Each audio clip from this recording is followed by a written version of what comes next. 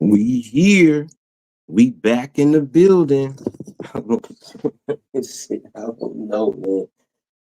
Hey, man, I don't know how much longer we gonna be back in the building. At least from on StreamYard. Not with these prices. So we gonna get it in. Salute to y'all. Let's go. Let's not waste no time. We only here for a little good time, not for a long time. So let's motherfucking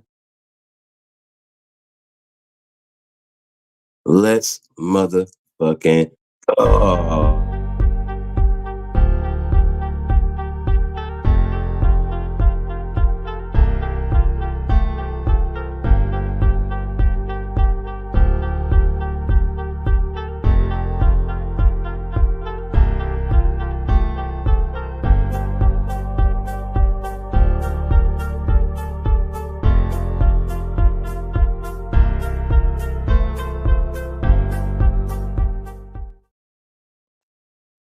That's the Ray Ray, got the Ray Ray, we got Ray Ray. That's the Ray Ray, got the Ray Ray, we got Ray Ray. That's the Ray Ray, got the Ray Ray, we got Ray Ray. That's the Ray Ray, got the Ray Ray, we got Ray Ray. That's the Ray Ray, got the Ray Ray, we got Ray Ray. That's the Ray Ray, got the Ray Ray, we got Ray Ray. That's the Ray Ray, got the Ray Ray, we got Ray Ray.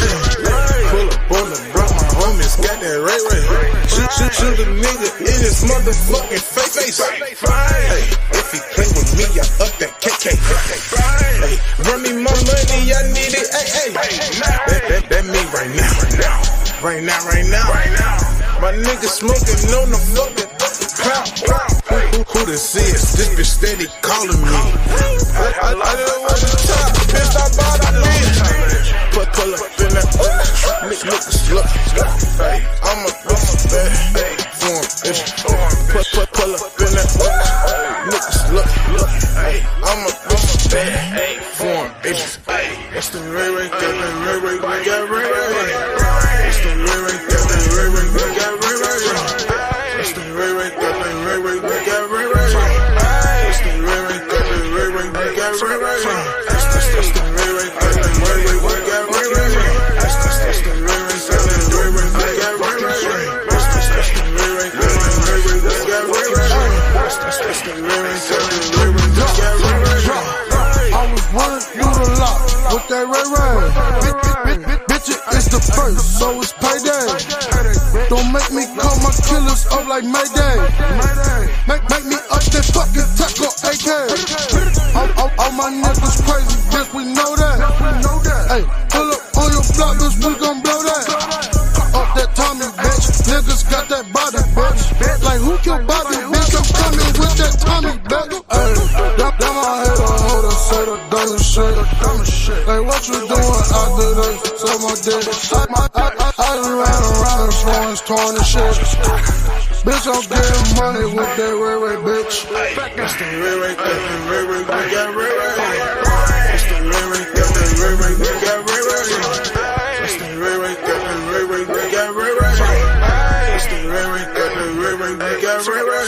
That's the Ray Ray, got the Ray Ray, we got Ray Ray. That's the Ray Ray, got the Ray Ray, we got Ray Ray. That's the Ray Ray, got the Ray Ray, we got Ray Ray. That's the Ray Ray, got the Ray Ray, we got Ray Ray.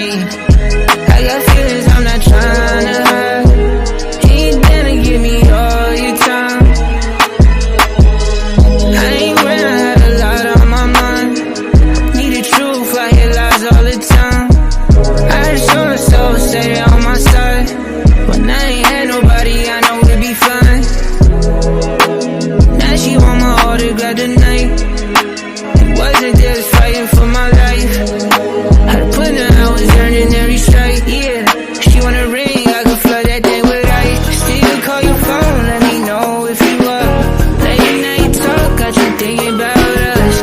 I need to know what you feel about love. Out with your friends and you still turned up.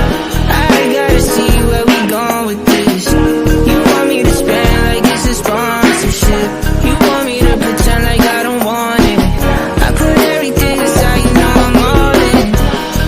I thought I'd see you smile when I walked through the door. Though those arms are not open like they once was before. I thought I'd see you smile when I walked through the door. Though those arms are not open like they once was before.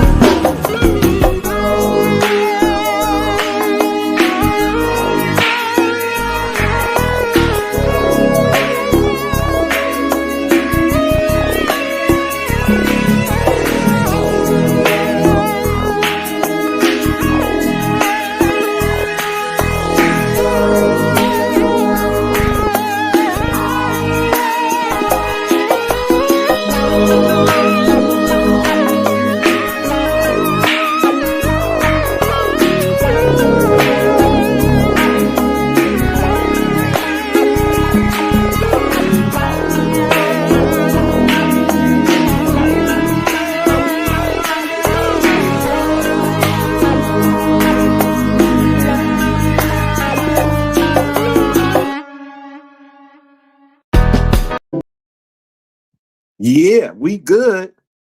I just want y'all to know we good. We good before StreamYard decide to pay the 50 on the motherfucker. We are good. Untouchable gang. We are good. Salute to everybody in the building. Y'all know what I'm doing. We run it up with a few songs before we get the show going. I'm in that fucking mode. You better get it in while we using this format because we searching around. This $50 is a motherfucker. They trying to do us in this StreamYard, these motherfuckers. So we getting it in while we get it in. Stay tuned. I'm rolling up, drinking some coffee, grooving out with y'all. Salute the Fab. Rich homie Kwam, rest in peace. Y'all forgot about that one. We good. You understand what I'm saying? We good. We good. We good, man. Let's keep it going, man. Let's rock out. I got a few more songs before we get to doing the motherfucking talking.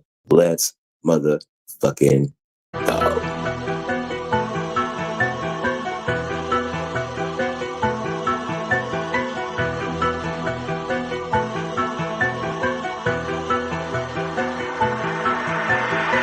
I'm still a bitch, you feeling 100K, I turn to millions. I was there, so fuck your feelings. I'm the type to burn the bridges. Turned up in my other spot, I had to switch the way I'm living. Oh, I hear the way they talking, that's the reason for the switches. Oh, you on the television, on that day agenda switches. Only one they sell out for this industry, but check the venue. I started, let's remember, Marcy baby, hoes and denim. Fucking the flies, gives this shit like a runway when we together. I started, let's remember, Marcy baby, hoes and denim. Fuck on the flies, bitch, this shit like a runway when we together. Keep my shit in check, she like diamonds on her neck. She like something to protect, I made the money to invest. I see all my ops together, man, that shit don't make me stress. That's when I start to see my power, bitch, I feel like 50 Cent.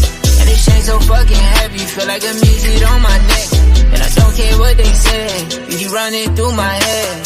Bitch, I'm still a bitch, you feeling 100K, I turn to millions. I was there, so fuck your feelings. I'm the type to burn the bridges. Turned up in my other spot, I had to switch the way I'm living. Oh, I hear the way they talking, that's the reason for the switches. Bitch, I'm still a bitch, you feeling 100K, I turn to millions. I was there, so fuck your feelings. I'm the type to burn the bridges. Turned up in my other spot, I had to switch the way I'm living. Oh, I hear the way they talking, that's the reason for the switches.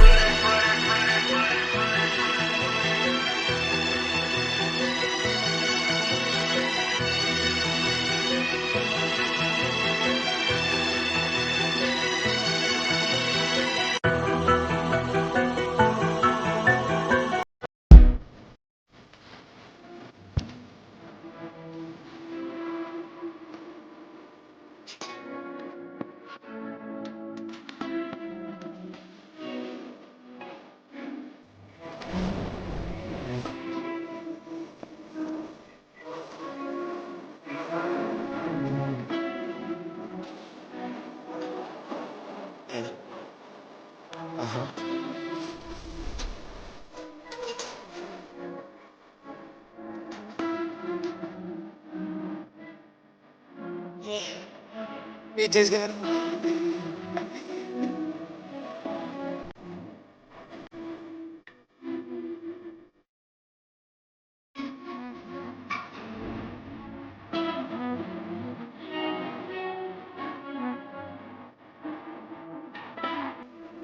fuck em.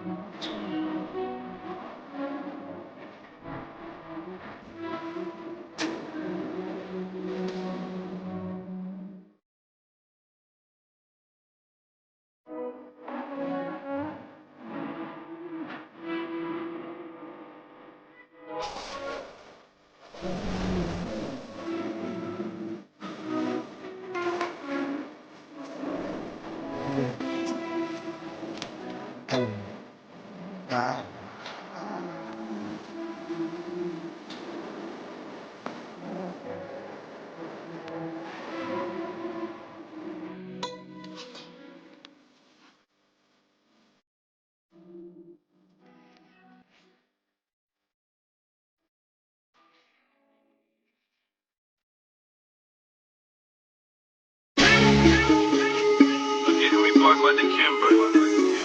I got me more blocks than the Kimber. I got me more blocks than the Kimber. I got me more blocks than the Kimber. Talk to me. Fuck what you think? I fuck with them niggas that's sipping and drinking, smoking that loud, getting so much money I should just live in a banking. I whip it like Kante. It's Yves Saint Laurent's day. It might be a Benz day. I got me more blocks than they can back. I got me more blocks than they can back. Hey, okay. I got me more blocks than they can back. Hey, okay. I got me more blocks than they can back. Hey, okay. I got me more blocks than they can back. Hey, okay. Did it for the summer, married to the game, smoking marijuana. If you fuck my baby mama, then it's fuck my baby mama. I see death around the corner, so I bust a U.S. You need popcorn for this movie. I've been a grown man since June. Might spit on a nigga like a Luke. As a matter of fact, you gon' need a fat machine. Pocket so fat, I'ma need a racks machine. I say, Lord have mercy. These hoes thirsty. I'm riding around with my Friday hoe, not your hoe, cause she's so thirsty. That old news, put it in the house, put a cold blues. Get on Pro Tools, and I ride a motherfucker like an old school. The bitches I'm with it so bad, she ain't okay. I'm whipping that work at your glass, it's A-okay. I'm getting that chips, turning that shit into Frito-Lay. Fill up the room, I told her she owe me like 6 to 8. Shit and me, better get your shit straight. Been had $1 million, made it up a mixtape. Oh, fuck what you think? I fuck with them niggas that sipping and drinking, smoking that loud, getting so much money I should just live in a banking. I whip it like Kante. It's Yves Saint Laurent's day. It might be a Benz day. I got me more blocks than they can back. I got me more blocks than they can back. Hey, okay. I got me more blocks than they can back. Hey, okay. I got me more blocks than they can back. Hey, okay. I got me more blocks than they can back. Hey, okay. I left my block with a two-way. Came back with the doors up. Came back with so many blocks, y'all. Fill the back of a full truck. I don't know shit about these rappers. I do not live like these rappers. Nah, you can call me the OT. I am the original trapper. See me sliding and riding in something, then you know the shit major. Talking about something so goofy, nigga, something so fruity, nigga, CJ might be Gator. Nigga, I been grind so long, nigga, hustle so long, middle name might need to be paper. Gotta have a whole lot of blocks, a whole lot of M's to live around here, ask my neighbor. Yeah. I am not talking about Fader when I say it came with a magazine. What he got in his ears, fuck he got in his ears, don't they look like two tangerines? Got a bitch out in Calais, whole keyed in the valet. Get it stretching that shit, get the whipping that shit, type of nigga made the block do ballet. Fuck what you think, I fuck with them niggas that sippin' and drinking, smoking that loud, getting so much money I should just live in a banking. I whip it like Kente, it's Yves Saint Laurent day. It might be a Benz day. I got me more blocks than they can back. I got me more blocks than they can back. Hey, okay. I got me more blocks than they can back. Hey, okay. I got me more blocks than they can back. Hey, okay. I got me more blocks than they can back. Hey, okay.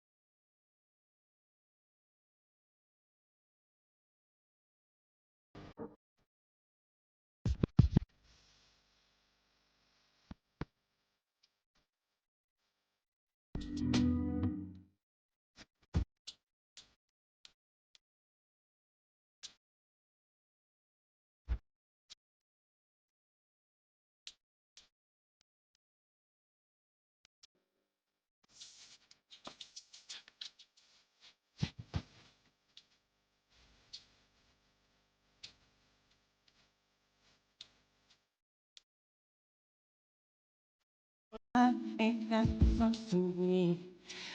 You these bitches that you know. Oh, I or you say right. I'm willing to give you all the love I got.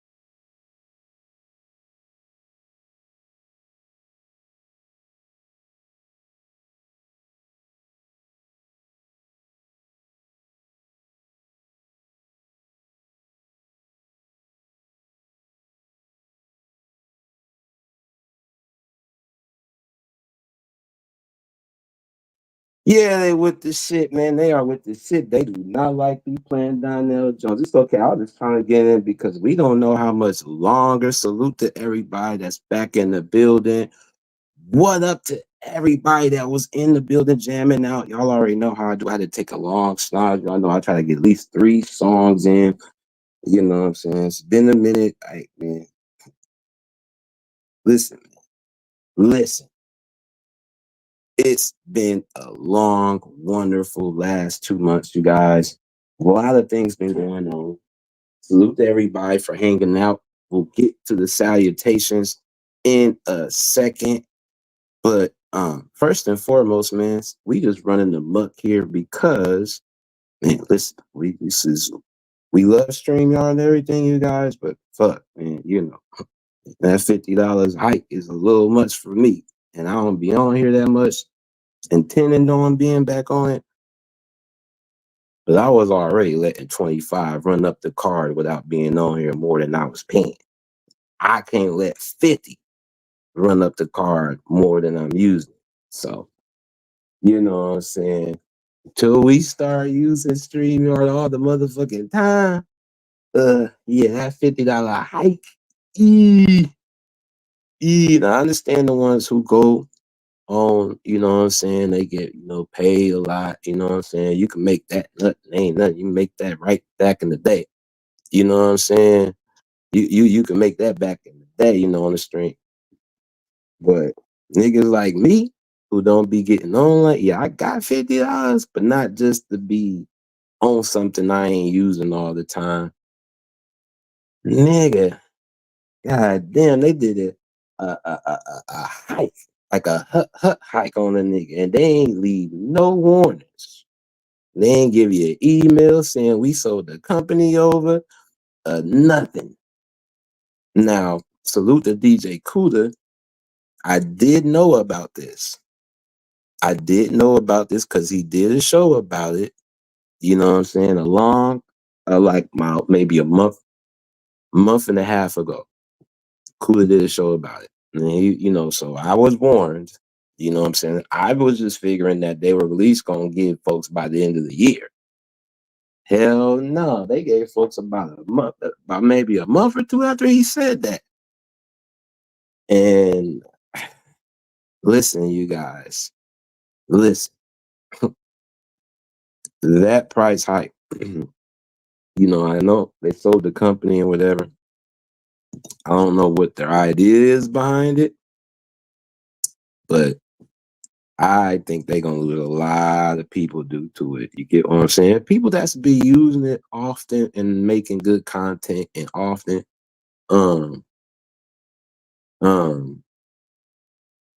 they're you know what I'm saying, they'll be fine.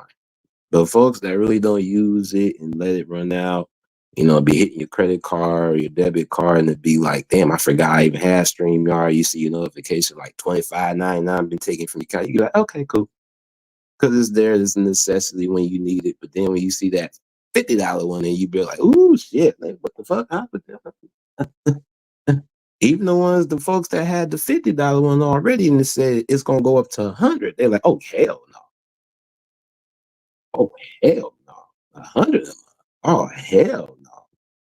But salute to everybody. Welcome back. You know, so we just getting in right now. Then we just came from the night lair. And Nice, you know, he was really tired. He just abruptly ended it. So that kind of also prompted me to go on. You know what I'm saying? So but yeah, we have returned and we're getting it in because again, I'll probably be moving around the platform like FMU said. I'll be moving it around just to see, man. And you know, if we get that, we'll throw it on there every now and then to the StreamYard. But you know, we gonna miss StreamYard now. We gonna miss StreamYard because you know it's easy to navigate and there's some good things, but you know, for that $50 fee, you know, we could go ahead and see what else we can get for half that and do similar the same things with just a little adjustments, just a little bit of adjustments. That's all. You know what I'm saying? So, you know, but hey, we're here now. So salute to everybody and welcome back to the midnight hour.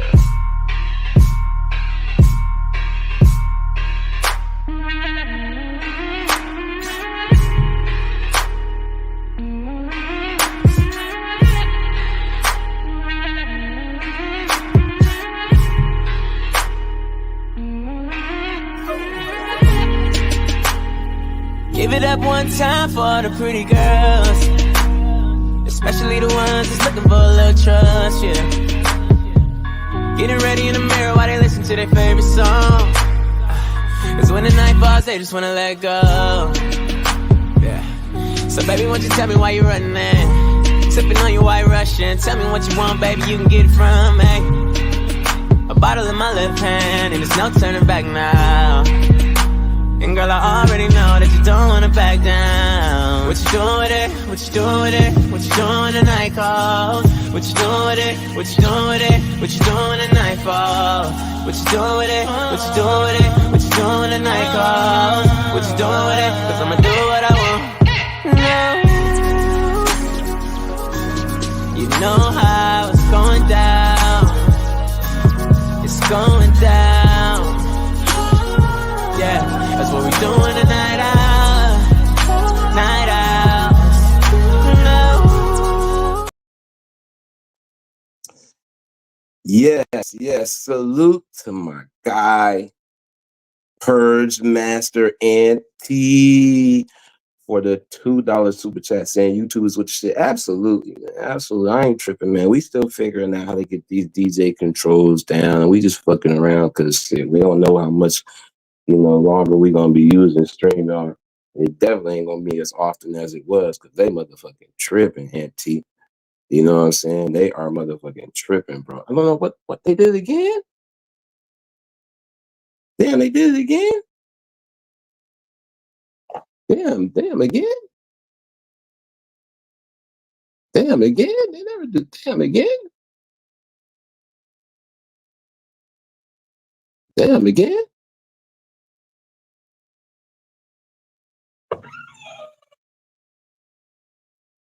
Yeah, it won't stay in place. I don't know what to do. I've been see that little piece on the end right here.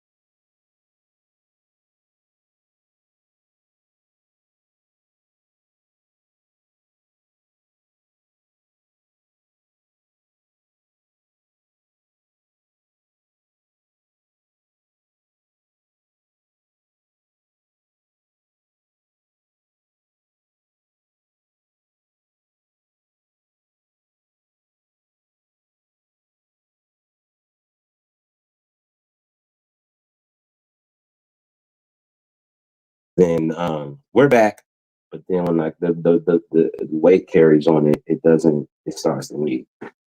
So that's what's going on.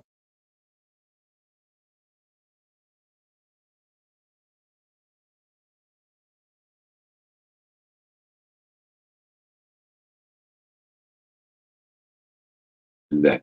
So we're back. So that's what's going on. My shit's. So if he runs.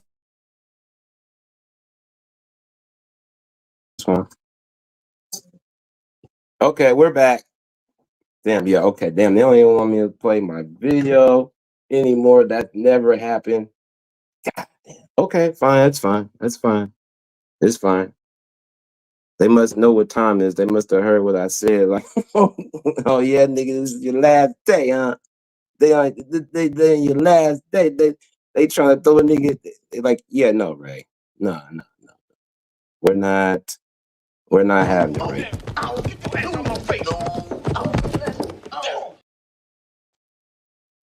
But that's fine. You get what I'm saying? Yeah, right. Man, realistic. Man, little old me, shit. I don't even. Damn, little old me. I don't even be. It's been months since I played it. You kind of, what I'm saying? It's like,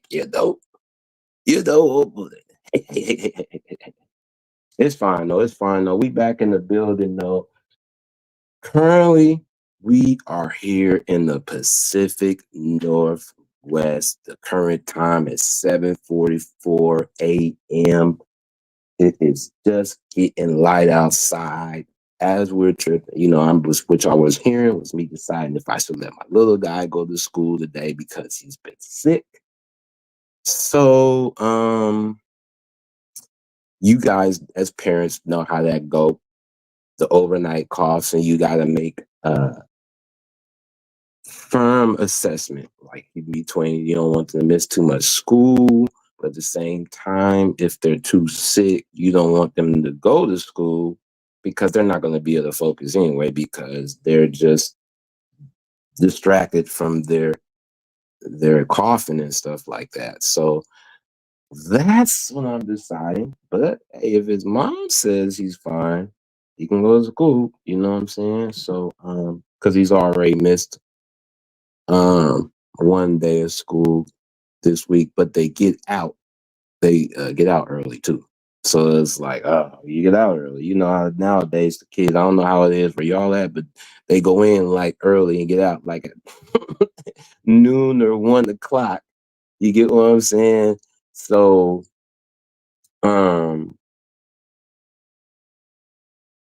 so yeah, I you know what I'm saying? So that's what I'm doing right now. But you know what I'm saying? And we just trying to figure out, again, we're just trying to figure out what we're gonna do about the new format, man, going forward. I just, I'm like most people, very, very disappointed that StreamYard's doing that, you know what I'm saying? Without no explanation. But you guys, at the same time, I guess maybe it's time for something different. You get what I'm saying? Maybe it's time, maybe it's time, to explore other options. Some folks already knew it's already been transitioning. You get what I'm saying? Some folks is already transitioning, folks is gonna go back to using their OBS, and some folks is gonna use other platforms and stuff like that. So, it's disappointing. You know, you just had to be one of those folks that good, you got in with that free plan or that $25 plan because shit, you ain't, you ain't gonna be feeling so enthused coming in paying $50 unless if you really finna be on here like that all the time, you guys, then pay the $50. If you're gonna use it, then pay it. I blow through that, you know what I'm saying, with an ounce of weed in a week. So, I'm not saying I can't afford it, but I just don't, I smoke weed though. I don't be buying bags of weed and just let them sit there. So I actually pay and utilize what I'm paying for when it comes to the weed. You get what I'm saying? So, but that's what I'm saying though. So, but it's I've seen the comments on StreamYard's Facebook. I've seen the comments from a lot of people. They're not happy, and but people will adjust. People will adjust, or they'll pay. That's just simply put. So I'm here rolling up with you guys. Salute to y'all. Sucks that YouTube. I don't know why YouTube always fuck with me. Maybe because I started off doing music. You know what I'm saying? Maybe because I started off doing music when I first started streaming. So maybe that's part of it. So I'm probably on their most wanted list. I still don't get it though. You know what I'm saying? So the goal for me, y'all know I love music. So, I gotta try to incorporate it some way. In the Discord, make sure you guys please go join the Untouchable Empire Discord, because I think I may have figured it out with my DJ setup to where I could actually spin in the room, in the music room.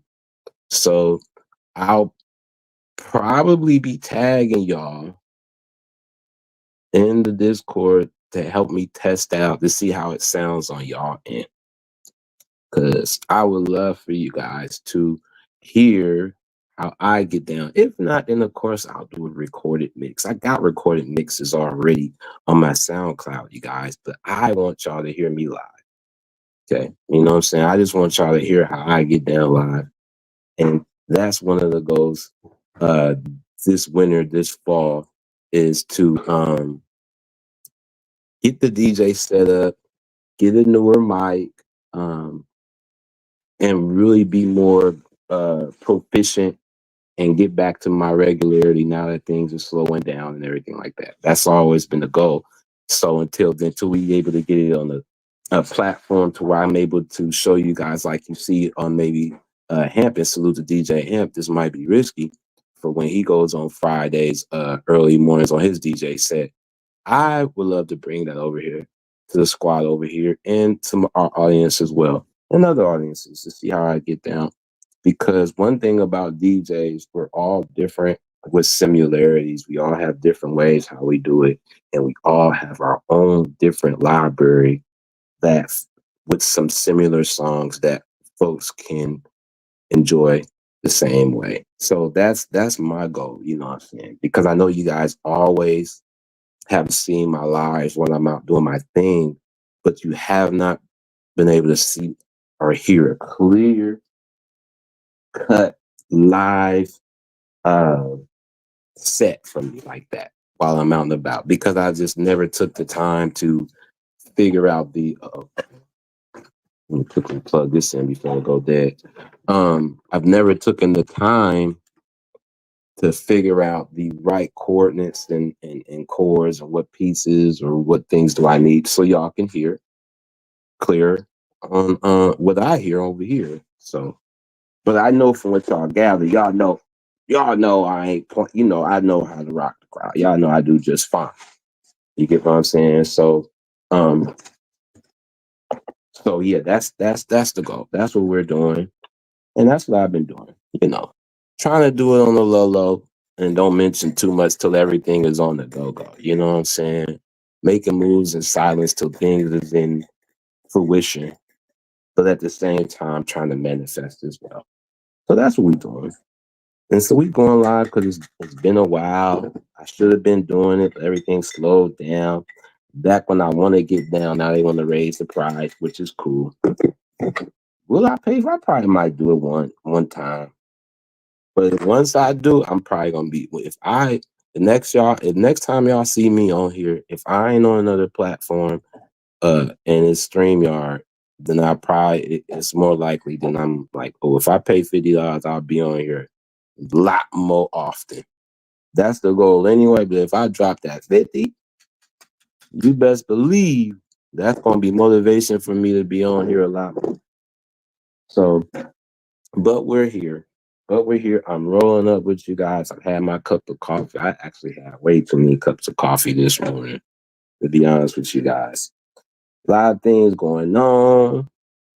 You know what I'm saying? Everybody it's good to see people jumping off of the ports and popping up on panels from the chat gang. It's good to see folks doing that. Folks, I'm glad to see folks is starting their own shows. Listen, if StreamYard on a trip, we'll be having some gaming challenges, running it off the OBS or just like that off our gaming systems and just go that way. You know what I'm saying? We'll figure it out. You know what I'm saying? I'm glad to see everybody's getting back into their gaming bag. So I'm trying to tell y'all, mix it up. Salute the Red Lipstick Vibes for her classes in the Discord. You know what I'm saying? Man, giving out some good game. She giving out some good game. She done gave out some good game on the CapCut, the Canva, the Logic Pro. Man, if y'all ain't into the Discord, man, y'all better go ahead and tune in, man. Y'all be missing out, man. And make sure you click and subscribe to Red Lipstick Vibes channel too, man. Make sure y'all do that as well, because y'all need to get some of that good game and good content all up in your system. You get what I'm saying? So, well, it needs to, YGD. It needs to because it needs to be something different than what we normally do. You get what I'm saying? And normally talk about. So, and you can still have conversations along story modes and gaming and stuff like that. It's not always popular. But people that like you, they'll rock out. You get what I'm saying? And also I like when the ladies decide to hop on. When y'all ladies decide to start hopping on and get invested into it, get you a gamer PC or a gaming system, PS5 or the new Xbox One, to where it's better to stream in the Discord and online. Do that, man. Do that. We wanna be able to join y'all in the games. And I'm still trying to encourage everybody to get a gaming PC so we can get on to that GTA servers. The moment somebody in here decides to make a server for our space or whatever space is on,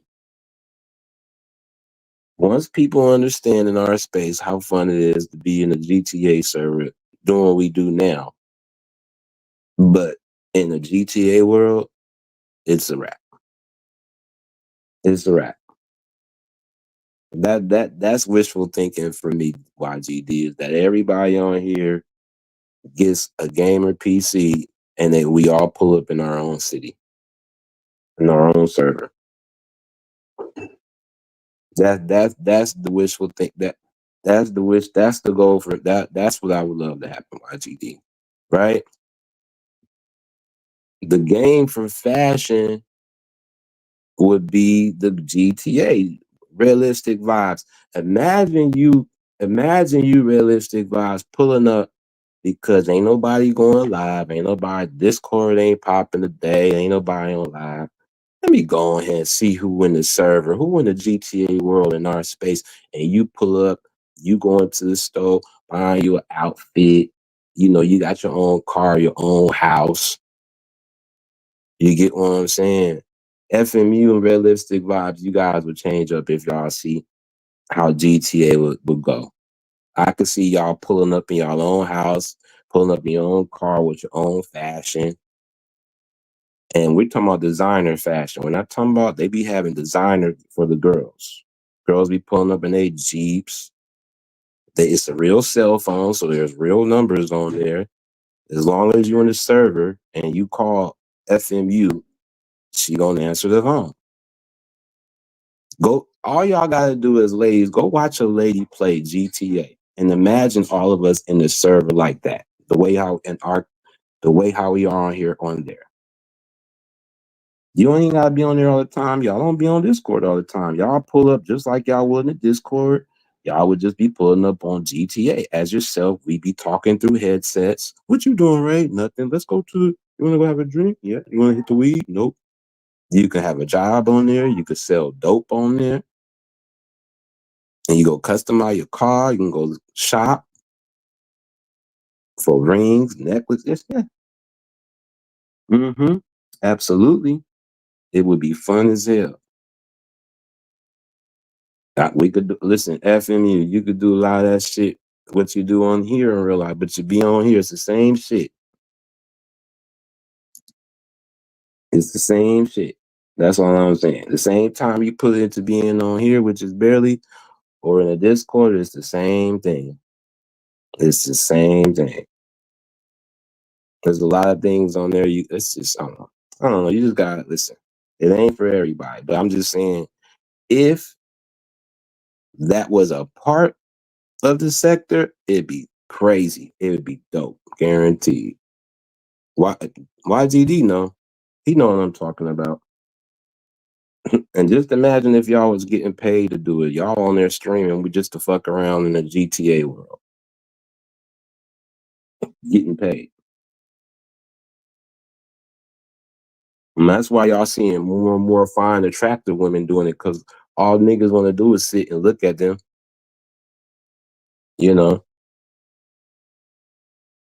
Playing the game in some borderline sexy to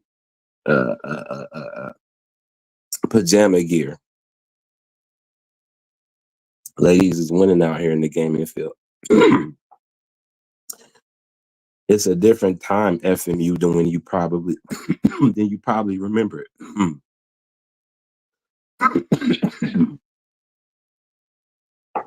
Money's water. It's a lot more easier now. If you know how to work a joystick, then you'll be just fine. Like I said, there's no way a woman should be broke out here. Y'all can make money playing the game, just sitting in front of a camera, and you don't even have to utter a word other than just give me my money. Just give me my money. Right. That's what I'm saying. I mean, we always talk about another source of income. You know, you're in the house anyway. Shit. These women gamers is out here eating like a mother. Yeah, a fine one too. A fine one too. You know?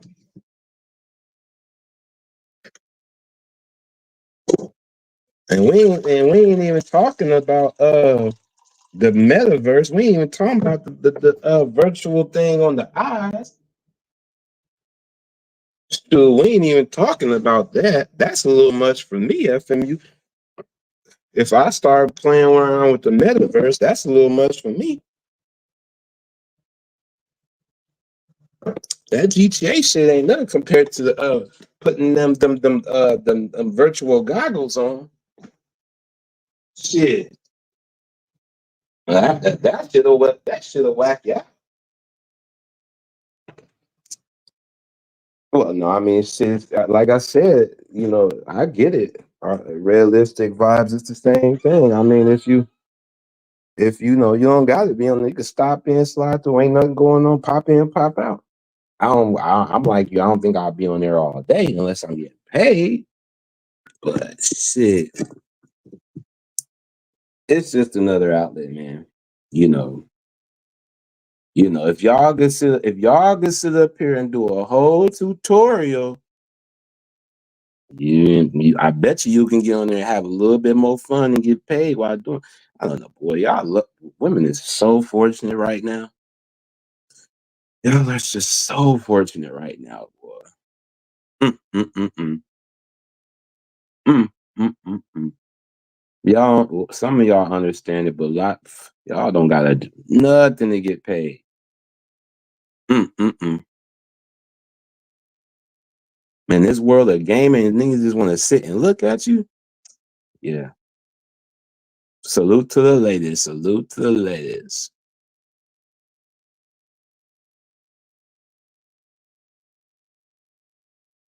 Yeah.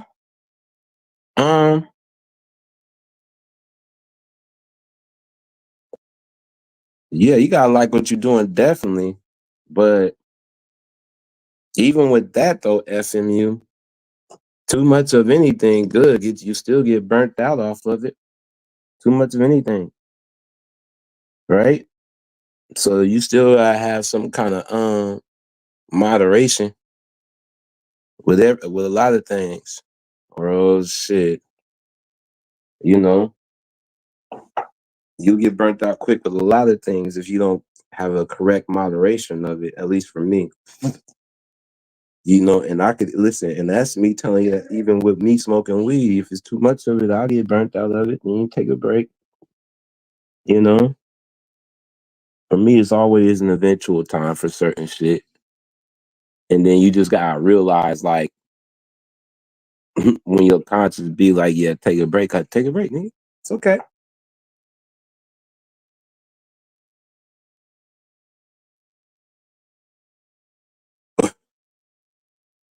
Are you saying dudes do better? You'll get more subs and more donations than the females, even from females. Yeah, but guys got to put in a lot more work to do that, though. That's my point. That comes from the work ethic. When people see guys doing better in this space from their work ethic or their however their presentation of their shows and conversations, yeah, that comes. But y'all, most of the time now, especially if you're above average woman, average to above average, with a fine, very, if you're a very decent to nice looking woman, you don't have to do much. You don't have to do all that, is my point. You could be a gamer and just play the game, and guys just will send you money just because it's you. That's all I'm saying. You get what I'm saying? No. They're not.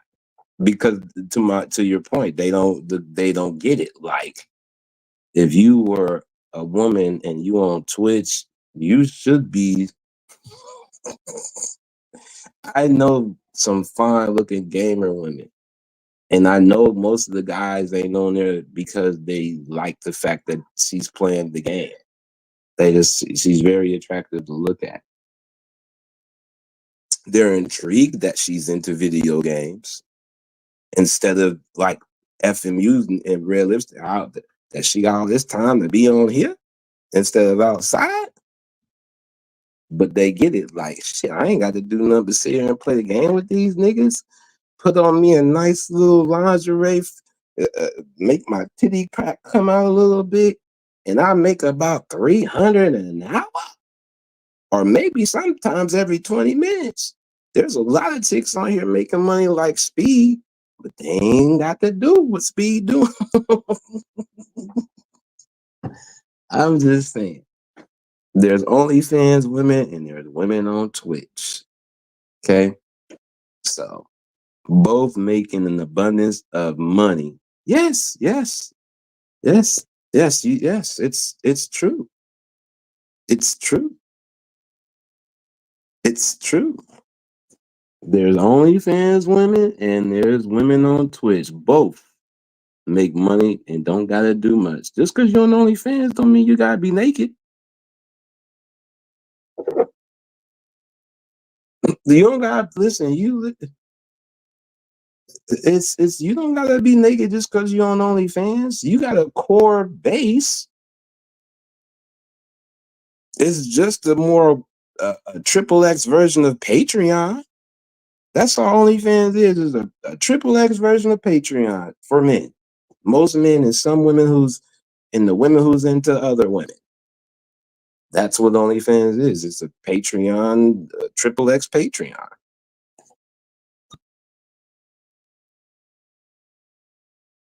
That's what it is. Tell me I'm wrong. That to me, that's what I see OnlyFans is a triple X Patreon.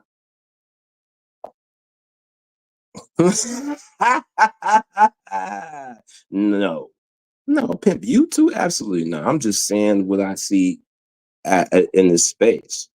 You know what I'm saying? Beyond this space, like in the social media world, women are winning in the gaming world and social media. Y'all don't have to be out on the block anymore. You know what I'm saying? Not that you not specifically are, but women don't have to stand on the block anymore to make a dollar.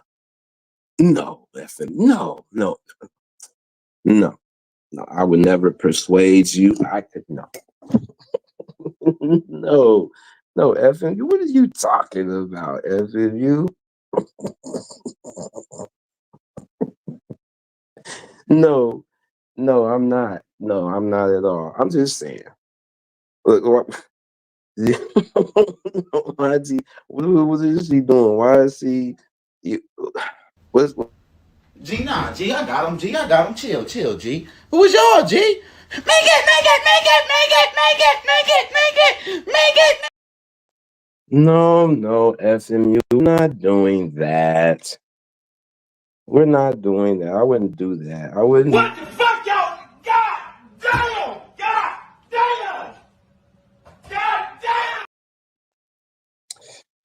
No, I wouldn't do that to you. I'm just saying, beauty, if you're fine and you utilize getting that dollar more than a dime. That's all I'm saying. Just don't let the money make you. That's all. I'm just saying. I'm just saying.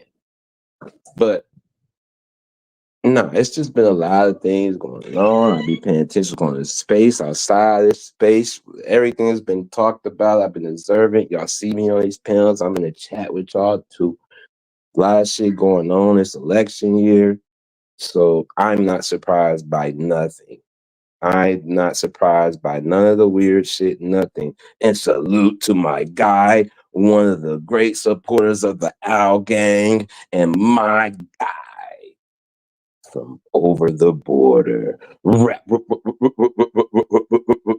Rapid one with the $5 salute, Ray, my G. Salute to you, Rapid One, and welcome back. Salute to you and Purge Master NT for the super chat.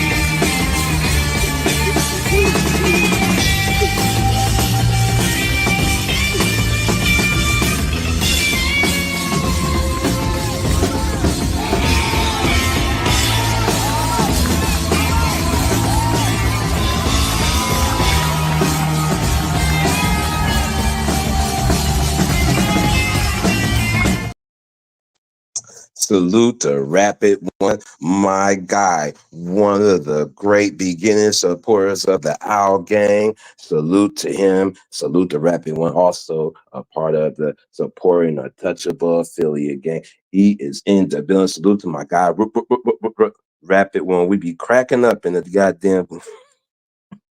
We be cracking up in the in the chat there. You get what I'm saying? And Natasha Vincent is in the building. I forgot to do the damn roll call, fucking around with y'all. Goddamn, YouTube got me distracted because they fucked up my whole intro with they fucking with me and shit like that. I done forgot to shout everybody out. I'm just everywhere. I'm just everywhere. We got the chocolatey Canadian chocolate one herself, Natasha Vincent, in the mother freaking building. Wait a minute, where's my applause at? See, it's been that long. Way too long.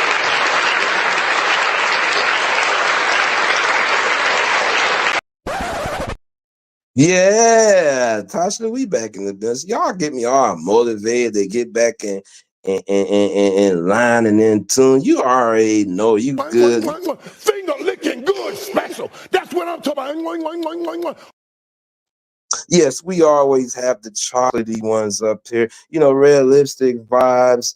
You know, she's another one. You know, Lady Owl Gang, another chocolate one. You get one. Finger licking good special. That's what I'm talking about. Yes, yes. You know, we gotta make sure. You know, FMU, of course, Lady Owl Gang as well, leading Lady Owl Gang as well. We gotta also make sure that we don't forget about her. Finger licking good special. That's what I'm talking about. Yes, all day, every day to the ladies. We love the ladies, you know, right and wrong, you know, sometimes, you know, as long as we, you know, have a conversation about it afterwards, you know, because, you know, right, Natasha been moving around lately, haven't she? Tasha been moving around and popping around. I done told y'all if you have Natasha around, she must have some intrigue about you. I could say that in the least. Because that don't mean she like you know, she might be intrigued. You know what I'm saying? So that don't mean nothing. You feel me? But salute to Natasha, who is here, one of the great moderators and supporters, long time. It is raining out or drizzling, as y'all normally would guess here in the Northwest. It is drizzling. So, not really cold though. Some good humidity. Some good humidity. It's not really that cold for this beanie. I just threw it on because why not? So we're getting ready for the fall weather. I'm not ready for the winter around here, so you know, it is what it is. But no, I am not. No, God damn train. God damn train. Wait, what you say, FMU? He just like a pimp. If we not into walking the strip, he gonna try to talk us into being strippers. And if not strippers, house dolls. Oh hell no. What the hell? What the? No, FMU, that is not my style. What are you talking about? That is what is going on here? I do not talk like that to women. I am not a crook. I am not a crook. I'm just like y'all. I'm just saying, y'all winning out here. I would make suggestions, especially if y'all ain't y'all get y'all money. So this ain't to y'all. We talking about to women that's trying to make different sources of income. That's open minded. That didn't even realize that they potential that they could unlock their potential, and I would be here to maximize their potential. That's all I'm saying, to maximize their potential. That's all, not no pimp stuff. I'm here to give you proper information and proper guidance. That's all that you're willing to receive. That's what I say now, that you willing to receive. We ain't trying to be in the way of nobody and nothing. You get what I'm saying? Yeah, that's what she trying to do. You know.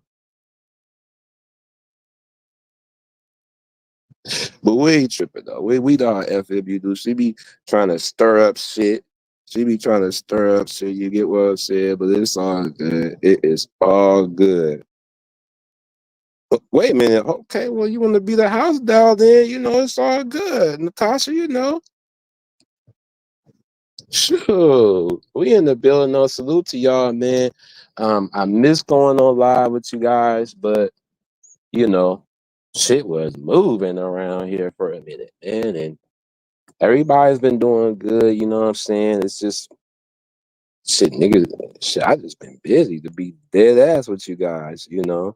And again, as I repeated earlier, just when I feel like I'm finna go back on StreamYard, want to raise the price, I'm like, yeah, uh, we'll have to figure something else out. You get what I'm saying? You could be a house doll. Y'all ain't trying to be that stuff.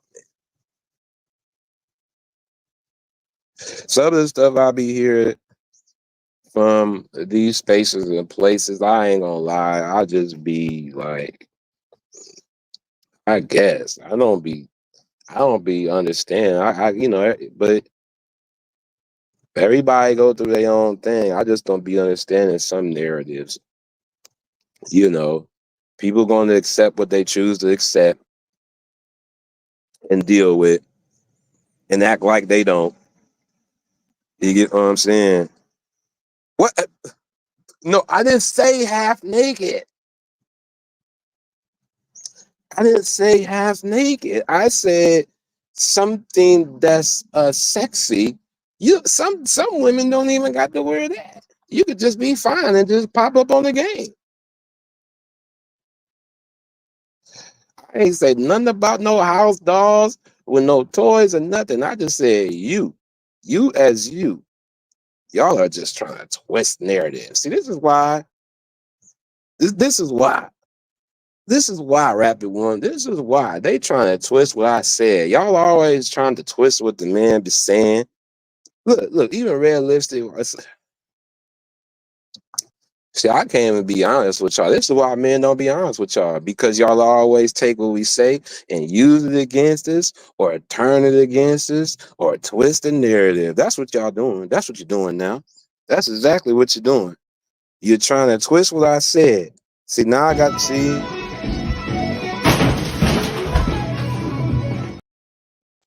I'm just saying, y'all up here acting like you ain't heard what I said. And I ain't say nothing about putting y'all on a stroll, putting y'all on a line, I ain't did none of that. But y'all are just, you can, listen, you can. But some women don't have to. You could just be naturally fine. I also said that too. But if you add that on there, boy, all right. Those that know what it is. You know what I'm saying? Because that's what you desire, boy. That's what you desire. That's what you. I'm just telling y'all what y'all would desire. You get what I'm saying? I'm just saying. That's what you desire, boy.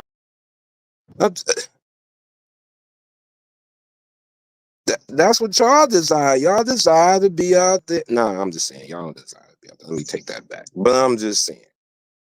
You know. That's what you desire, boy. Because that's what you desire. You know what I'm saying? But salute to y'all.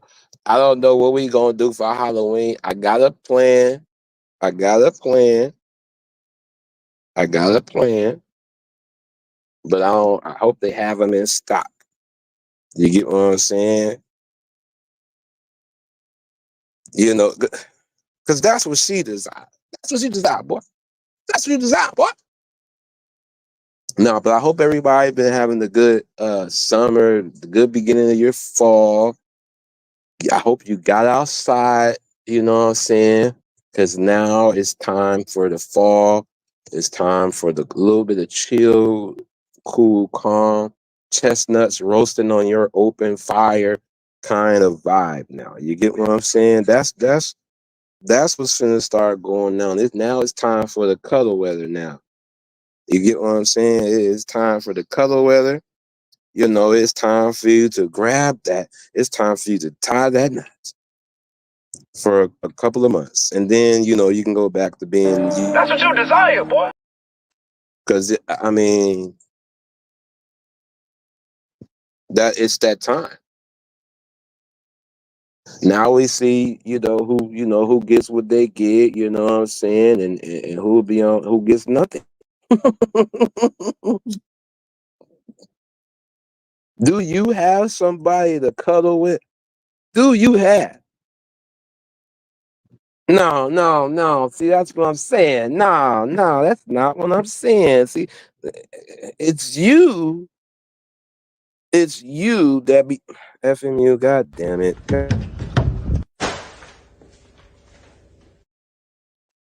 God damn it, effing you. You are really, really trying me. That is not what I'm saying.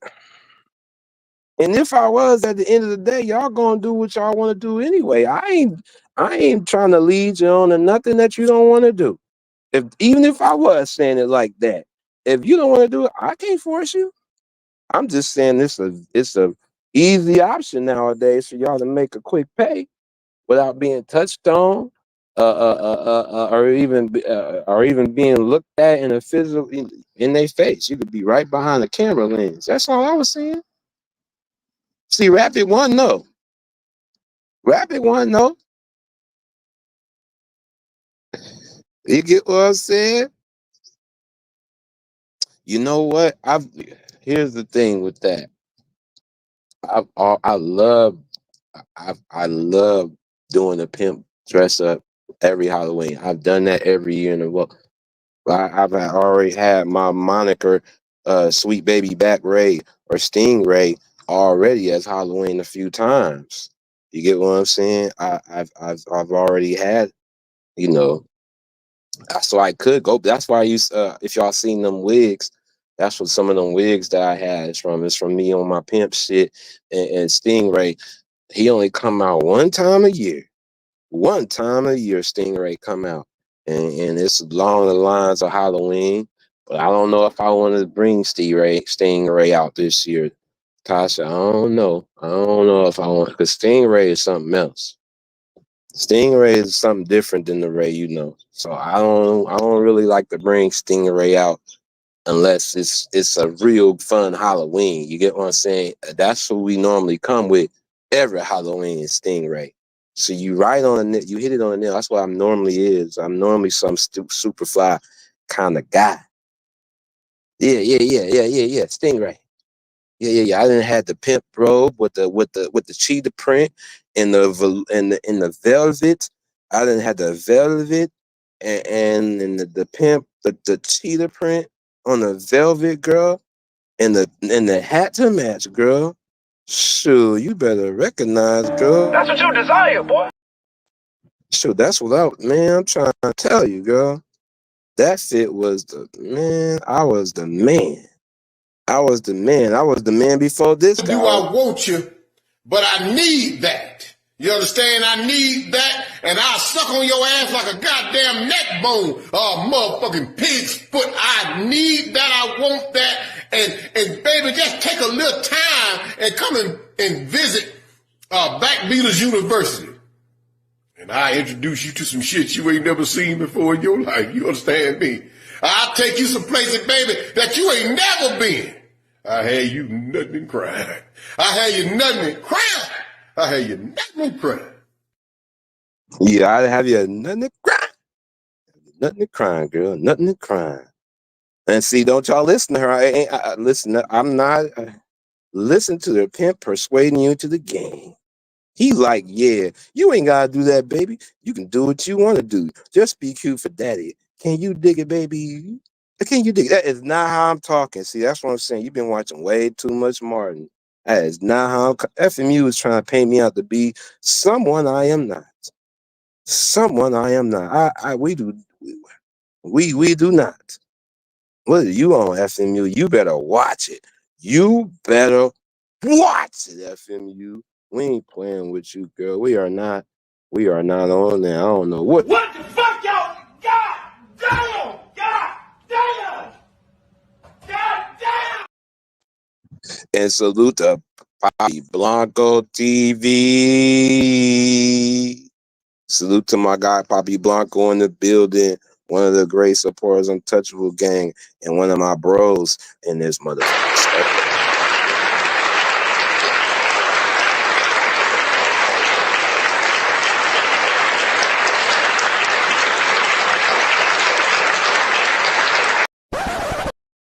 Yeah, that's my guy Blanco in the motherfucking building. Salute y'all. Make sure y'all hit the like button. Just do that for me.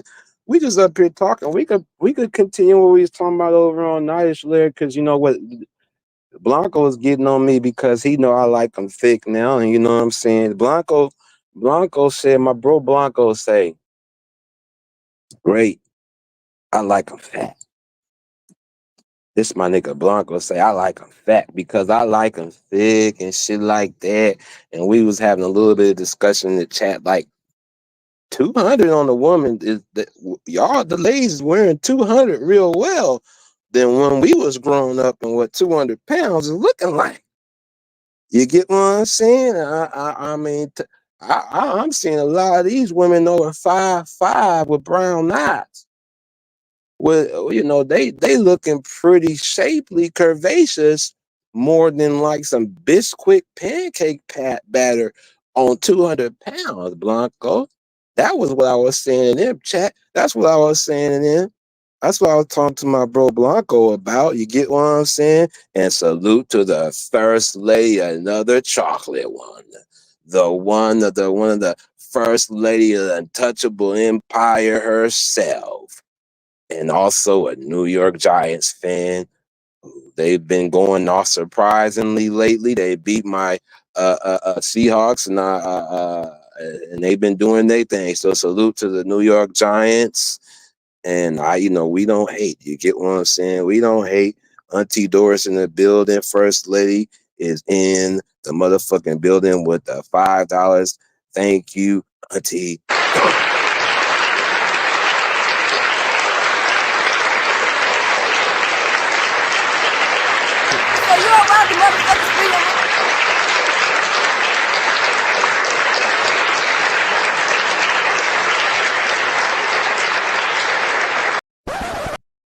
Salute to Auntie Doris for that. I appreciate you. I appreciate you. See, even as a Giants fan, they do it.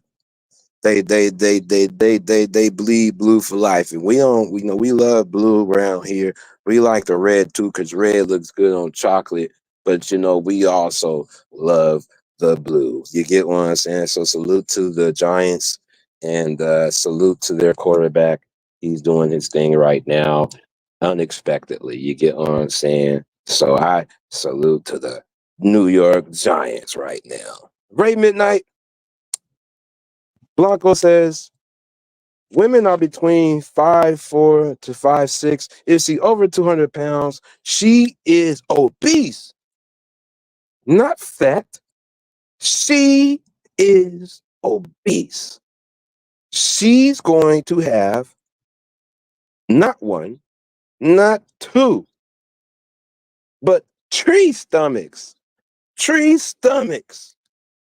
This nigga said not one, not two, but tree stomachs.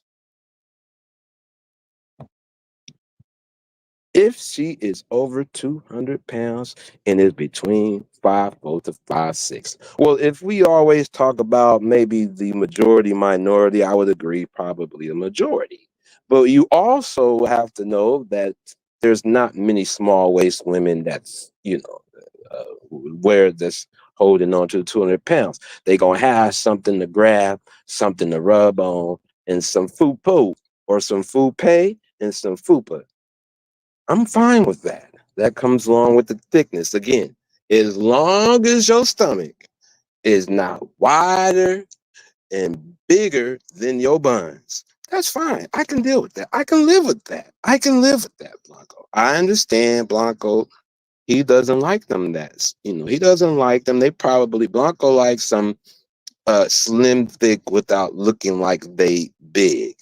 But remember, most thick women are obese. You got to remember, Blanco, most people in this country, according to doctors, most people are obese.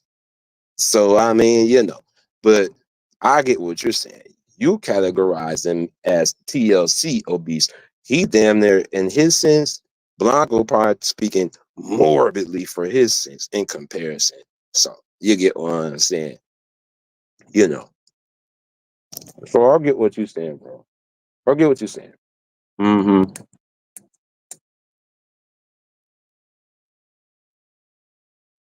But let's be honest, Buffett's body was about 200 pounds, and she looked good, okay, at 200 pounds. Yeah. No, well, go listen. Here's the thing, though. Tasha. There's a lot of people that then found out about the Ozempic and they cheat in the system, not realizing some folks, you gotta still take that Ozempic the right way, or you'll still look like you didn't hit the pipe to lose some weight, or you didn't stress yourself out to lose the weight, and your skin be looking all melted. You still gotta make sure you stand in a nutrition, fitness conditional way to moderate you needing that or using that pill solely to lose the weight, or it's just gonna come out looking like you're melting. So just be careful, y'all, with those Ozempic stuff. If that's what you're going, I'm sure those who are doing that already know what I'm saying already. I'm sure, but a lot of people who has been like overweight, borderline, or they are going that route instead of just trying fitness first or adding fitness along with it. And I think that's a danger. You know what I'm saying? I just think it's a danger. You get what I'm saying? Oh my God, you and Pinky.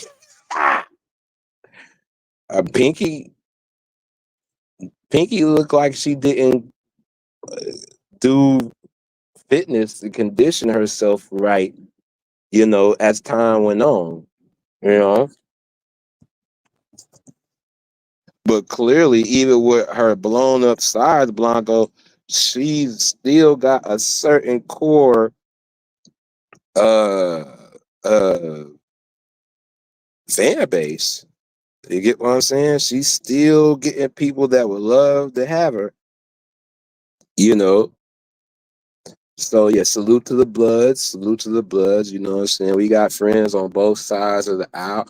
We just was raised on the blue side. Cause it's been a red side, but we just was, we just came up on the blue side. But we salute the red side too. I got good friends on both sides of the field. Salute to Akron Slim, my fellow Ohioan. Akron Slim in the building. Salute to you, bro. Welcome back. And see, this is what I'm saying here, Blanco. Girls be overcritical of themselves. You get what I'm saying? They be overcritical themselves. They got over 900 men still trying to get them. See what I'm saying? Look, Buffy was 200 something pounds back then, bro. Okay, y'all don't know who Buffy the Body is? Go Google her, and you tell me that wasn't no 200-pound thick ass tall woman, and that was back then during the Smooth and King years, before there was many of them like her. Now there's a lot of women that's like her. Now she was one of a kind. That's why a lot of people remember Buffy the Body. That was a tall Amazon thick. She had to be like 190 to 200 pounds stacked. Okay. That's what I mean, holding 200. There's an abundance of women that's holding it like that. And nowadays, even the ones with the BBLs looking like they about 200 pounds, or they getting 200 pounds of silicone. So there's a lot of Buffy the Bodies now. A lot. Whether they 5'7", 5'5", shit. Nowadays they starting to be 5'8", 5'9".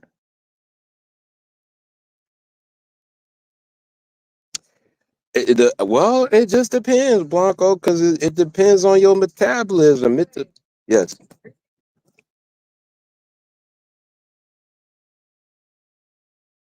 It depends on your metabolism.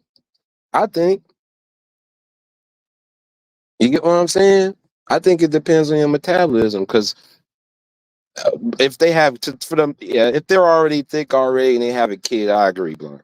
You get what I'm saying? So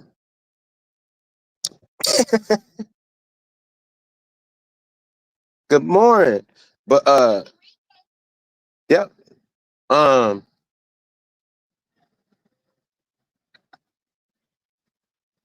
She always speak. She always speak. But you see how she did there after you said something, she made social. My neighbors be acting up, boy. My neighbors be acting up, you guys. I like thick women. I don't like the big back part you talk about. I don't want you to get it confused by that, but most thick women don't got small backs, bro. The ones I like. The ones I like. You get what I'm saying?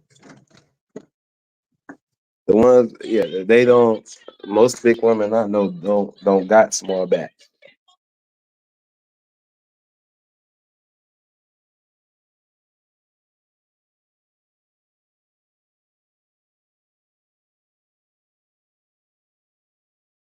So that's what I'm saying. Excuse me, you guys. I had to be.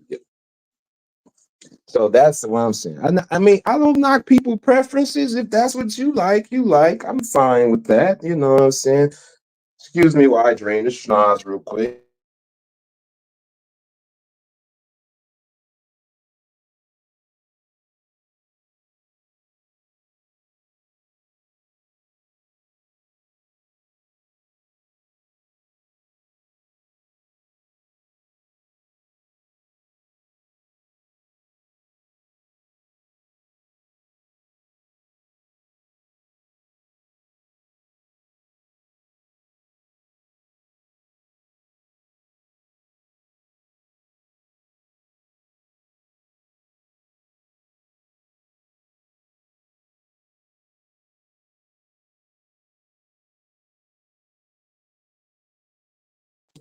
Okay, I'm back. Sorry. So yeah, I don't have a problem. I listen. Let's see. When Blanco says something about that, he think I like Lizzo before the weight loss thing. No, no, no, absolutely not. But I like hips, curves. You don't even have to have much of a chest. I like hips and curves, bro. Nice legs, feet. You know what I'm saying? That's what I'm on, bro. I mean, it ain't gotta be super huge. I'm a skinny nigga. You can't be that big. Goddamn, I don't want you to sink me through the bed. But no, that's just always my narrative. I mean, you could look on my page. That's the women on my page on my gram is the type woman I have. You know what I'm saying? So, but I get what you say. Everybody's a preference, though. I love my thick sisters. Always have. Children's moms, all the same. Uh-huh. And that's just always how it felt, bro. It ain't. That's just always how it been for me. You know. But ultimately, it's been who likes me for me. I don't. If if she been as long as she's down for me, I don't really have a weight preference, to be honest with you. But that's the way it just fell into place.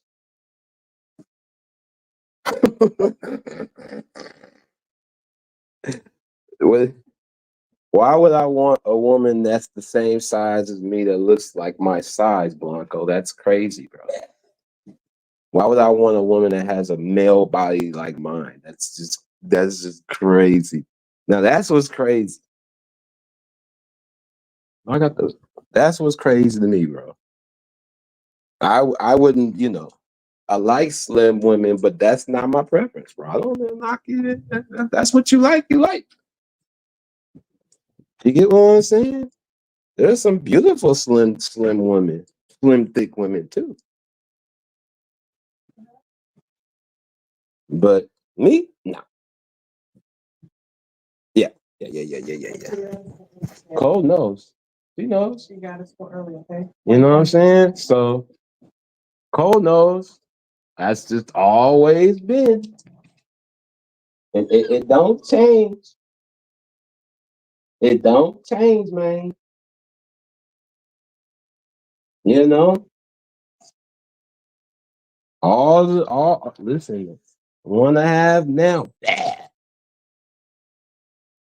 Bad. Bad. Right now. But the thing is, I don't like to think women that's got to be out here showing themselves for everybody else. They could, but they don't have to. Always been me. I don't want one that's for everybody. I've never been that. One I have now, never been for everybody else. No, she's a bad one, but she ain't ever been ain't all being for everybody else. Have peep clothes on, but you could just tell. You could just tell they still, we got X-ray vision. You know what I'm saying?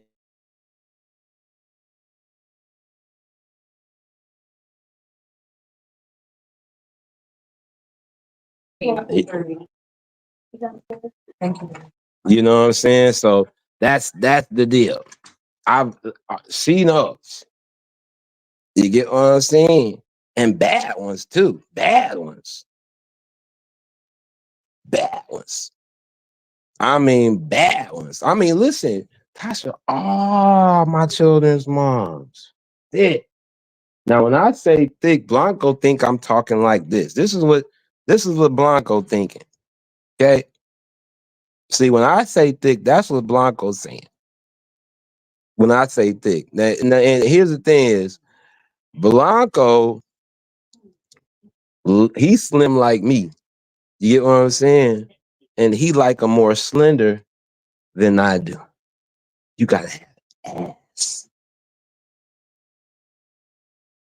You gotta be pretty. You gotta be thick. You gotta have legs.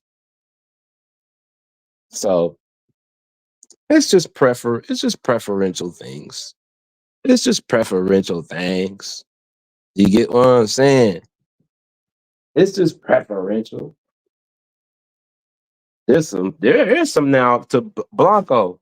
There's some fine big girls that carry it well. That's what you niggas is afraid to say.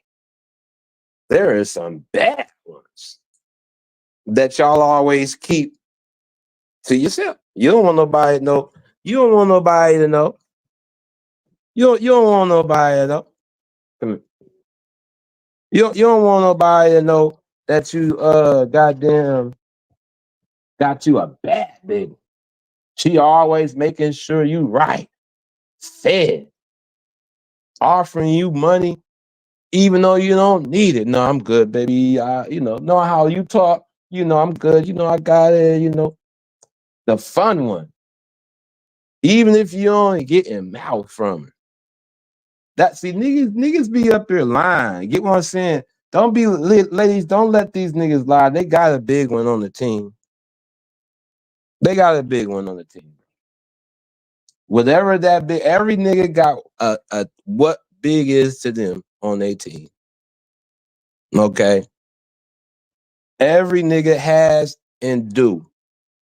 Don't believe the hype that they don't fuck with these big chicks out here. Okay. They just ain't gonna bring them out publicly, right? And they know the big chick knows they place. The big chick knows her place. The big chick knows her place. She's fine with being the friend. She's fine with being the fine. She knows her position, and she gonna answer that call the same way a big nigga would for a chick. A big chick would for a nigga. It's the same shit. But the thing is, women will display that a little bit more. Niggas don't display the fact that they fuck with a big chick. But then we always talk about what we see in the supermarket. Who's the chick that always got the married man walking in there with the shower cap and that's always got a nigga? What y'all always say? Who? What type of chick? What type of chick? The big chick? Oh, okay. Okay. Okay. there's a reason for that. So some may add it up. It's either you niggas ain't fucking with them or niggas is fucking with them. Okay? Because oddly enough, the big chick seems to be able to keep a nigga. Oddly enough. Ain't that what we always hear? Oh, what we see in the supermarket, we always see a big chick. She always got a nigga. Okay? That's what we always say. Right? We don't see a baddie. We don't see a baddie in a well, when we see a baddie in super, she's coming there, don't want to be seen by herself, sunglasses, her celebrity blockers on, in and out. But you see the big chick that always got a nigga taking their time, and guess what? He pulling that card, ain't he? Tell me I'm lying. Just somebody tell me I'm lying. That's all I want to know. So if Blanco saying if he listen, something ain't math. So either you niggas ain't fucking with the big chicks, or y'all just don't want niggas to know y'all fucking with big chicks. Cause that ain't what we seeing. That ain't what we seeing. We say, and we hear this in a YouTube conversation. The big chicks always got a man at the supermarket with 3 kids. With 3 kids. Huh? With 3 kids. The big chick with 3 kids. With a big family. Huh? Or was she like what Blanco said? She was slim and then she got big after a while. The point is the nigga still stayed with the big chick. Yeah, there's a lot of niggas say they wouldn't fuck with Lizzo or whatever they classify as the big chick or whatever. But on the Instagram, most chicks nowadays is about a good, average thick chick is about holding 180 to 200 fit. Instagram will tell you that. You know, ain't too many Tiana Taylors running around Instagram, champ. You know, they may be at, you know, so when Blanco say that, that's his preference. But he a slim nigga like me. I just like him a lot more curvier than he do. I need to be able to hold all that. I need to be able to pick that all up. Just like that. Lift all that up. What you talking about? Yeah. She need to be able to take all this. I'm a slim chick that shit barely got no chest, barely got no legs. We up there starting a fire, humping. We up there finna start a fire. No, give me something, some cushion. Bend that ass over. Let me see all you. If she ain't got no ass when it's bent over, that means she too big, Blanco. If she ain't got no arch when I bend it over, that means she too big, bro. That's where you got me confused. You talking about the super huge. You think I'm talking about obese. You know, if your cottage cheese, if there's more cottage cheese, more than their smoothness, I get what you're saying. No. I like it. Nice, smooth. The more natural, the better, Blanco. I like them. I like the natural woman. You feel me? Let's bring Blanco on right now. Poppy Blanco TV. What up, bro? Can you hear me? Yo, what's good? Can you hear me? Okay, yeah, Poppy Blanco TV. Let him cook. Poppy Blanco TV in the building. Chime in, bro, because I know you're tired of typing. No, man, you over here. First of all, man, top of the morning to everybody. Top of the morning, Poppy Blanco TV, New York Giants. He's actually a New York Jets fan. Don't believe it. He's a New York Jets fan. That nigga's a New York Yeah, Jets fan. That nigga's a Jets fan. That's a New York. yeah. The views and opinions of people that jump on the panels, it reflects rape midnight. Let me say that off the bat, right? We're gonna blame you. Everything that I say or everybody come over here and say is going to be your reflection. So let me get you together, bro. It's a very few big women that look good. Yes, I'm willing to give you that. However, the large majority of big women, they just don't look good, man. Let's not sit over here and lie, bro. Like, come on now, bro. Well, then explain to me, how do these women, big women, are able to maintain these 3 kids with the huge stomachs in the supermarket, and there's a man pushing the cart? Because us men, for the large majority, we are the one Large that's majority, no pun intended. yeah, like large for the large majority, men is the one that settle. You see what I'm Ah, saying? That's the only reason. As long as one girl mm. like a chicken semi cup and mind her business, most guys going to stick around. Well, that's why I said she knows how to play her position. That's why I It's said more like it's more like the guys be like, oh well, I put 2, 3 babies in this girl. I might as well stick around. But it's like this, bro. Like yo, the reason why I like my girl to be a slim thick is because I look at the progression, right? I like my girls to be like around 5'6", 5'7", no more than 150, 160, right? Because I know with age come with fatness, right? Yeah. So if I put a baby in her or two, a baby usually come with a little gain weight, right? So if she gains 20 to 30, she go from 150 to 180. She's still gonna be looking good. You know what I mean? Blanco. Okay, see, you see what Ronnie said? That's what I'm talking about. So that's the type, that's 200 pounds stacked.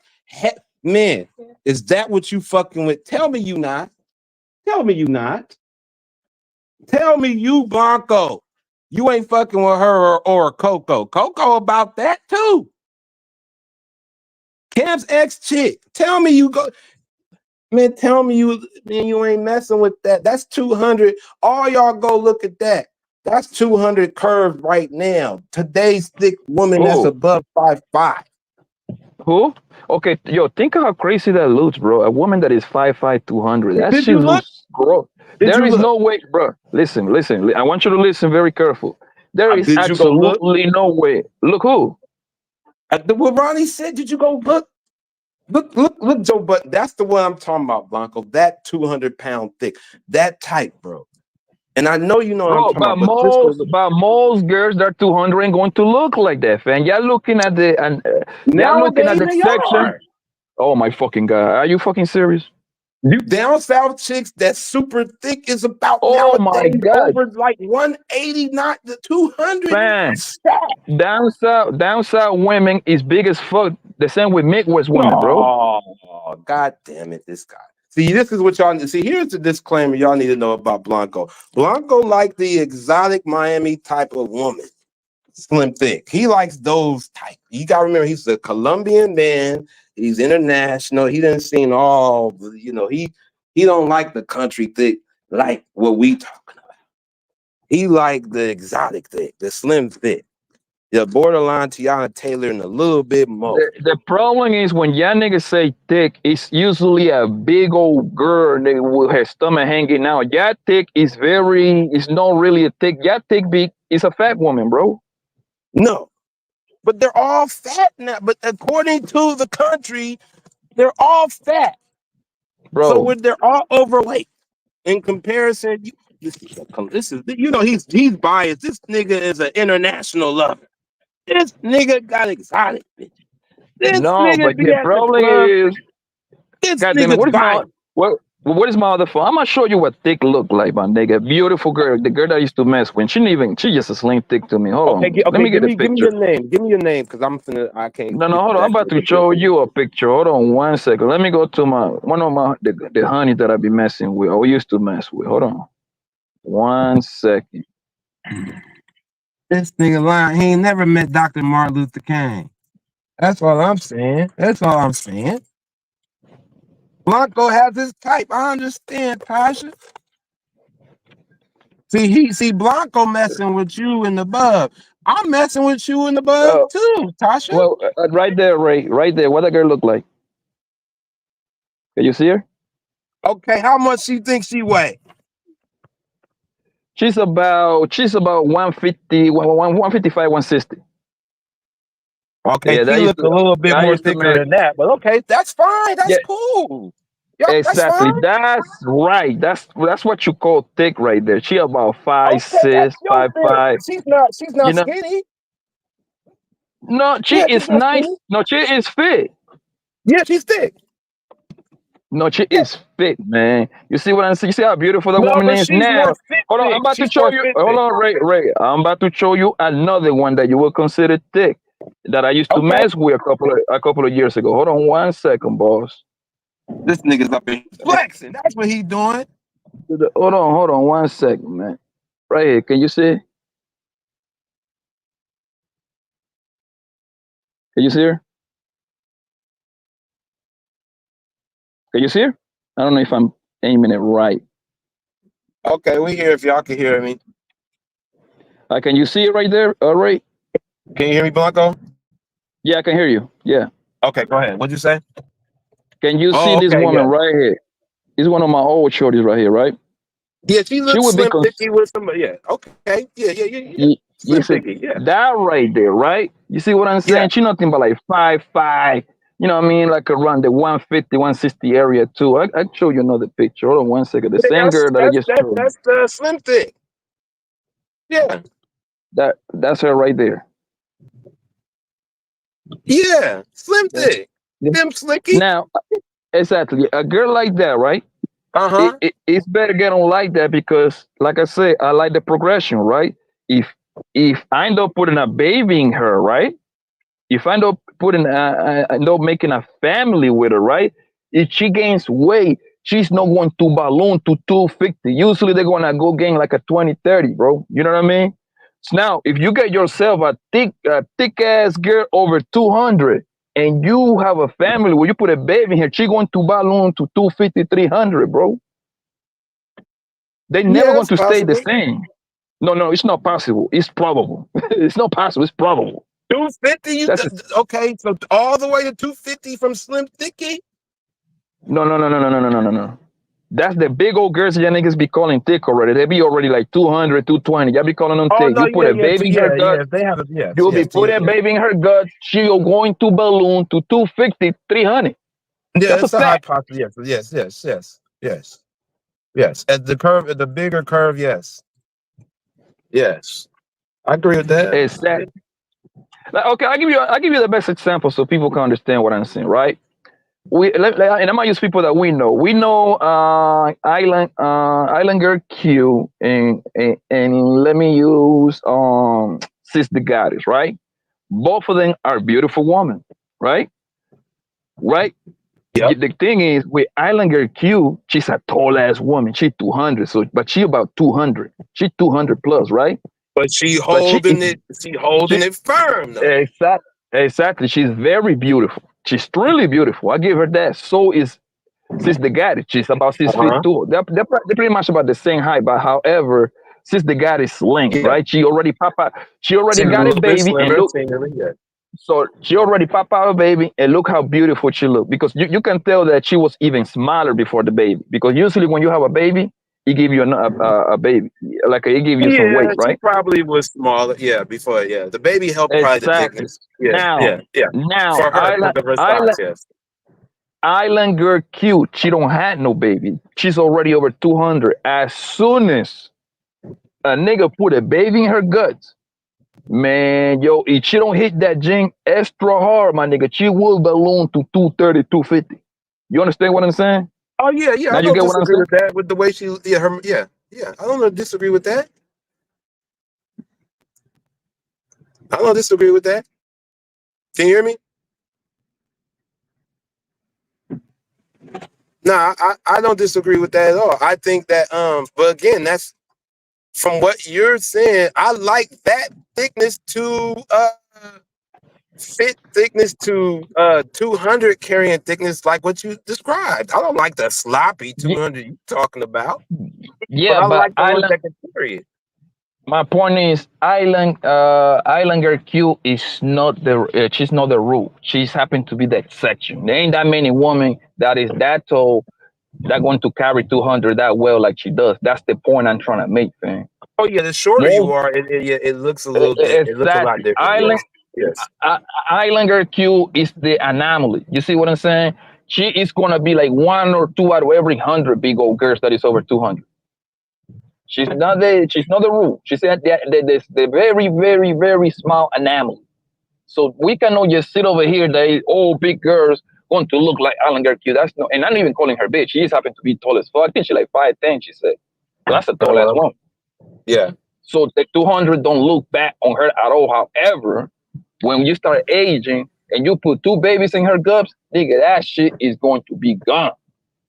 But what I'm saying though, Blanco, a lot of the women that's above 5'5" or 5'7", because that's getting to the tall point, they're carrying that 200 without looking like a mess nowadays than it was when I was growing up and you seen a woman at an average 200, no matter the height, is what I'm saying. No, the height matters. There ain't no woman I'm not saying it don't matter. I'm just saying it seems like they're more carrying it more curvaceously at 200 than they did at any height when I was growing up. There wasn't too many Buffy the Body. Okay, let me ask you this. Was there, Buffy the Body was a fuse and fuse. She was carrying 200. She was tall, right? But she was very tall. Yeah, she carried it at a rare time. She carried that at a rare time. The Buffies, now they're more than enough Buffies. No, it's not. Like you need to stop lying. No, it's not, bro. We just sat up there and we just brung up instances. Joe Budden's girl who was about that height.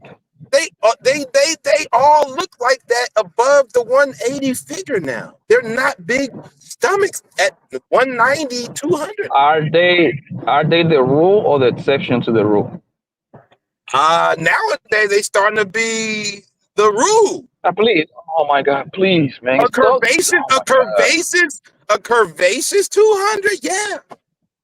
More than it used to be. You got it. You got it. We just made it. Ronnie just showed you an example. Most women, tall women at 200 pounds curvaceous is carrying it more curvaceous than there is a big ass stomach in the way, bro. It just is. Well, nowadays they are going to the gym too now. Most tall girls, most tall girls are closer to look like Flora than to look like goddamn Island Girl Q, my nigga. Can you agree with me on that? Okay, like, come on, okay. Come on, man. Okay, I'm talking about curvaceous though. You're talking about big though. I'm talking about curvaceous. No, you telling me that it's more. Oh my God, you see, and that's when you get all confused with all these curves and shit like that, because that's when you get the 2-3 stomachs, because you like all that extra fat and shit. That shit ain't cute, bro. Shit is not cute at all, like at all. Okay, so Blanco don't like little to no stomach at all. Is that accurate? Fuck yeah, man. What the hell am I have to move your stomach? No. If you sit down and you got 2-3 rolls, man, that shit is gross. Y'all. So okay. So what if it's a chick that you've been digging that you know is bad? I don't do big girls, my nigga. You would never catch me. Well, no, hold on. What if you just finally run into her and you never thought that it was there, but you never knew that she had that, and you already there. You're walking out the door. I don't mess with big girls, fam. I don't want to answer the question. And I'm telling you, I never dig down a fat girl, my nigga. No, I'm no. Okay, no. Okay, so you walking out the door. If you walk up and you didn't know she had some 2 stomach, 3 stomach, and you all already Ray, how the hell I ain't gonna notice that before I even talk to Shorty, bro? Like, please tell me how's that going to work out?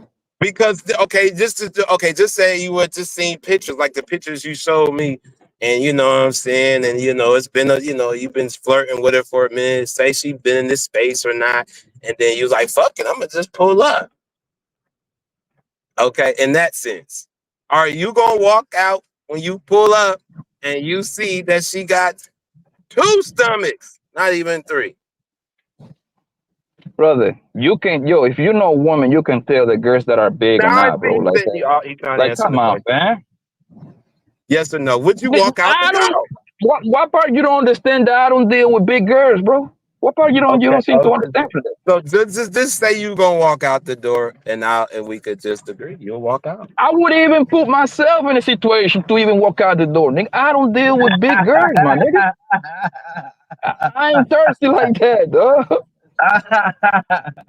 So Poppy, as y'all seen, has his example. He like them slim, thick, them slick, like Fabulous said.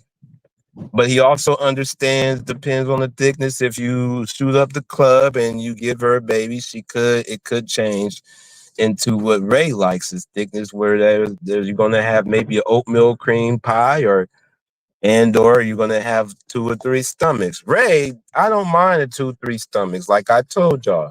Jesus Christ.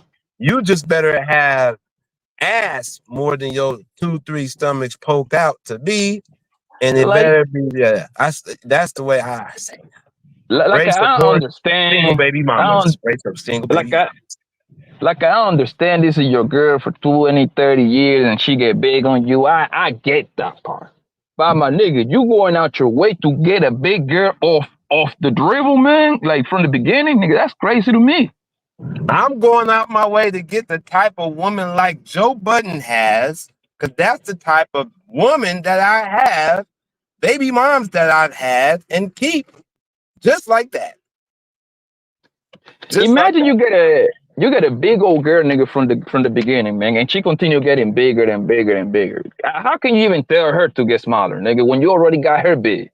cakes and pies, cakes and pies, cakes and pies. Now Blanco You know like what? them vegan.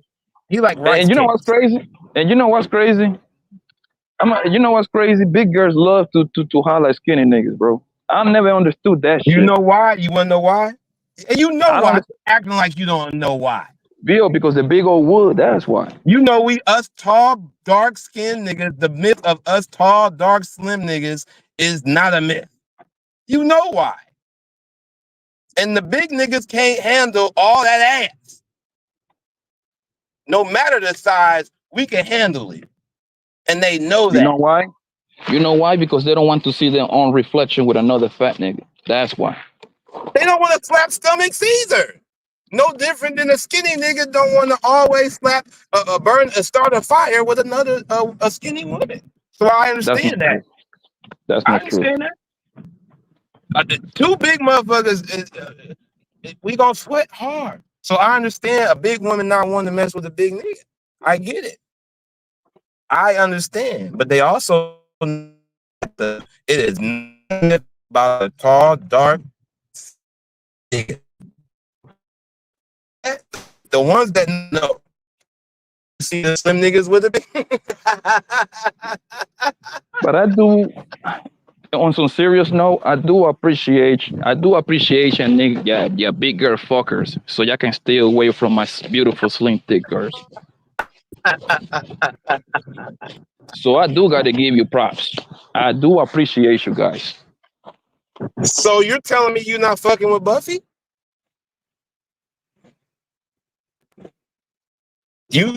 Are you telling me today you not messing with Buffy the Body?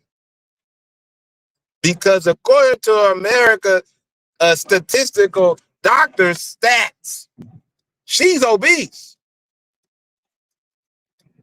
A woman at 200 pounds, no matter the height, is obese. Yeah, but Okay. Buffy, like I told you, bro, Buffy is not. She's not the rule. She's exception. She looks good because she God bless her. Will I fucking long stroke her? You fucking right I will. Will I what? Will I wife her? Probably not, because I'm looking into like 20, 30 years down the road type shit. So you'll smash, but you wouldn't keep her, is what you telling me? Yeah, because she's not my first type that I like. Nigga lying. He's shooting up the club, then. You shooting up the club with Buffy. Oh You my! better watch You it. mean Stop the cap, nigga. you missing what I'm saying, bro? I'm listening.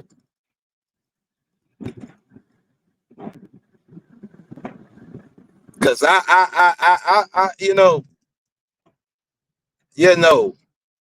I have a hard time believing, y'all, that this nigga, this exotic nigga from Columbia, New York nigga that love Miami bitches, I have a hard time imagining that he ain't going if he come to the South and get one of them countrified thick women, them Jiffy Puff cornbread mix with the foil pan thick with all the whole stick of butter all on her ass. Thick. I have a hard time.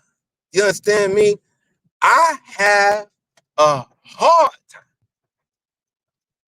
thinking that if he come to the South and see all that ass, that he ain't going. That's what I tell y'all today on this rainy day here in the Pacific Northwest. This nigga Blanco, he like them slim thick.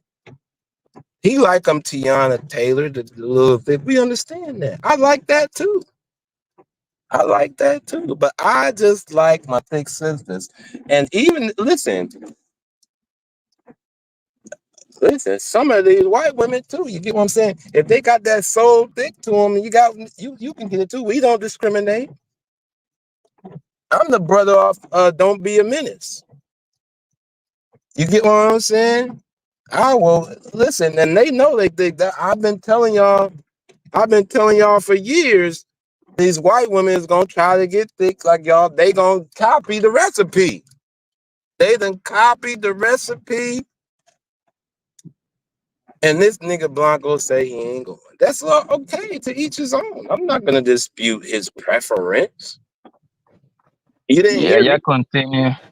My bad. Yeah, I was receiving a phone call, man. I got business to attend, boss. Man, I Yeah, be doing like 10 okay. things at the same time. Salute to Poppy Blanco and his business endeavors. This nigga is flexing for real. He really be Nah, I ain't outside. flexing. It's just no. What I say, like when I no, what I was trying to say, like when I don't answer, when if you ask me a question, if I don't answer, most likely I'm receiving a phone call. So No, we I don't know, want you man. to I'm think just that fucking with you. I don't want you to think that I was dodging you or not like that. Nah.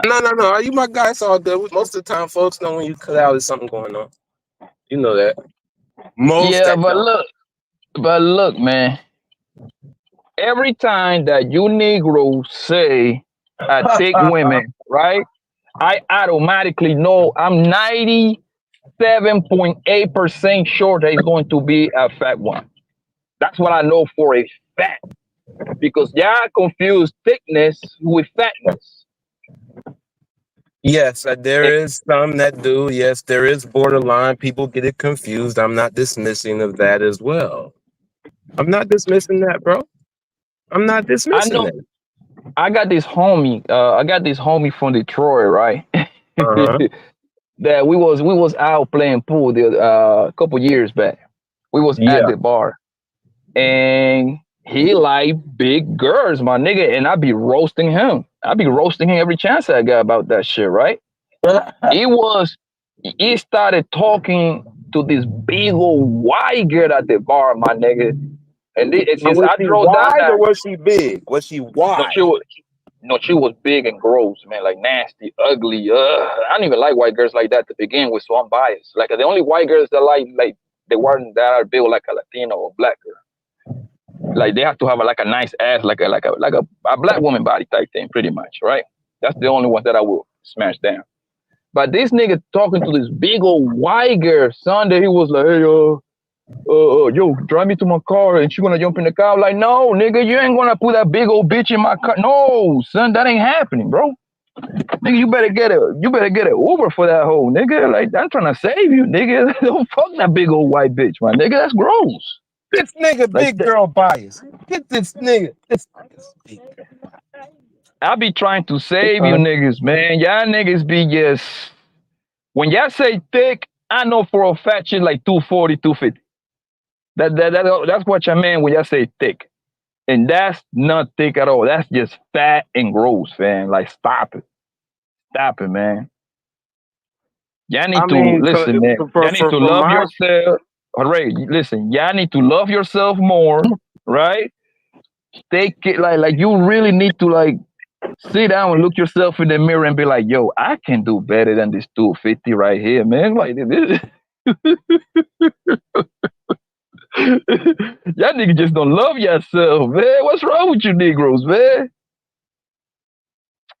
I don't know, man. Y'all got me, man. But like I say, I gotta thank you for taking away all them big old girls and leaving them pretty women alone and them slim thick girls alone. From the bottom of my heart, thank you. Less competition for me. It's going to be more for me. Thank you, thank you, thank you. well, I mean, somebody gotta do it. What I mess with ain't for everybody. You get what I'm saying? But I don't discriminate, you know what I'm saying? You feel me? I do. I do. Yeah, I what- discriminate hard. I do. I do. I don't knock it. I know how you get down, bro. I don't. Hey, I don't. I don't. Yo, you know how I will put my family to shame, man. Yo, you know I got 9 uncles from my father's side. 9 uncles, four aunties, 9 of them, bro. You know they will roast me to death if I pull up to the house, man, with a big old girl fan. Well, they Like they would will say that roast because me. you do what you do. What they gonna say? They would be like, "Hey, man, what are you doing? Like, why are you bringing this smart car built kind of girl to the house? Like, what's wrong with you?" Yeah.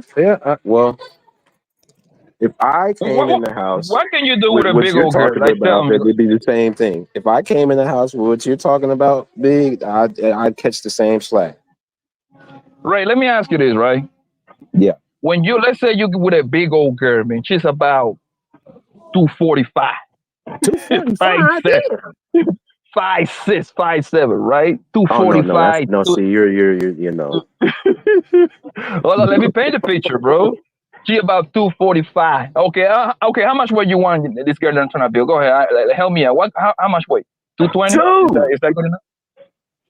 Two. Okay. It's kind of impossible for a girl to be 200 and that, but okay. I'll No, give it not to you. that short though. 200. He trying to say Two, two, 5'4", you guys, and okay, 200. okay. 200, 5'6", right? 200, 5'6", right? Right? Yeah, And you want to get like you want to surprise these big old women, right? To like, yo, hey girl, man, I got you a surprise trip, man. We're going to Hawaii. You get them flight tickets, man, and you get to the airport. You know how little than American Airlines this is, bro? Do you know how little than this is, my nigga? And see, here's the thing is, y'all, look, this is what's gonna end up happening. Blanco be talking all this shit. In 10 years, that's what he gonna have. Exactly what he don't want. Exactly. That's how it's gonna happen. Y'all know how this works, right? If you see me with a big old girl, you better know, nigga, that bitch got like 1 million or 2 somewhere. you better know I'm putting a play together. If what? That's the if you end up only having way. one? If you see me with a big old girl, just be like, yeah, that nigga, yeah, I know what he in there for. I'm trying to cash out. That's the only way you gonna cash me with one, fam. Love you. Have a good day. Yeah, but yeah, I don't discriminate. I don't know what you say. You want me to sit and say you wrong? Like that's what you mess with. I've seen the examples. I kind of know the examples.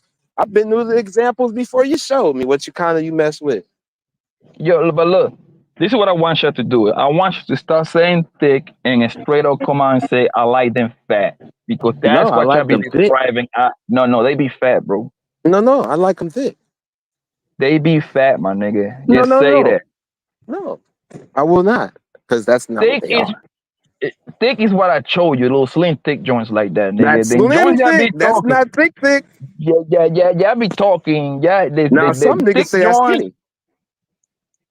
The joints y'all be talking that are thick, it's like they can literally start to be a defensive tackle for the Dallas Cowboys.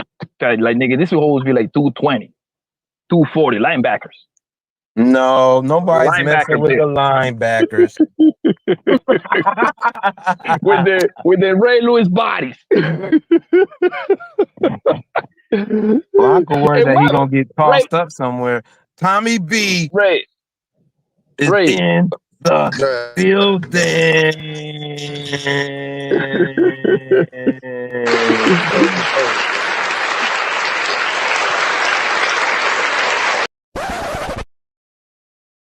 Here comes another big woman, thick slanderer from the West Coast. Tommy B is here. What's that, big dog? What be the deal, Tommy What's B? good, family? How you been? Another fellow member of the Red Zone in the Red Side. Tommy B in the motherfucking building. What is your take on this, Tommy B? Are you for the thick woman? Or are you like slim thick? Are you like medium thick? Are you like them thick? What is your stance and your experiences of women and expertise? I think that shit, I think it's different by region. Like what Poppy's saying is for sure true in the South. He like Miami thick. He like the Miami exotic thick, slim thick. I know exactly the ones he's talking about. Yeah, I mean, I'm just saying, the thick thing is different by region. Like, when you in the South, I live down there, bro. The bitches be fat. They be talking about be thick. There's that. I'm talking, Nigga, half the stomach in the pants, like nigga, that's Yes. fat. It's not They fucking be fat. pulling up the pants extra high to You cover feel the. me? Yes, yes. I know the ones you're talking about. So that's what I'm saying. Like it depends on per region. Like he's from New York, I'm from Cali. We looking at a Yes. whole different kind of breed of women. So when we say thick, like 200 can be thick because if you 5'7", 200 on a female and you know big ass titties, big ass, That's what I'm talking that's about. yeah, like that's not a bad combo because what you gotta tell a lot of niggas is like titties and ass, that shit weigh. You feel me? Like Big ass double titties D, and hips and ass. I've heard of double D's, nigga, weighing like 10 pounds apiece. What's the Tommy B? What's the one chick, the Persephone chick? You know what I'm talking about? Nah, The one chick that the Persephone chick that she looked like a thick ass Ashanti. Big ass fucking just thick. Damn, I wish I was. Let me get to that. Boy, I'm gonna show y'all. Y'all look up nah. Persephone. Let this shit. I had an ex, right? And so I was talking to this white boy one time, and he was just, you know, I could never date a chick that was 200 pounds. Da da da. So I showed him a picture of my chick, and I was like, "Would you date her?" Hell yeah, da da da. I said she 205. Nigga, that's He was nigga, my shocked. baby mom. But Man, again, she got big ass titties and shit. So like I said, if you dated a woman with big ass titties, I don't think people really understand how much that shit weighs. Like a Yeah, but tell titty me, literally could be 5 to 10 pounds, even more than that, easy if they hella big. You feel me? So you're absolutely right. Tell me about what you pretty much have. You had the exception, but you know most girls that is over 200. They ain't gonna. oh yeah, If yeah, yeah. you But see what that's I'm why saying, I you said had the the height exception matters though. because I don't most Exactly. women disagree with ain't that. 5'7". Most women ain't 5'7", 5'8". If you There you Right. go. 5'2" and you over 200, 5'4", 5'2". bitch, you fat. That's why I Yes. said the shorter it doesn't look as good. Yeah, but Yeah, if you over after about but five, Ray, 6, 5, 7. most women is going to be short. Like it's going to be the Oh large yeah, yeah, majority. no, that's the down south woman that Tommy talking about. And that's what I told you earlier. I told you earlier, y'all niggas, you talk about if you go to the South, I'm like, nigga, that's what I'm saying. When y'all niggas Oh no, but say there's some other thick, side of that I too, know though. they fat. I know No, they there's not. fat when y'all niggas say thick. And if you're like from Florida, North Carolina, Georgia, Mississippi, I know they at least 220, 240 when y'all say they thick. If they're short, yeah, they look kind of stubbyish. But when they're tall, there's the other side too. That some bad curvaceous ones, bad, but they still country thick though. But they don't got as much flub as you're talking about. But I know exactly the ones that you pulling your pants up over your stomach way too high. I Yeah, and that's what I say. I Like know exactly. I like the progression. I like me a little slim thick joint because if I get serious with it, I put a baby in her guts. She gains weight, she's still gonna look good to me. Yes, I know. Yes, I see the examples that you said are very valid. I am not I- dismissive i- of that. If you get with a thick ass girl, you put a baby in her guts. 9 out of 10, she going to balloon to be a big old nasty big old girl, man. That's what's going to happen. Do I fuck Yes. a thick girl? Of course I will, my nigga. Right? You just But ain't going why you just don't want to keep yes, it's because of that. Yes. exactly because they're already there. So they once if the little room that they got to go because let's be honest, man. Most people don't exercise like they're trying to make the scene. Man. Most people don't eat healthy like that, man. You know what I mean? I've never seen a Popeyes or McDonald's going out of business, man. Never. I've never seen that. And I've been in 44 states, man. I've never seen one of those going out of business. There's a reason for that. Go ahead, man. God damn. Go ahead. Go ahead. Man, go ahead. Nah, God damn. it's You got it. like I had took the kids out this weekend or whatever, Damn. Man. and I was just people watching it, bro. Like if you just sit there and and this ain't even just females, niggas and women, boy. It's some Right. terrible bodies out here, bro. Oh It's my some God. fucking or even like I'm in the truck, and you'd be surprised how many niggas and females I see stomach is touching the steering wheel. I'm like, fuck, bro, this shit is crazy. Tommy, you know where you find them at? You find them all at Walmart. Everywhere, nigga. At Walmart, Everywhere. sit in the parking lot.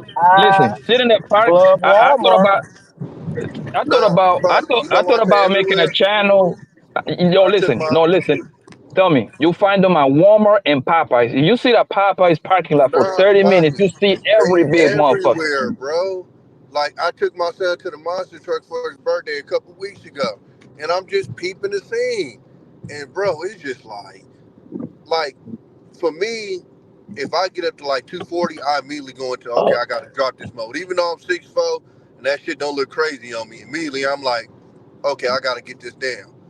I don't understand, and this is me having to understand that people tick differently. But Right. I don't understand how you can look in the mirror and don't understand, okay, this is getting out of control. Let me get this under control.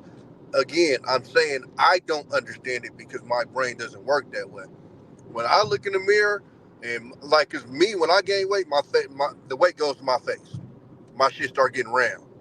And then one thing I do too is I ain't scared to step on the scale. I step on the scale every motherfucking day and watch that shit go up. You know what I'm saying? So I can hold myself accountable. Okay, you get close to 240, time to start dropping that shit. But like, I remember seeing this chick that was the point guard for my high school basketball team, bro. And I'm like, bitch, I didn't even know your body can even deform like that. Like, God, like that shit.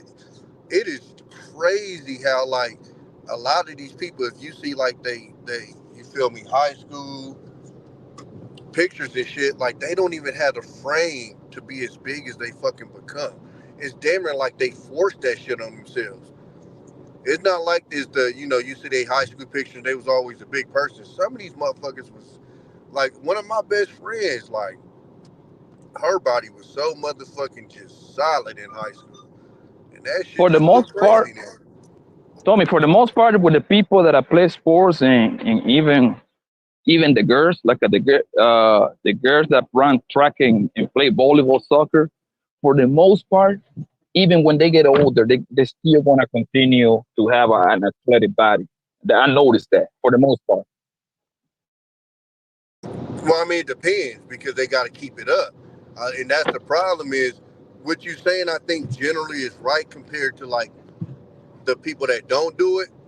But I think overall, a lot of people, once you get out of that structured environment in high school, and you don't have to do it, because remember, when you in high school, you have to do it because you're part of a team. You Right. know what I'm saying? And if you go to college, you might be still part of a team. But when you get out of that and you're not part of a team and you're not forced to come to practice and forced to work out for that sport, a lot of motherfuckers ain't going. You get what I'm saying? So Yeah. I think that's why we seeing a lot of. I'm telling you, bro. It's like when you go to these high school reunions, bro, you gonna be looking like, fuck. You What the you know fuck who? Yo, happened? tell me, you know who keep their body to like for the large majority of time? Girls that run track. All the girls that I know that run track, even when they get older, like around my age, around their mid 30s and shit like that, they still want to continue to But you keep know that why? at least close to that figure. You know why? Because it's not a team sport. So that's something that you have to individually do. You get what I'm? Well, I mean, it Right. can't be a team sport if you do the relays. But I'm just saying, in general, it's a singular sport. So it's one of those things. It's kind of like dudes that box. Like a lot of guys that box, more than likely they gonna stay in shape because that's something that you have to singularly be motivated to do, and you can kind of get a routine with Right. that. When you play football and basketball, you got to come with the group and do this together. So a lot of the times, once you get out of that group atmosphere, you ain't gonna keep that shit up. You feel me? Yeah. Wouldn't you think it's harder when you do the group sport because now like you got to weight lift with each other, go play on one basketball drills and all that shit. So it would be harder to keep it up because you need somebody else to motivate you in compared Yeah, to it's that kind of one like the person. why they say it's not good to have a workout buddy. Cause it's like, cause when that workout buddy don't want to come work out, now you not working out. Like you want to be able to do that shit on your own, and then if this motherfucker come, he come. If he don't, he don't. But you don't want to have a workout buddy that you're relying on to go to the gym because now when they decide to miss the gym, you got to miss the gym, and it kind of defeats the purpose. And that's kind of how the team sport thing is. It's kind of, you know, it, I have to show up because one of the things is almost like a peer pressure thing. Everybody's doing that, I might as well show up type of deal. You get what I'm saying? Like the whole team gonna be there, might as well go hit these weights. You feel me? But Right. And then when you get out of that atmosphere, you don't have that peer pressure anymore. You don't have that extra motivation anymore. And now you got to motivate yourself. So I think that's why, you got a point with the track girls keeping more in shape, because they got to motivate themselves in general. If especially if they 100 meter, 200 meter, and not necessarily just relay. They don't have to rely on anybody else. They gotta get that shit themselves. That makes sense. One thing I noticed, bro, is how in God's green earth even the crackheads have gotten fat. I never saw a fat crackhead outside of in Miami or New York or Jersey. All the crackheads back in the day were like slim because they have to walk. They have to walk for like 75 miles every day. So they were in shape by Even if they mistake. got a car, they gonna let you rent the car, nigga, for a couple rocks, nigga. We got the Dolce rental for today. Now, you know what I noticed now? You even got crackheads on a wheelchair. This nigga be 300. I'm like, nigga, how the hell you fat and homeless and a crackhead? That don't even add up. Like, it make you even wonder if this nigga's even on crack or meth or none of those things. I be wondering about shit like that. Like, nigga, there is no way in hell you a crackhead and you 245, 290. Like, come on now. Well, that mean they probably ain't doing it as much as like the street ones then. Bro, I just had the store right now.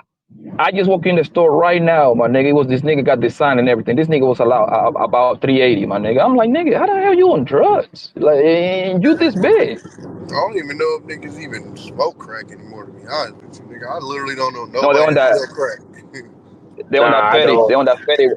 They on that ain't fetty pack. smoking it, that's for sure. They ain't smoking. They smoking. They on no. I got back from the military in 07, 08, and I had never knew niggas to do meth. And I got back and like niggas was on meth. I'm like, what the fuck? You know what the new joint is? Them they smoking them black, them blue perks, them blue Mexican joints. They shit is cheap, so everybody on them right now. They laced with fentanyl. That's they high nowadays. They're smoking the blue perks. The fake joints that they made in Mexico, they look just like the real one, but they all laced with fentanyl. They're smoking them. They're smoking them with aluminum foil. That's the new high, bro. My nigga, this shit is that's the new high. Like especially here where I live, my nigga. You go to the Midwest. I don't know how in Cali might be. I don't know that part. Tommy probably know better than me, but I know like over here, son, you go like a Phoenix, deep in Phoenix, bro. They motherfuckers be smoking them blue joints, bro, because they cheap. You can get them joints for $3, bro.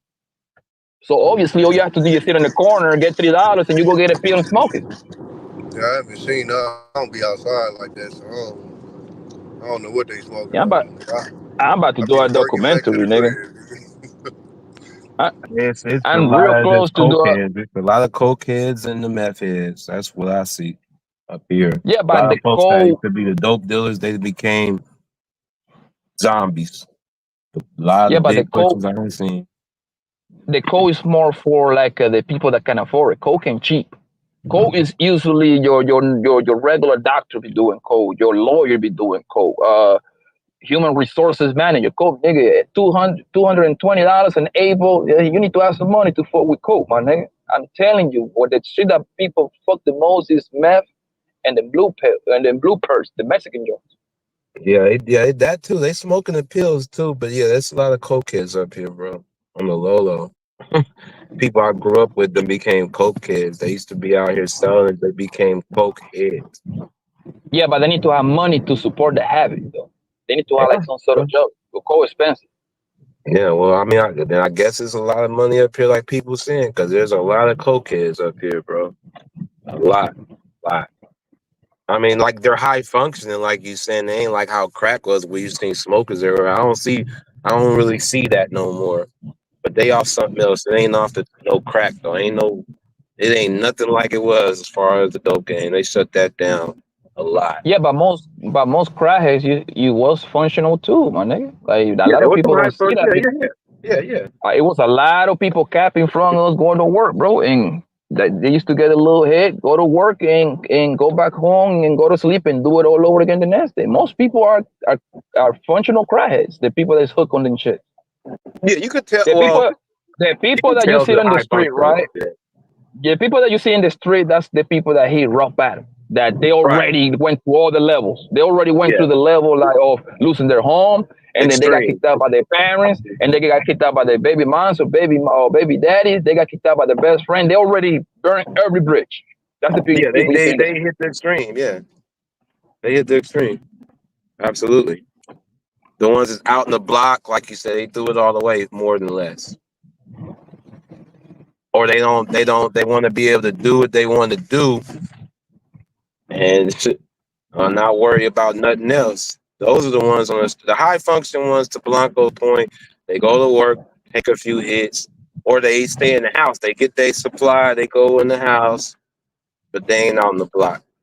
Yeah. But you know another thing, like and this is coming from somebody that Tommy probably know better than me. I got a homie that drive trucks. These niggas say most truckers they be doing coke and fucking meth because that shit keeps them up. So you're like, okay, it makes could sense believe because that. coke keep you up. Like coke keep you up. Yeah, Coke is like up joint. that was more old school. Yeah. It's like truck driving is like square now compared to how it used to be. Even when I got in 15 years ago, nigga, we was outside. But now they didn't put us on e-logs, so everything is controlled and shit. So even if you Oh, wanted okay. to drive like that, you can't really drive like that anyway because your shit is hooked up to electronically. But see, we used to be on paper logs where a nigga drive 24 straight hours and I chopped that bitch down to make it look like I only drove 11 hours here, took a break, you feel me, woke up, started like, you can't do that shit no more because it's all hooked to e-logs and shit. But they was doing Is it, that all across the board? yeah, that's everywhere. Everybody's supposed to be on. Like you got a couple of companies, like the company I was just working for before I just got this new one. I was on paper logs and I was shit, nigga. I drove 26 straight hours a couple weeks ago. But for the most part, you can't really do that no more, You're especially in the supposed to bigger stop companies. for like every 11 hours, if I am mistaken, right? Bro, you get 14 hours in a day, but 11 hours driving. There you go. Yeah, but yeah, like in the town they had this shit called they call it Belushi, because I guess that's what John Belushi and them was doing, but they mixed heroin and coke and they snorted. Yikes. Damn, I didn't even know they was doing that as truck drivers back in the day. That's crazy. But it makes sense though. It makes sense. Not that I would have did, but yeah, it makes sense for the Yeah, ones that really. I had to put these niggas on blast because I'm in this Facebook group with truck drivers. It is older nigga gonna get up. I can't believe you young guys are out here risking your job, smoking that marijuana. I just walked past the truck and I smell marijuana. I said, if you don't shut the fuck up, nigga, like we ain't heard about all that crank and motherfucking meth and coke you niggas was doing back in the day, shut the fuck up, nigga. Driving for niggas literally used to drive 5 straight days, bro. They used to get bread, dog. Like I talked to one OG trucker, his motherfucker said like $20,000 a week, nigga, was a slow week for them. Like they was getting to the chicken. Are we welcome in the Riz God herself, the Rizzler, Cammy, Princess Cammy is here.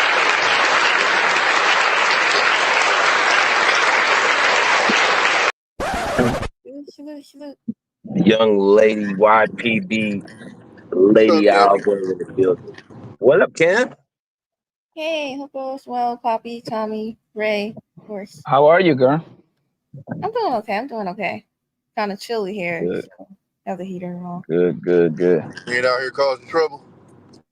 No. I'm behaving. Man, Prince, Cammy, man, she be trying her hardest to start fucking drama with these people, man. I She be seeing wants her to out get here. into I the be seeing deep. her out You been here starting thugging. trouble, I be Cammy? like, She be sending super chats talking shit about Flora and Dave. Man, I'm like, no, Cammy, please don't, stay clean, baby, stay clean. Cammy, But come she here, wants to baby. get into it, man. she growing too fast, man. That's the problem. Right. She Nigga, to the coming to point bed. that Cam, yeah, to the point that Cammy was like, "Yo, Flora, let's fight." I'm like, "Yo, Cammy, you really don't want to fight Flora. Flora is about 6'5", 240, man. Like that's a defensive end body right there, fag. Like you don't want that. You don't want those problems, man." And I'm glad she got a she ain't saying that no more, man. I'm very glad. Cammy on the rampage out here. I see what you out here doing, Cammy. You know what I'm saying? Salute to Cammy and Champ. Make sure you guys tap in with her to get your Halloween AI pick from her too. You get what I'm saying? Customized pick. She does great AI picks, great graphic design for the holiday Halloween season upcoming. Go support a young YPB, young Lady Owl Gang, Lady Untouchable in the building. Salute to Cammy. Are you guys? It's almost time. Is Dad still fighting? It's still a go, huh? Yeah, that's the plan. That's the plan. Oh, wait a minute. I don't like that. That's the plan. What's going on? Might not happen. What's the deal? It's the plan. I mean, come on, I mean, man. yeah, that's the plan and everything. You know, he like me so much. Your pops My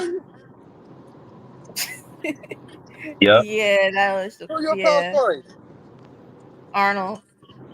Her dad is I fighting knew Arn it. Anderson I knew and it. Arn Anderson Arnold. I remember because I seen him tripping that day. It was a while ago. Okay, that makes sense. Yeah. This has been the ongoing saga that needs to be handled amongst men. There's actual storyline behind it. So it ain't gonna be none of that. I'm not looking forward to seeing any pity pats. I'm looking to hear some uh. So yes, the Riz dad is What? Hey, fighting. then Blood called you a bitch or something, didn't he, Kimmy? I mean, yeah, but you know. Yeah, Oh, Arn okay, I Anderson remember that. Arnold called you the B word too? Damn, Yeah, Arnold that done was got that way big back. with it? Yeah, I didn't I Damn. was even know like, that. he off the hook, blood. Like he tripping. Oh, That's damn, crazy. even with that. Arnold usually like a laid back, chill kind of. Why he call you a bitch? I didn't even know that. Oh, yeah, I thought it was. Oh, damn, he done got that intense with it. Damn. Oh, yeah, Daphne go ain't play no game. This nigga Arn Anderson Arnold been going around popping on pounds, eating big soul food plates. You Yeah, know, he Pops was ain't. on his ass. Pops was on his ass. I said, Yeah. okay. Oh, so yeah, he done did that. Okay. Oh, Yeah, yeah, yeah, Mike. Arnold tripping though. Because Yeah, from what I know about Lil Cammy, I don't think she gets down like that to the point to you call her a bitch. yeah. And if she do, and it's amongst the ladies, she's handling this herself. But the guy, Man, listen. Shout out to your pops, Cammy. I'm telling you right now, crash. Period. Point blank. I'm crashing. You got me fucked up, nigga. I'm crashing. that Nigga, might I be didn't fire. even know about Man, I'm throwing you that part. dollars. I I'm not knew throwing she, no I didn't know fist. it. I didn't know. Lisa, damn. I'm I didn't know he called crashing, her a nigga. bitch. Yeah, blood. I remember. I think I was like randomly listening to some shit, and that's the first time I had even knew her dad was even around this shit anyway, and he was going off on her. I'm like, I mean, he was going off on blood. I'm like, what the fuck happened here? And then they double backed and explained what's going on. I'm like, wait, he called her a bitch. What the fuck? Like you said, what the fuck is she doing to where he got to call her a bitch? Like that's wild. So yeah, Pops was Yeah, going that's in, but listen, better man than me. Cause we ain't meeting up to throw no fist, nigga. We coming from the hip off of that, nigga. You got me fucked up, nigga. I might be wrong. I haven't even heard Cammy cussing or nothing like that. I might be Nah. wrong, but I haven't even heard her cuss. not. I don't think I have. Her voice wise, she probably done got Well, off in hope the your chat mom get before, better but too, vaguely. Kimmy. Yeah. Hopefully, mom. Yeah, man. We seen that. Yeah, we see that. We Yeah, I hopefully, mom. appreciate it. Yeah. Yeah, I said I hope she get better. I appreciate it. Yeah. I Yeah, knew she will be something was fine. up when you said that. You said, what I'm saying, that's the plan. I knew you. I was like, oh, what's up? I knew something. So now I understand why they're about to fight because that never made sense to me. I'm like, first of all, I didn't even know your daddy was on YouTube. I'm like, how this connection even came? How Arnold and her daddy going to fight? Like, what is this about? And now I see why. Yeah, I think he don't be YouTube. I mean, you correct me if I'm wrong, Cammy. I think he just lightweight be monitoring her shit, and blood kind Yeah, of went off the thing. Yeah, he's not usually on YouTube. He just came on my panel, just he'll be a Help guest. jumpstart your show. Yeah, he was. You'll be Your getting daddy co-host. young, right? Your daddy what, like 42, something like that? Yeah, he's like 41. Yeah. Damn, that's a young man right there. Yeah, because I Cammy's just, around my son. Cammy's around my son. Well, she yeah, my like what, son's like 21. 20, I think. How old you are, Yeah, Cammy? Like, didn't you turn like 20? No, I'm 19. yeah, my son's Like, okay, 21. close enough. He's in that range, 18, 21. I think that's cool for you to have your kids close, and not necessarily close to your age because I never happened, but at least you young and you get to enjoy your kids while you're young. I like that shit though. Absolutely. My oldest is 21. Yes, 40 and 21 is great age.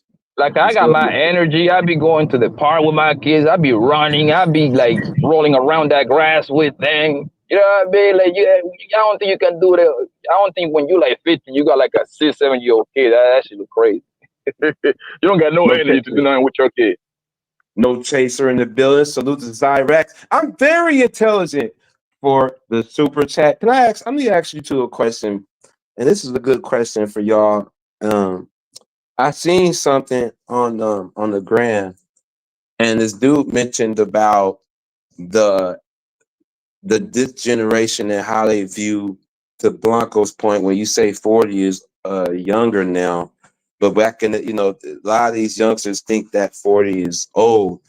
Do y'all think that part of it is because the way they're wiping each other out early, so they ain't even couldn't imagine making it to 40? So that's why they call niggas old today, because the way that some of the younger generation wipe themselves out, they don't Bruh, expect to get there. Same way it this was shit for us, ain't this kind ain't of the nothing same new, way right? for us. Huh? 40 was old as fuck when we was young, nigga. This ain't Right, nothing new. It's right. just another Yeah. generation, and we just the niggas getting called old now. But because I'm gonna tell you when I realized that shit. Me and my cousins were sitting around one time, and we Uh-huh. just kind of thought and said, "Damn, we the same age our parents was when they essentially was raising us," and it fucked us Facts. up Yep. because being at that age, you don't feel the way that you looked at them. You feel Mm-hmm. what I'm saying? Like, I'm gonna tell you the biggest thing that you don't get about that age is when you're a kid, you think your parents have it all figured out, and then you reach the age that your parents was and go, "Blood, I don't know shit." Right, I understand now. Like, You see what fuck. I'm saying? So it kind of makes you gotta double back on your parents and go, "Well, damn, did I just think they knew more than what they really knew?" Because I'm pretty sure like my kids think I know everything. And I don't feel like I know shit. You feel what I'm saying? So it's kind of like I seen a post, and my dad's 60, and he feel like he's still in that situation where the older motherfuckers still call him a youngster, and the young motherfuckers call him old. And I'm like, with the same situation. Like the older motherfuckers like, you a youngster, and I understand I'm a youngster uh, compared to how long motherfuckers live. But yeah, like when I see motherfuckers at the truck stop, it's OG, it's Unc, you feel me, it's Sir, Oh yeah, all of that same shit. here. Yeah, same this way. I think the I mean, difference yeah. though is our generation is more anti-aging than the previous one. So before, if you was 40 and somebody called you older, it was kind of like, okay, you kept it moving. Whereas our generation wants to stay young. You get what I'm saying? Like, even if Right. you look at kind of like the way that we dress, the way that we act, yeah. Look at Jim Jones, bro. This nigga dresses like a motherfucking teenager damn near still. And not saying that the nigga should be in like suits and ties and shit, but nigga, you 50 years old and you walk around with 6 chains on. You get what I'm saying? Like, But see, I it's don't like want to see. motherfuckers Oh, don't want to okay. grow older. Okay, so okay, all right. But on the flip side, Tommy, would you rather do? Okay, you probably rather be how you are, which is what we see in the picture. Of course, we have to have some kind of suits and some dress gear at 40 something by now. to combat some of that athletic gear. To your point, I But still I kind mean, of I like include dressing. myself in it. I don't dress. This was for dinner, but what I'm saying is, because I'm including myself in it, I'm not excluding myself because, dog, it's youngsters that I done heard on here. I know more of their generation music than they do. I Right, slap right. Lil Durk. I slap Rod Wave. I slap the baby. Like I slap this new music. You know, I'm not one of the older niggas that's like, oh, this generation ain't got no good music. I mean, nigga, that Glorilla slap. You fuck with nobody say, nigga. I Right, played right, that right. shit. That bitch on there going crazy. Right. What I was saying is that though is that like remember I just seen another meme where it said that remember Sanford and Son, he back in the day, Fred Sanford was 40 in that character. And Fred, I mean his son was 20, 21. Yeah, that see, that's another thing too. For some reason, is them niggas look a lot older. But like Clyde They went through Drexler, some nigga. harder times though. They were Look smoking how old cigarettes and Clyde shit. Drexler Yeah. looked when he was playing. And Clyde Drexler was in Yeah. his 20s and 30s. That nigga look Right. old as fuck. That's another Right. thing too, is Right. we're starting to look younger. And that I think that's why the mentality is what it is too, is we're physically starting to look younger. Like my mom is in her 60s, and if I show people a picture of her, they probably think she's in her probably late 30s, early 40s. They'd be like, no way. No Yeah. way, Tommy like your dog. Yeah. Like when Yeah, we're I seeing grew Yeah, that. up, like even we talk but about the teachers all the time, nigga. I Oh don't yes, remember yes. having teachers that look like these bros ever. Yes, No, I yes. ain't gonna say You're ever, right. because it would be one or two Twos fine and that teachers. fews. look good. Yeah. Hmm. Yeah. It's like, nigga, I need to go, nigga. I'm taking my son to school. I need to Like see you that. would, boy, if they had them teachers like they do now when we was in school. I Ah, would have been, I brother. believe, Y'all niggas trying to but pop it. Tony, I believe that it's way more with the food that people is eating, bro. I mean, I gotta throw myself there in the equation too, because now most people is getting bigger by the minute, right? Like it's just crazy, man. I think that got something to do with it. yeah, Most yeah, we people is can't. Yeah, inside yeah. the crib, and then you throw the pandemic on top of that. Now, if you talk about people got big, nigga, that pandemic probably was the craziest part about it, but you was at home. Absolutely, absolutely, absolutely. I agree that. I agree with everything you said. That goes back to what we were speaking on Nish's panel about the daughters and making sure because they're maturing more due to the food and all this other shit. Their bodies is maturing. Guys and girls, we But seeing these middle schoolers looking like 6'3", looking like grown mustache and beards and high elementary, early middle school nowadays. Now but look at how lazy we are, bro. We can do everything from our phone. We can have food drop off to the front of your door. You can that's have your true. grocery drop off to the front of your door. You can work from home. You can literally stay in the house for 365 days and don't look at the outside for nothing and still be able to live. Obviously, you're gonna get fatter. Due to the internet, yes. Exactly. Due You to can the have everything delivered to your house, bro. do you think that's a detriment, or you think that's do y'all think it's of course it's a gift and a curse, but you think it's too much become of a gift? It's what you make it, because me personally, when I do my grocery shop, I like that stuff because I take my kids with me. But they be having me laughing. Nigga, I put them inside the basket, the little shopping car. We be running through the little alleys and shit like that. So that's like a little time that you know what I mean, that No, no, I you get to you fuck you with them, you right? utilize it, Blanco. We're not talking about you. You utilize it. There's Right, people, of right. course, that depends on what you make it. But I'm asking, do Yeah. you guys think that this kind of disassociated us from reality with each other more than less compared to what we know during the times growing up? Like Blanco, you've experienced the last of the golden age. You get what I'm saying? You slightly below me Yeah. and Tommy B. You experienced the last. We didn't realize it was going to be the last golden age, but god damn, you was able to experience that. Riz will never understand. She's going to have it harder coming And up that's than we why ever did. when Cammy told me that she was homeschooled pretty much her whole entire life, I'm like, yo, that's fucking weird to me. I never even met. I'm pretty sure none of us over here know somebody that was homeschooled. because we homeschool. That's like a foreign thing to us. Like, do you know everybody that was homeschooled, bro? Like in your neighborhood It was and twos even and growing fews, up. yeah. It was twos and You know what I fews. mean? And Kami come over here and tell me like she never went to like a physical high school. I'm like, yo, I wouldn't like that, bro. I wouldn't like that at all. Man.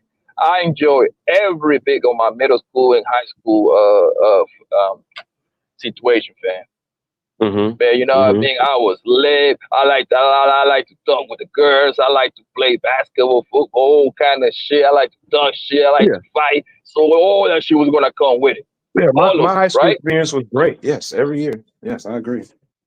Exactly. And for Kami not to experience that, that's like a crime.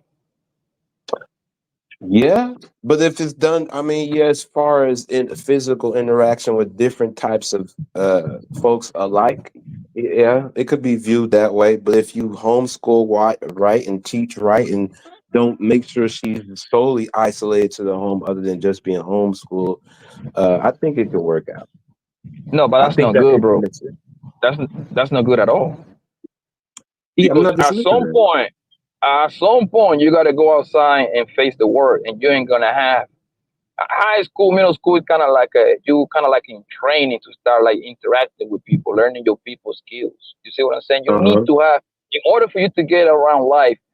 And life is not what you know; it's who you know. That's how you get. That's how you become a winner for the most part. You can be the most cool motherfucker and everything, man. But if you happen to know the right people, that person that know the right people, be the person that is the most cool with the most degree and all that bullshit. I don't care what people say. Salute to Blanco for his insight. Salute to the next person on stage. We have another guest walking in, Buck City Kennels, aka my bro, Dr. Hood.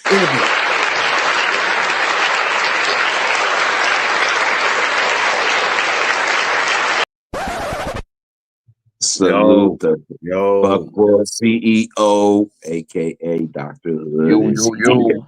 What up, y'all? What up? What's good, fam? You know, I got to come to the Thunderdome. You know what I'm saying? What up, y'all? What up? For sure. Make sure y'all click and subscribe to Buck City Kennels. Yeah. Go ahead, Blanco. Yeah, but me personally, I don't care how much money I get. I don't care how much money the mother of my kids get. My kids going to school, man, to a physical school. I'm not into the whole homeschooling because to me that's like you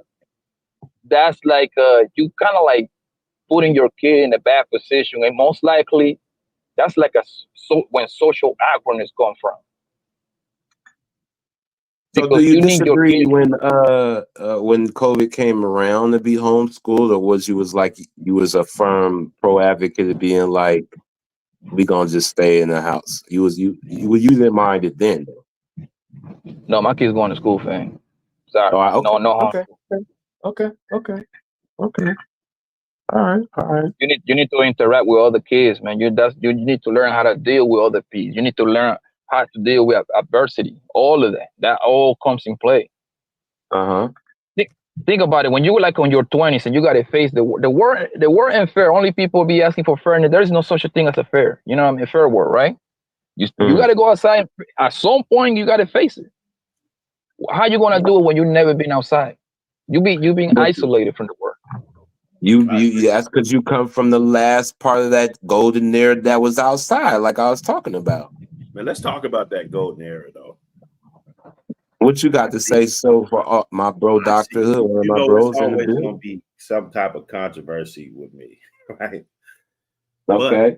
But I see, like, I understand about how we was and everything, but in some ways, you know, I think we all could agree. I think it's better now. I really do. Think about it. We always had socially awkward dudes, man. Come on now. You can't just act like there wasn't a ton of them. They used to hang out in the computer room. You saw that. You know, they used to hang out. That was the minimum, bro. Let's be honest. That was the minimum of people, fam. Like, let's be honest. Well, they just didn't have a void. I think it's just the same, man. Like I said, there's guys that won't. I seen a dude like a girl's pic on Facebook 365 days. We went to the mall. he let the chick walk right past him. He didn't say nothing to him. You know what I'm saying? So it's still going on. That's my point. You know what I'm saying? But I was on the is phone. it because is it? But yeah, I don't get that either. But is it because they made it a lot more easier? We become to see that people's having conversation more in the DMs than the PMs. You get And what I'm that's when the saying? love, and that's when the art is lost, right? Because you actually gain more by taking losses, bro. You actually gain more by a female dissing your ass in the mall, fam. Like, oh no, I ain't talk to you, no, fuck you. You see what I'm saying? For sure. On a DM, in a DM, or on a DM, my nigga, that shit is, the most you're gonna do is just like leave you on scene. Okay, Or red, go back whatever to you my call it. days. Go back to the Stone Ages, my days, right? 90s. I'm in my 30s, so why is we talking about? Stone Ages. Why you call it 90s? Stone Let's Ages. go back to the Damn. 90s. Let's go to 95, 97, 98, you know. I wouldn't even see you. Like, we had to buy to Seattle. It was like the cracking, you know, it was going down. Like, you're gonna see everybody there, all the chicks. It's gonna be a movie every year. Man, sometimes you gotta wait all the way to there to see cats, bro. And I mean, it was beautiful. It was a beautiful thing, but I was on a FaceTime with like 12 cousins the other day. You know what I'm saying? Everybody popping in, popping out, you know, all day for like 3 hours. You know what I'm saying? And we couldn't do that, bro. We had to wait to the reunion to do that every other year, you know? So in certain ways, the social media keeping everybody connected is good. Like, we can't just sweep it under the rug. You know what I'm saying? Bro, But social media has raised nothing but soft people, fam. You hear Negroes now talk about mental health and all this bullshit. My nigga, it's soft, it's how hard it is. Come on, bro. Please don't make that argument, bro. Like, please. I mean, these YouTube dudes, they're going nuts. But outside of YouTube, that's all we compare. The YouTube guys. I didn't even talk about YouTube, bro. I'm talking about all of it. TikTok, Instagram.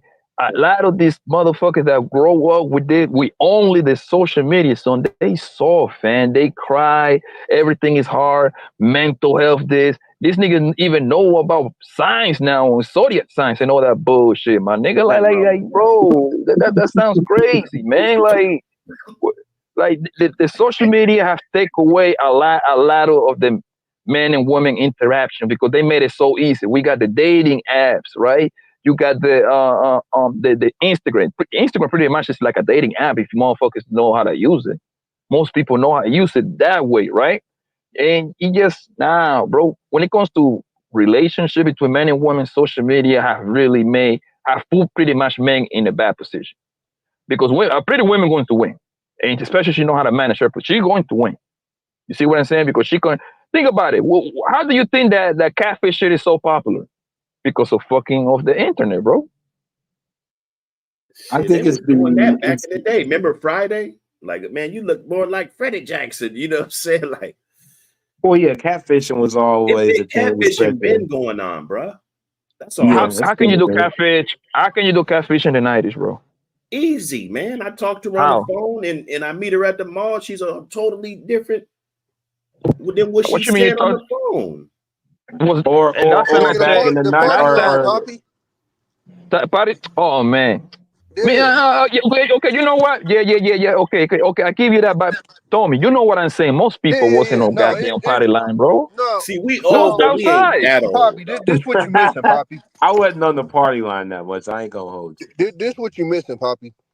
What you're saying is kind of right, but it's kind of not. These niggas have always existed. They just had to sit their ass over there because we didn't give a fuck. Right. This internet has given these. So let's just keep it solid. And I'm not trying to diss nobody, but most of these niggas on this YouTube shit would have to shut the fuck up. Just keep it solid. And I'm talking about niggas with shows and everything. I agree. You would have to shut the fuck up because the cool people are talking and we don't give a fuck about what you're saying. Exactly. That's right, wrong, or indifferent. That's life. When the cool people talk, sit your nerd ass over there and shut the fuck up.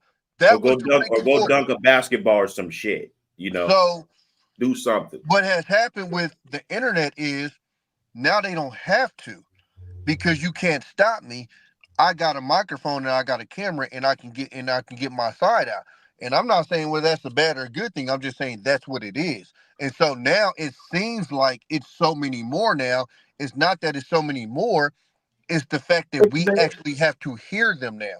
Like, they got a platform, like I said, they got a voice. Yeah, like when I first got to this space, I couldn't understand, because in my head, I'm used to only speaking to motherfuckers who kind of had my experience, right? So when I get in here and I'm listening to these niggas talk, first of all, I'm not even believing. I'm like, y'all niggas is lying. Like this can't be true. For real. Then, if anybody remember when I first got in here, my number one thing was you niggas is weird. Because I had never where you find this guy, man? Yeah, I had never heard the stories of these niggas. So when they start telling it, like, again, not to like pat myself on the back. Oh my God, you guys. Hold up. Breaking news, you guys. What's up? Breaking news. Hold your thought to because I know you're Devontae cooking. got traded, nigga. Well, you don't need to stab me more. But Diddy got Oh my God. More Diddy anxiety. I knew it. I knew it. I fucking knew it. He was going to the. On my kids. I said as And I ain't gonna lie to you, soon Ray. as You about 2 hours late too, nigga. I done already cussed out my. Oh, okay. Yeah, it says 2 hours too. Yeah, yeah, it says 2 hours. But Hold on, no, what happened? Devontae got traded to the Jets. Yeah, I seen that. Devontae's coming towards your arch rival New York team. But but no, so it's just it's we're hearing the stories of people that we normally wouldn't hear, because in our day they weren't allowed to speak, because who the fuck was gonna listen to them? Like, if you keep it solid, if you look at a lot of the people that got shows here, and you put them back in our day, who the fuck was gonna listen to them? The bitches wasn't gonna listen to them. The niggas that had motion wasn't gonna listen to them. So who was gonna listen to them? But now you have a platform where I can speak, and then a nigga like me can stumble across this shit and be like, what this nigga talking about? And oh shit, wait, what the fuck? You get what I'm But saying? however, I see what you're saying, Tommy. I see what you're saying. But when I sit back and kind of like study the shit, right? I get what they doing, because they using this shit as a business, right? They using this shit to get a couple dollars and as a business, and I cannot get mad at that, bro, because they getting their shit off, right? I'm not faulting them, but what I'm telling you is, because most of them ain't making money, bro. Most of them, listen to what they saying. They telling you what it is, nigga. They ain't never had a voice. Like, most of they them always been around. They always been around. You absolutely right about that. Listen to what I'm saying. They've always been around, but again, who the fuck was going to listen to them? The niggas, the cool niggas wasn't gonna listen to them, and the bad bitches wasn't gonna listen to them. So who the fuck is listening to them? Nobody. We got one more guest. Voice. If you hear most of them talk, oh my bad. Go ahead. No, go ahead. Go finish. Oh no, if you hear most of them talk, even when you hear them explain the red pill, is we're giving a voice to the voiceless. Who's that? Poppy, has there ever been a point in your life where you felt like you didn't have a voice? Fuck no. Nah, you see what I'm saying? So we're not talking about niggas like this, because I've always had a fucking voice.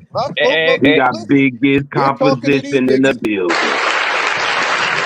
Like when Steve Urkel talked. What's good with y'all? Did I ain't do that? Was that a big he went right where I was about to go. When Steve Urkel spoke, yeah, I got to come in and talk for the nerds. Nerds always have voices. It don't matter. They had their nerd people that we hanged out with. We was always going around to the comic book shops. We got up with people who had the slight interest that we had. We played Pokemon together, Yu-Gi-Oh together. Shoot, some of us even was lucky enough to get girls and everything like that. Now you hear the women out there talking about, I love a nerd. Nerds are cool. They so smart. I like to watch anime together. But me personally, bro, since day one, man, like the usually the quote unquote nerds and the geeks, I always left them alone. You see what I'm saying? Because they never did nothing to me. I never did nothing to them. Like Yeah, you know what I mean? I They fuck with say the so. nigga. They say fuck with something to him. me. I They, fuck they with say him. something to me. They say something to me, man. We keep it real cool. I'm Them motherfuckers cool is like that. smart. Like They gonna do I it can right. adjust. I can adjust to every field. You know what I mean? Depending on the field that I am, I'm gonna adjust to that field and keep it cool the same way. Like I was never went out of my way. Oh, you stupid. No, they cool people. They're people. You see what I'm saying? I got respect for the nerds. The people that I really don't like is the pretenders. That's the people I despise. The people that pretend. Oh my god, them people is fucking get on my nerves, bro. Get Yeah, on my them is goddamn nerves. worse. Yeah, I got nothing but love for the nerds, my nigga. They usually they say whatever they have to say. We play basketball, whatever. We play this and that. We was always okay because there never was a threat. There was never a threat to. At least for me, there never was a threat. As But long the as they niggas that be wasn't trying pretending, too hard. That's no, what that's those what I people. like about the But for nerd the talk most and stuff. part, Everybody not for the hard most part, 24/7, bro. But for the no, most part, you know what's those funny, people keep it Poppy? to themselves. They You keep know it to themselves. the funny Oh yeah, part, for the most Poppy, part, is yeah, I agree. like I had nerd partners too. Like it wasn't no big deal. Like that's why when I hear some of these stories, and Right. I don't knock their story because I can't tell their story. But I had to correct like some cats when they was like, I got picked on because I had good grades. I'm like, bruh, I never heard that one. I never heard that one. nobody's looking at your report card and go, let me go pick on this guy. You Hell know what no. they If Exactly. do? anything, we like come You know help what me out, happens? boys. It's true. Yeah, Niggas shit. smell pussy and they pick on pussy. That's what it is. And that's not to knock niggas, but I'm just telling you what it is. And I told niggas, like, I used to bully niggas. It wasn't because, oh, this nigga got straight A's. It was, I smell pussy. You Let me get that lunch money, nigga. If you ain't gonna do you nothing, nigga, that's an easy lick. Yeah, it just like yeah. When I heard stories like that, like people talk about quote unquote he got bullied because he went to college. I'm like, my nigga, you lying, bro. Like you need to stop. Like Bro, come on. because this is what they do, though, Poppy, because they do the same thing with women. They make up a reason why this experience happened, and then they internalize it. So, like, I remember when me and JB was going back and forth, he was talking about when he got stabbed. And I'm explaining to JB, like, bruh, I think you kind of got that wrong, because he was saying he got stabbed because the dude thought that, I think he said the dude thought that he was, like that or some shit like that. And I'm like, bro, you explained the story saying you was hanging with the nigga that was beefing with the nigga that stabbed you. It's very simple. Exactly. If I can't get him, I'm going to get you. That's how the street Right. works, nigga. Your That's partner the is just rule. as good as you, nigga. Like that's how it works. Yeah. And he was like fighting me about it. I'm like, bro, you're talking to somebody who came from that. Like, what are we Hey, missing, nigga? If I got beef with you and I can't find you, but your homeboy come walking across the street, I'm fucking him up. That's how it yeah, works. because the assumption is that especially if it's some gang shit involved, some neighborhood shit involved, nigga, you part of them, so you're gonna get gat. That's just how it is. Or it'll get back to you through him. That's what I do to him. Yeah, that doesn't make it right or wrong, but that's just how it is. Oh, you hang out. Oh, you a crip over there. Oh, yeah, we're gonna assume your ass is a crip too. We slapping you around at that point. Sorry. Do they make it right or wrong? Nah, man, but that's just how it is. But like, yeah, it's a lot of like exaggeration, bro. Like, oh, man, usually for the most part, people that was doing some wild shit, they was doing wild shit to other motherfuckers that was doing wild shit. That's the way I saw it coming up. That's what we was on. Yes, Tommy Usually was on they Revenge of the Hold Nerds. on, no, listen. He was And on I had Revenge to of the tell it to the Nerds. black nurse too, bro. No, that nigga was on Revenge of the Nerds Part 1 Listen, back in the dog. day. I had to Yes. tell this to the black nurse because the black nurse used to talk about it. I said, yo, because they used to always do this whole thing about like, oh, nerds in the black community. I said, bro, nobody on earth has it worse than white nerds. We didn't put motherfuckers in lockers and roll them down the stairs, and that was white people doing that shit. That's We might fact. take your lunch money, something like that, and keep it moving. White people abuse We nerds. might That's get why you to when they be like, manipulate to do our That's not homework. true, We'll Tommy. make you our That's friend, not huh? though. true. No, hold on, We'll Big make E. you our friend. I'm So Big E. I'm I not know saying the it dude that doesn't got happen. put in a tuba case and put on shelf. Damn. Damn.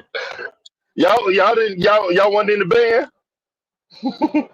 No, I wasn't in band. I didn't do band. Well, Well, no, shoot, I'm from Calvin, so that shit ain't initiation big and out all here. that stuff really went down to who was gonna allow to get it to get initiated. A lot of times, like we always talking about, you smell weakness and stuff in people and stuff. Some people ain't gonna. Some people will go out. They're gonna go out swinging. They ain't gonna allow that. But Yeah, there's they some would. people, But some people Big that's is, gonna take that abuse. but Big is. That's why you get the misnomer of, in order to get somebody to stop bullying you, you have to fight back. What I tell That's a people is, fact. guess who got bullied? Nigga, if I come to you and say, nigga, I need your lunch money, you hand it over, I'm coming every day. You giving it to me for free. Nah, I'm not gonna get no ass whooping at the house for coming home hungry. You gonna have square up, Tommy. Nerd or not, I don't care if I play Final Fantasy 100 hours. You can take my lunch money. Well, Well, that's hold one on. of I played Final those will be Fantasy one for of the 100 hours. things that will catapult you as a nerd. Like, let's say you were the nerd that whooped the cool kid's You ass talking for about Final Fantasy 7? punking you. Yeah, I was a fan. Your stats go up at that point. You know what I'm saying? My man, That's 7, not 8, and actually. 9 into.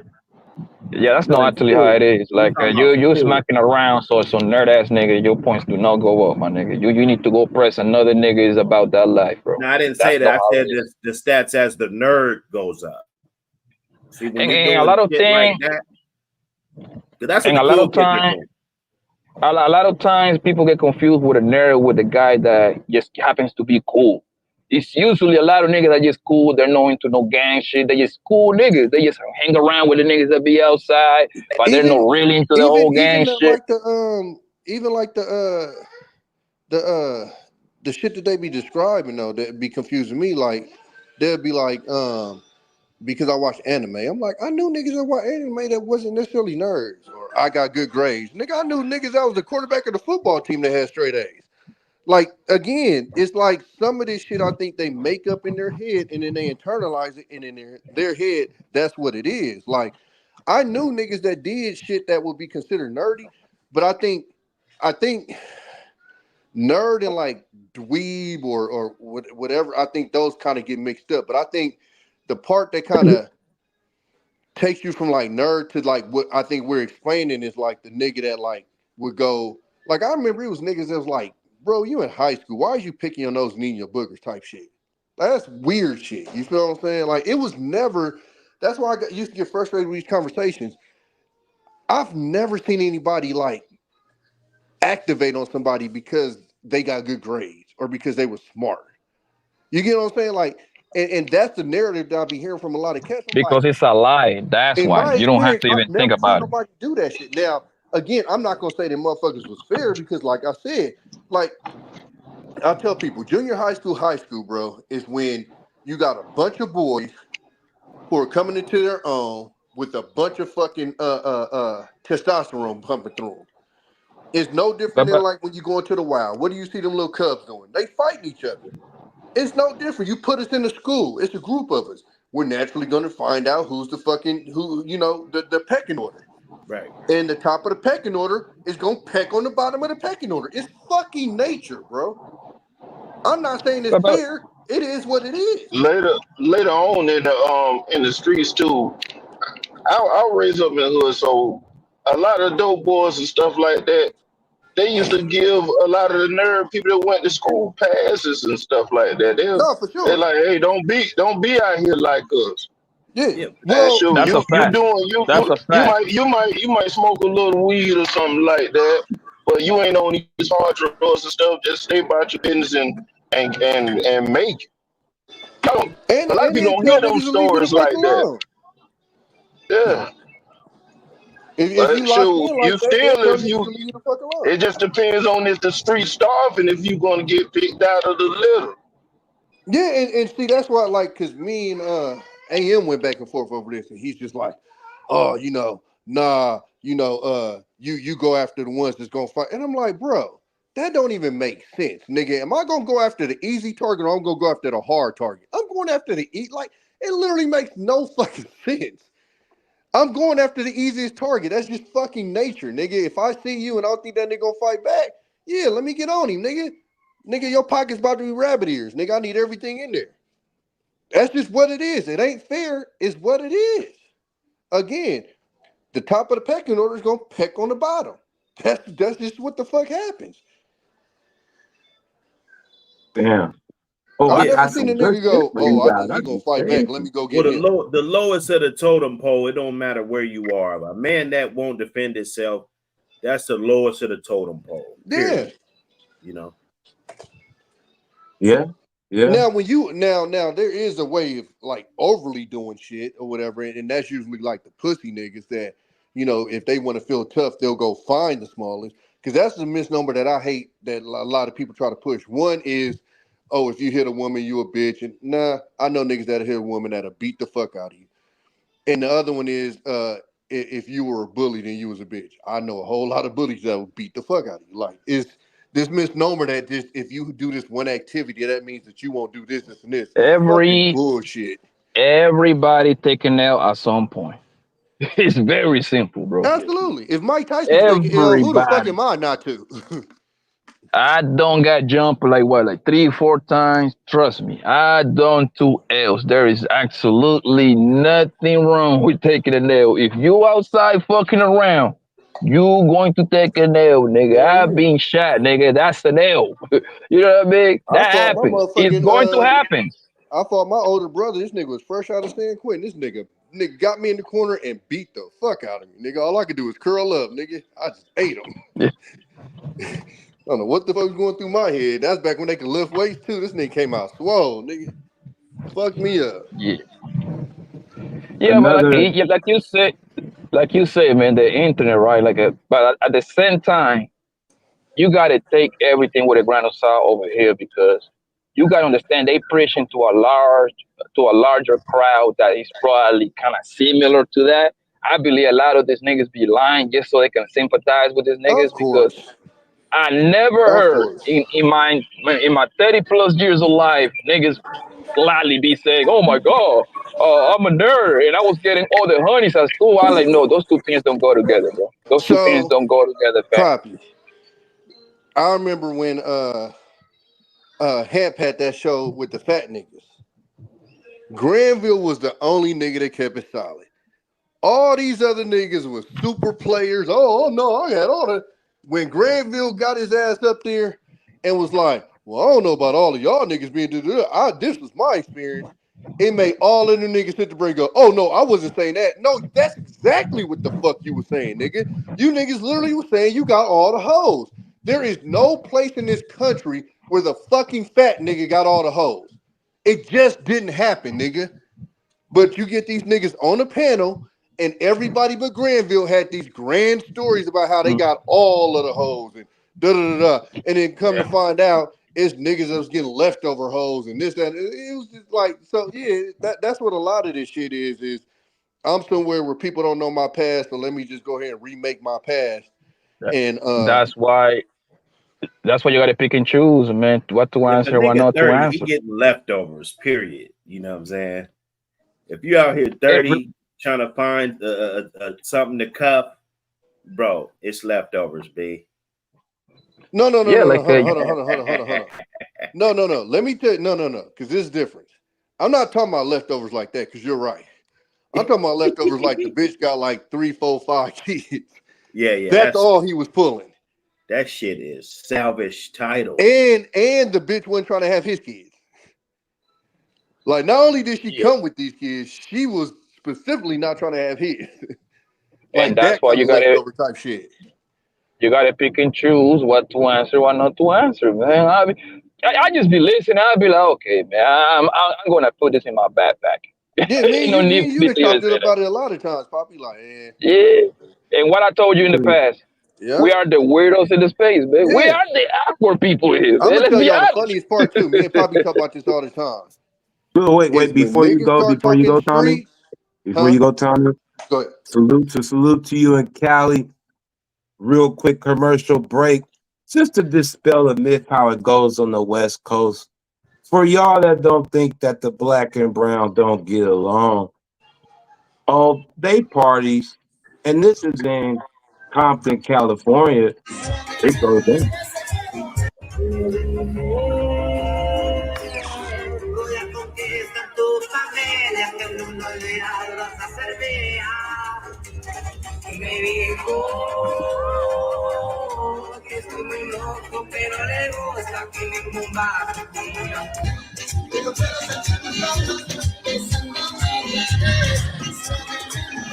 Gotta love LA, man.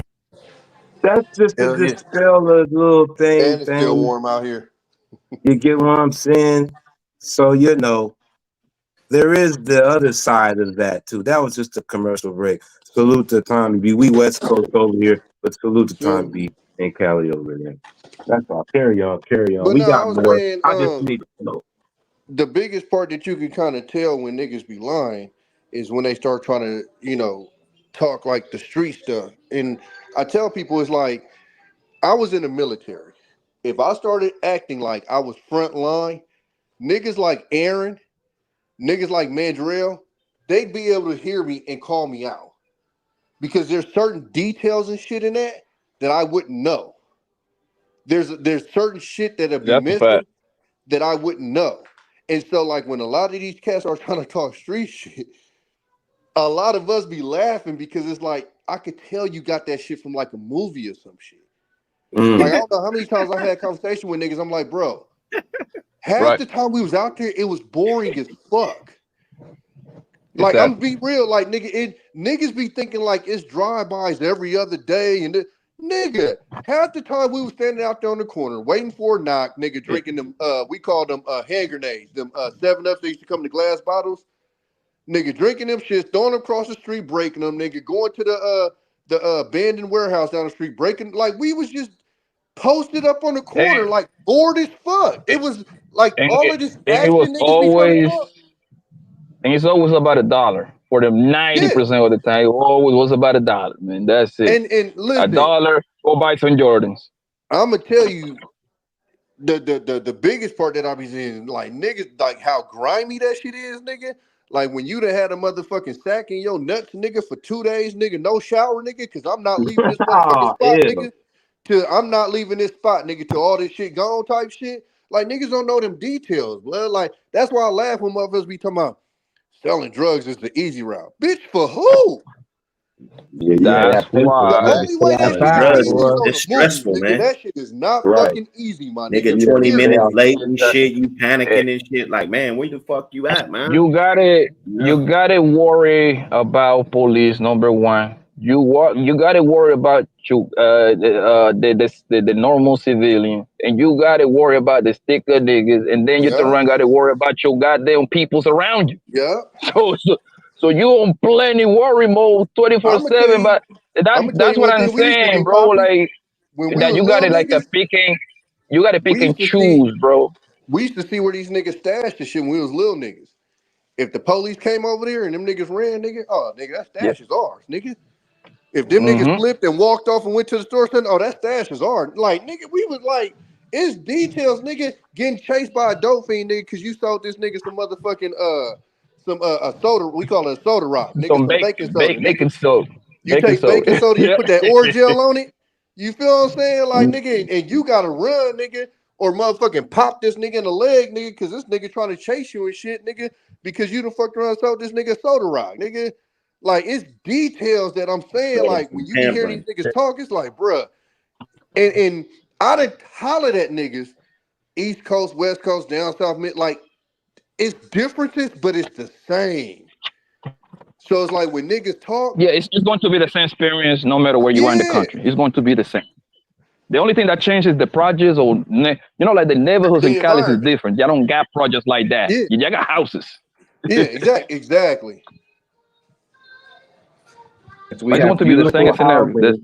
We got beautiful housing that's labeled. That would be our projects up this way. Yes. Yeah, I mean we got projects like we got Acorn projects, but it's like Poppy said, it's not like New York. Like, well, San Francisco got projects because they had the army there, so they used to be army barracks, and then when the army left, they turned them into projects. So they got like Hunters Point got a project, I think Potrero Hill. But in Oakland, we just got like Acorn is only the real projects. Everything else is just like you said, houses and apartments and shit like that. And we mostly, if you was at an apartment, they might slang at an apartment. But most of the time, we was at like the liquor store. It'd just be hella niggas at the liquor store or the gas stations. That's you come to Cali, nigga. Gas stations is you got to know which one to go to, nigga, or you get ugly. I'm about to pull up on the job, man. Y'all boys be easy. I just want to tap in with y'all. All right, big dog. Big Giz composition, untouchable gang. What up, bro? Salute to you for pulling up. God damn it. What the fuck? I All gotta right, put in bet my it up. man tag. Salute Big Giz composition for coming through, untouchable gang in the building. Yeah. Hey, yeah, not for real though. Yeah. Here's the thing when y'all talk about that time though. That time was so dangerous back then to y'all point. Money was everywhere, gang shit was everywhere. But it's just I Ray just man, never had a I fear of be being telling out niggas, there. I I used never to have had to no clean fear. needles out of my grass before my little brothers went outside and Oh played yeah, in the yeah, front yeah, yard. yeah. Uh-huh. Nigga, crack Walking vials and walking to needles, nigga, school in the with front needles, yeah. yard, nigga, in the grass. Mm-hmm. Walking to school with crack needles, yeah. Yeah, Uh-huh. that shit used to Yeah. be mangy. But I mean, But remember, we was also the generation with the milk cartons because motherfuckers were getting snatched. Man, and listen, and you had to be in by a certain time because we knew that was the case, Yeah. along with the possibility when nighttime hit, we knew that the gang shit got more intense. You get what I'm Yeah, saying? see, they used to Yeah. double back through the hood, and they used to just tell you like, nigga, if you ain't got a car, get your ass in the house because they're gonna be sliding through here because them niggas just slide through. And where you from? Nigga, every time And we that seen Yeah. the was Caprice it. at nighttime with no hubcaps coming through the hood, nigga, at Yeah. Me nighttime. personally, bro. Me personally, like I be knowing when a lot of these motherfuckers be lying. I just ignore it, bro. But I just Yeah, I used ignore to it. You see go what off. I'm Now saying? I just be like, whatever. No, I ignore it, but that tells me because it makes no sense because I don't like to talk about street shit on the internet. I just dabble Yeah. just a little bit when people say, "Oh, what about this? What about?" I say, "Hey, man, this. That's it. I keep it real with you. I You This know saw what I nigga mean? what Blanco, hey, I, hey, Tommy yeah, Blanco, because and I I think it was know. us. Tommy Blanco, look, listen, Tommy Blanco would say that, but then he be trying to push me to tell folks about my shit over this way. Ray, you a grip nigga. I'm like, Nah, but no, I look, don't know what I you're That, talking was about. I don't know no, what you're because talking about. no, but the internet is not a place. Not, I mean, this place is not the place to be talking that street shit. That I understand what I'm No, at, bro. right, Like I said, I absolutely. just dabble a little bit with it. I'll be like, yo, man, I think Jim Jones this. You see what I'm saying? I don't think, you know what I mean? Just very simple stuff like that. but But to how deep about dive You into don't that, never nah, see me. man. you You'll was on the never see stream me with me, talk about Poppy. where I'm from more often. That's why I don't really talk about it where I'm from often. That's But one thing I do. y'all I kind don't of talk people about where I'm from. y'all kind Yeah. of peep it out. Those that know can kind of wean it out though, Yeah, like you yeah. did. But I don't, to your point. I ain't gonna lie to you, nigga. If niggas knew, niggas knew. If you on my Instagram, you know where I'm from. Like, and I tell niggas All straight right. up, nigga, I wouldn't even be able to have my Instagram name, nigga, if I wasn't from where I was from, nigga. That should be corrected real quick. But no, what I was saying was, even when I was on, because Poppy, you was on that stream when I was on there, and I was talking about my plug or whatever. Nigga, my plug has a documentary and a book. Oh, yeah, I remember. And motherfucker going, oh, I can't believe you said this. Nigga, he has a documentary and a book, didn't get popped, nigga. He's a winner, nigga. He won. The fuck, Yeah. nigga? Oh, I can't believe you said that. Nigga, statute of limitations is gone, nigga. What are you talking They don't about? understand that. They don't You understand that. stupid. I can write a book right now, nigga, and go deliver it to the police myself. I mean, it said the law, right? But Yeah, as long as I you ain't can talking write a about no book right murder. now. Like I can write a book and give it to that nigga. They can do shit to it, nigga. They can't do Like shit. that. And bruh, he living in, matter of fact, he just had another baby a couple days ago. But that nigga living in the Dominican Republic right now. Chilling. Mhm. Actually, he was out there kicking it with Haitian Jack. Yeah, that's what like I said, bro. Again, you gotta pick and choose on what you want to engage with. Like when I hear Yeah. niggas, I be like, oh, that's a lie right there. But do I want to even engage with this retarded nigga? Nah, man. But Hey, yeah, this I be the believe you, part that bro. get me I though, believe you. Poppy, I believe you. is I guess I can kind of tell that niggas don't be outside because Exactly. I've had niggas come back to me and talk to me about these streams before that I didn't even know that was on this bitch. So for me, I'm like, I can't even really come on here and lie like that because it be niggas in this motherfucker that I didn't even know that be watching some of this shit that'll literally be in this motherfucker saying this nigga's a motherfucking lie. Cause nigga, I'm talking about niggas that Mhm. I knew like from the crib. Like, and I'm like, wait, what the nigga? I had a broad that I dealt with, nigga tapped in with me one time. What you doing on there? I'm like, wait, what? So for me, I'll be like, well, it's the lie because I'm like, Nigga, the worst thing I want to do is be on here saying some shit and a motherfucker get on here and expose my ass and be like, "That nigga's a liar." Yeah, because you'll find out. Yeah, You feel what I'm absolutely, you'll saying? find out. So, I can't be fake because you will find out. And there's people on here that know who I am. bro, that That's shit. what you know Like, what I'm I know this shit is saying. big, but I didn't know like. Yeah. Hey, It was that. hey, I've been up through there, It, man. Look, I've been up through there, man. this YouTube shit, bro, is for the most part is to like gain info type shit, man. Like you know what I mean? For whatever business you got going on, you can actually use this shit as a tool to like gain more knowledge on that particular business. Me personally, that's the way I like to use it. I like to listen to about like a lot of real estate shit. I like that. I'm interested in that shit. I like to listen about now. I'm probably gonna jump on your lane, Tommy. Tommy still here? What's that? What you talking about? I'm in the verge to opening a free broker business. Like I'm Oh, like okay. real close. You see what I'm Oh, saying? okay. So because that's something I can do and I can do it right now talking bullshit to y'all niggas and do it at the same Yeah. time. You know what I mean? I Yeah, can just do be it on the like computer. Yeah. exactly. All I need is a computer, a phone, make like a bunch of calls to get tap in with the manufacturer and make me a little 10 to 20%. I'm going to in the next 3 months. I'm gonna get that running. I probably wanna hit you up to see what directions you got for me, shit like that. What Shit. Now you probably want to call what's his name? Cause Granville? nah, not Granville. Omar.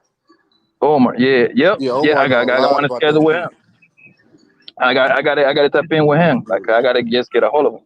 But yeah, but that's what I be like. You know what I mean? That's what I do. Like before I even jump over on this shit to talk shit with this nigga Ray, I get my 2-3 hours, man, listening to about that field. You know what I mean? That's how I found Bigger Pockets, Poppy, off of YouTube, nigga. The real. I don't Hmm. know if you know that the real estate site Bigger Pockets. Yes, I know. I seen about it. I been listening to a nigga named Carlos. Damn, I forgot his last name. He Yeah. very cool about that real estate shit, nigga. So I You know what got I mean? that. I got the stock shit with a little young. It's a young black nigga that be talking that stock shit, Yeah, and then man. there's an older one too. There you go. That's what I Yeah, be into too. Like I know the expert, but as long as I learn the basic, like I be exactly. listening to a lot of stuff shit. That's all I need, a little basic, what to look for, like the Nigga, indicator, why the you think I strategy. disappeared, blood? I'm like, man, I'm wasting too much time on this shit, man. Let me go.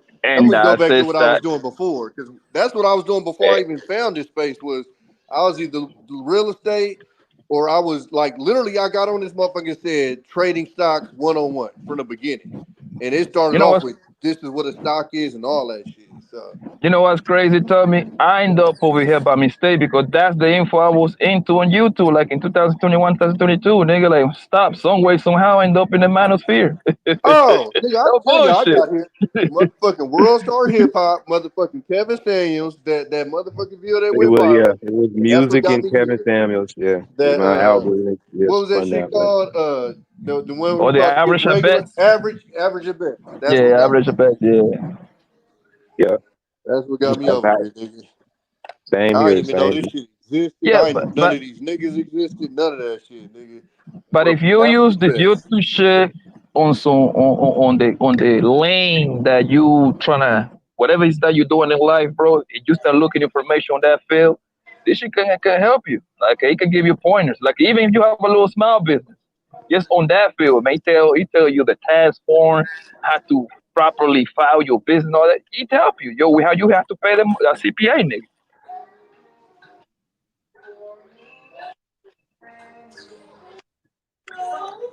I mean that's the way I like to use it, Yeah, me good personally. info. And then Yeah, once I get that out the way, then I get into the bullshit. Then we're gonna talk about dick and pussy. But I gotta get my 2 or 3 hours or some correction at least. yeah, you gotta have some of that in there.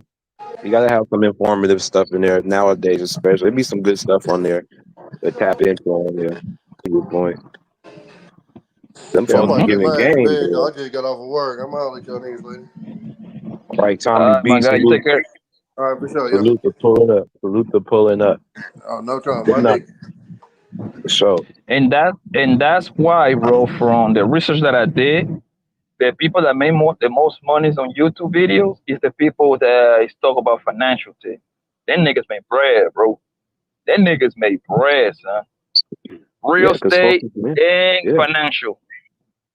Folks is trying to get in now. They ain't have that information before when we was younger that they giving us now in this YouTube shit. Cause Like man, if this they guy, do this guy that do financial streams, he told me, he said that for every 1,000 views on a video, he get between $17 and $30, right? And not included the advertising, because when it's financial store, you can put a whole lot of, they're very advertising friendly, right? So they made the good money. The same thing with the real estate live streams and shit like that, which kind of is including the financial. The stuff that we be doing, like at the channel that me and you got, Ray, we in the entertainment range, entertainment slash educational. Man, they only paying $2.17 for every 1,000 views. Man, that ain't shit. Oh yeah, them guys, but I mean, you would have been, but see, if you had stayed on, you would have, you know, by now, you would have, you would have stayed on doing what you was doing. But you know, yo, if I were to start over, you know what lane would I go to? I would go into like the mystery. What was the other word that I'm looking for here? Okay. This is what I would do. For if somebody that got like a 10,000 channel, right? Like a 10,000 subscriber channel, right? I will hit up Jaguar Wright, Lioness Jaguar Wright, or Lioness Jim Deal to start lying to us about the mysteries in all these secrets of Hollywood. That's the shit that a lot of people's interest. A lot of this, like unsolved murders, that's the way I would go. Yeah. Because people's interest, a lot of people's interested in see how the fucking celebrities live and what they do and how they live. If you want to blow up your channel, I would pay that whole $5,000. Jaguar Wright.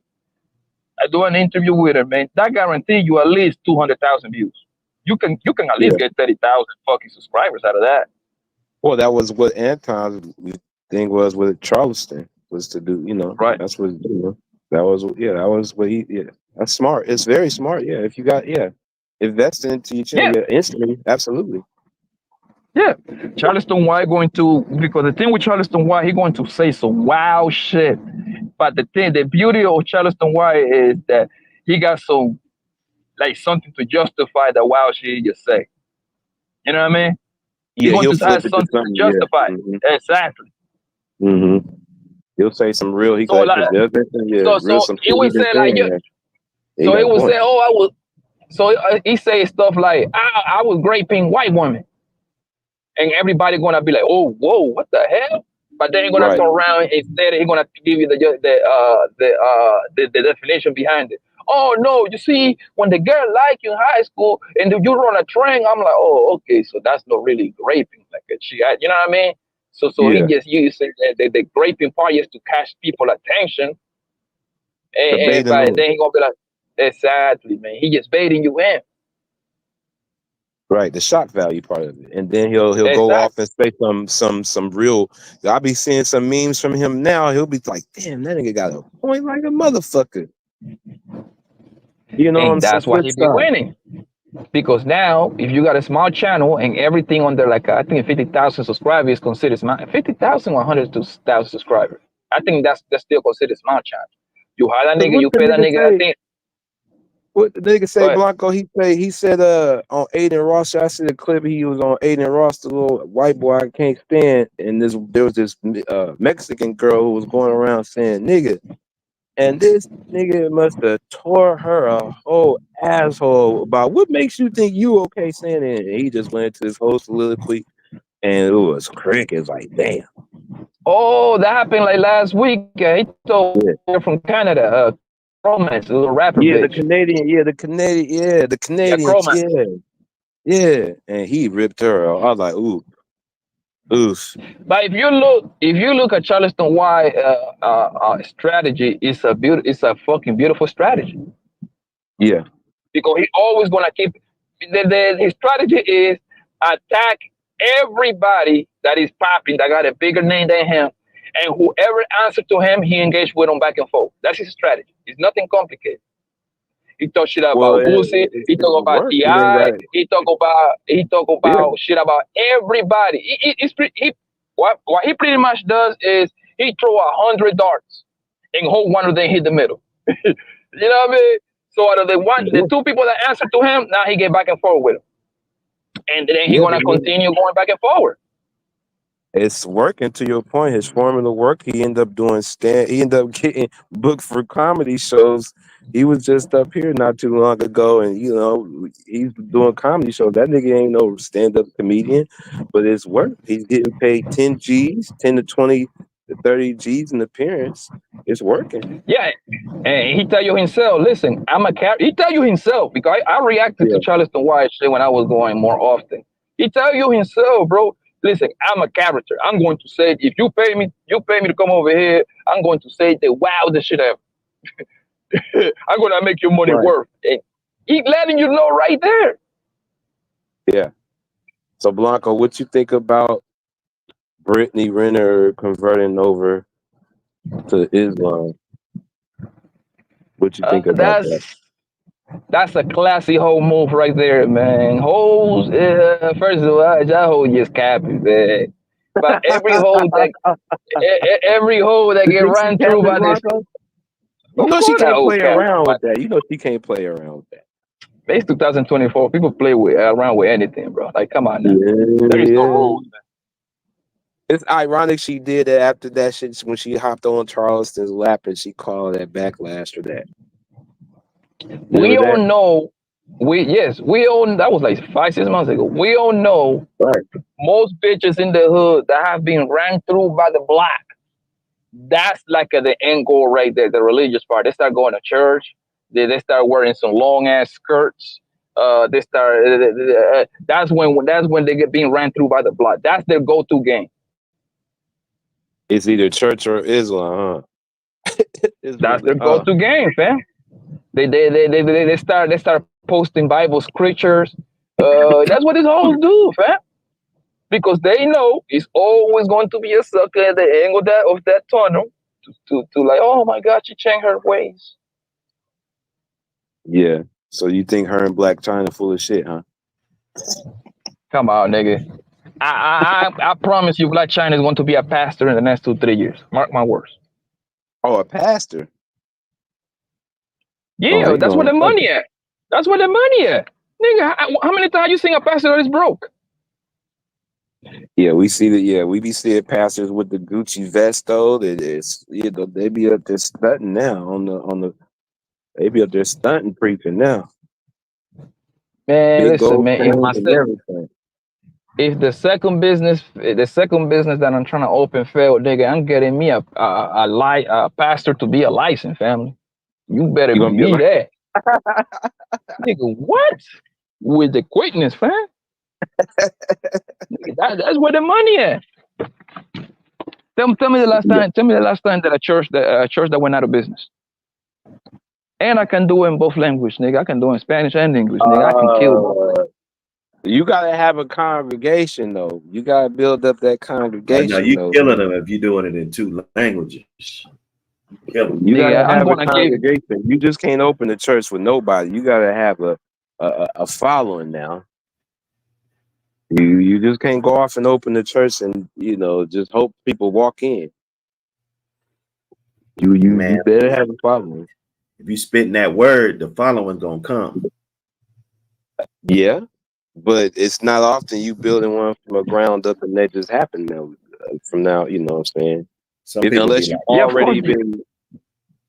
already have one, and but you relocating kind of shit. It takes work, Yeah, you gotta like attach yourself into a church, start going in there, work your way up, man, and implement my plan in 2-3 years, man. Like I become the right hand man of the pastor. What is the name of that nigga? The deacon, I think that's the right hand man.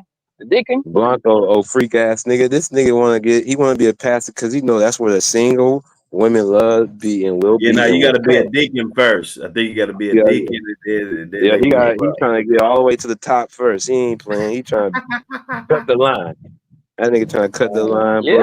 He's trying to cut the line. Damn you, bro. The pastors think. Yo, but think trying to cut the line, Cole. All all the pastors have been trappers or pimps. Am I right or wrong? Yeah, for sure. They be All having them right big. then. A lot of So them. that's A lot of them. exactly. Yeah, nothing's Those are the 100%. ones But I like better with because they actually been through some shit. Like, you know what I'm saying? Like, yeah, that's my point. That's going. I'm going to fall right in place, nigga, because now what that tells you, right? That church is a pimping game, pretty much, bro. You are pimping a lot of poor people that are a lot of poor people with hopes. That's what you're And you see, selling, hope to poor to people. what you just said, Blanco, like Nicole just said, this is a church girl. You got to know how to manipulate the word to your point. It's a pimp thing.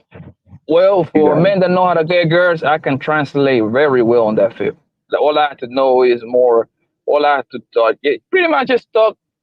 You got to know how All to these talk. pastors, Yeah, you got to know all how to these talk. pastors, they are former pimps, hustlers, which indicate that these niggas are very good with manipulating different people's personalities and shit like that. for sure. So, but I would change it up. I would never have them all big old women in the front. They have to go to the back like that. I would change that up in a heartbeat. Well, then you couldn't have that kind of atmosphere. You can't be They playing the paying old them gospel tithes songs. though. When you paying them tithes, that's 10%. When they paying Yeah, the that, old women, the older women do they pay can more. sit Though. wherever they want. You The give me old women do pay more. 10%. So, Yeah. Dr. Hoop, at that point, if you want to sit in the front, prices, guess what? Prices is up, nigga. I need 20 at this point. Ain't no 10% no more, man. God need 10 and Papi need the other 10, man. Prices. Them seats up front's $500 a seat. Lord Doris, you hear these guys? Look, listen to Blanco. He charging for you to be up front if you're an old woman. You gotta be a baddie to sit up, a bad single one too, to sit up front of the cloth. I'm taking of Papi Blanco Church. You know, I go to church like once every blue moon because I need to see what's going on in there, yo. But church is just crazy. Is this church that I go like once a year just to see who's over there? It's good. You know, I ain't really never had a bad time though. You know, I can't lie. I don't go much, bro. The church, but when I do the go, church experience, decent, you know, it's a business. This church, absolutely, it's a business. Yeah. This church that I go like once a year is called Pilgrim Rest. It's a big old church. That shit is like 2 floors, my nigga. That church is huge, right? Mm-hmm. Man, it's like the club in there. All them bitches that was twerking, I swear to God, I'm not even lying to you, bro. Wait, all hold the on. hoes that was twerking on Friday and Saturday, they be on church with the same dress on Sunday in the morning, bro. No way. Twerking in the church and the Lord of the Cloth. No. There wasn't twerking at church. I'm saying that they were twerking at the club on Friday night, Saturday night. They be at the church on Sunday in the morning. Some of them with the same Fashion Nova dresses. Oh no, that's a damn shame. You know, that's down south churches all day. In the black, They be cashing. They be cashing this, and this is how you know it's a business. They pass you. These motherfuckers force you. I usually throw a little 20 in there, man, because I'm like, yo, you're gonna entertain me. Let me give you a couple dollars, man. These niggas got every way to get $1 out of you, niggas. These niggas take cash apps, Zales, Venmo, cash money. Them niggas find a way to get $1 out of you, bro. I went on Father's Day. No, this because I ain't been in a long time. No, I took 3 of my sons on Father's Day. They had the QR code on the projector screen, bro. Yeah. For the cash app. What? Yeah. Man, yeah, what? I said, okay. I see everything. Real and spending. then they make you fill the little form and everything. It's your first time in church, fill this shit up. Nigga, it's like a job application. Yeah, to keep it track to see you put some in that envelope. Exactly.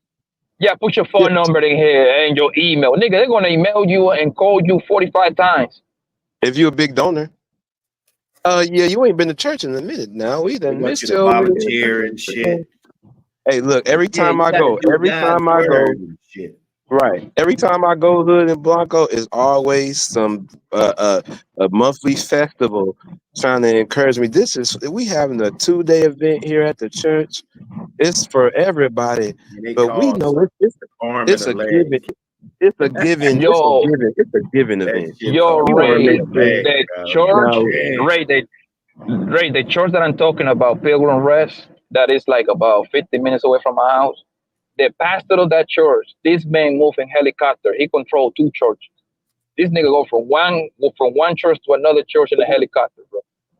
he I'm not even doing lying. a closed circuit from another church on the big This screen. man is this. That's what I nigga. That's why I was like, yo, I'm in the wrong business, man. I want to be in a helicopter too. But Nah, hey, man. Cole got If a you got point. that Cole got a talk, point. man, listen. You know the scripture and you got that talk, man. It's easy. It's easy. Yeah, Oh, you you gotta got be persuasive. You gotta Yes, be you got persuasive. You're persuasive, Mm-hmm. Yeah, and exactly. that's why that pimping game and the trapper and the hustler game translate very, very well Yeah. into the church because you don't really have to change much. You have to change. You just go from the gangster talk to the church talk to the Bible talk. That's all you're doing. Just changing the book. They got the You would, ATMs in the goddamn churches now and all that other good shit. Bro, it's Yeah. crazy. When I saw the QR code on the projector on the wall, that I was done. That's all I needed to see. Cash out the pastor. What the Hashtag hell? pastor do right. Cash out the pastor. You know what I'm saying? They got the buckets right along with it too. We got the buckets. We don't even carry plates no more. Just come with the yo, buckets. these church niggas are such a fucking crooks, man. That you even when you watch the church on TV because you can watch it on your TV, man. The niggas still blast the cash and Zelle, nigga, on your TV. Like, hey, if you are home, you know you can donate too, nigga. Send that cash out right now, nigga. What the niggas say, Blanco? What the pastors say that just went viral? You ain't gaining nothing if you give to the homeless. You better give it to me instead. Give it to me now. You give it to me. Hold on, did that nigga say that for real? Did he say that for real? Yeah, you ain't seen the dude with the it. Gucci vest though. He said if you give to the homeless, you don't gain nothing. You supposed to pay your tithes to the church. Wow, Yeah. Yeah, Listen, where is that at? I'm gonna give myself. Yeah, I need you to play that. I'm gonna give myself 18 months on this on my second business that I'm about to open, nigga. If that don't work out, nigga, I'm about to get my certificate. I'm pretty sure it's like a certificate to be a pastor, nigga. Let me see if I pull this up, nigga. I'll find that shit, nigga, because that shit was hilarious. That nigga just steak out came and said, nigga, you don't gain nothing by giving to the homeless. You don't gain nothing. But you better. Hey, I'm gonna just go buy a lotto ticket instead of giving it to the homeless. If I come up, I'm gonna go buy one homeless person a house. Fuck it. Motherfuckers been donating to the same church for 40 years. This nigga haven't put a new window yet. Damn, is it on this one? Let me find, boy. That shit was hilarious. And you know what's crazy? All that shit is tax free. All that shit is tax free. All of it. Every single penny. So if I need money on my rent, don't the church supposed to help me?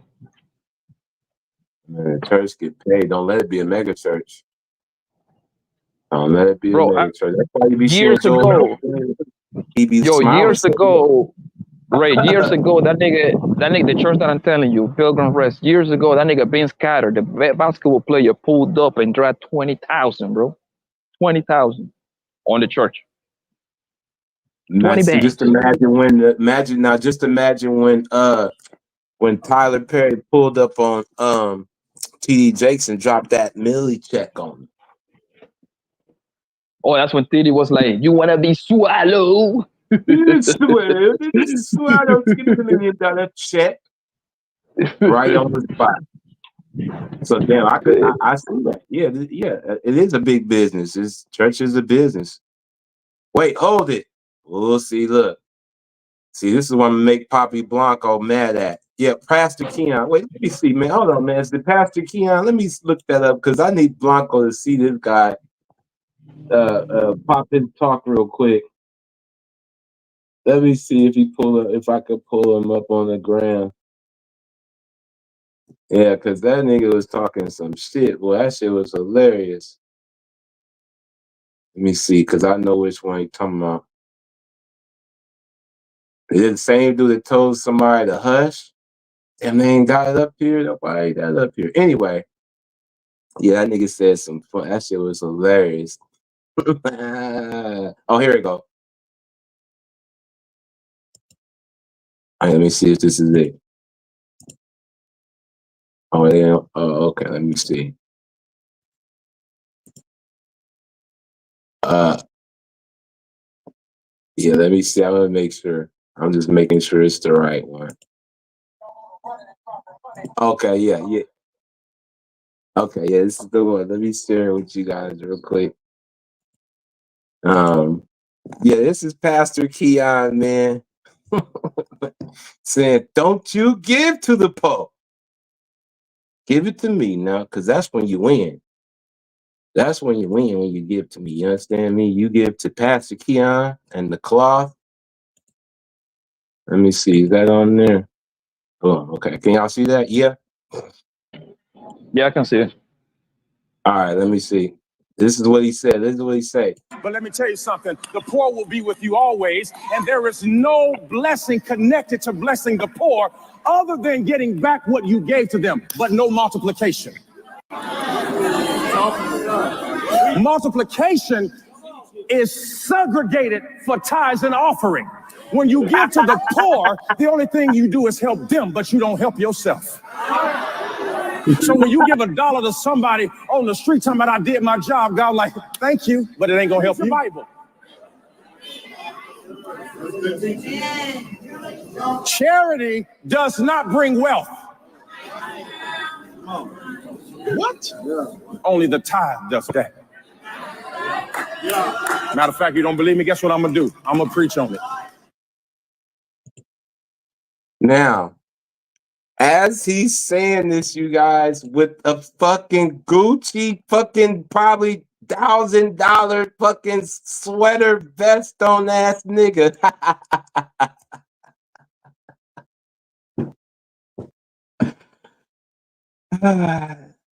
So to Blanco's point, hey man, I guess look, Stella, look, right? This is why people don't be discouraged from going to church, because there's this is what we seeing and getting now, Stella, you know. We get in these kind of cats talking like this in the church. You know, you heard the backlash in the background from this is what we getting. So I don't know. Hey, he said it, not me. You know what I'm saying? So this is the same dude that actually said that told somebody to be quiet while he was singing or something like that. Something like that. Yeah, church is crazy, man. Church is nothing but like the exploitation of poor people, man, for the most part. That's the way I look at it. Yeah, he didn't make selling them hope. Yes, he didn't do a good job of for the pastors. You get what I'm saying? So, and here's another instance. This is when, you know, this is another instance is when you have these pass arounds. Always remember, bros, it's just your turn. It's just your turn. Yeah, I don't know what's up with that pass. That's what I'm saying. This is what you and I bet you Pastor Keon got mostly women in his congregation. I bet you. Oh, that's a fact. He pulling up in the 550 Benz. He pulling up in the 7 Series BMW, man. He pulling up clean. He got Gucci, Louis, Balenciaga. All them hoes is looking at him. How many times? Think about it. Look at all the pastors. What they do? They wear jewelry. It's a little rolly. You know what I mean? Those are type of stuff that may make a bitch look at you. Those are pimping tactics, bro. What are one of the things that pastors do? I mean, pimps do. They wear a lot of Chinese stuff, right? They make a bitch just watch it, look at it. The same thing with pastors, bro. That's why that thing translates just fine. Yeah. And they all trying to go like that. They're trying to go to the Wednesday night, what is it, Bible study night. You see all them, bro. I'm about to go meet up with Pastor Kim Thursday night. He gonna help me. He gonna help me fill out my resume. Yeah, all right, bitch. He You gonna give you supposed another to stay resume. with me. What the hell is going on? You supposed to stay with me. Pastor Kim he be like the therapist for the couples too. Pastor Kim gonna turn around and fuck your bitch too. Damn, Stella, somebody, what the hell? As soon as the boyfriend fuck up, Pastor Kim gonna be like, oh well, come over here, man. Let me console you some more. What kind of church you get put out, Blanco, because you doing the Holy Ghost? That's the hood. See, that's because we in the hood. That's our Jesus Christ, and the church is in the hood. Because you're catching the Holy Ghost better than somebody else did. That's why. All those pastors, man, they be smashing the people that goes in the church, bro. Like everybody knows that. You ain't seen the one clip where the pastor sidechick came in there disrupting the whole congregation and shut the whole thing down. The police had to come in there and snatch her up, and the wifey was all in the man. That shit was that goes on, man. Like every year it's like at least 3-4 pastors that go viral for fucking on the bitches at church. Like every year. And to remind you, this is just the ones that go viral because a lot of people, the large majority of them, they keep it on the hush hush. Some of them are married, so they're gonna turn around and fuck on Pastor Kim on the little meetup or after work, after like on happy hours and shit like that. Pastor Kim gonna slide at the happy hour joint, at the hookah joint, nigga, and bang and beat that pussy up at the Marriott or at the Holiday Inn. Yeah, on the low. On the Exactly. We would never hear those stories because she's gonna keep it. One thing that women know how to do to perfection is they know how to cheat on niggas, bro.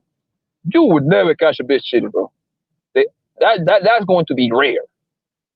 If you catch a bitch cheating, nigga, she just don't give a fuck no more.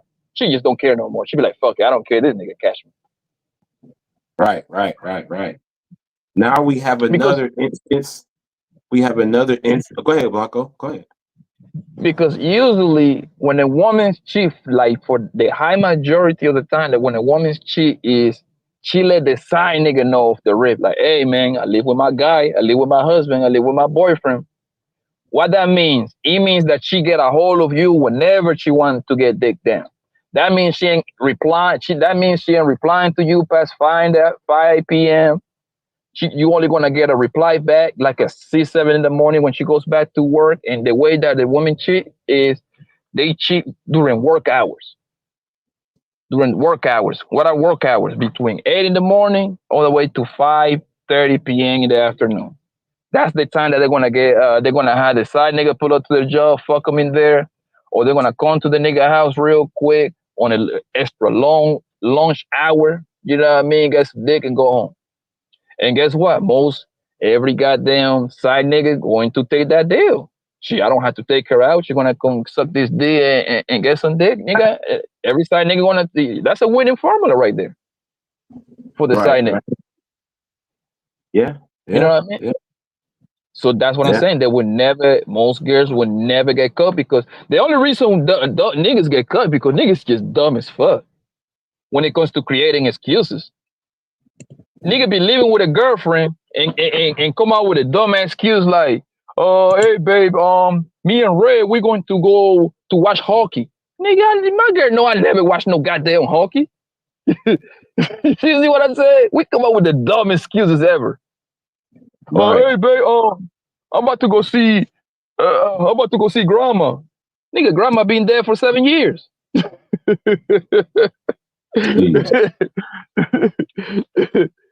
Damn.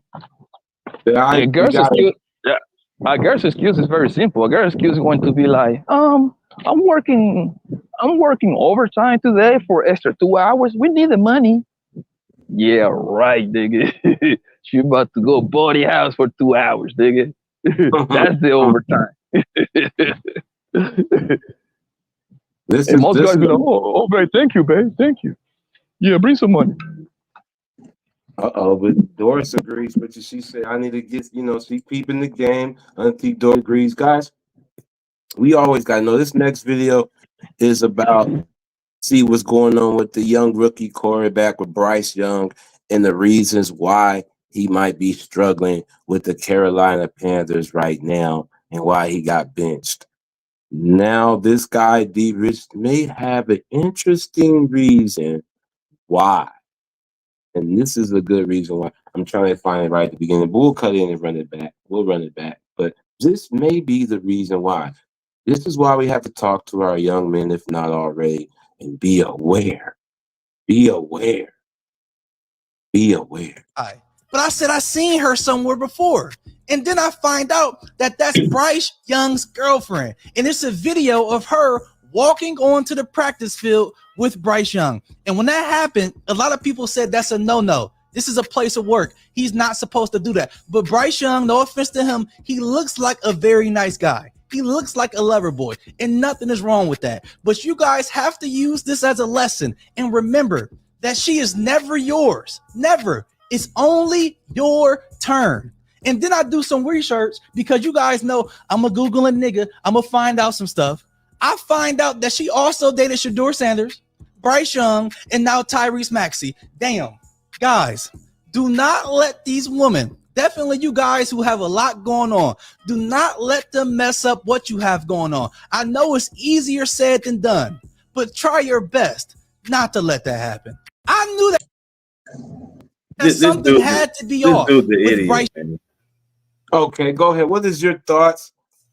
This dude's an idiot, bro. I know I just popped back in. Look, man. Who cares? Who cares? He used to fuck with her. He brought her to the practice. So what? Well, no, the thing was the context of it is the fact that he's been struggling as a rookie. Ain't nobody struggling because of no broad, bro. That's mythology. That's bullshit, bro.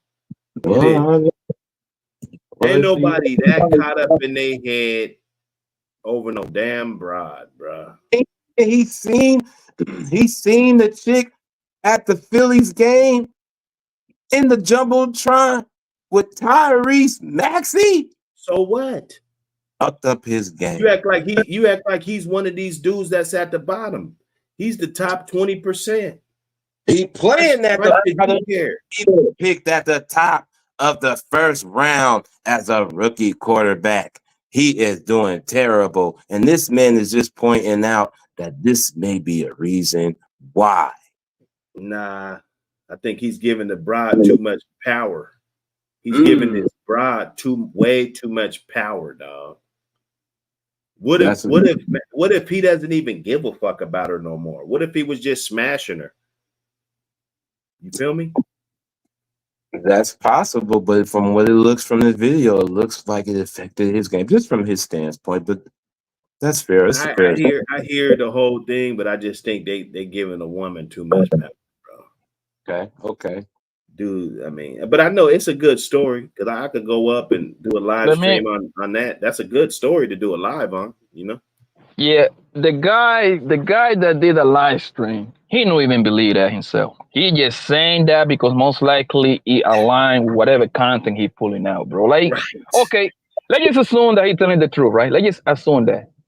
That means if it is a negative, that means it's a positive. So that means whoever is fucking my man on CJ Stroud, that means we got to give that bitch a compliment now because that nigga is killing the league. He's like the best quarterback right now.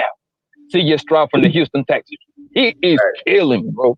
Right? So now, whoever is fucking that man, whatever bro he fucking, that means she get all the props now? Right. So no, man, the reason why the man is playing trashy is because, bro, the Carolina Panthers is a trashy ass team. They don't got no good wide receivers. They cannot run the ball. They cannot block for the man. So that going to affect the quarterback, bro. They got nothing to do where he's putting his dick at. Absolutely not. I agree. Like that makes no sense, bro. But like I say, buddy, whoever made this, I would do the live stream myself if my content is all about it's about like that kind of content because it aligned to what the fuck I'm saying. I'm saying already. Oh, you see, man, stay on your purpose, man. Leave the women alone, nigga. This nigga went first round. He got a $30 million contract, nigga. Don't you think he want to do some fun shit while he fucking working? This nigga's not a slave, right? Nigga, you know he got the right to fuck some hoes, right? Yeah, and why not have the piece of cuff right there though? Why not? You know what I'm saying? Hey, John, think about it. A young 22-year-old millionaire, nigga. What do you think? What do you expect this man to do? So do you guys agree with this assessment of this next picture that I bring up to you guys right here? Every single young nigga need to be watching or need to have watched the Young Dolph trial since it's over now. A bunch of broke ass niggas killed one millionaire or deleted one millionaire on behalf of another millionaire for $100K that none of them ever got. And now every single person involved is telling on each other. Really sums up the streets. What are your thoughts on that, gentlemen? Is that accurate to y'all? Yeah, and I think everybody should watch the trial. And all the details are there. That's about what happened in a nutshell. Yeah, man, these streets is a motherfucker, man. And one thing I will say about these streets, they told us it would be like this, though. I'm talking about years before we even stepped off the porch. You know, they told us what this shit would be like, and a lot of times, some people don't really get to experience that end of it, you know. But it's there, and you got to watch out, man, when you're in the streets. But when the love is there, you're loving that part. So, you know, you pulling up at the Makita's Cookies, and I'm not saying that a man can't go wherever he want, but you love that. You love to be able to come back because you're that hood nigga and you made it and you're successful, but you still got to know when you dibble and dabble with the hood, you can't pick and choose when the hood stop dibbling dabbling with you. You feel me? So yeah, man, everybody need to. I like the meme, to say the least. Yeah, bro, the streets, man. The streets is just a fucked up place to be at, man. Yeah, that's just what it is, man. Coming from that shit, my nigga. Once you sign up to be in the streets, bro, L's, you're gonna take L's. It's a chance that somebody that you do their way, it might tell on you. That's gotta be part. That's going to be part of whatever happens to you, bro. I was very blessed that the niggas that got cuffed doing some wild shit, they were solid enough not to give me up on none of that bullshit. The niggas, they understood what the fuck they were on. They took the time, they took it in the chin, and they walk it off. They walk off that time. That is supposed to be the rules. But guess what? Not everybody goes by the rules. You understand what I'm saying? The street is just a fucked up place, my nigga. That is, I made a lot of money out of them bitches, nigga. Don't get it twisted, man. And you know what I mean? I'm glad that I don't even participate in that shit no more, bro. Because the rules is whatever people going to, like, for example, like I got a couple homies I just actually dropped off my homie. One of my closest homies, I just dropped him off to the federal prison, bro. In May, about 4 or 5 months ago, he about to do 8. I dropped him off, bro, 4-hour drive. I had to drive all the way to goddamn New Mexico and shit like that with him. I had to drop him off. He had to sit down. That nigga guy, he got in a big old situation. They gave him 8 years. He be out like in 4.5. So the thing with him is he could have made his situation a whole lot of easy if he would have told us some people. You know what I mean? He didn't do that because he understood the kind of game that he was. You see what I'm saying? But the thing is, you're gonna have niggas like him Like my people, the two other niggas that I'm telling you that they could have tell on me and made their life a whole lot easier. They didn't do, and then you're gonna have other people like the John Dove situation. Them niggas was over there pretty much telling on each other for $800. Them niggas got $800 for a hit for a hit, bro. You know what I mean? So it's going to be like pick and choose. These people just pick and choose who they tell on, who they don't tell them. Usually the people that tell them, they usually got to get the fuck up out of the devil because they usually end up getting dealt with. And everybody know what I'm talking about. I know people that don't got clap for telling. They disappear that. You know what I mean? But those people ain't going to be glorified like that.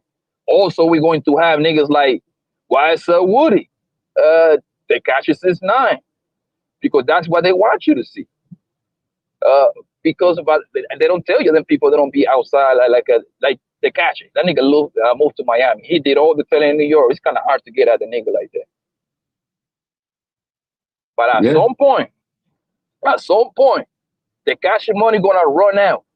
At some point, he might be in New York or Jersey area. At some point, somebody cousin, somebody brother gonna see you, gonna cut you lacking, and he gonna fucking knock your head off.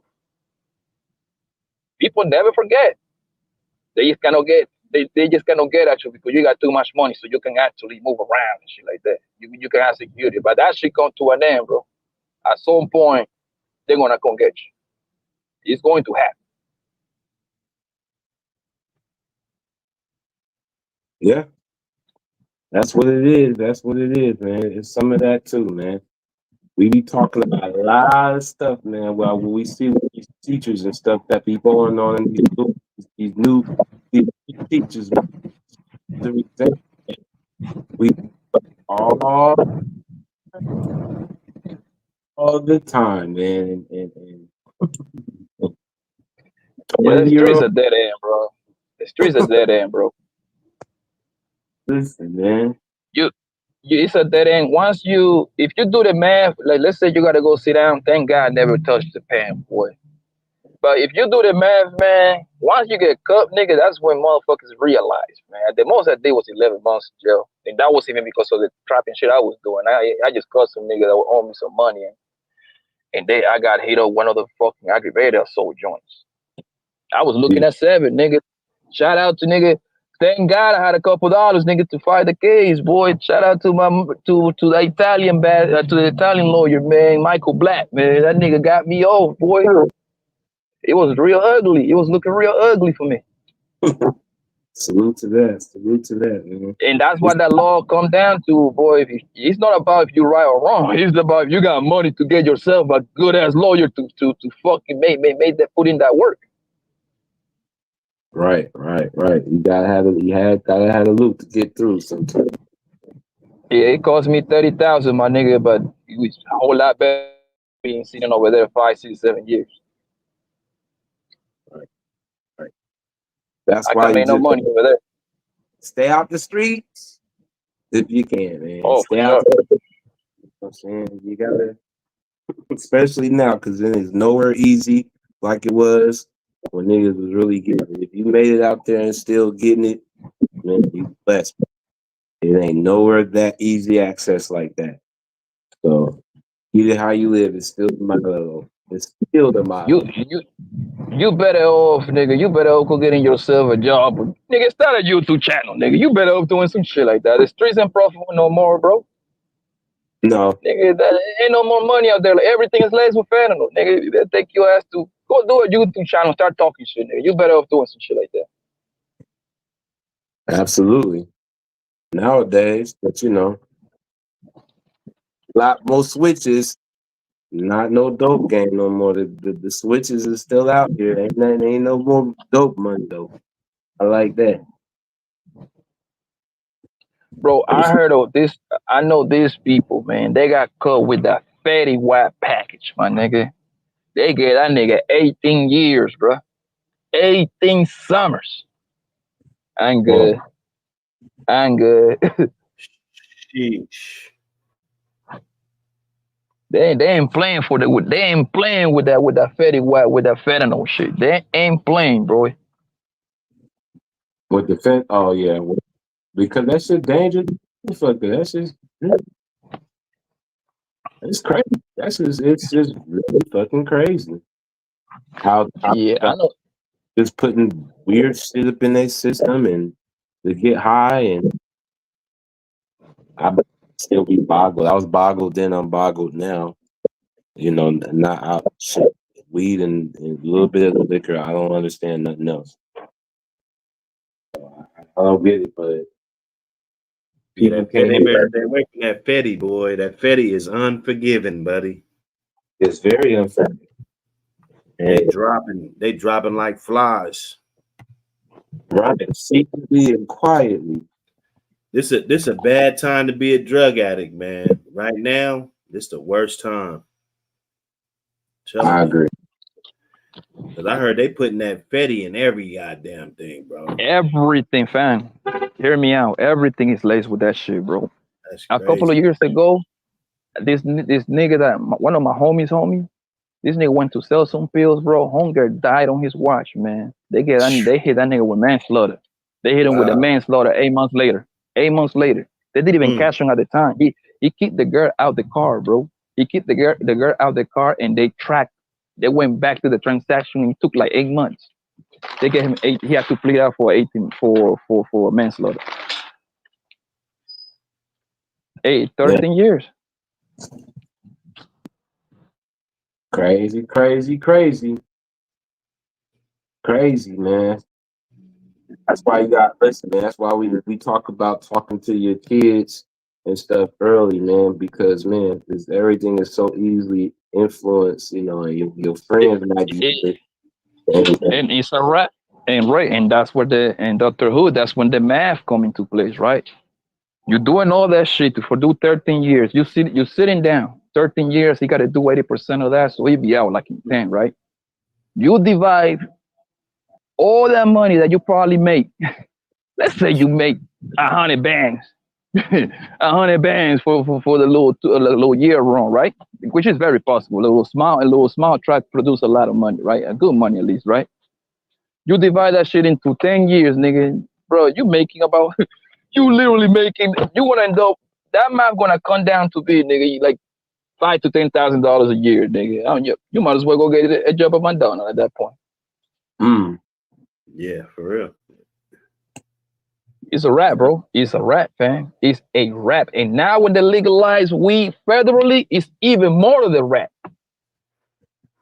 Because they're going to start selling, and this is how I know that it's coming real soon, because Circle K, I was reading the article.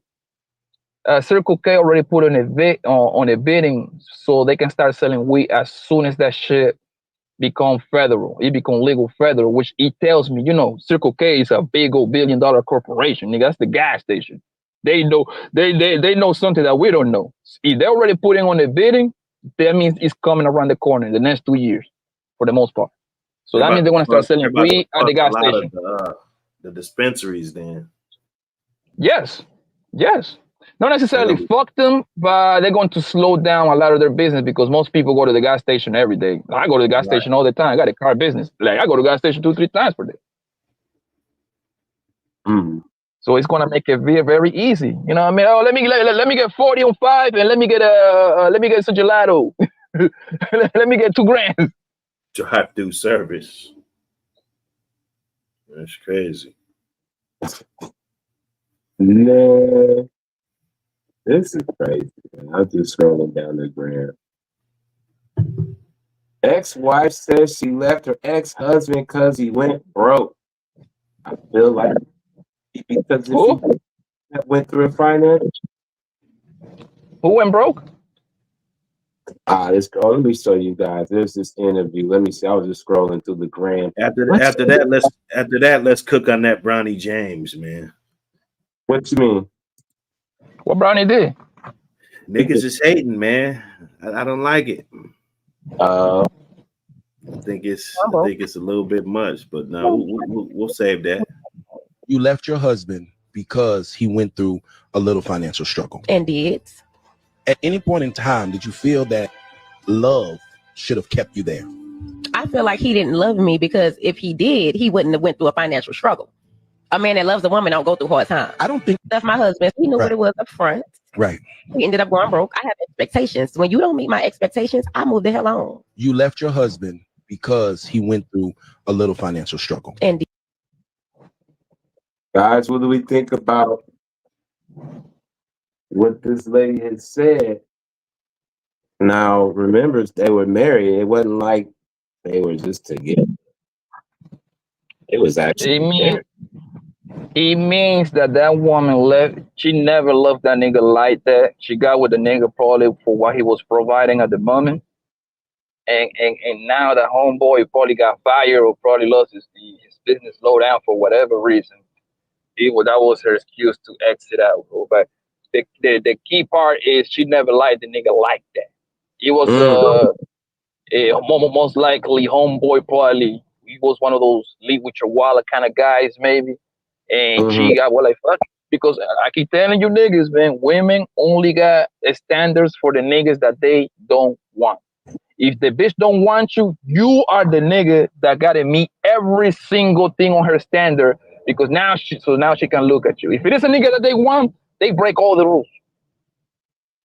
Girls don't care, women don't care about money like that they make it sit on in the internet, bro. That's a lie. That's cat. Because yo, Ray and Dr. Who are the brokest niggas online? Me. Who are the two brokest niggas on the internet, on this page?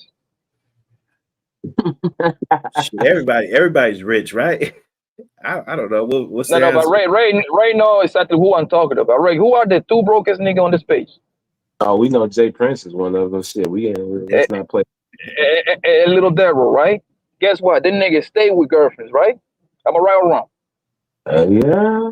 So that's the proof right there. That's the proof right there.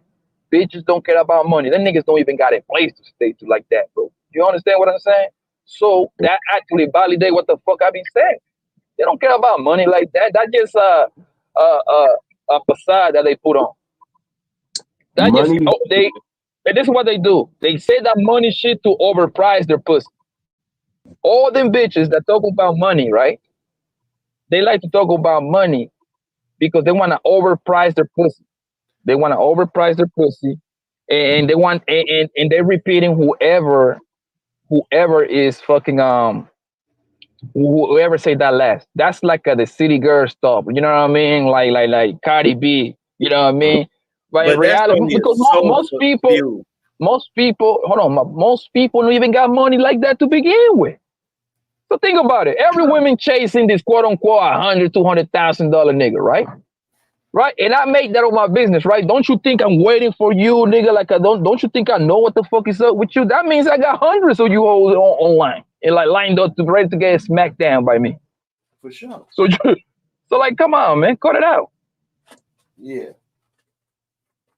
But they don't qualify for that. A lot of them. Like either you're gonna have to be beautiful, if you're gonna have your palm out, you know, or you're gonna have to have super youth, and the guy got to be old as fuck, pretty much. Those are the only type of situations where they getting paid anyway, even if it's kibbles and bits or whatever, you know. Like you're not just gonna pay no ugly ass chick. So a lot of these chicks, they be wishing and wanting for stuff that they don't even qualify for. You know, that's my point. I'm not giving none of them nothing. That's my thing, but I see it going on, you know. Yeah, Dr. Who, this is what I say, bro. I'm a believer that you get whatever you negotiate with, or whatever you can negotiate.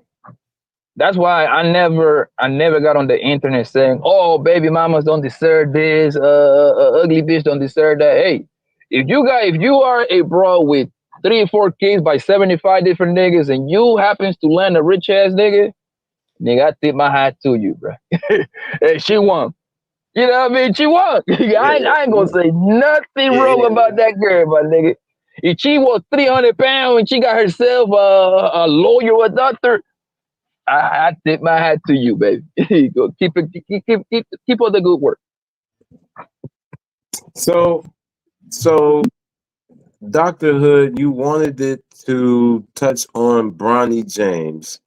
What is it that is going on that you're saying that there's some kind of hate for him What is the meaning of this that you Yeah, speak of?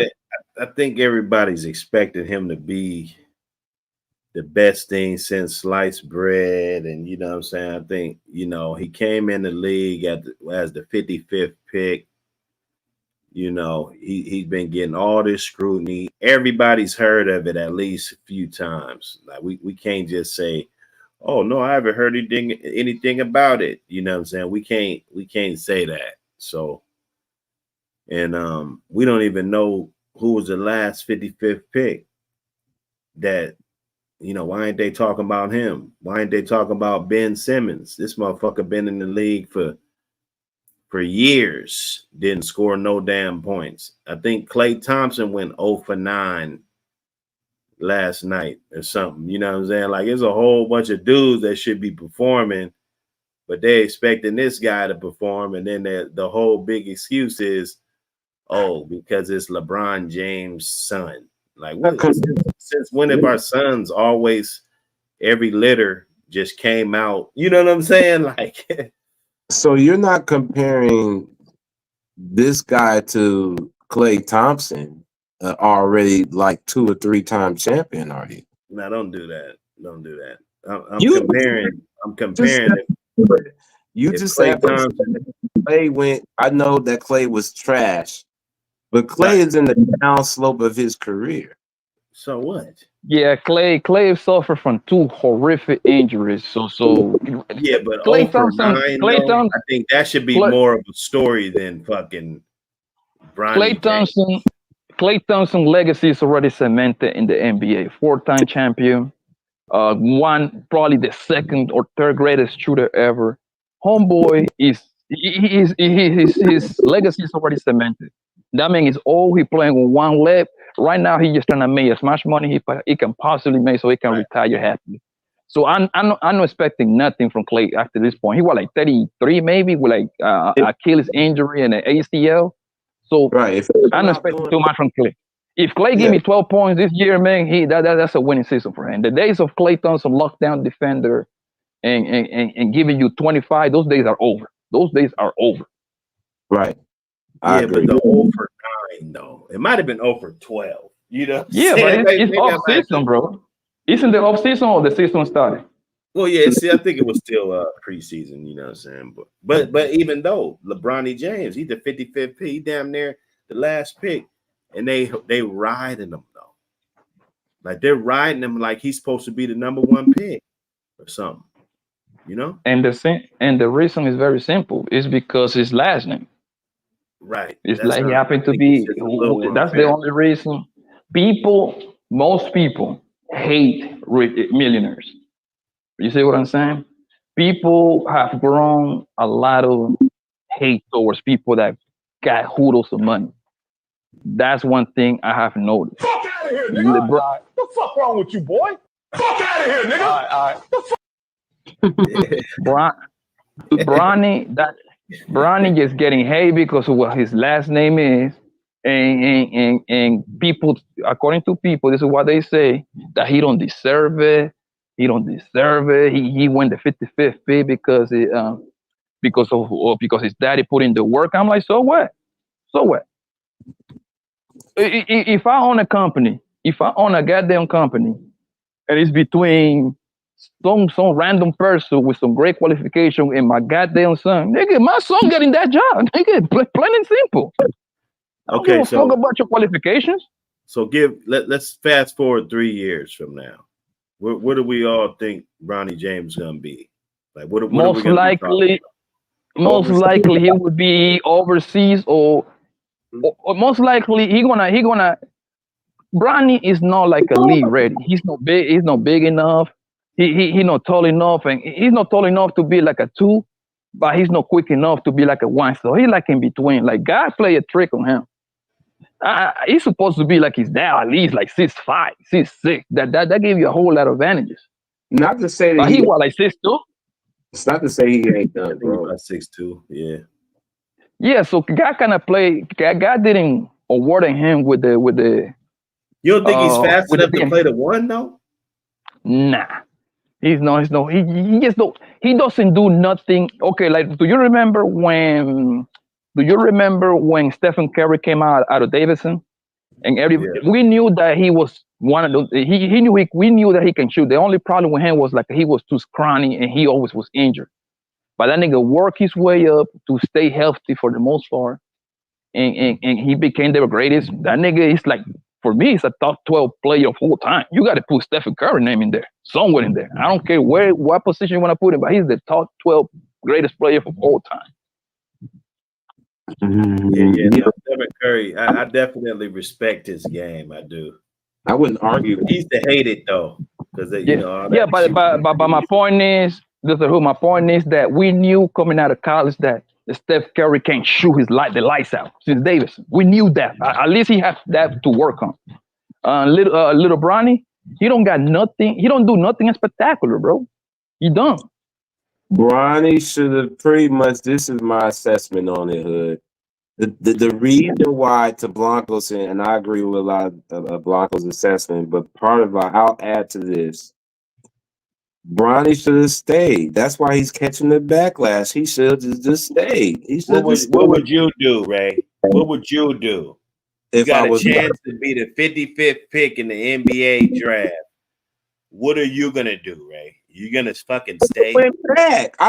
My name is still gonna be having the everybody still gonna be on me anyway. It's not every day that a guy makes it to the NBA, Ray. Listen, Isaiah Thomas from our town was the last pick in the draft, so I understand that. You get what I'm saying? And he was shorter than Bronny, okay? But he turned out. But we knew when he came out from college, all the way through that him and Nate was solidified. You get what I'm saying? Bronny hasn't shown enough in college. He had glimpses in college to where had he stayed, his stock would have went up more.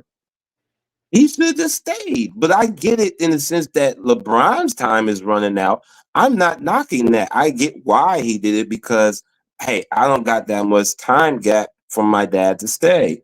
So I get that part. It's monumental. He's going to play. What about the brand, though? What about it? Does his brand matter at all?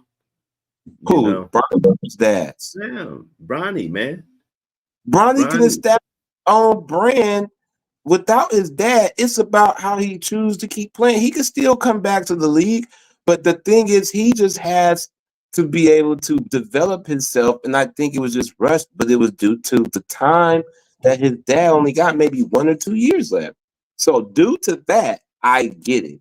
But other than that, nah. So what is he going to learn more? Being there on that NBA floor? I know he's not going to get that very many minutes. Or because he's with his dad. I think his dad being the teacher and the work ethic has a lot to do with why he's there, and nobody really talks about that. But so we won't talk about that. But to your point though, I do agree that the pressure. LA is a big city team like Philly, New York. Okay, so there's that. He's going to have the automatic rookie discipline that they give all rookies, on top of his dad being someone coming straight out of high school and no college. To your point. So, but there's the pressures of that, and he's going to be learning. But see, here's the difference, though, Hood. They need to win now. So that's the problem. Yeah. They need to win now. They're not a team that can come off the championship and sit back and stay in the redevelopment stage. He'd be perfect. He comes off the bench. I believe. This is what I believe, man, and this is what's going on. Actually, the reason why Bronny entered the draft is so you can have the first father and son situation in the court. I don't think that ever have been done. I'm not 100% sure. It have been done before, like the father and the son playing in the same, playing the league at the same time. Not in basketball. Yeah, I'm like I haven't even done my Googles, but I haven't heard of it. So what Bronny and what Brom and Bron Jr. doing is pretty much something that we never seen before, and that's going to help. That's going to help LeBron James business. That's going to be a very, very good marketing skill right there. I think LeBron James know that his son ain't like that. He ain't like that, my nigga. The little one, Bryson, he's way better. He's going to be way better than the junior, the Brian. You can book it. He already tall enough. Bryson, he already 6'5", so most likely gonna get to around the 6'7" range, 6'8". I agree with that. I think I've always felt that Bryce is going to be slightly better. But I also think that it is a good look on LeBron because it's a good look for fathers. I don't mind the nepotism part. I just think I'm answering the part to you, Hood, because of the backlash part. The reasoning there is that other than that. You get what I'm saying? Because of the fact of skipped the line in the sense of, and he didn't have to, and he still would have been in a higher stock due to his name and his potential had he decided to at least to go more another year or so. But that's no guarantee. That's no guarantee because another year, you can blow your knee out. You can have an Achilles injury. So that means in that 1 year going to turn into 3 years because it takes like a whole year for you to recover one of those injuries. That's what I'm saying. They're using. This is what's going to happen. They're going to use this whole father and son in the same thing, whatever. It's going to be a historical moment. LeBron James, whatever his business name is, they're going to use that as a marketing tool. That nigga net worth he's probably going to jump another 300-400 million, bro. And he's going to ride into the sunset, bro. And most likely, Bronny's going to play like maybe try out for like another year or two in the NBA. And he's going to take over for his father's business. He's gonna work along his father. I don't think he have a long NBA career, me personally, because he don't do nothing great unless this nigga develops some crazy game. I think he shoots better than his dad did when his dad came in the league.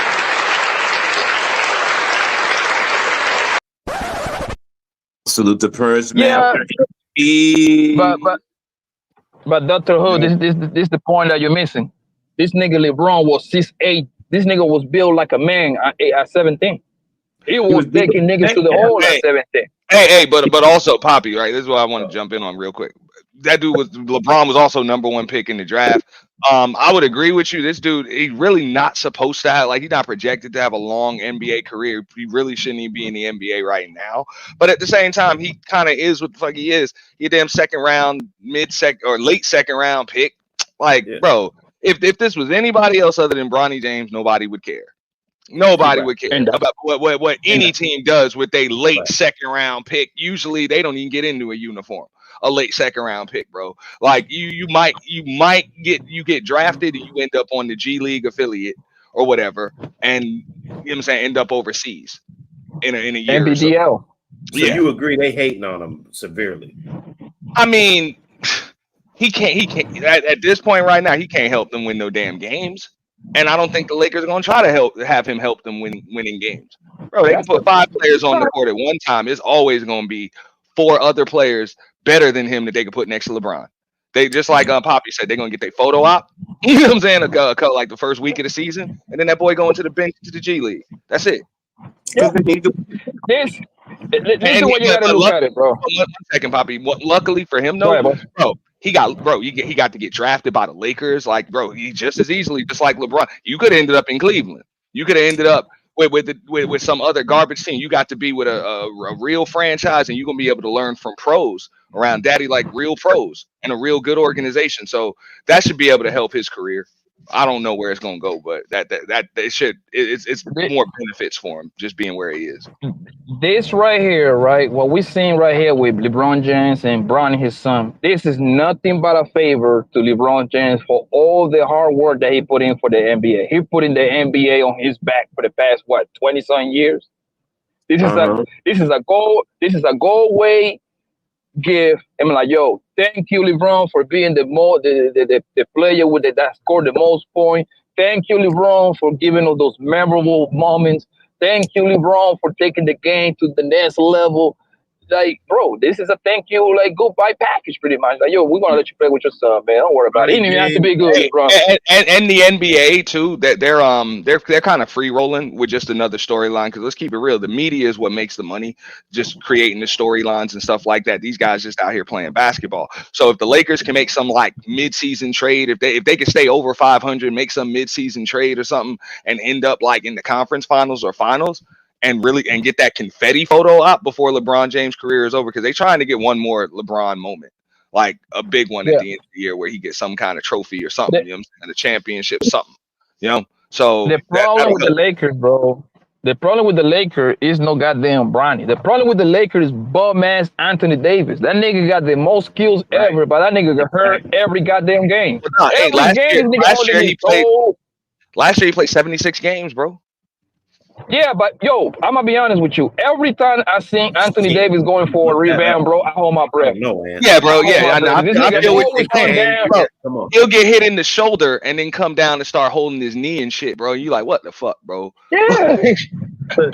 Like the Jamal Adams of the league. Yeah.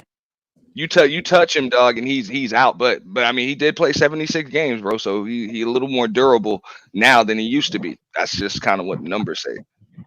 How many times he got seen by the doctor out of the 76 game? Like 75 at least.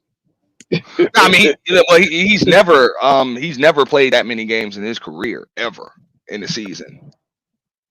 So this is the first time. Always hurt, bro. And bro, the Lakers know what's up, bro. In order for them to be competitive, even get in the playoffs, possibly have home court advantage in the first round, possibly that mean being a top 4 team, that man got to play at least 70 games, bro. I actually say he got to play like 62. You got to save him a little bit from himself. Yeah, it would make sense. But how many games you gonna be able to get out of LeBron? Like, you gotta rest him. The dude about to be 40. LeBron, if he give you 60 games, that's a winning. That's a good number right there. Yeah. Because you gotta understand, LeBron is built different. LeBron is like a goddamn horse, man, like a thoroughbred horse, man. That nigga is built like a monster. Hey, Father Time is undefeated though, dude. It is. And he's built like that, but he ain't even got, bro. This ain't even normal mileage. This is deep into the playoffs. You know what I'm saying? Like playing more games than any other player in the league. A lot of seasons, dude. Like when you go deep, he got like what, like finals, 5 seasons on playoff alone. No, exactly. That's what I'm saying, bro. People are like, oh man, yeah, he went to the finals and lost. I'm like, that shit don't matter. You played just as many games as the team that won. You know what I'm saying? You got just as much mileage on your legs. You know, so that's a serious 40, bro, for LeBron as far as mileage goes, just on his body. Yeah, but do I believe that his son get a lot of bullshit? Yeah, you got me, but it's because of the last name, bro. I think LeBron is probably like one of the few superstars that people hate more than they love him for some weird reason. Even though LeBron don't do nothing to nobody, that nigga he actually said the right thing 95% of the time. Well, I'm gonna tell you why. Because of the Jordan comparisons. If he didn't come in and just say little things like, you know what I'm saying, he didn't even just like, of course everybody was saying he was the best player in the world, but then he said it on the finals podium one day, like, why are you confident? Y'all are down 3-1 or whatever, 3-0. Why are you confident you gonna win? Because I'm the best player in the world. Oh, that shot in Golden State made me the best player ever. Like, bro, you saying stuff and they like, nah, bro, you still ain't him. But, like people ain't feeling that. But did the nigga at least live up to the expectations? Nah, he surpassed the expectations. He surpassed the expectations. That's all I want to say. Yeah, I'll give him that, bro. By him even being compared to the great, to the GOAT, to the myth, Jordan, that's a win. That right there alone is a win. Don't do that. Yeah, it should be a win, but I guess in his team, in his camp's mind, it's not. Like, he got to be called better than Jordan, and that's where the hate come from. Because it's like, bro, we know, like, we was there for it. You're not. And that's not a knock to you, bro. Wasn't nobody better than that man, man. I don't believe LeBron's better than Jordan, bro. See what I'm saying? They know. No. Like, we was there. I'm okay with that. Listen, I wouldn't argue with Dr. Hoyfield. I'm okay with that, but my point still remains the same. Just the fact that we're even talking about who's better, Jordan, LeBron, that says something about the man. The thing is that, dude, and it's really not fair that we should be comparing LeBron James to Magic Johnson. We should be comparing him to Kareem possibly, but Jordan, it ain't even close, bro. Straight up, bro. How? It's not even close. Maybe even Tim Duncan. You know what I'm saying? But bro. But Olajuwon, but bro, not Jordan. And I'm gonna tell you why. How so? Auntie, you're wrong. Undefeated for the gold ball. That's it, bro. Never lost, bro. But that's not how we define. That's not how we define who's the best. That's not how we define. That's the point that the people from the 80s, 90s, that era is trying to tell y'all. That's how they define the best, is by winning. If you didn't win, you wasn't the best. So if that's the case, then Bill Ross was the best. He got 13 championships. So now what? Now there's going to be asterisks. It was less teams in the league. You know what I'm saying? It was less teams in the league. You see? So you pretty much making my point, right? When we talk about who's the monster of the NBA, let me explain. Let me explain. No, let me explain how we do it, bro. This is pre-free agency era, so sports were just different then. Let's keep it real. I don't want to hear none of that shit, bro. Well, the Yankees had like 20 plus World Series at that time too. You know what I'm saying? Like it's different before the free agency era. Listen, bro. I don't want to hear about none of that shit, bro. I want to when we talk about who's the goal. State Warriors would have been assembled back then, Michael Jordan wouldn't have no rings. I could tell bullshit. Bullshit. And I'm gonna tell you exactly why. It was a totally different league, dude. It was a totally different league. I don't know about that. You're talking about the Splash Brothers would have been 6 men in the 90s. Straight up. They would have been Benny the Microwave Johnson, BJ Armstrong. As a matter of fact, the Bulls had a Klay Thompson. His name was Steve Kerr. So, 30, and you're going to be the 6th man. Yeah, right. You're damn right. Yeah, nobody had the green light to shoot from 30 back then. No, that wasn't the way the game. The game was played from the inside out then. It wasn't played from the outside in. It was a different game. It was played through the big man. Nobody had that green light. Cool, no problem. But you still, if the game was played like that, it would have been different. So we got to play their way. They got to play our way, though. That's fair. But the thing is, those guys can. This is fair. You said though. Hold up. Combine the two leagues together. Because we can, if they got to play in our league, we got to play in theirs. Understandable. But you're still wrong. You're still wrong because. Let me just counter his point real quick. I understand what he's saying. Hold up, Buck. I understand. Ain't no cut and shoot. They didn't. You telling me, bro? These are guys that were drafted in 19. Damn, bro. 1 second, bro. 1 second. These are guys that were drafted in 1984 and 1985. Those are guys that literally went through high school and college with no 3-point line. It didn't fucking exist. So games weren't played like that. Now, also, I get what you're saying. Yes, these guys can shoot, but if we put them in their era, they wouldn't have had the green light. Now, if you put the other guys into their era, they were excellent. Like Jordan and Pippen were excellent perimeter defenders. Probably the greatest perimeter defending tandem of all time. So, bro, come on. They can defend the perimeter. You know? This is There's where not a you're better wrong. perimeter defending tandem of all time than Jordan and Pippen. Okay, cool, no problem. This is where you're wrong. In the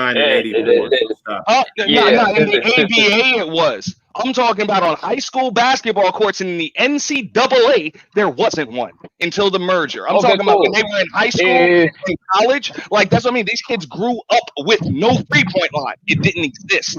If it was there in 81, but most of these guys had already been damn near pros or projected to be pros at that point. If Stephen Curry and Klay Thompson would have played on that era, they would have did the same damage they're doing right now. They would have adjusted to the era, my nigga. Like, come on, man. We talk about top fucking. Yeah, they would have had to adjust to coming off the bench. Even Del Curry said. Hold on. When Del Curry, when Steph Curry was at Davidson, and the Davidson coach said to Del Curry, his father, "Hey, your kid's gonna make a great pro one day." Del said, "Yeah, maybe overseas." You know what I'm saying? Because he didn't understand. Like, he's like, back in my day, this kid wouldn't even make the day. It would be tough enough for him to even make the team. And this was about his own son. But he understands it's a different day and age now. You can't touch a motherfucker. So, hey, his son can run rampant. So you're telling me that Stephen Curry will be coming out the bench today? This is what you make when I make me believe. Yeah. Oh, my God. I'm done. Yeah, you got it. Man. He say, what happened? Stephen Curry is Stephen Curry is a top 12, top 15 player of all time. Can you agree with me on that one, NT? Yeah, absolutely. As far as the way he changed the game, Okay, absolutely. so how the fuck that nigga gonna come out of the bench then, my nigga? Yeah. Like I say, it's a different day and age. They wouldn't have been able to use that skill set. That skill brother, set would not. Hold up. I'm telling you. You asked me a question. I'm gonna answer it, Poppy. Make it make That sense. skill man. set, I am gonna make it make sense, but they won't let me make it make sense. I thought 20 If you want to players finish can the play. question, I'll Listen, answer it. bro. And make it I make thought sense. 20 players. I'll do it. Matter of fact, I stand it up. I thought 20 players. I thought 30 players. I thought 50 players for all time can play on any era. What are you talking about, bro? I didn't say he can't play. I'm saying the way that he would have. You talking about a coach picks the fucking rotation, so his skill set wouldn't have been utilized the same way it's utilized today. It would have been more like some Vinny Microwave Johnson, Steve Kerr. I'm just being honest. That's the way they. Back then you had. Hold up, Poppy. Let me explain. Back then you had what's called specialists. Like that's what it was. So if your specialty was shooting the three, that's all they let you fucking do.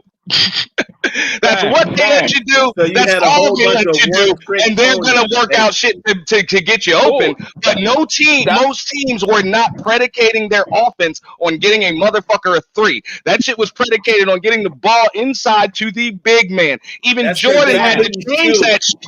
Hold That's up, 'cause Jordan they had could to not change shoot, that buddy. shit and make it so that was bro. Jordan was the only. It was like one of the first dudes Okay, that so was who's able to win a guarding Kevin championship with the superstar being a perimeter fucking player. Now Kevin Durant would have been a fucking superstar because he was so tall with that type of skill set. Who's guarding Stephen Curry on Jordan's team? Steve Kerr? Okay, Oh, you can't compare Who's guarding Kevin Durant. No, Who's I'm talking guarding about Kevin Durant? errors. No, when it comes to errors, you can't compare Kevin Durant to Steph Curry just because of the 6'11" shit, bro. This is what you wanna. Hold on one second, bro. So you want to make me believe, little dude, bro. That's what I'm saying. Like Steph is little. Wait. This is what you. No. Curry's only 6'3". Curry's 6'3". Yeah, but I'm just saying, little guards weren't the thing back then. not a Bro, little guard, it's not bro. even. I'm not even telling you that he could not play. Then I'm saying he wouldn't have. The coach wouldn't have put him in. The average That's what I'm point telling guard you, back bro. then was probably like 6 foot tall. And if the coach don't sub you in, you ain't getting in, and that wasn't gonna happen. So he's already y'all explaining it the wrong way. Yo, hold on, one mic, bro. You explaining it. Everybody's explaining it the wrong way, bro. You. This is what you expect me to believe, that Stephen Curry would have walked in the arena in the 80s, and this nigga is different. You trying to tell me that a coach would have fucking adjust what the fuck he was doing to fucking accommodate his shit, bro? This is what you If they didn't adjust that shit for Craig Hodges, they wouldn't address that shit for him. They wouldn't even address that shit for Abdul Rauf, because he was doing that Steph Curry shit back then, and they would put his ass on the fucking line. Steph Curry, nigga. I said He wasn't Abdul a Rauf. Steph Curry, bro. Steph Curry got handles. He can actually run an offense and he can shoot the lights out, my nigga. And Stephen Curry's different, my nigga. He's different. Hey, I never said he wasn't. I'm saying like this. You name a coach. Even Phil Jackson would have said, fuck that. I'm taking Ron Harper. You know what I'm saying? Because he like big defensive fucking point guards. That's what it was, bro. That's what it was. You got so Auntie, let me in the European checking, no, they needed a motherfucker with some long physical hands, or they wanted big guards, bro. That's what it was. Go ahead. So Auntie, so you mean I'm kind of asking, I kind of want to know for context. Are you saying, because even without the adjustment, you got to remember, without the adjustment of the 3-point line, there still could have been, even in the 80s, there's still the Del Currys and the Mark Prices. They still could have, wait, before y'all answer, they still could have adjusted to be mid-range shooters as well. I think that Steph would have been a great shooter either way. It had been outside, inside, because his dad was that, but he's more out and more handles, like Blanco said. He's just a better version. Hey, Ray, I would agree. I would agree that Steph Curry would be a good player in any era. I just don't think that level of greatness, they wouldn't have allowed him to achieve that in the 80s or mid 90s. Just like Mark Price. If Mark Price were in the damn NBA today, he'd be a fucking superstar. You know that. You know what I'm saying? But it was the game was played differently. Yes, there was others like him. Mark Price was a star. Yeah, but Mark Price is not Steph Curry. I'm sorry. Like he dreams of having his good, bro. Well, he's you're talking about Stephen Curry. Well, no, he's not Stephen Curry. Steph, but Mark Price also didn't have a green light like Steph do. Same with a guy like Craig Okay, Hodges. because it's not, brother, because you're missing the point. Mark Price is one of the great. The nigga can light your ass up from the half court, bro. My point is very simple. I'm gonna tell you what Don Nelson said when he told the Trailblazers from Jordan, and they say, "Well, we need a center." And you know what that nigga Nelson say? Well, put Jordan as a center. My point is, Hold up, before you finish your point, but what did the Blazers do anyway? Hold up, Poppy. What did the Blazers do anyway, despite that good advice? What did the Blazers still do? They went and drafted that. They drafted Sam Bowie piece of shit ass because that's what teams did then. They did dumb shit. You know what I'm saying? That's what I'm saying. That's why I said even if dumb shit would have been bringing stuff off the bench, teams would have did that shit because it was common shit. The point that I'm trying to elevate in here is very simple, bro. When somebody is that special, you make it work. You're gonna put your thing around that special talent. Steph was different, bro. That nigga was a magic. First of all, that nigga is a great pass. He can pass the ball, great handler. Yo, Steph would have dropped 35 per game back in the day. With that shooting ability, and you got them slow food ass niggas back in the day, you must be at your goddamn mind. Bro, Somebody can stick around. The coach got to put the ball in his hands, dog. Just like you said with the Jordan and Sam Bowie. It's like, yeah, if y'all need a center, whatever, jump him at center. This dude is special. You don't miss him, and they still took Bowie anyway because that's what it was back then. You picked up the big man first, and you put everything else around it. That's the way they did shit. I get what you're saying. I'm not even disagreeing with y'all on the skill set and everything, but you can't drop 35 unless you got the ball. The system got to be giving you the ball. We've been listening real clear, bro. So you mean to tell me that a little ass Steve Kerr could have been in the league back then, but Stephen Curry couldn't?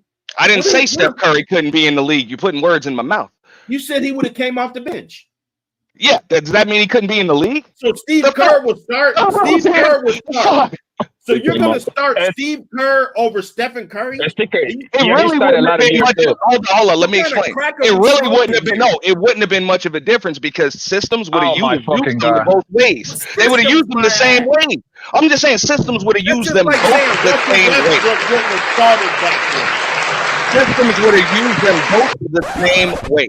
That's the way they used shooters back then. If you shot, that's all you did. You didn't handle the fucking ball too. You know what I'm saying? You waited until the big man backed it down, defense collapses, and you passed it out. If he ain't got the ball, what's he gonna shoot? The shit's going to the big man first. If he don't have the ball, what's he going to shoot? The ball's going to the big man first. You're gonna start okay, cool. If a Steph Curry, hold on one second though. If a Steph Curry would have been available at that time, if a Steph Curry would have became available at that time, he would have been a coach smart enough to innovate his game and center the game around him, bro. That's what would have happened. Bro, they didn't even do that for Larry Bird. Okay. And Larry Bird can shoot the lights out. Larry Bird is a 6'8", 6'9" guy. Like I think he's like 6'7". Never beat Bird. Jordan Bird could shoot the lights out, but the game the offense was never predicated on Bird just shooting all the time. It wasn't. Even though Bird could shoot the lights out. Yo, the Celtics was. The Celtics. What are you talking about?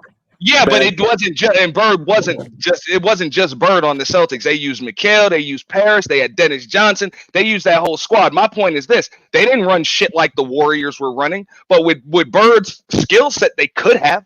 They just chose not to. No, so because they wouldn't have the other players. They wouldn't have the Stephen, the Klay Thompsons and the. They had Dennis Johnson.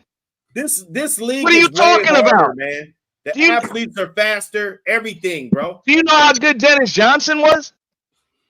Yes, we know. He won the ring here in Seattle. There you go, bro. You know what I'm saying? The only finals MVP y'all got. He wouldn't have been starting in no league today. I know that. His ass probably couldn't even run the floor with these young motherfuckers. Come on, man. Yeah, we gotta stop the LeBron James hate, dog. Yo, Dennis Johnson. Why is it hate when you say the fucker ain't better than Jordan? That's hate. Because you cannot compare. Better than Jordan, dog. Because by your point, You cannot compare Dennis Johnson. LeBron's better than Jordan. You cannot compare Dennis Johnson with goddamn Clay, my nigga. Like, come on now, bro. Like, you're going too far with this bullshit, Yeah, he's bro. crazy, bro.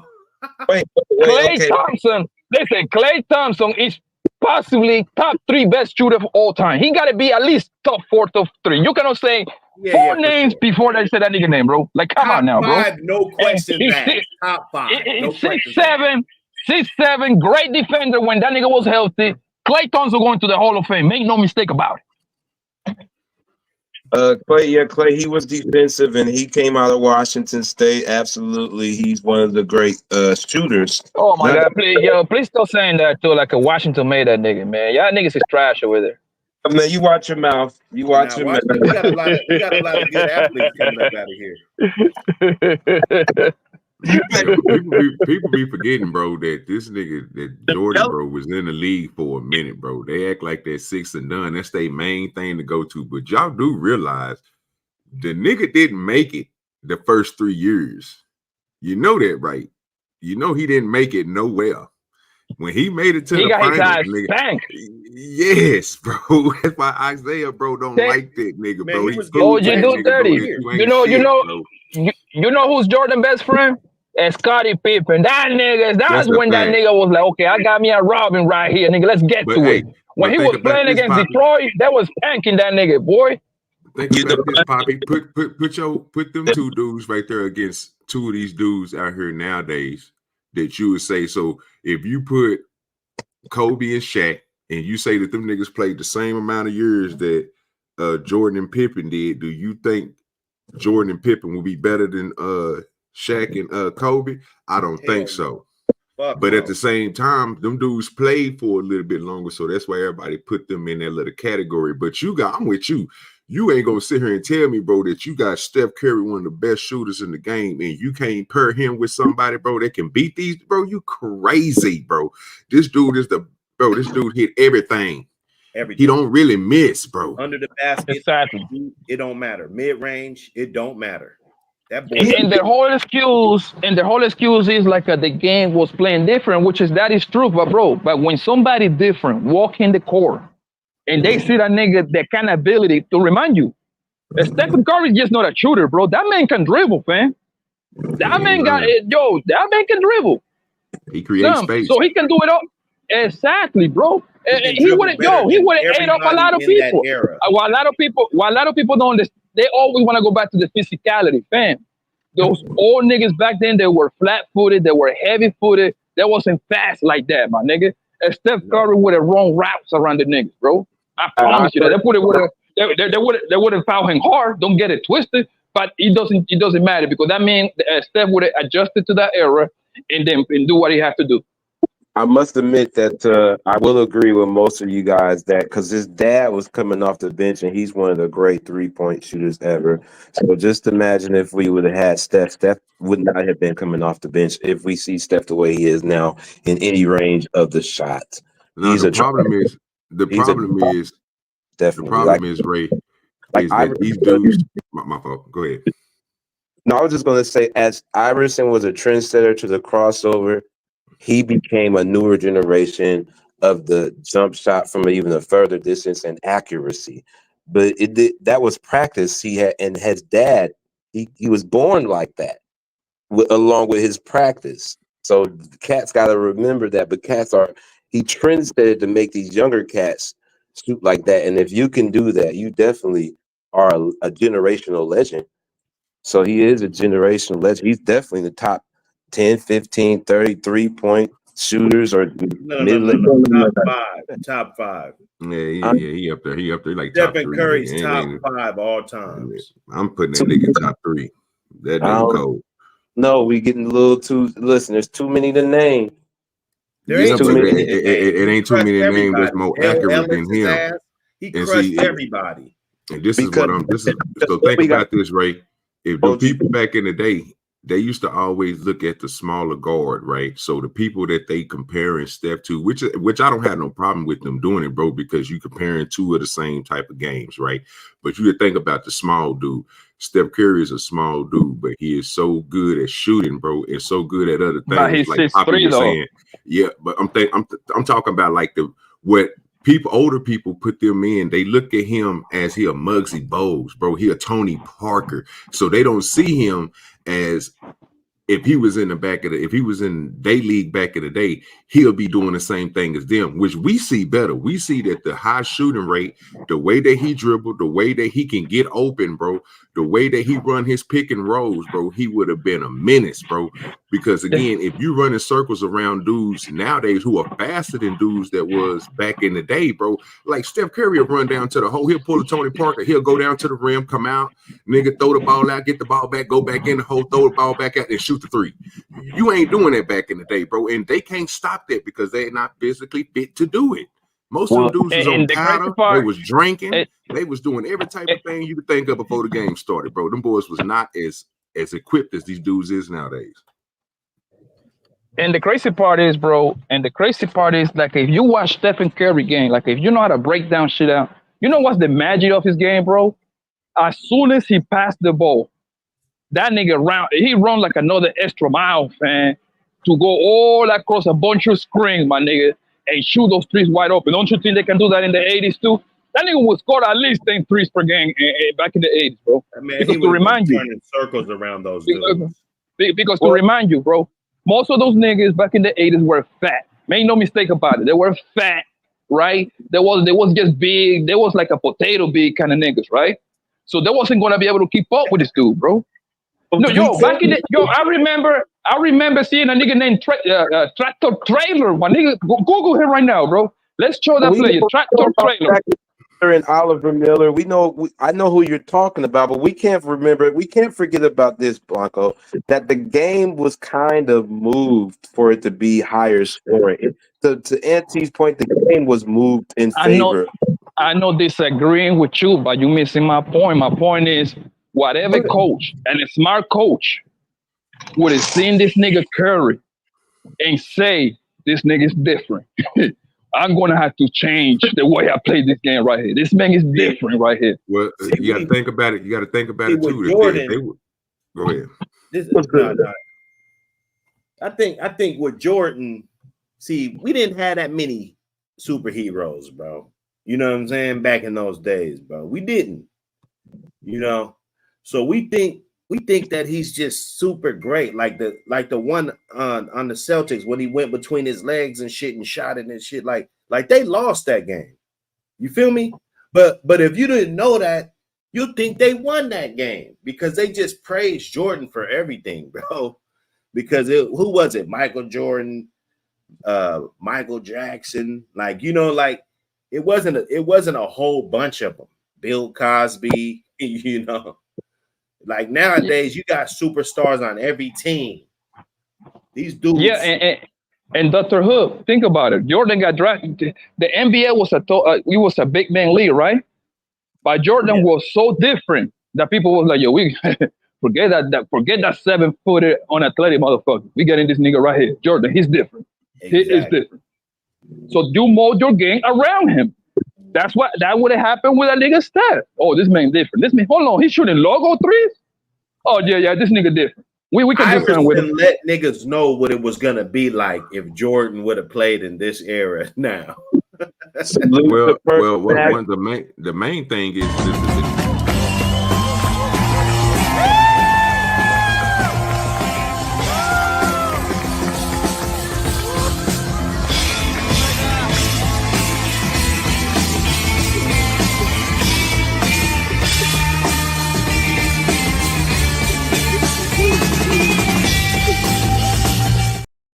My bad, super chat. Salute the Auntie. My bad, OG Do Dirty for the $5. So saying that a man is the 4th, 5th best to ever pick up a basketball is hate. You can go ahead and answer that. OG Do Dirty. My bad, y'all. Go ahead. You were saying one thing people got to remember, bro, is back in the day we comparing two different styles of basketball. So these dudes was optical to run a zone. Do you know what Steph Curry could do to a zone? he would tear that zone up because zone you don't move, playboy. You stay at these dudes used to stay in one spot for 11, 10 seconds. They patrol one area in specific. That's what the song is. Patrol one area. This dude shoot 37 feet. It's the dude that's 10 feet away from him, bro. He gonna kill these dudes. His numbers is going and open because they not moving. That's what people don't realize. The defense and the basketball changed, bro. They made these dudes go out and guard other people's. These teams used to just sit around because they know everybody was going to the hole, and they should just sit down there and pile up big man. So they left the outside open, a place where this dude is efficient. He would have killed them, Klay bro. Thompson would average 50 every time, bro. Y'all would have to come out, and then when you come out, you open up for people who are big. People who got the mid-range shot. And one thing Curry got is a mid-range shot. The boy can shoot a 3, but the boy don't miss too many 8 to 12. It's going in, sir. It's going in. So you trying to tell me that if these dudes was playing back in the day, bro, that they wouldn't be able to break their system down? Bro, Iverson broke their system down. And he couldn't even shoot like that. Tony Parker broke this system down. Steve Nash, these ain't even dudes that's on. King Hardaway. Do y'all remember King Hardaway? He broke their system down, bro. Why you think Hardaway and Shaq was so cold on Orlando? Because Hardaway was able to break that zone. And then once he broke that zone and people start moving around, what did Shaq do? He broke rims, bro. It was only one person he had to dunk on because at first it was 2 or 3 down there trying to block him. And then they switched the game up a little bit later on when he got to playing with Kobe and them, and the game got a little bit faster, like Ray was saying, which was a good point, but that still made the basketball level, that's what made the skill level go up. You just couldn't be strong and dominant no more. So these dudes that need to be skilled players, bro, Steph Curry, Tracy McGrady, Vince Carter, you can even say Steve Francis. You can say people like this, bro. These dudes were skilled. All you do, Daddy. How many 6'5", 6'6" point guard was in the 80s? Man, you probably one anomaly. He was on the bench. Mm-hmm. And that's the average size of the point guard nowadays. Like literally, it's hard for you to find somebody, a point guard that is like 6'2", 6'3". It's like 4 of them. It's like 4 of them, back in the day, though. Easy back in the day, you had Jet from John the Mavericks. Stockton, that nigga like 6 foot. All these dudes small, running around circles around all these big dudes. So you mean to tell me that Stephen Curry is not faster than John Stockton, Jeff Hornacek? You crazy and out your mind. Imagine Imagine you having Stephen Curry playing the pick and roll and you get Shaq on the switch. Oh Lord. Good luck. Man, Good luck. That floater he do is 50. Crazy. Steph Curry got a floater, bro, from I'm gonna say about 12 foot out. I didn't see this dude do a consistent floater from 12 foot, like before you get to the free throw line. Shaq gonna dunk that every time, bro. That's a lob every time. He can't stop that, bro. You know who would fucking be a monster like in the 80s, 90s kind of basketball game? Russell Westbrook. Oh, that nigga he's perfect for that kind of game right there. He's strong enough. He going to the restaurant. He's perfect for that. But better than Scottie Pippen. Oh no, you're going too far now. Is better. No, you're going too far now. Come on now, bro. I kind of can see that. I cannot. You have to break down there. You got to break down that metrics because I got to see that. That's going to be kind of hard. Look at the skill level, everything. Andre Iguodala was a beast too. Now he was a beast. Yes, he was. He wasn't Scottie Pippen. Scottie Pippen pretty much was like the first LeBron before LeBron in Magic Johnson. He was like the first, like one of them, a great small forward. What? Scottie is very good at standing on the offense. I hope you know that, right?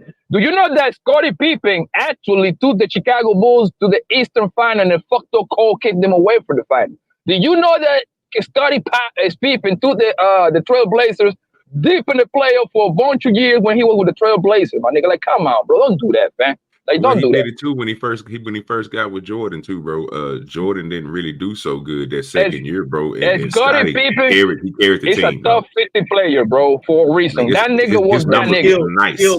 Skill level. You I know, think the Sonics are giving y'all Scotty you got to Pippen. look at the skill level. You know, And Scottie of both Pippen is players. better than Andre Iguodala, bro. Like come on, fam. Take them out of those. The only thing Andre Iguodala is better than Scottie Pippen is a donkey, man. That's where it starts. That's where it ends. That's where it starts. That's where it ends. Well, I don't know about that either because He can shoot that three better than him for sure. Scotty was a look at his dunker, numbers bro. right now. I bet you Andre Iguodala has hit more threes than Scottie Pippen. I Yeah, bet you, bro. Player by player, player by player, IQ. Nah, bro. All I'm saying is when we make these assessments, let's just weigh it all in, fellas. It might not be so far off. Well, say it like this. So think. Go ahead, Ray. Are you saying Iguodala is better than Pippen? Hood, you better stop making these comparisons now. Yeah, this nigga, he on the Mexican about the championship and all that. I'm talking about just take both dudes up out of there. You know, I think Iguodala can probably jump higher. I think he's faster. You feel me? I think he can shoot better than Scottie Pippen. He can do a lot of things better than Pippen. So you think I don't know about the shooting. I don't know about the shooting. I don't know about the shooting. We got to look at some numbers, man. Because he had numbers. One thing I do know about Scotty, bro, Scotty was a beast on and he defense. got championships too. We can't say Iguodala don't got championships. He was the MVP. He came off the bench, bro. Hey, Andre Iguodala was the MVP in the finals. Has Scottie Pippen ever been the MVP in the finals? Okay, cool. Okay, I tell you why he became the MVP of the finals, then, brothers. Okay, cool. You know why? Do you know why Iguodala was the MVP of the finals? Because he held on to LeBron to 38 points per game. Wow. Right. Okay, congratulations. 38. Curry. 38, nigga. 38 points on your head. That shit was so crazy that they were thinking about giving LeBron the MVP and he lost the first final round against Golden State. So they gave him the MVP. Iguodala got a ring later on down in his career. I think Iguodala. Yeah, he got a bunch of them. He was like the sixth man for them for like at least what? At least got 4 rings with the Warriors. At least. Right? He got 4 rings. But don't ever fix your mouth to say that Iguodala better than Pippen, my nigga. You're doing too much right now, bro. Like come on, stop. Yeah, Scotty was a little bit colder than him, bro. Especially when, like I said, when it came to defense, niggas that he had to go up against. That's it wasn't that. It's just that Scotty guarded everybody, bro. Yeah, Scotty guarded everybody from bigs to small, bro. The dude didn't from 1 to 5. Yeah, bro. He was a little bit different, bro. And like I said, and he is a person, bro. When it came to switching, going from defense to offense, bro, the boy was a cold, fast breaker. The boy had eyes. The boy had good passing skills. The boy always did something, bro. Everything you just named, bro. Well, you talking crazy. Iguodala was known as the 6th man, though. No, he wasn't. He took that lesser role, bro. He was like damn near the number 1 pick when he went to the 76ers. That's the supporting role. When Iverson left, he was the star of the team. What are you talking about? They went. Stay right there. Cool, no problem. Hold on 1 second. And stay right there. What happened when that nigga was the number 1? What happened? Nothing. He put up numbers. Oh, I don't care about the number. What happened with the season when that man was number 1? The same amount is what Scottie Pippen's ass did. We got record. It was lower than that. We got record. He did take him We to got the record. playoffs. We got record. We got record of fucking Pippen being the number 1, taking his team deep to the playoff, bro. To finals and shit, my nigga. Like, come on, bro. When y'all say shit like that, y'all sound ridiculous, bro. Nobody in the history of basketball going to fist their mouth to say that Iguodala is better than Pippen. Come on, man. Still, if you're looking at body, what he's done with Michael Jordan, then you could make the argument for Pippen. But I'm talking about just skill level. You know, both of these guys, 1-on-1. Who's better basketball player? Scottie Pippen. Well, it's not even a comparison. Pippen, bro. Scottie Pippen go turn him up. I just think okay, cool. You take him, you lose. No problem. I'm cool with that. You take him. I don't. He's faster. He's probably gonna get more boards than him. He's not. You know, he's not. He not, bro. He's not faster than Pippen, bro. I'm telling you Yeah, that right he now. is, He's man. nah, Pippen's never nah. been known to be a fast guy, bro. He's You made crazy, them all bro. team Bro, points he had never. career. they broke the Bulls broke a record, bro, in fast breaks, bro. Do you understand, bro? Yeah, That Pippen started all of them, bro. against fat dudes. That he just said it was a It bunch of wasn't fat dudes out there. no, sir. Not down in the bottom, bro. We talking about an age of basketball. It How was you get a fast break? three people, The dudes are bro. not getting Three back people, in bro. time. Bro. A fast break don't depend on the people. Everybody getting down there, bro. You beating them down there, bro. You're fast, sir. What you talking about? Just because them dudes was slow, bro, don't mean that he wasn't faster than them, bro. The fact that Go ahead, Poppy. He probably broke up. D, listen, man. This is why Hood. the fact that we even discussing, the fact that we even putting Iguodala and Pippen on the same sentence, that should be a crime. That should be a felony, bro. You should be ashamed of yourself, my nigga. Like straight up, bro. Hood know better. He just trying to start shit. Now He don't believe. You guys are prisoners of the moment. Yeah, he don't believe that. That's your problem. Iguodala still like playing, I guess. So you're the prisoner of the moment right now because you haven't seen people playing for the past 20 years. That applies to you. Hood was watching. Hey, man, we're talking about just skill level, man. We're talking about skill level. Hood, okay, cool. Watch them same games. Great skill. Like there's probably a young guy right now. Like I could make a bold statement right now. It'll sound crazy, but when you look at the skill level, you already did. Okay, check this out. I think Apollo Banchero right now only been in the league. I think it's like his third year. He was a #1 pick. The Orlando. Yeah, I think he's better than, let's just say, let me pick on somebody. Sean Kemp. Nigga, stop it, bro. Oh my God. He's better. His skill level. Now, I'm not saying that he's done more or took his team and did. I'm not saying that. I'm talking about just break it all the way down to the handles. Bro, and then break it down to the free throws. Break it down to the outside shooting, the defense, running the floor. Banchero can run the point. He's 6'11". He's 6'10", 6'11". He's shooting threes, everything. You feel me? He got a better jumper than Kemp had. Way better jumper than Kemp. So you got to look at it like that. That's what I'm trying to compare this just skill level. I'm not talking about Hall of Fame status and I'm not talking about that. Championships. That's all he got against him is jumper. Just like Kyrie, who could dribble. I know Tim Hardaway and those guys. They couldn't dribble like Kyrie though. They didn't have even Iverson. Iverson didn't have handles like Kyrie. Kyrie was just a little more a notch up. He was. Kyrie learned his game from Iverson. He learned. I can give you that, bro. But when you said Sean Kemp, bro, you really got to understand this dude was a freak of nature, bro. Knows. Yeah, but he really couldn't create his own shot like that. Bro. You talking about a shot like Banchero, bro? A shot, bro. A shot when he ain't even gotta shoot the ball, bro. He can literally bag you down, bro. The boy's skill level was cold, bro. He was able to do stuff, bro, with none shooting. That's crazy, bro. Listen to what you're saying. You're talking about somebody nowadays, bro, who is burst and everything and ain't really got nothing to put on. The boy is gonna lose against Sean Kemp. Yeah, like when somebody say like the motherfucking Iguodala is better than Pippen, man, I kind of kill the whole divide, my nigga. Like, well, when he broke it, like I said, I got to know the metrics, bro, because if you saying that the skill level, bro, is going to be your athletic ability, bro, it's going to be stuff, bro, that's going to help you out during the, offensive part of the game. But OG do dirty.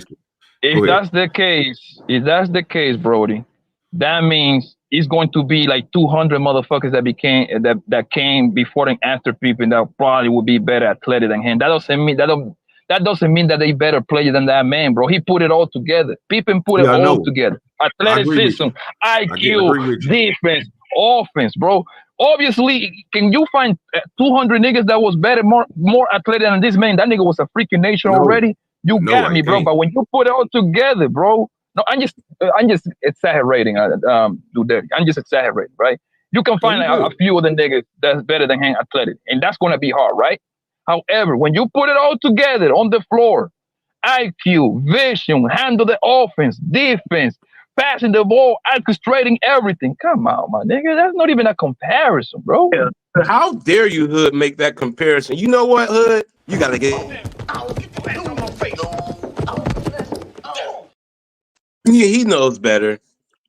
Hood knows better. I don't know what he on talking about Pippen and Iguodala in the same sentence. Well, I don't know what it's because he told us his criteria, bro, is because he got an MVP's final, and I understand what he mean by that. But I understand. But listen, what I'm saying, I agree with Poppy because I know that Pippen was, bro. He was on a whole nother level, bro. When it came to between Iggy, come on, bro, this dude.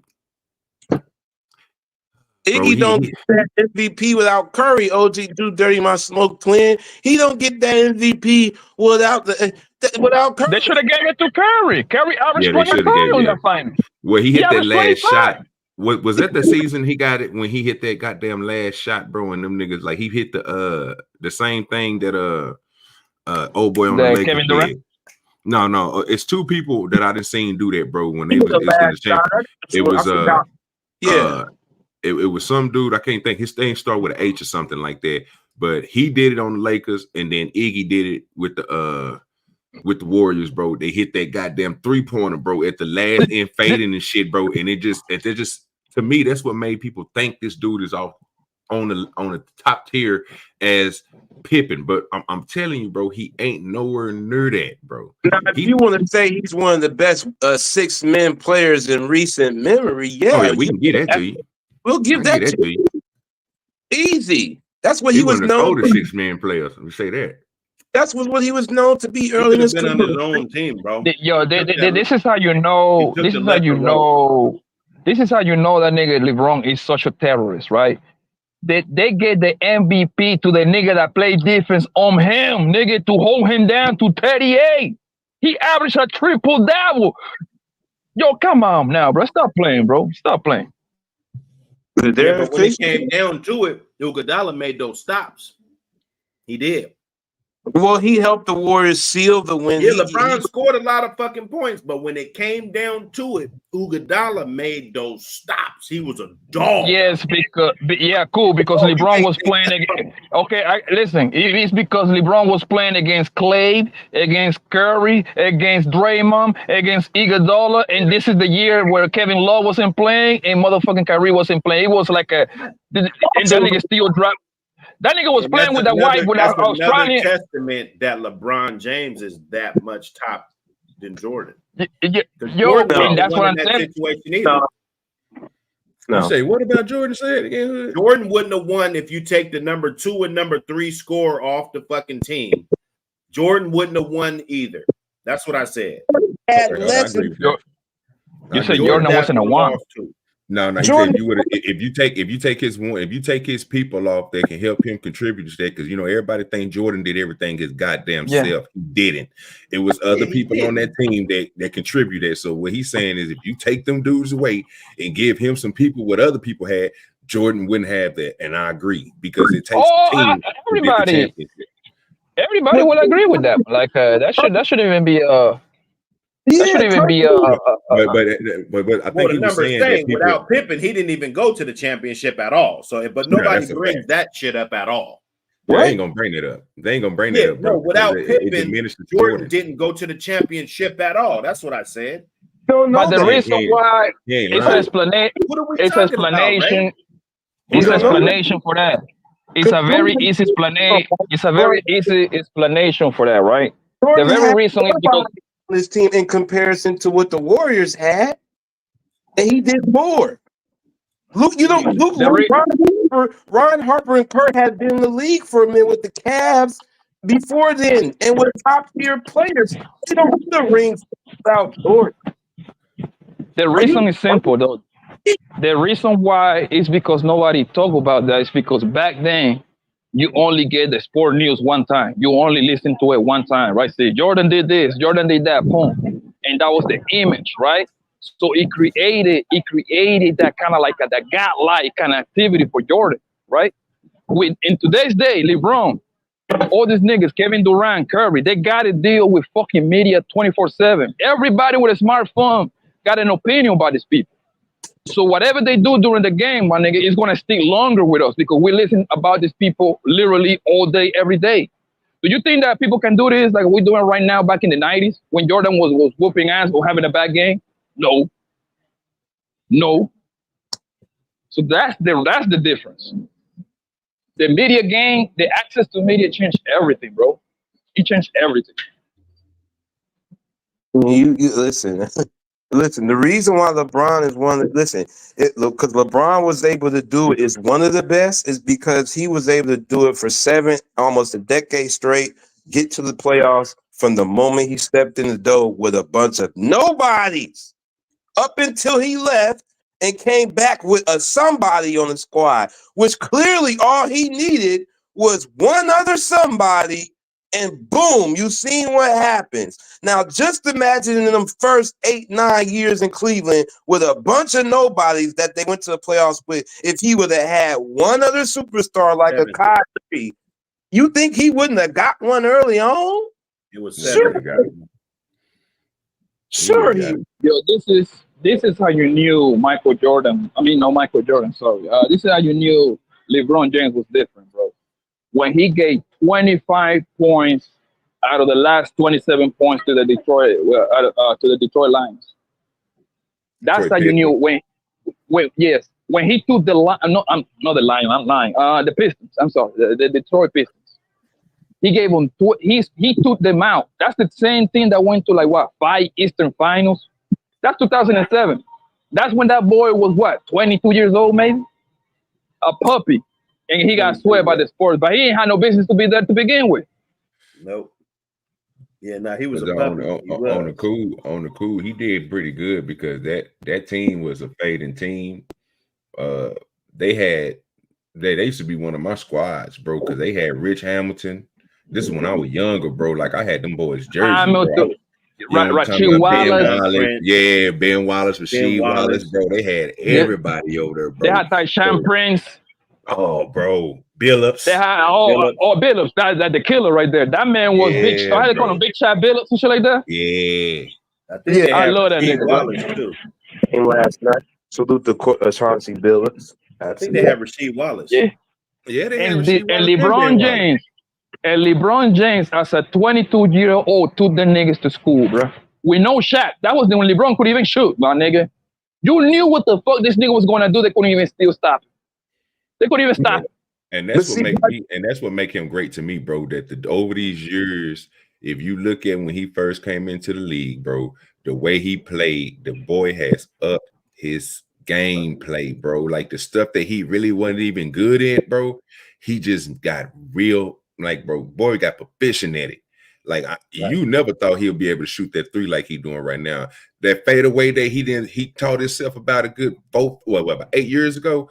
Bro, that thing it's so good right now, bro, that we already that's his money now. They can't stop that thing, bro. Like he didn't perfected that. You know what I'm saying? And do daddy though, and this is the killer right here. When that nigga LeBron came back from that 3-1 deficit against the Warriors, and Kyrie was coming along, that's when Kyrie became a monster on that fucking series, bro. That's when the fucking Golden State Warriors, they activated that reverse Uno card. That's when they all got together, right? They all got together and went and hollered at that nigga Kevin Durant, like, yo, come play with us, man. It's an animal coming. Kyrie and LeBron, we won't be able to beat this nigga the way we are. We need you. That's what they fucking got into rings after when they got Kevin Durant, bro. Right. Because LeBron and Kyrie, that tandem right there, my nigga, those niggas were those niggas were monsters, bro. Right. They set these teams up. Remember Boston? They set Boston up to stop LeBron. Everybody's trying to stop LeBron. You gotta look at that. Here's the thing, though. My point, though, the East was trash, but LeBron's team he had all them first few 8 years was trash, and he still did it all by himself. All he needed was a Donovan Mitchell and Kyrie back then, and it would have did what he did when he did what he did with Kyrie. And that's why LeBron James get, and to go back to what we started talking about LeBron, right? LeBron, that's why the little son get the hate, because LeBron terrorized the league. Remember, LeBron went to the finals for like 7 or 8 years straight. Remember that? He went 10. He went like 4. He went 4 with the Miami Heat. No, I don't know about no 10 in a row. That you're going too far now. Bro. No, it wasn't no 10 in a row. To the finals. I'm talking about NBA. Listen, I'm talking about NBA finals, bro. Nah, listen, bro. Might be conferences, it was but four, not it was finals. 4 with Miami. I think it was another 4 with Cleveland, and then he went with LA. Nah, bro, you missed it again. Listen to me, bro. It didn't win 10 in a row to the finals, my nigga. You probably confused with the Eastern Final or something, bro. Hold on. Let me tell you. Ray is right. It was 10 straight trips. It was 10 straight. It was 10 straight trips. I'm sorry. the finals. No. Yeah, it was 10. Not to the finals, bro. Not to the finals, bro. Not to the finals, bro. Oh, no. Hold on. My bad. Poppy's right. No, it was 8 straight trips. I know I'm right. I'm always right. It was 8 straight trips to the finals, 10 trips total. He's right. No, hold on. I'll explain. 4 in Miami, then 4 in Cleveland. All right, and the other 2, that's the first one in Cleveland in 07 and the one in the bubble. 10 trips total, 8 in a row. Yes. Poppy's right. Yeah. So he missed 1 year. He came to the 2 years. So 10 out of 11. 10 out of 11 years. Okay, that's good. Yeah. So yeah, it was 8 straight. So it was 4 because remember, before he got to Miami, he went to the finals once. That was in 07. You know what I'm saying? But then he went 4 times in a row, and then went right to Cleveland another 4 times in a row. You will never give me to say anything bad about the land's own LeBron and what he did for the state of Ohio and the land. And he will be a generational legend for sure, and what he was able to do for my Cleveland Cavs is one of the best for sure. I will never did something that nobody when could ever LeBron do, and that's when LeBron retires, every city that got an NBA team, they should build a statue for that man. And I'm even a LeBron James fan like that, but that man deserved that, bro. But the thing is, bro, you was in Miami. They building Wade's. He will, even though LeBron probably had his best years in Miami, he ain't getting one out there, bro.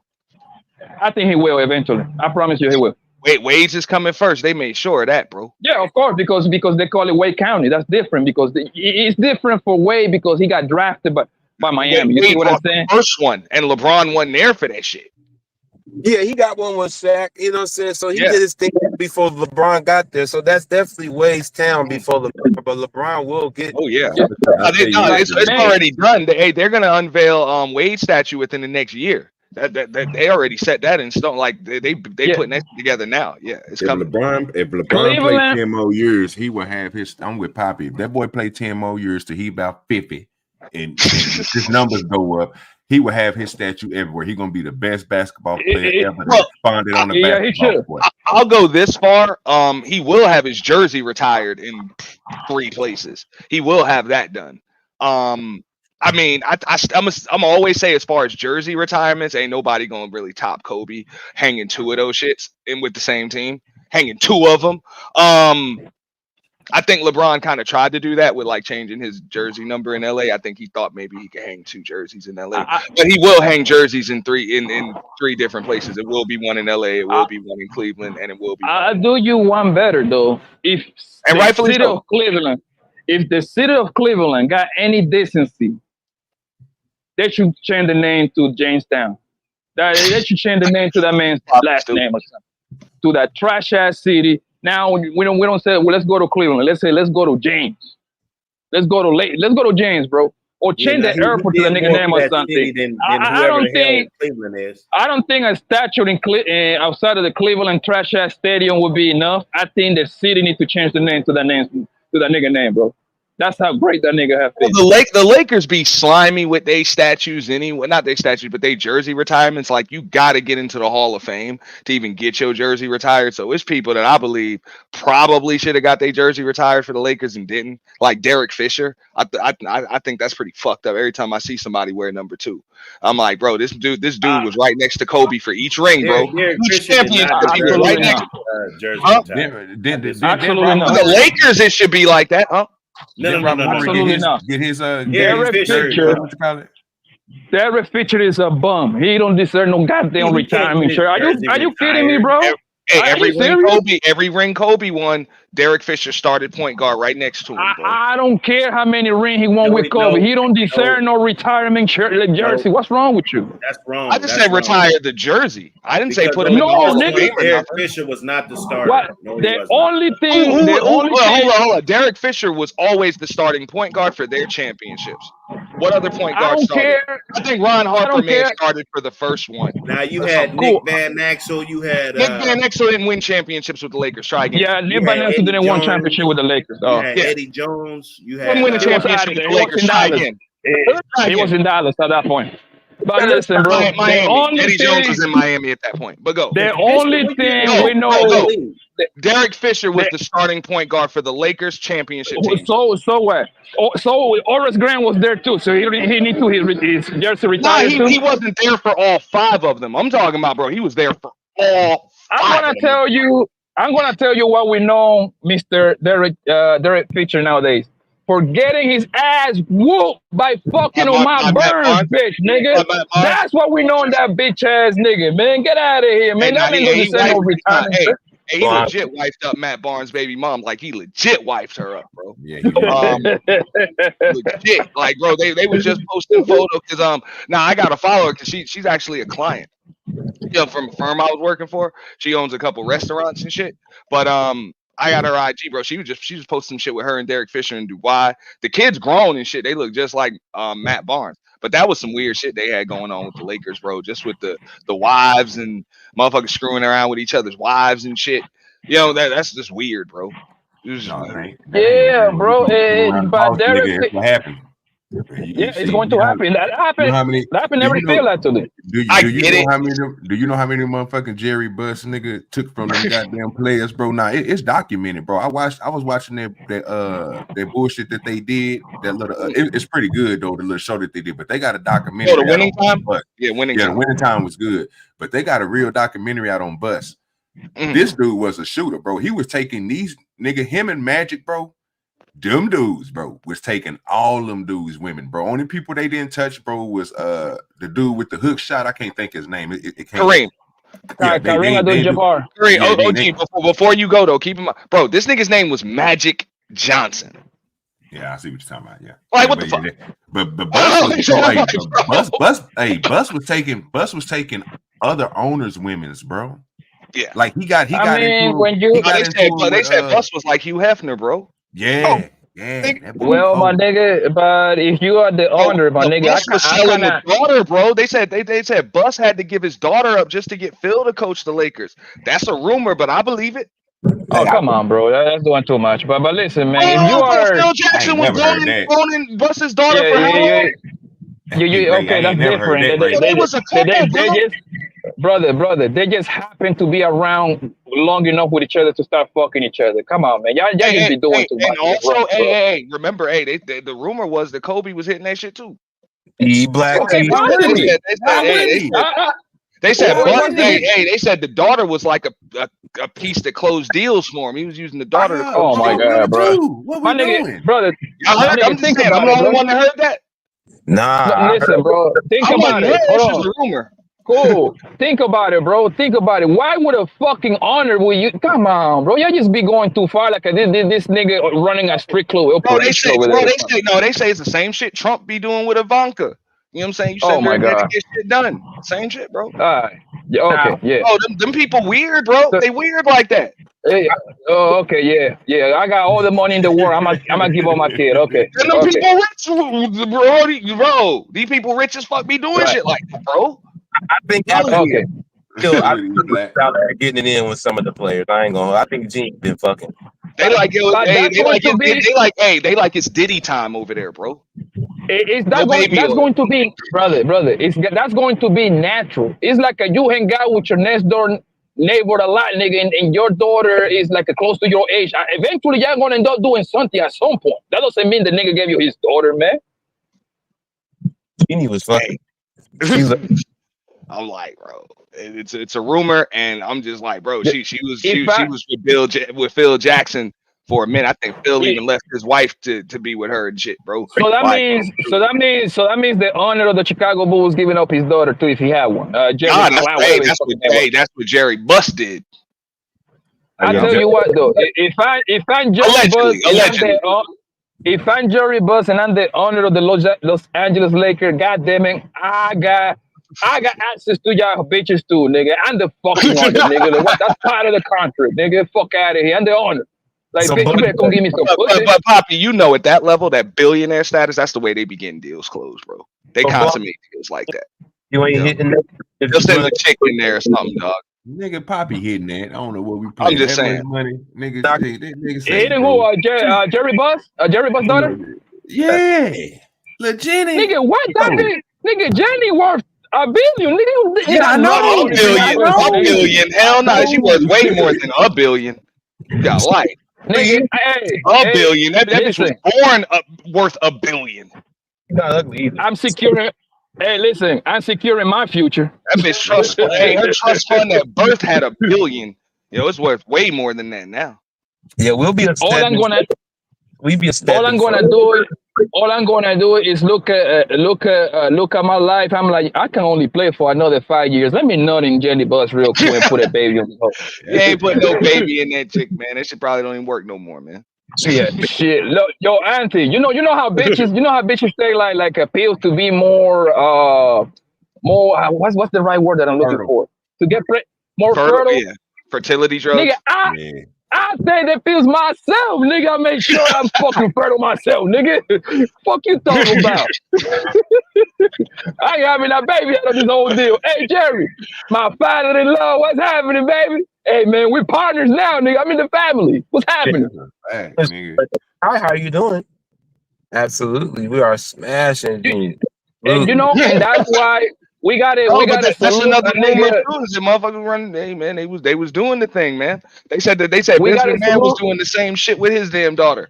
This rumor. We got to salute a nigga like A$AP Rocky, nigga. That's how you secure your future, nigga. You put your nut inside of a billionaire bitch, nigga.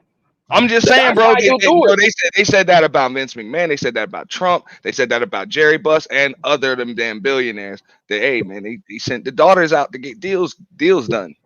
Well, let's not forget also shout out Kim. I don't know about that, bro. Hey, it's a rumor. I wasn't there.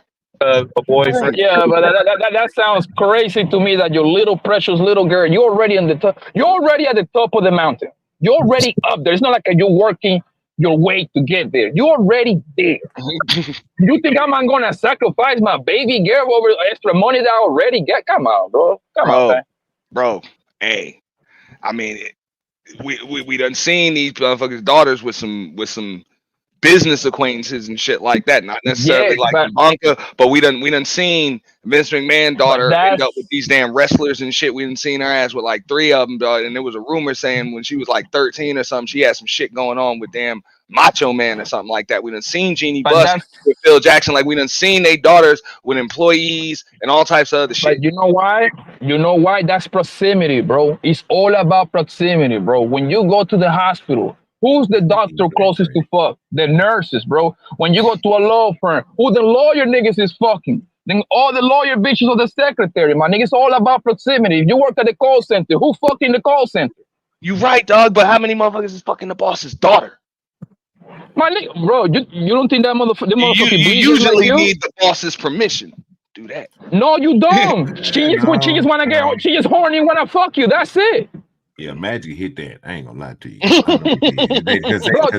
They were real close. They said they were real close. He used to go over there. Genie was close with everybody, bro. Think about it. These people is. She said her and Kobe was close. She on her 20s in there. She's spending 10, 16 hours in the goddamn stadium practicing and all of that. That bitch want to see what that black meat do, bro. It's simple like that proximity, bro. Y'all think Magic hit that? Yeah. Nigga, if I'm Magic Johnson, nigga. They said Magic hit them all, bro. That's how he ended up with what the fuck he ended up with. They're going to get that bag. Yeah, him and Isaiah Thomas was some other shit. And both of them ended up with fruity sons. Isaiah and Magic. Bro, it's like this, Anthony. You working with Jeff Bezos' daughter, man. I didn't even know that man got a daughter, but let's assume that man got a daughter. She's like 28, 30, some shit like that, right? You working with this girl literally 5 days a week for you looking at her face, you're laughing at each other's joke for 10 hours per day, my nigga. Something is going to happen if that hair pussy get moist, my nigga. It's natural. It's some natural shit, bro. I get it, but Jeff Bezos' daughter, bro, that boss's daughter ain't just got just a normal job, bro. If she's my fucking God, the boss done put her ass there, bro. Brother, these people just because you know damn well you a daughter, billionaire, you ain't about to have your daughter around all these damn dudes, bro. Come on. Hey man, you pretty she's smart. Going to be. She's going to be in the office, my nigga. She's learning to take over from the family business. She got to be around. Well, she took that shit. I ain't gonna lie to you. Like I said, after watching the documentary, I didn't even know, nigga, that she did her brothers like that, nigga, when her daddy passed and shit, nigga. She was not playing, bro. Nah, she had to though, bro. That was bro, the city was kind of on her ass about that because the brothers was kind of fucking shit up, bro. Man, she did a good job though. That's all I could say. I just say, you know what I'm saying? That was crazy. She won a ring. Yeah, at least she did it. Like she won one ring, the Bible ring, Cracker Jack box ring. Yeah. But they got it. The ring is a ring. They can't. It ain't their fault. It ain't their fault. Yeah, it ain't their fault, bro. Yeah. People try to say that bubble championship. I mean, it was what it was, bro. It ain't everybody had to compete for it. That's what I'm saying. It ain't their fault. It ain't like they said, hey, we only winning this ring if it's in the bubble. Y'all got to make it be in the. That was the circumstances, bro. So that shit that I don't like when they try to use somebody team's level of competition to downgrade them. I'm like, bro, you can't help who the hell you had to play against. You know what I'm saying? All that matters is if you beat them. Well, they played against the best, bro. I mean, them niggas, they had a whole fucking tournament, bro. Nigga, if you lost in the tournament, nigga, you lost, bro. Nah, in fact, I'm just saying, hey, you play who's in front of you. That's what people tried to say. Oh, the Celtics last year, they didn't have to play nobody, bro. They played who the hell was in front of them. And that's the cool thing about being a number one seed. You're supposed to have the easiest road, statistically.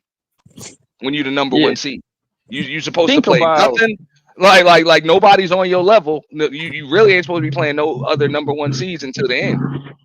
You know who? Now that you mention it, number one seeds didn't even make it. The other number one seeds didn't even make it. So that ain't their fault. You know who's fucking Bill Gates' daughter, my nigga? A black nigga, bro. A black nigga, son. He's punching dick in her guts, my nigga. I hope that nigga secure his future and fucking nut in that bitch and get her pregnant, nigga. How little gate baby. He don't even need to use his own last name. I use Bill Gates' name, nigga. Fuck that. Yo, give your daddy name, man. We need that name anyway, too. So we can keep on going. It's kind of like what Jay Electronica did when he tried to when he was smashing the Queen or the Duchess of Yeah, that was a smart move too, Ray. I ain't gonna lie to you. If you Google the picture, Bill Gates' daughter, man, she went like to college prom, some shit like that, high school prom with a black ass nigga, man. And you see that nigga happiness in his face, and he got that smile, like, yeah, nigga, I'm almost in there, man. Cause that nigga set for life, bro. He teasing like that picture. Hey, Auntie, I'm moving in, bro. I'm moving in to Mr. Bill Gates' house. That nigga house so big, that nigga house so big, he ain't gonna notice that I'm living in there, that my nigga. Motherfucking house is big, automated. That shit got some sick automation, and you know that shit, bro. You probably ain't got to do that. Nigga when I ask me like, hey, you ain't even got to roll like put your damn blankets over yourself, bro. It's probably some system to put the blankets on you. And shit. It's already been shown, bro. He been having that house done like that, bro, since 1994. I think he was the first person, bro. It's a video out with where that boy Bill Gates was telling me he had the first smart house.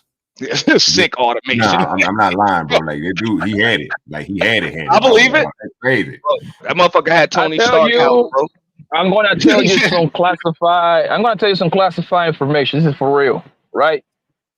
This nigga Bill Gates, he bought about 300 something acres over here in Arizona, in a city right next to Buckeye. He's going to start building. Him and the nigga that owns the Phoenix Suns, Jerry Colangelo, I think that's the nigga name.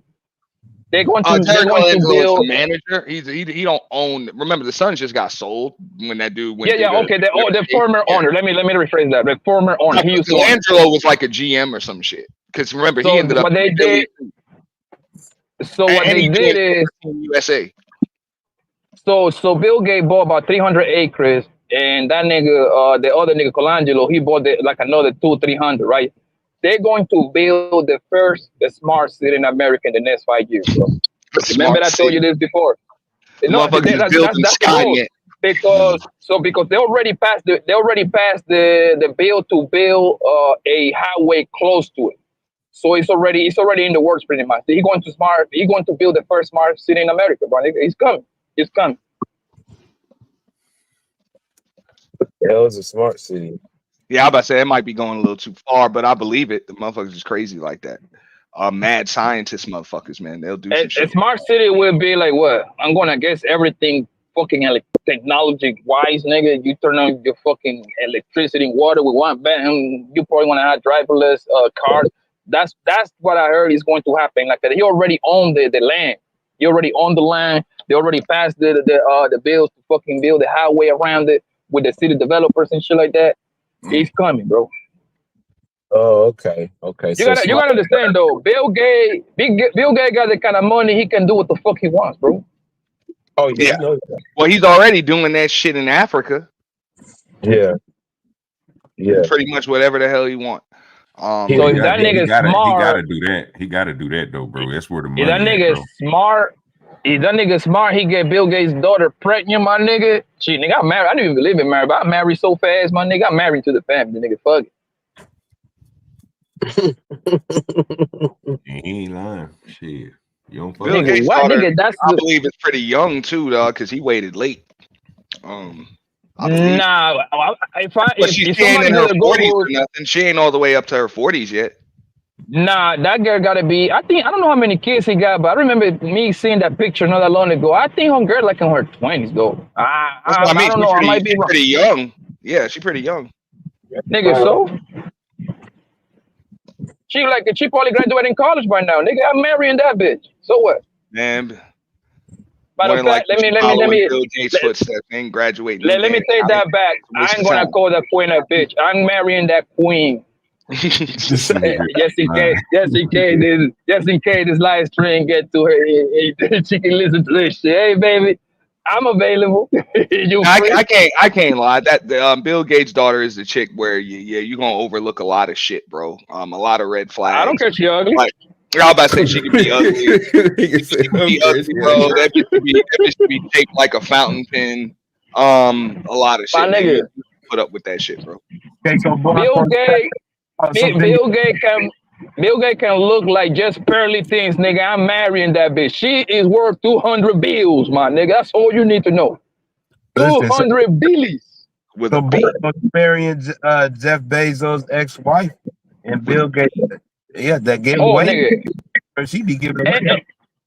And the crazy part, she went and fucked with a nigga that is a school. That's what I keep telling you. Bitches don't care about no money. She got with a nigga that is like a middle school teacher, bro. Hey, notice, and she divorced the nigga too. Hey, Poppy, she got the money first, though. That's easy to say when she got the money first.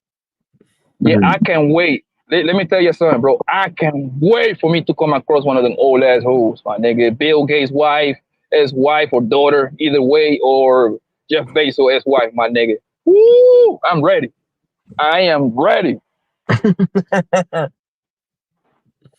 What's the other people that got? Oh, you know who got them? You know who's the richest woman in the world now? The bitch that own the Walmarts.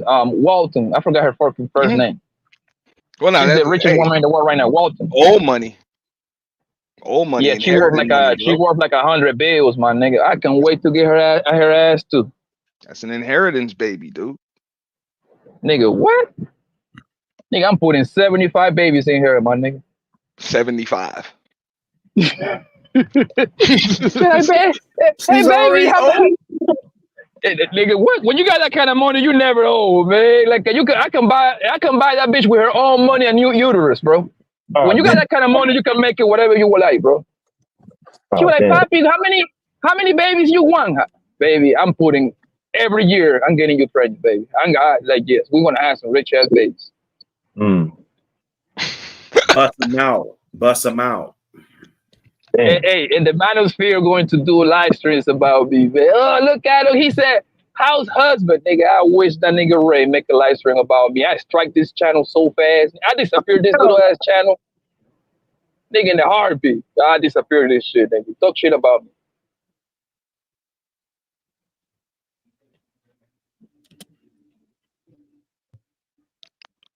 You would see that was a quick silence on that when this nigga said. Yeah, that's a long pause. The motherfucker thinking about it. Oh, damn, Poppy. Damn. 75. Yeah, Auntie, I strike you too, Auntie. I strike you too. You make a live stream about me. Nigga, what? I dare you, nigga. You insult me and my new family. Bro, I mean, what the hell is there to roast, dog? Hey, bro, if you can get up 200 bills, that's something I would do. That's bro, I would have did the same shit. You damn right. You damn right. After first date, me and her, we in love. We in love. I will wake up to see who doing live streams about me, nigga, and strike this shit, nigga. I'm snatching your fucking channel off the fucking algorithm completely. I'm calling you two personally. Bro, you know when you got that kind of money, people answer your phone.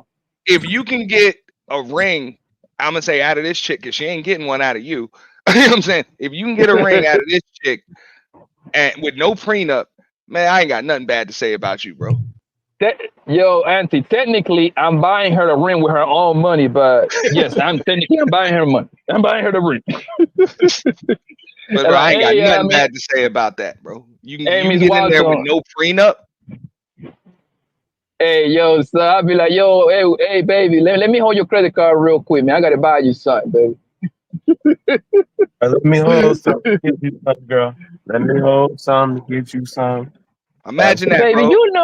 You know, bro, you don't have to get ask, a chick babe. worth, Poppy, you get a chick worth 200 bills, pregnant with one damn baby, bro. And she got to pay you child support, dude. Forget that baby. I'm trying to get me one of these WNBA franchises or something. You know what I'm saying? Like the baby. I don't want to do all of that. You feel me? I don't want to do all of that. You see, you working too hard, my nigga. A baby is the first option. Hey, you guys just trying to plug a baby in her and shit. But for 200 bills, dog, a WNBA franchise, man, that's lunch money to her. That ain't nothing, dude. You get one of those for 200 million. That's why she gonna give me that. You know, you get a couple. I think it's a couple of them WNBA franchises for less than 100 million right now. We talking straight business. You feel me? She gonna know that I'm serious. Why would you can buy content with that type of money, man? Why would I want to make my life? Why would I want to make my life harder by buying me a bum ass WNBA thing when all I have to do is put a baby in her and get the same money pretty much, because those franchises don't cost shit anyway. Don't cost shit. They don't make shit, bro. You get a WNBA franchise, you might lose money, motherfucker. So why would I want to work hard when I'm already gonna be fucking her? Me putting a baby on that woman, I'm attaching myself into the family forever. So you're gonna be thinking that. So you thinking that you're gonna be the only one fucking her, basically. That's with 200 billions, my nigga, brother. With 200 billions. With 200 billion, that bitch. Hey, listen, cool. With 200 billion, that bitch shit on me. She would be a dummy, nigga. Now I'm gonna get some money. I'm going to write 75 books. I'm gonna make a documentary. I'm going through a lot of mental health problems. I'm going crazy. Nigga, I agree with Poppy on it. Look, man, for that bitch worth 200 billion. I don't give a fuck who else she fucking. Ain't nobody gonna buy that fucking book. Or you fuck Bill Gates' fucking daughter. Ain't nobody. If he titles the book "Gates Family Secrets Unlocked," if he titles the book some shit like that, somebody gonna buy that shit. Get the fuck out of here, bro. They gonna buy it though. Yo, they paying $10,000 to that bum ass whole Jaguar right, my nigga, to say crazy shit. I'm pretty sure I can make some money on me talk about the debate days too. Bro, they bought Superhead's book. Man. Now we're talking about Kim.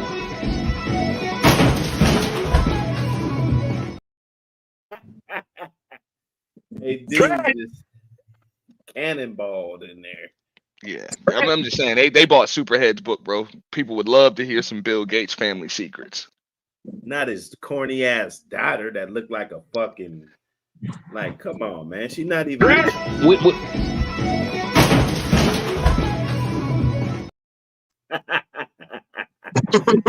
Hey, that's funny right there, Ray. Garbage trash ass. That's funny, bro. That clip, that's funny, bro.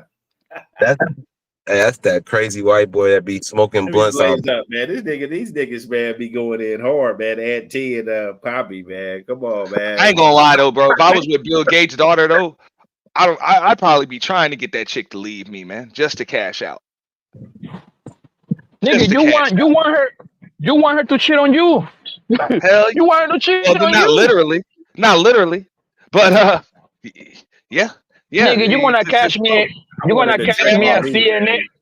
You wanna catch me at CNN, nigga? Doing fucking 60 minutes, nigga. Talk about this whole pussy for like 25 hours.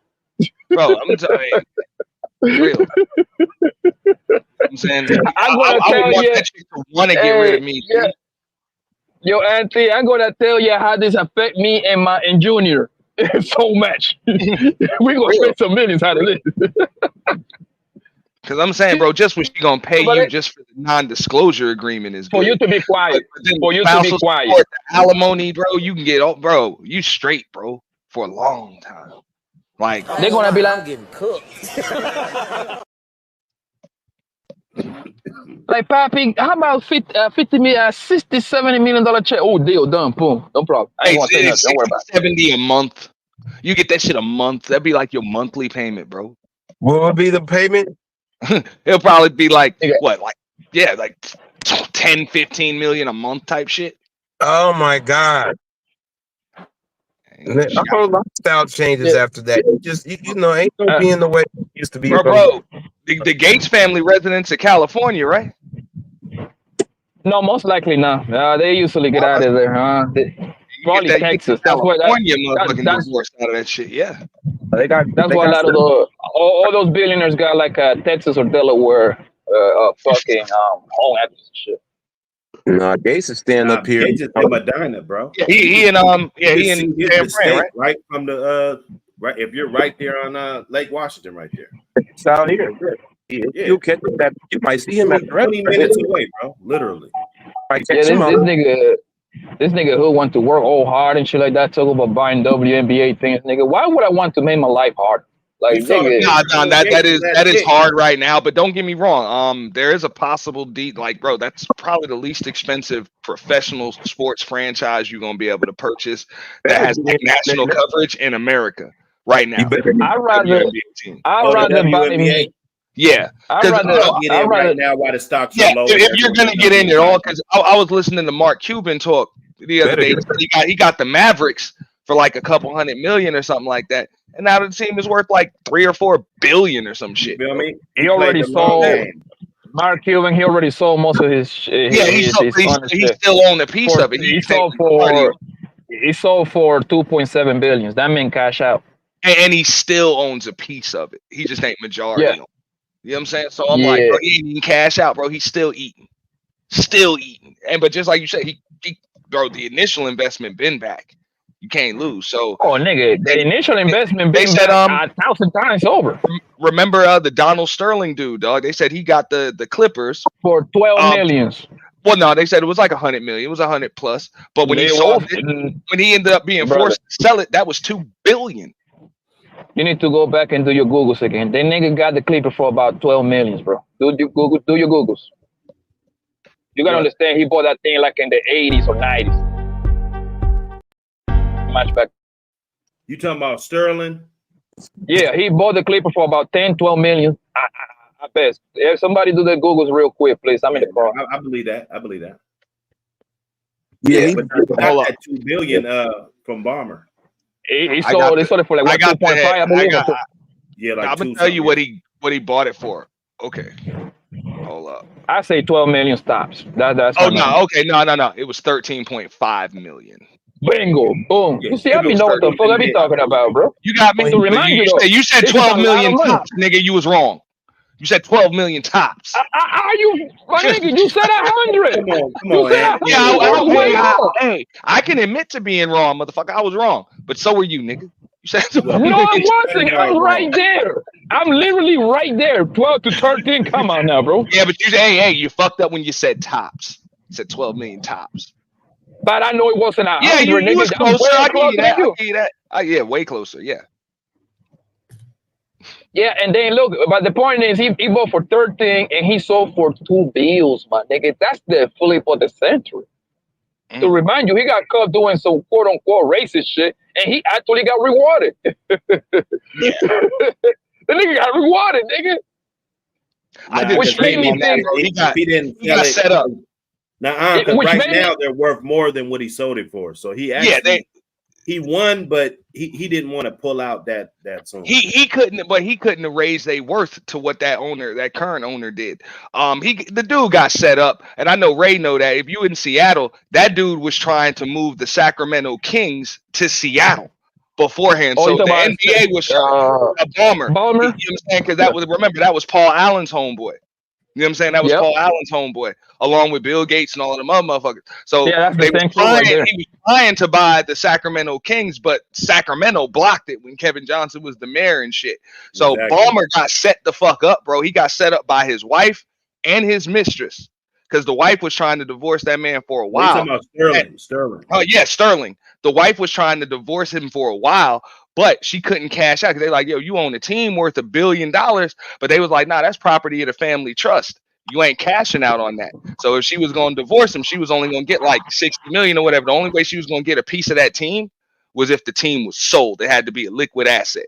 So they set him up, bro. That's the only way they was going to get a recording of what that man did in his own damn home. Yeah, I can see that. But the thing, this only illustrates how dumb bitches is, bro. Bro, he teamed up with the wife, teamed up with the mistress on him, dog. The side bitch was, that's like the dumbest hoe in America, my nigga. The nigga, if you go back to the call, right? The nigga tell the bitch, yo, you can go fuck your black homies, but just don't bring them to the game. I don't care what you do. Yo, I'm pretty sure that nigga giving that whole allowance, $50,000 a month probably. A condo, $5-10 million condo. She can fuck every nigga in some way, somehow. That hoe fucked that up, bro. Just to not be popular. Bro, just know how to get that cash, bro. Trust, she got paid, bro. You know she ain't do that shit for free. Record that shit and she ain't do that shit for free. Auntie, I promise you that hoe is broke right now. Now, she went after the kibbles, man. She should have played the long game. I promise you she's broke as fuck right now, probably driving an Altima or some shit like that. Or a little 3 Series BMW or some shit like that. Man, if wifey gave her ass, or if the lawyers or whatever made sure she got like 100 million or some shit in like one spot, or 50 million in one spot or something, that was probably more than she was gonna get from old boy. Why wifey would give her anything? She was messing with her husband. She probably called her out of the deal. They were in it together, bro. That's what I'm saying. They was in that shit working together. They was both trying to hit that man up, bro. And they did. That's what I'm saying, because they both needed each other, bro. Wifey had already tried to divorce him a couple of times, bro. But then once she saw what she was getting, she took it back. You can look that up, bro. She filed a couple of times, and when at the end of the day, she fucked up though. That's a dumb. It sounds good. I promise you, the wife cut that girl out of the deal. If she got, that I don't know. I'm pretty sure she got more leaking that damn that recording than she would have gotten not doing it. I'm just saying. I promise you, bro. I promise you. Once she probably played both of them. She probably played the husband, and then she was like, "Oh, well, it's my cup, bitch. You was with my husband. Get the fuck out of my face." I'm gonna tell you the thing is I believe that it was more than just wifey that was involved in that, because the NBA wanted to get some tech dudes in there as owners. You know, the NBA was determined to get Ballmer as an owner. They tried to get him with Sacramento and move that team to Seattle. They couldn't. So the next best thing, those guys got unlimited money, so they could get a team whenever the availability comes. The availability got to come though. Paul Allen had the Seahawks and the Trailblazers. The Ballmer got they all homies. Yeah, they was trying to. I'm just saying they was trying to move all of that. Remember, Ballmer had all of that money, and he still couldn't get the Kings though. He still couldn't get the Sacramento Kings. You know. Well, that's because they wasn't trying to let the team go. But I'm that, saying that deal was damn near done. Yeah. Now it got to be the availability, though. You know what I'm saying? Yeah, I mean, and it's also, but it's more to it than the money too. Like you got to get the connects. You see, because I'm a Knicks fan, I see that they've been trying to force Dolan out for years, trying to put shit out in the media and shit like that, trying to get James Dolan off the Knicks. Oh, he's a horrible owner, and I'm like, what makes him a horrible owner? Nobody can answer that shit. Nobody. The thing with Dolan, remember the Kings when that sale was going down, that was way under $1 billion. Yeah, it was under $1 billion. The thing with Dolan is that he's connected to the media. He got like the big old media where they show the Yankees and the fucking New York Knicks games. He owns MSG Network. He owns cable. That motherfucker owns the New York Rangers. You know what I'm saying? Has a big stake in Madison Square Garden. Period. You know what I'm saying? Like that's big. He don't give a fuck, bro. He don't give a fuck, bro. That team is really like a hobby. He just cares that they sell tickets. So his departure is a little bit complicated because he's not only attached to the basketball thing, he attached to a whole lot of shit that made a lot of stuff move. Well, his departure ain't coming until he decide to go. And he done made that clear, like I ain't going nowhere. But they've tried to do shit to get him out of there. And I personally don't like. I'm pretty sure the Knicks is worth what? If somebody do the Googles, they got to be at least around the $4 or $5 billion mark. It's like 3-4, something like that. It's heavy and it's strictly because of the market. It's strictly so New York, the New York name. But you got punk motherfuckers like Stephen A. Smith just spreading shit every damn day with no validity to it, trying to get people fired and get their jobs took, teams took, and shit like that. They said the Knicks is worth 6.6. Yeah. What's the Yankees worth? The Knicks, that's a lot. Damn, them niggas ain't one shit. Yeah, but that don't matter, bro. That don't have shit to do with it, bro. That has very little to do with it. Now wait until the Knicks start selling out damn finals games and shit, and they start charging $2,500, bro, for standing room seats and shit. They're gonna be at 10 billion. Now It's gonna be at 10 billion. Yeah, that stock is going back up right now before anybody. Yeah, we got Anthony Towns now. So let's see what the fuck the easiest kind of. I mean, I keep telling them, bro, this is the time to be a New York fan. We about to have a Subway Series. Them chicks probably even gonna win the championship, bro. Them girl basketball players, dude. I think the Liberty might just take one. You know what I'm saying? I don't know about the Giants winning the division, but it's all gravy. And the Knicks is up there too, so it's a good time to be a New York fan. Yeah, the Giants, we ain't gonna win shit for the next 3 years, man. You can write that down. The division's weak, bro. Cancel Christmas. Yeah, it doesn't matter. We got Daniel Jones. That nigga is a bitch. He's a bum. I don't know, Blanco. Hey, the division's trash, dog. We ain't gotta be the best. We just gotta be better than Philly, Washington, and Dallas. That's it. Oh no, bro, but we're last in the division, man. Yo, it's a wrap. It's a wrap. We finished. As a matter of fact, I know what you're saying. I want my Giants to go 4-13, so we get the first or second round. Oh, I mean the first or second pick, nigga. We get a quarterback. I want that bitch ass nigga out of there. I don't even want the first pick. I want the second or third pick. Is easier. When you got the first pick, it's easier to make a bad damn decision. When you got the second, third, you just pick the best player right there. It's a lot easier. That's why they talk about hey, this is how when we was talking about Portland and Sam Bowie, that's fucked up. They had too many damn options. It was easy on Chicago. Motherfucker, only one left was Jordan. You pick him. You know what I'm saying? It makes it real easy. Y'all not the first Jones Blanco. Stop it. You're not. Sometimes I'm just saying that second third pick is a lot of times it's easier than the first one. After this year, we don't got no more guarantee money for Daniel Jones, so he's gonna get released as soon as the season is over. Listen, what's gonna happen, bro? I know so. When the season is around, like 4-12, 4 something like that, they're gonna sit down Daniel Jones for the last 2 games of the season, so he doesn't get hurt. I'm telling you, I'm telling you so. So you saying they won't even make him an offer? No, nigga, he's a bum. He trash. He's a bitch. No, they're not getting rid of him. I don't think that's true. Unless you have his replacement, you're gonna make him an offer to come back. Brother, why would I make your y'all just my nigga? Because what's the alternative? Who else I'm gonna put back there? Unless I got somebody that's equal or better than you to put back there, Come on, that's an important position, dude. Obviously, you don't know how the NFL politics work. I'm gonna put you on game. The reason why they're going to bench that nigga for the last 2 games or 3 games of the season, so he doesn't get hurt, so they can trade him for like a 4 round or something, right? However, the main reason why they sit him down so we can have a better shot at the draft stock, my nigga. You put some bum ass. It doesn't matter who you put back there. You put the replacement. Obviously, I agree with that. Hold on, let me finish, bro. Trading him and releasing him are 2 different things, bro. Oh my fucking god! You said they're gonna just release him.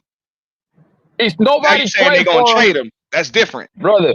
If nobody trade for him on the off season, they will release the nigga because the guarantee money on his country is almost gone, and the salary cap is not that much of the head, my nigga. Do you understand the politics of the country or the quarterback in the NFL?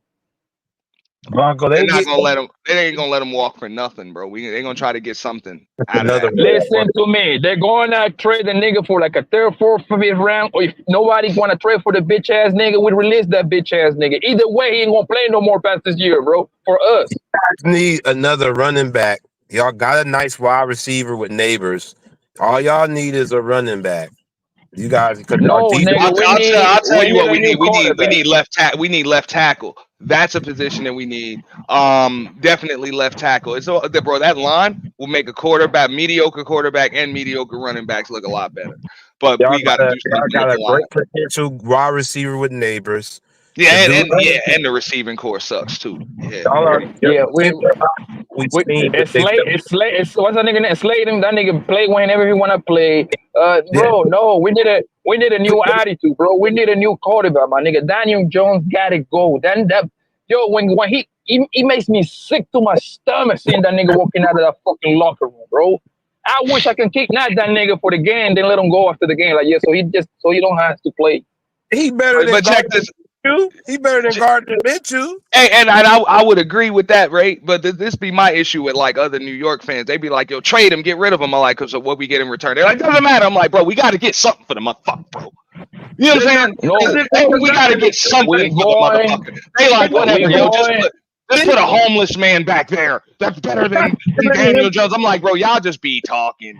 No, bro. They're gonna. I forgot who's the backup name for the Giants right now, but it doesn't matter. They play him for the last 2 games, and then we go into the draft and get the quarterback of the future, so he can start since game 1 next season. That's how you do into the draft, bro. That's why I want that 1 or 2 or 3 pick, because we need a quarterback ASAP. This is the last days of Daniel Jones as a Giant, bro. Hey, Ray, I need you to start talking about New York business, my nigga. Like, get out of here. like for real. This is I get what he's saying, dog. But the thing is, we can draft a quarterback. It doesn't mean that quarterback is Daniel Jones, bro. That's what I'm saying. And granted, Daniel Jones ain't the best quarterback, but bro, you never know what you're gonna get out of a draft, bro. Some of these guys obviously in college and then they show up in the league and they're bums. Obviously, every time when you fucking draft a quarterback, it doesn't take a genius to know that he still got to play. However, when you get a quarterback that high on the first round of Rick, he's going to play on the first year. That's the rules. Because of the way of the conference is. Oh my god! All right, Eli barely played his first year. What you talking about? He did play in the half of the season. What the fuck you talking about? I said barely. He barely played. No, he played half of the season. Google it, man. He had to play behind Court Warner most of that season because he was the bridge. Oh my god! All right, my nigga. That's usually the way where you get drafted, bro. You're not just starting over no Patrick Mahomes against no vet or something like that. Every time that you draft for the most part, listen to my word, for the most part, when you draft a quarterback on the first round, he playing off rip, man. That's just how it is. For the most part. You need a transcendent quarterback to just get them right in there like that. Who's in the goddamn computer right now? Yeah, you don't really technically. Yeah, you need a Cam Newton, Peyton Manning type quarterback, dog. To just put him right are you on your computer? Ray, are you on your computer? Nah, I'm on the way back to the house right now. I'm getting a little guy. Are you talking about starting game 1 of the season? Yes, yo, go to the Yeah, last bro, you need a 2-3 drafts, transcending my nigga. quarterback for that shit, bro. It doesn't matter transcending or not, You need a nigga. transcending Go for them to the game one. motherfucking computer. Go do your fucking Googles and see in the past 3 drafts how many of them quarterbacks play in the first year, my nigga. No, you Come on, saying bro. first year? I'm talking about game one. I get it, maybe halfway through the season, 3/4 of the way through the season, but usually game one, you need a transcending quarterback to do that. Jesus Christ. What difference does it make, my nigga? This motherfucker want to start in the first half of the season or day one, my nigga? If you get drafted that high, if you get drafted that high, they throwing you into the fire right away, bro. Yeah, if you get drafted top 5 quarterbacks in the draft, you're getting thrown into the fire ASAP. Top 10. Shit. Yeah. It's not even immediate though. Usually, like I said, unless you on that like Cam Newton, Joe Burrow's level and shit, yo, you're gonna have to sit on the bench probably about. You kind of don't want to waste a first round pick, bro, if you're not going to use the guy. I said about half the season, you're gonna use him, and you know that's the future. But he's got to learn from a pro as far as preparation and shit like that. Yeah, we'll put the Heisman the Heisman finalist quarterbacks. If you are a Heisman quarterback, and you get drafted high, 9 times out of 10 you're getting thrown in the fire first day. Yeah, especially I agree. as a Heisman. The one we got right now is doing well with the Commanders. So if you're a Heisman quarterback, Baker got thrown into the fire on the first day one. So the Heisman status, absolutely. The first top 4, yeah, you might get into their first game. But Michael Penix is ready. Okay. And he definitely, when he gets in there, he's gonna set the Falcons off even more. So to y'all point, a few games it might take. So it depends on how the team is doing though. Yeah, I would agree. If you got $100 million quarterback like we're dealing with in Cleveland, they'll tell you whatever, but they're playing him because we just gave out $200 million guaranteed. We gotta play that out. We can just bench that. Yeah. So they ain't just gonna bench Kirk Cousins and they just drop $100 million on them. I was about to say it is about that time. It is about that time to drop Kirk Cousins. But that contract is saying to the owners like, hell no, we didn't gave them too much guarantee. No, that's the only reason why. Which is pretty crazy. For a guy like Jameson shouldn't have been in the motherfucking game already. That's like they were saying when everybody knew when Devontae was being disgruntled, the Jets wasn't doing shit. Then they fired. They knew most people knew that Devontae was going to the Jets because that was Aaron Rodgers' favorite receiver. So it's kind of some shit's kind of common sense. And when the line, like we know Deshaun should be out right now, but that $100 million for Kirk Cousins guaranteed, or that $200 million guaranteed for Deshaun, no, the owner's like, yeah, hell no, nigga, you got to play this. We got at least till you hurt.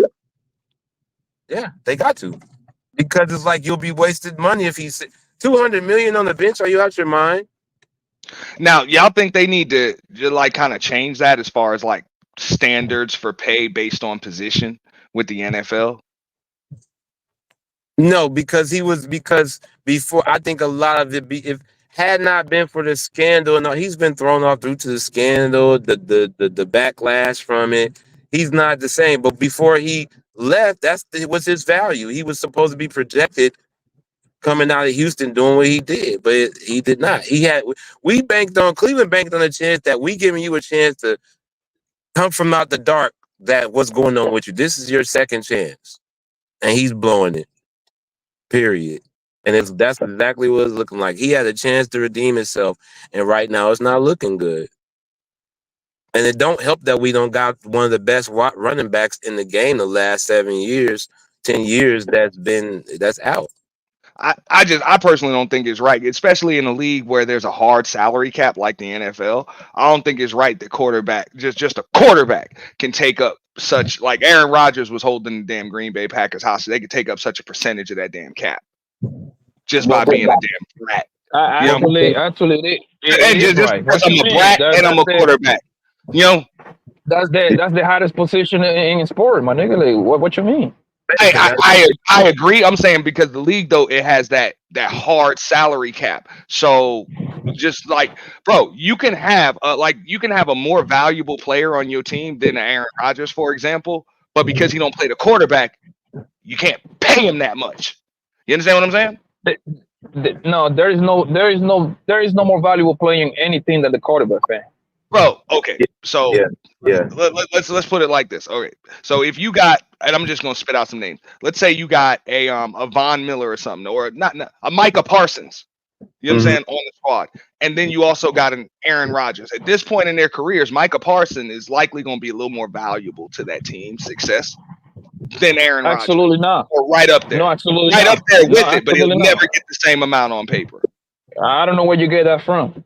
Well, maybe quarterback not is Aaron done. Rodgers, but even if it's a Kirk Cousins, chances are it's going to be tough for a Micah Parsons to get more money than a Kirk Cousins or something.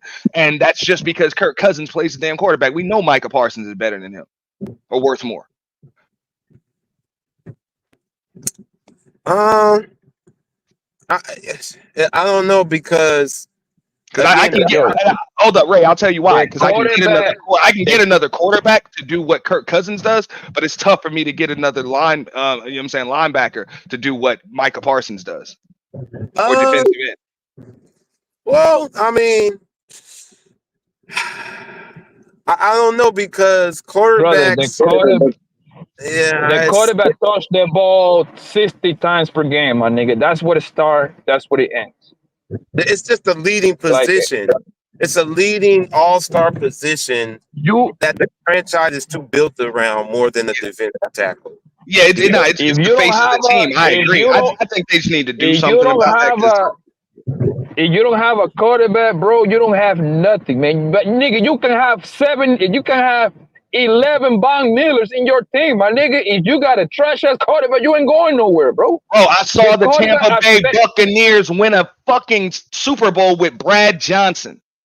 Okay, cool, no problem. Oh, no, I'm sorry, Trent Dilfer, right? Okay, cool, no problem, nigga. Okay, cool. That's going to happen once. That's going to happen once. It was the Ravens that won a Super Bowl with damn Trent. Y'all always going to the anomaly. They're always going to the fucking anomalies instead of going with the rule, my nigga. If you don't have a quarterback, you don't got nothing, my nigga. What the fuck you talking about? Yes, I agree. You still need a quarterback, but hey, you can have the best quarterback, but if you got a shitty line, you ain't never snapping that shit, bro. I'm just saying. Name the last 10 Super Bowl winners, bro. And that way, if those quarterbacks ain't going to the Hall of Fame. Go ahead, start. Bro, you can put the best quarterbacks ever behind a shitty line, and they are fucked. They ain't winning nothing, and you know that. Yo, that nigga Patrick Mahomes literally won the thing last year with a thing with the most drops, a little leaky ass fucking offensive line, and he still make it work because he's that nigga, bro. What the fuck you talking about, man? Patrick Mahomes never have a good offensive line. Remember, Patrick Mahomes' original offensive line was designed to protect piece of glass Alex Smith. You making my point, man. You making my point. The same with Dak Prescott. Dak Prescott is still dealing with an offensive line that was built. Well, originally it was built to protect piece of glass Tony Romo. You know what I mean? Of course, bro. If you got some legs, you're gonna look good behind that line. Yeah. You always go somewhere when nobody's asking you, fam. My point is very simple, bro. When you got a Patrick Mahomes, you always get it on contention, fam, just because you got that nigga. All right. So would you say the same thing about like an Aaron Rodgers? Because they used to say that when he was in Green Bay. They ain't saying it so much with the Jets. What's the difference? Aaron Rodgers had a good old line. Aaron Rodgers had a stellar career. That nigga just had some shitty ass defenses, bro. No, my point is the Packers always had a chance with Aaron Rodgers at quarterback. Do the Jets have a chance always with Aaron Rodgers at quarterback? Aaron Rodgers 40 years. No, that don't matter. Aaron Rodgers is 40 years. Aaron Rodgers. Oh my God, Chip. Yo, Aaron Rodgers is 40 years old, my nigga. It's cooked. I'm just saying, a lot of it is just fit. A lot of it is just fit. The reason why the Packers always got a chance to get granted, Aaron Rodgers is good, but you're also in that damn division with the Vikings, the Bears, and the Lions. Okay, so No, that a lot of don't the times matter, when bro. Aaron Rodgers The was there, reason you're already going to be better than the Lions and the Bears. You didn't have to that worry about that; they was trash. And then you got the Vikings. So if you can be better than them, you're going to punch your ticket, which means you're going to have a chance. This division that Aaron Rodgers is in now, of course, it's a different team. You don't have the same damn makeup, but also you're dealing with the Bills. You know what I'm saying? Who's balling? And you're dealing with the Dolphins that's balling. It ain't as easy a route no more. Like I said, sometimes it's just fit, bro. They dominate all of they barely get fired. Number one, Aaron Rodgers like 40 something. That nigga is done playing. His best days is behind him. Number one. Number two, the reason why Aaron Rodgers kind of ruled that division is because he was that nigga. Aaron Rodgers was regarded the best quarterback for like 5-6 years in a row, man. He was that beast. The only reason he don't got no more Super Bowl is because his bum ass fucking defense or the special team didn't recover the inside kick against the Seattle Seahawks. A lot of weird shit happened to that man, yo. And he just happened to have like a black cat running over there. Hey, that shit was wild. Hey, you remember? Hey, they said that dude. They said that dude that dropped that ball. That motherfucker took a cab back to the hotel or some shit, still in his uniform, bro. It won. That motherfucker had to leave the damn arena, dude. I remember that shit. So that's what I'm saying. But my main point is very simple. When you got a monster like Aaron Rodgers on his heydays, Patrick Mahomes his heydays, everything else can be suspect. Yo, I remember seeing Aaron Rodgers losing a playoff game against the Cardinals, my nigga. That Aaron Rodgers scored 44 or 45 points some way, somehow. His defense let the Cardinals score 52 points in the playoff, my nigga. How the fuck you want to play that man? Is the Jets better than the Giants right now? Possibly, yes. They got a better. They got like a Aaron Rodgers on his last leg, but Aaron Rodgers way better than bum ass Daniel Jones. Man, hell, man, you ain't no Giants fan. Don't be hating. The Jets ain't never better than the Giants, man.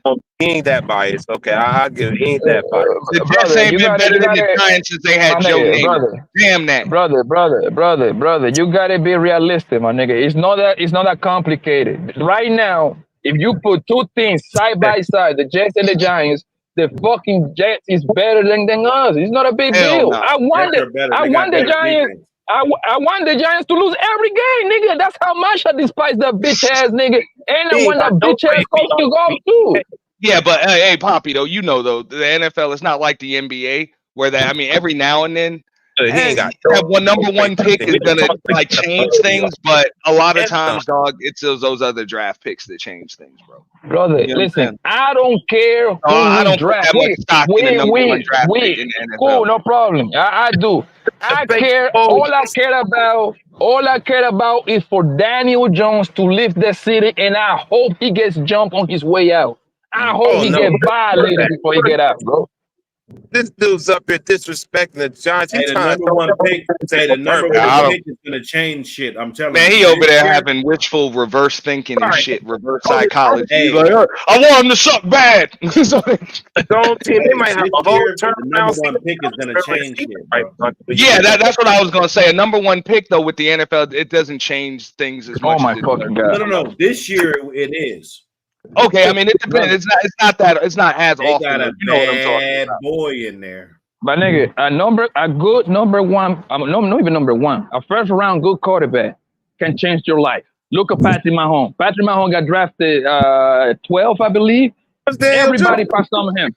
Okay, yeah, right. Bro, look at hold on, let me finish, bro. Y'all always cutting me off when the real fucking sport analyst is talking, man. Y'all know shit. Y'all know shit, nigga. Y'all don't know fucking shit. He's talking about like every first round quarterback is like that. Look what happening with them. You see, you cut me off to say some dumbass shit, my nigga. But look what's happening.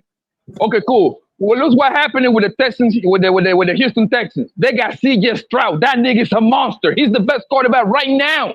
Salute to Ohio State. And nigga, my point is, if you hit with a first round quarterback, you set up for the next 15 years, my nigga, because that's what a good quarterback gonna give you. Good 12 to 15 years of at least of contention, bro.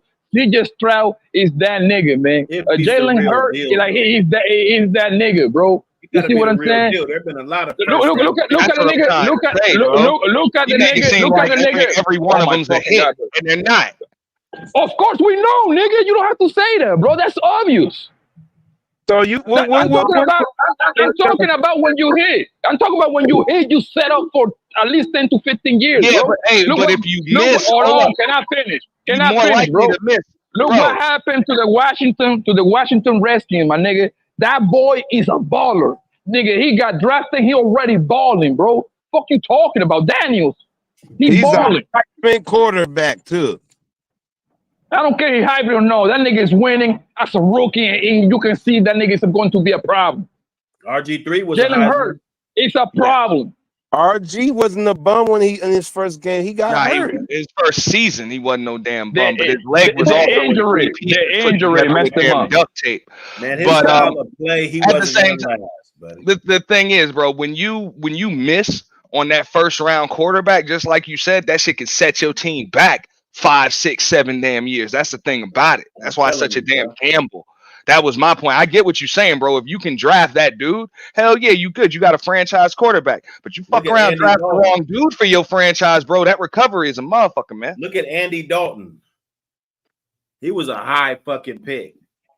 Yeah, he was a solid quarterback. He's not like he was a bum. He was very solid. But he was solid. He was solid, but yeah, he wasn't that transcendent. Half of the league would trade their life to have Andy Dalton in their teams. Shit. Yeah, but hey, let me ask you this though: would half of the league, or I'm not to say half the league, would most of the league trade their lives to have like what's old boy in Jacksonville's name, the Trevor Lawrence? Yeah, Trevor Lawrence. Trevor Lawrence. That's what I'm saying. I mean, he's good. Don't get me wrong, but he is good. He is very good. Well, you gotta understand, this nigga Trevor Lawrence only since what, second or third year? I think it's his third year, I guess. Nah, he been in right? the league longer than that. But I'm just saying he's not the difference between. He only been in the league for like 3 years, bro. Like I don't know where you get this longer than that. My point is this though: these guys are good, but they're not the difference between winning and losing, like championships or going to the Super Bowl and shit like that. You might get an extra 2, 3 damn games, but as far as changing the trajectory of history, it's very few quarterbacks that do that, bro.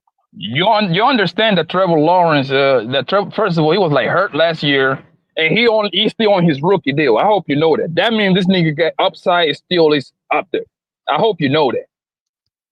Yeah, with Trevor, it may be the system. We have still yet to determine that. I'm not giving up on Trevor yet till I see another coach. He already went to the playoff as a rookie. No, I wouldn't give up on him either, Ray. What I'm saying, I like Trevor Lawrence. I think he's a decent player. My point is this: him alone is not going to be the difference. You still got to put the right team around him. It's not like some of them quarterbacks are just that good that you can kind of plug and play a lot of pieces, and then they're still just going to win. You know what I'm saying? And Trevor, most of them first round quarterbacks are not that guy that you can just plug and play him. Okay, let me ask you this: if like, do you think sorry ass teams with no quarterbacks will trade like a couple of first round picks to get Trevor Lawrence right now? Yes. Yeah, they would. Yeah, they would. Yeah, all right then. Because you know why? Because they know that nigga he haven't reached to his peak potential yet. That nigga is still on a rookie deal. He's a Heisman Trophy winner, ain't he? So what? What that mean? He was in the running. He was in that. He should be projected to be pretty good, right? He was pretty good. Then, my point is just this. He only been in the league for 2, 3, this is his third year. What else do you expect, my nigga? No, everybody's going to be Patrick Mahomes to win in the second or third year, fam. Yeah, because you ain't that good. No, he won the job. He ain't as good as Mahomes though. You know? Oh my fucking god! You know that Mahomes, brother. You know football. You gotta understand how football operate, right? That nigga Mahomes couldn't fall in a better fucking situation that he fall in, my nigga. He fall into the fucking Andy Reid laps, my nigga. It doesn't get better than that, bro. Well, Andy Reid drafted. It's kind of like fucking that nigga Tom Brady falling into fucking Bill Belichick. That was the perfect storm. The best fucking defensive quarterback ever. I mean, the defensive coach ever, and on Bill Belichick. And this nigga, fucking Brady came there and managed the game for the first like 6, 7 years. That's how they won. Running the ball, super strong. I mean, you got to keep in mind though, it all started with Drew Bledsoe getting hurt. With Drew Bledsoe, he didn't have a trash quarterback. You know what I'm saying? I mean, it started with Drew Bledsoe getting hurt, and if you remember, even in 2001, that was the controversy because Drew Bledsoe was the one that got him out that AFC Championship game. And it was like, okay, so who's going to start in the Super Bowl? It was a whole week leading up, you know what I'm saying? Because it's 2 weeks of Super Bowl hype. Right. And that first week was, who is it going to be Bledsoe? Because he'd already been there and all of this stuff. And then Belichick said, no, we're going with Brady. My point was different, bro. My point was falling into the right coach, the right player, offensive coordinator playbook and shit like that. That plays a big part of it. Look at how RG3 started. RG3 was a monster. You know what happened with RG3? His goddamn knees, man. He broke his neck. That man was, you talk about somebody transcending, my nigga. That nigga was different. Nah, he was must-see TV. No, RG3 was must-see TV, but at the same time, RG3 was Michael Bay on steroid, pretty much. Bro, that motherfucker, he came into the league with his leg in 3 pieces. To Washington. This shit was already fucked up. Yeah, I don't even think he was better than Michael Vick. Fuck no. Nah, he wasn't better than Michael Vick. He was good though, bro. And his potential was, believe it or not, I think was higher than Mike Vick because RG3 proved that he could actually manage control like a full offense. He can actually throw. But for whatever reason, they actually explained that story. Though. They explained the story about how RG3 kind of lost his coaches because remember Shanahan was coaching that team. He kind of lost the coaches and the locker room. So you know what it is when a quarterback loses that locker room, it's over. So that kind of y'all gotta remember during that time, this was the battle between him and Russ, and most of the league wanted him to do more running in his game, and he wanted to be a pocket passer, whereas Russ, he was doing pocketing and running the ball, scrambling. Garbage, man. Well, remember, RG3 was forever compared he was compared to Andrew Luck. So he was compared to Andrew Luck. Put a picture of his bitch on the screen. You don't get those rings without Russell on that team. Cut it out, Hood. No. You don't even make it back to the second Super Bowl without Russell. Cut it out, Hood. What are you talking about? Hold on. The star of that Seattle team was the star of that Seattle team was that defense. That was that defense. It was the defense. Marshawn Lynch, Golden Tate. Marshawn Lynch was the start of the thing. He made that thing go. The way he runs, he made that thing go. On the offensive end, yeah, but the star of that team was that defense, bro. For sure. Yes, for sure. Yes, but the defense, but you don't get to that. You don't get to there without them clutch plays that Russell threw against the Niners and Packers to get us there. Period. No, I would agree, but also, bro, shit, Sherman's defense in the secondary, bro. Get there without Sherman's defense. Yeah, I was about to say, bro, that Legion of Boom. Hey, but bro, check this out, right? You gotta remember what the scouting report was on Seattle's defense. It wasn't even just like their defensive systems. It was that these motherfuckers hit hard. No, they hit hard. That's what it was, bro. They were just hitting harder than every other team. They were hitting people harder.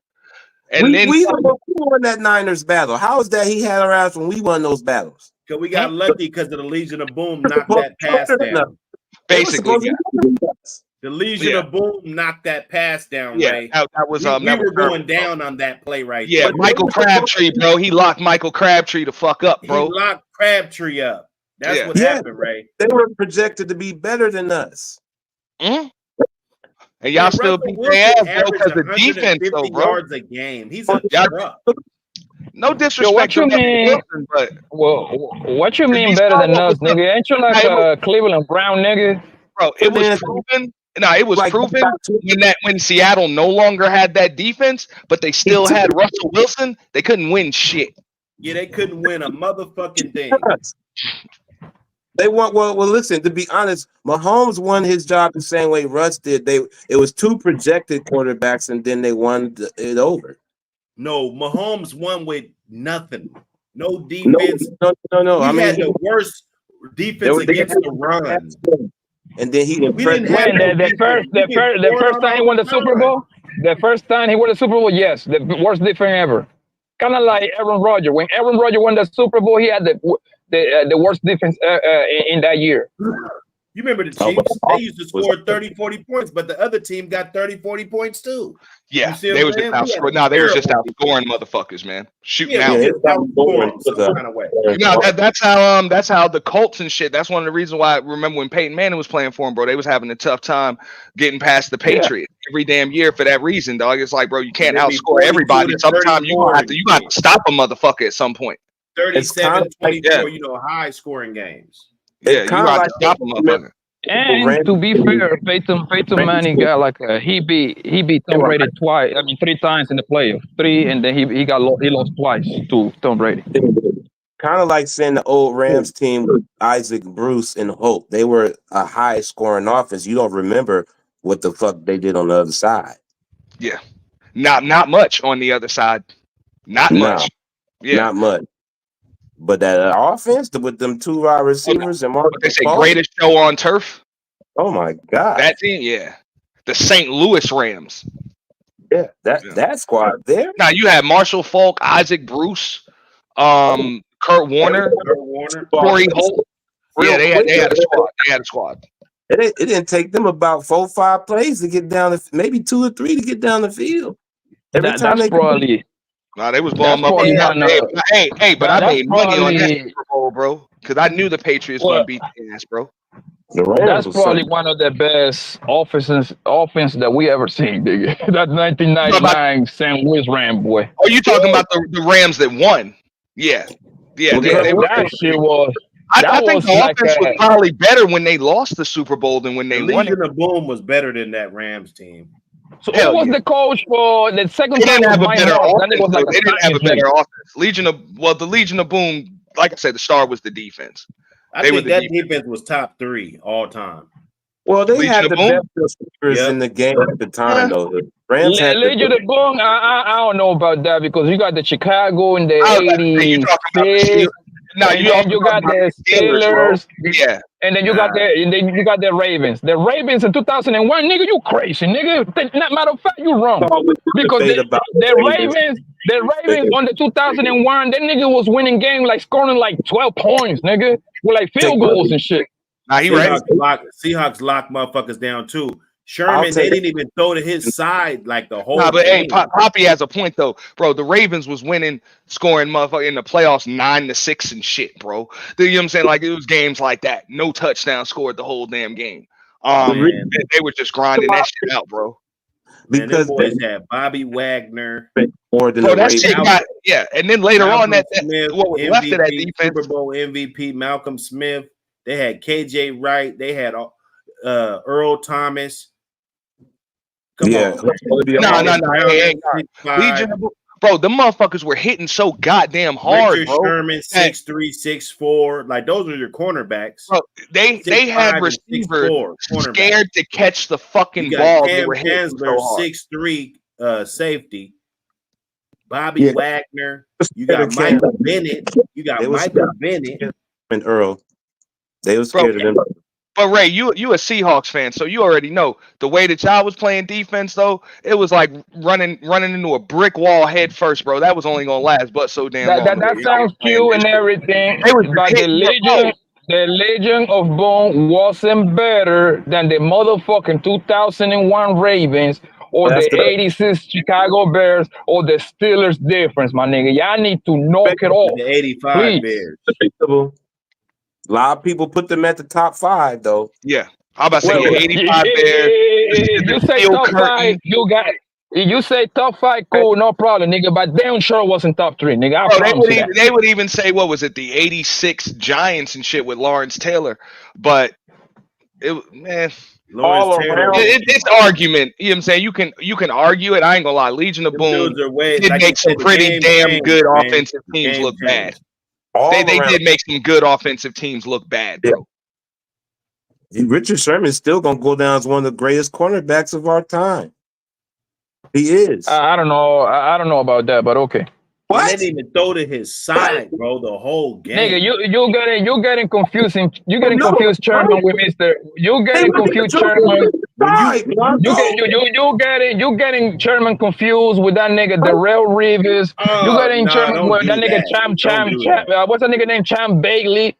So you telling me that So you telling me that? So you telling me that Sherman was better than motherfucking goddamn that champ what's the nigga named Champ Bailey and what's the other nigga Darrell Rivas?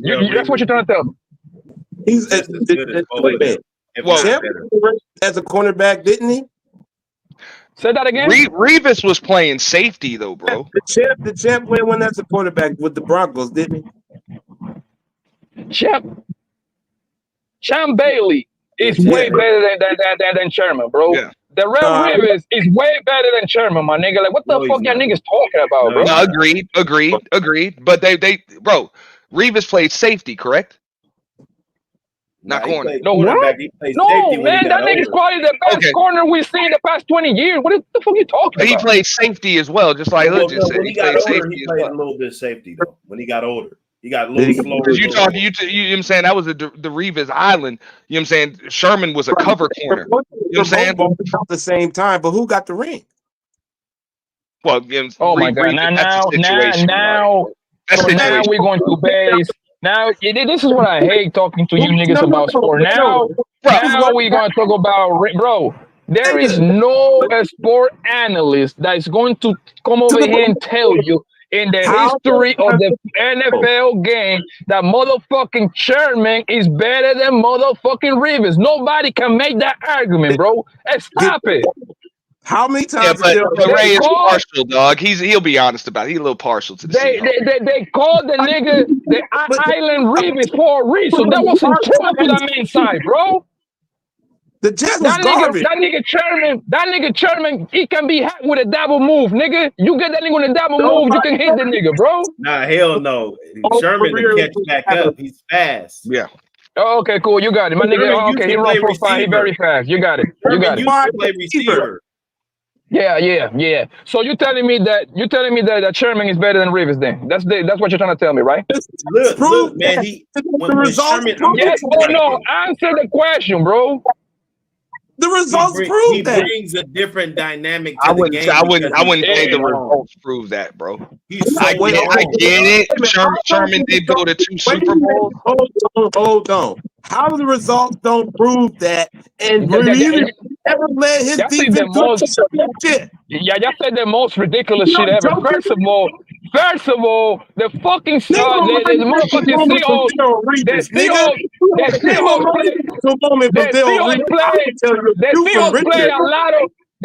Seahawks play a lot of fucking song coverage, man. They play a lot of cover too, so that nigga Sherman was hitting a lot of times. Number one. Number two, when the nigga Rivas, whoever was the best player, the best wide receiver, he was following him all game long.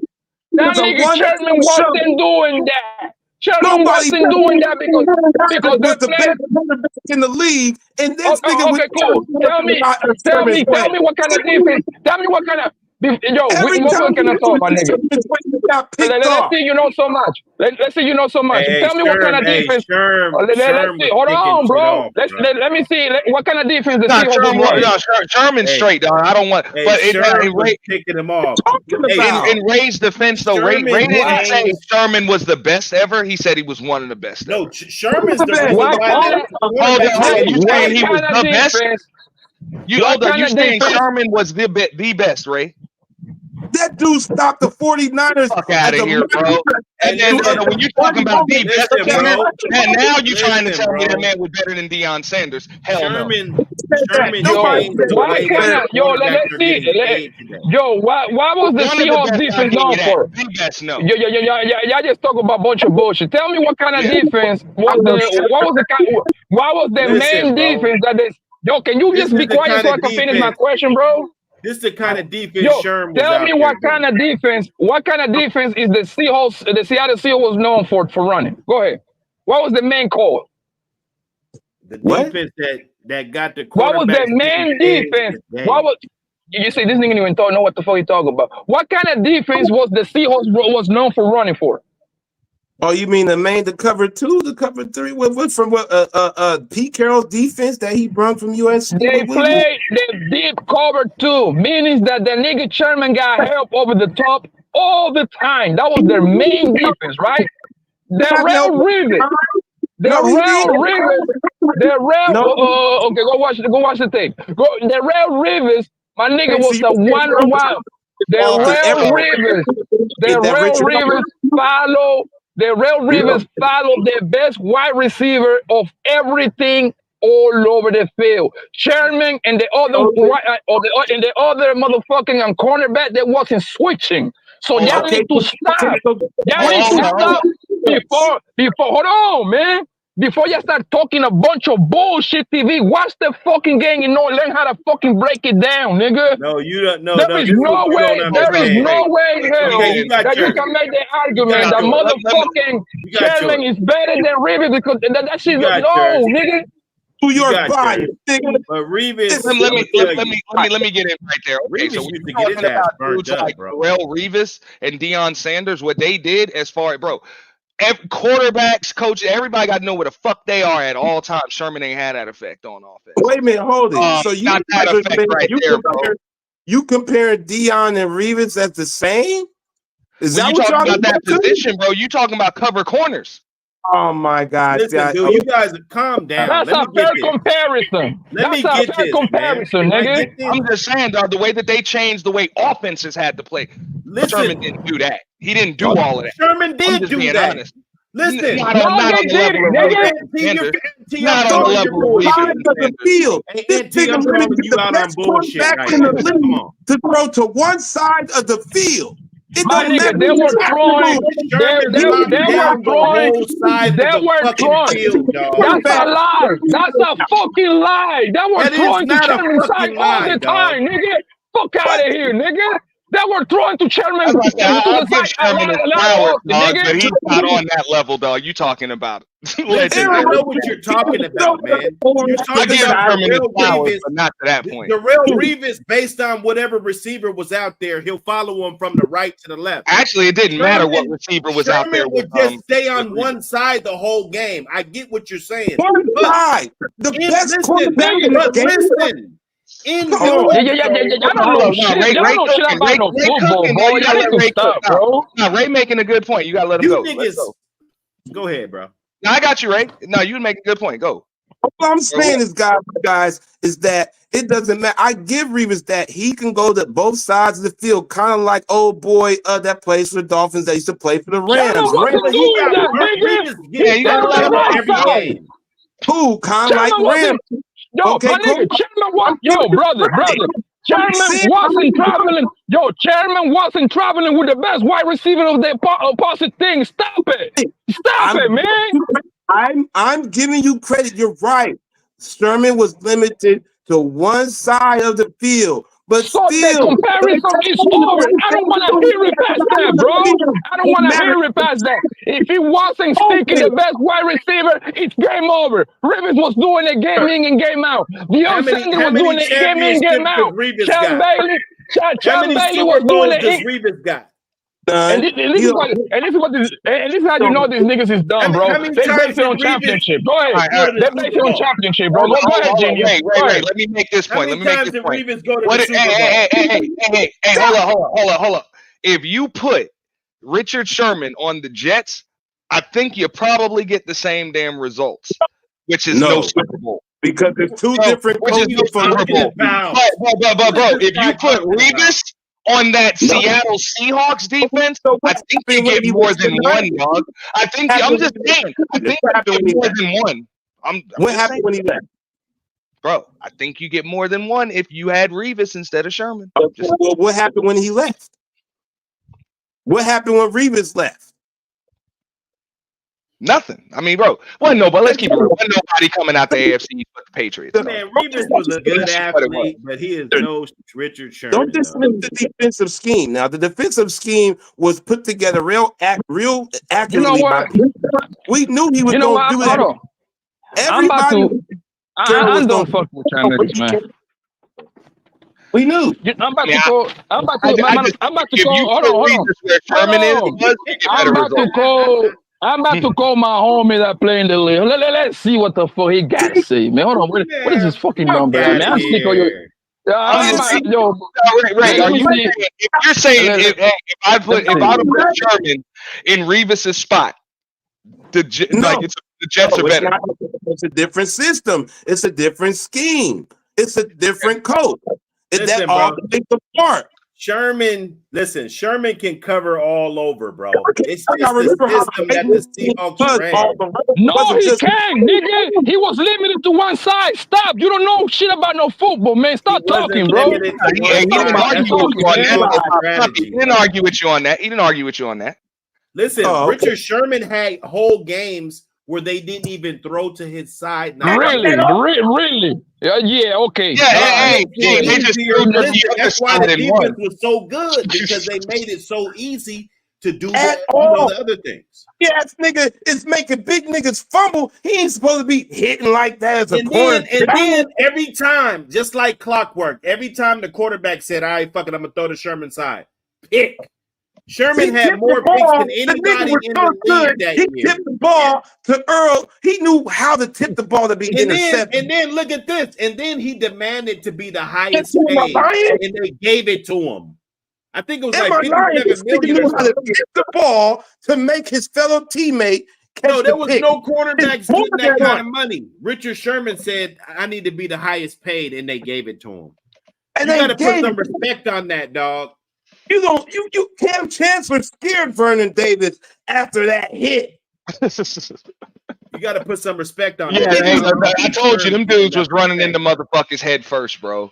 That's what I mean, bro. You got to keep it real, bro. That Seattle defense, y'all was just hitting harder than everybody else. What y'all was doing, you couldn't even measure that shit. No, you couldn't even measure that shit in X's and O's, bro. Y'all had receivers scared to catch the ball, bro. Because y'all was letting motherfuckers catch the ball so you could hit them. The way they play defense, even though they hit hard.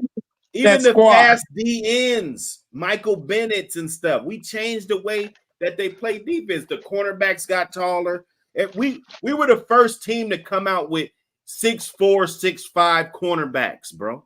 There's never been a team assembled with that much size on the ends. You guys are not understanding what was going on that team. Hey, I love watching the Legion. Knock it off, bro. Knock it off, my nigga. The Legion of Boom play, bro. I ain't gonna lie, bro.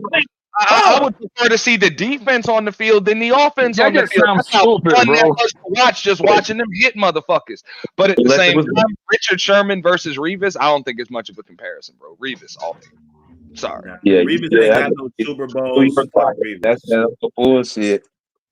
That's that old bullshit. But that's okay. It's funny. Yeah, and then this nigga argument is like, he asked to be the highest paid quarterback. My nigga, bro. Richard Sherman is a good, solid cornerback. He's not on Champ Bailey League. Get out of here. Stop brother, be quiet and let me talk. Yo, Richard Sherman is nowhere near in Champ Bailey League. He's not in motherfucking the Real Rivers League. And he's no damn shot on Deion Sanders League, nigga. There's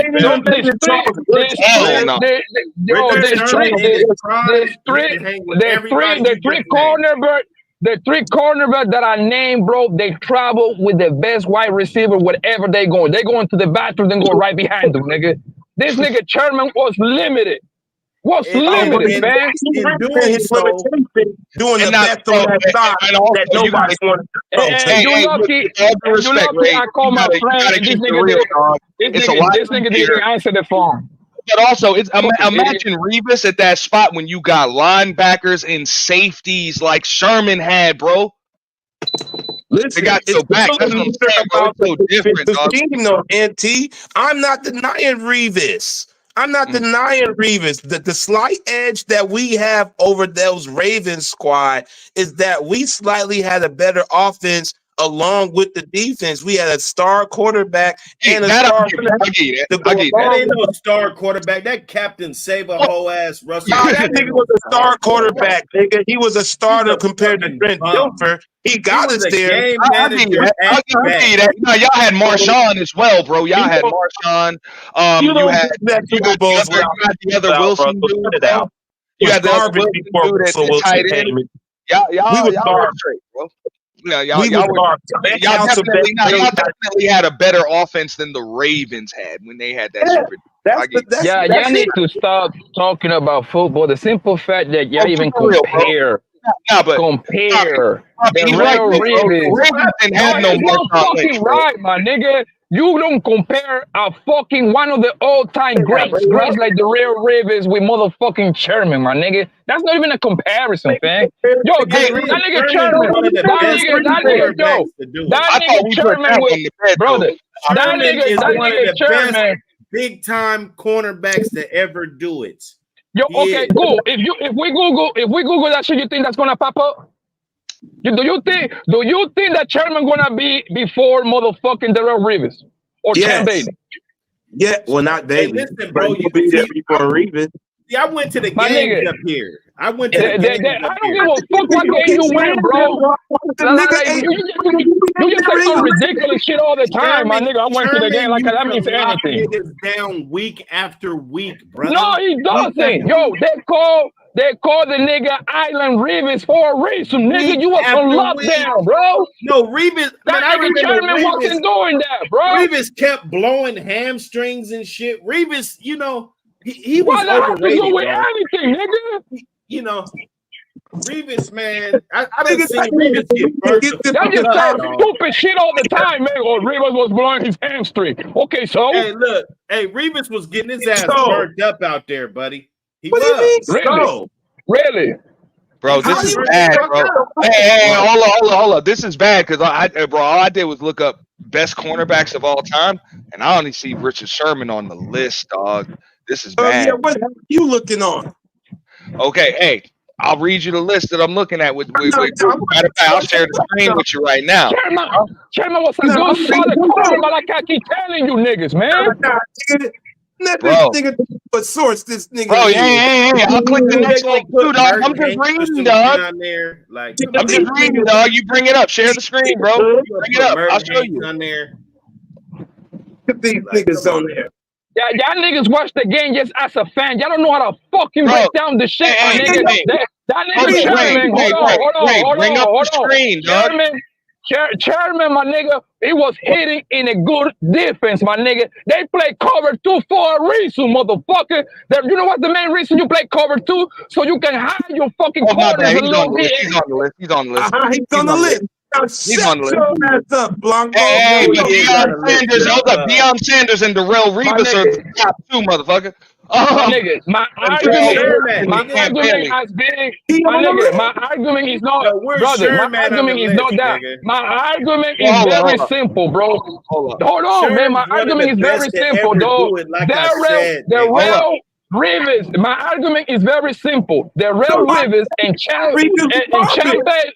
Oh my fucking God, bro. Yo, can I talk? Darrell Rivas wasn't top cornerbacks. No, my nigga, that's not my fucking argument, bro. My argument has been very simple. Darrell Rivas and Champ Bailey are better than fucking Sherman. Very simple. Putting Champ Bailey and Rivas next to each other more than Champ Bailey Sherm and got more Deion size Sanders. than Champ Bailey. Oh my God. You got it, bro. You got it. Listen, nigga. If I had a receiver next to Deion or Charles Woodson, stop doing that. Hey, you know why Sherm was better than Champ Bailey? I'm gonna tell you one reason why. Oh, I don't know. No, there is no reason that support that. There's no reason to support I ain't gonna even that. say this shit without telling you why. I'm gonna tell you why. I'm not gonna just say this shit, right? The reason why I think that Sherman was better than Champ Bailey is because Sherman had more size, being 6'4". He could cover some of the bigger receivers versus Champ Bailey. Hey. You throw the big receivers on him. Bro, on this list, his ass up. hey, on this list, hey, Richard Sherman is number 9 and Champ Bailey is number 12. This is on NFL.com. Champ Bailey is better, bro. Let Poppy get the floor. Champ Bailey is better than Sherman, bro. That nigga was playing man to man. He played man to man all the time. Anybody with some good eyes would tell you, my We're nigga. talking about the number 9 cornerback ever, bro. We're talking shit about him. You see how you do? You don't even get credit due. It was clearly just by 2 slots. Just by 2. That's my nigga. Darrell Rivas. What is Darrell Rivas? That's my original fucking point. Well, I'm pretty sure you got to be at the bare minimum a worst 4, 3 or 4. Not on this list. Out of 24, I didn't even see him on the list. Deion Sanders, of course, is number 1. Darrell Hold Reeves up. ain't Rod on the Woodson list. is number 2. 3 is Mike Haynes. 4 is Charles Woodson. 5 is Willie Brown. 6 is Mel Blunt. You know what I'm saying? 7 is Ionis Williams. Daryl Green, number 8. Richard Sherman, number 9. They Mel don't get the Renfro. what Get list the is fuck this, out of bro? here. Hold up. Bobby Dick Blanco. Night Train Lane, number Where 14. the fuck is Darrell Pat Reeves? Bailey, number 12. Hey, bro, I'm just reading, bro. Where the fuck is Darrell Reeves? This is pretty crazy. Yeah. 13, Jimmy Johnson. Bobby Blanco, That's go something else, bro. San Diego, nigga. There is Darrell Reeves absolutely, is number 16. there is Number absolutely, 16. Darrell Reeves number 16. Richard Sherman is higher on that list. He is. Fucking bum, I told you. Don't Darrell talk Reeves sports is with me, man. there is Hey, don't talk sports absolutely, with me. there is absolutely no way in hell that motherfucking Sherman is better than Darrell Reeves. No, you cannot justify that. It's not Bro, this. this nigga want to argue with ESPN Live, dog. Get the fuck No, out this of is here. this is actually on NFL.com. NFL.com. This nigga wants to argue. Come on, man. Yeah, it's probably, But this is it's just probably some that politics. that dude Gil Brandt's list. So he's a senior Man, analyst. Darrell Reeves is getting burnt the fuck out. When niggas sit down and the niggas that know about the game, my nigga, there is no way in hell that they will say fucking Sherman's better than Reeves. And No then, way. And then when we No, and hold up. Darrell Reeves does have a Super Bowl. It says it here. He's a one-time. He won with the Patriots. He won with the Patriots in 2014. That was after. When he was already old. He was safety then. But he's got one Super Bowl, bro. I think he was a safety then. We're talking about the Darrell at his peak, not when he was out the door. It don't matter. He's not better than Sherm. The fucking shit We don't said count it. that. He didn't do nothing with the Patriots in comparison to did with the Jets. If he didn't get the Super Bowl, his ass would have been lower than that on the fucking list. Right. Shit. If that was the case, he'd be lower than that. He'd be 30. He'd be Well, ranked remember, number 30. Darrell Reeves has 29. He has 29 career interceptions. All right. How many Now Sherm check got? this. Sherm, hold up. You gotta have a list like 38. Sherm has 30 career interceptions. So he's killing Reeves. Well, no, he's got one extra interception, bro. But What you mean killing, bro? What you mean killing, bro? You need to relax, man. But look at this, who was ranked right over Darrell Reeves, Lim Barney, all right, from 66 to 77 with the Detroit Lions. Fucker got 56 career interceptions, bro. God, Jesus Christ. But you know what? But you know what's crazy, bro? That's why they came out with the Island Reeves, though. That was the real definition. They wasn't throwing to the man's size, bro. I watched the games, bro.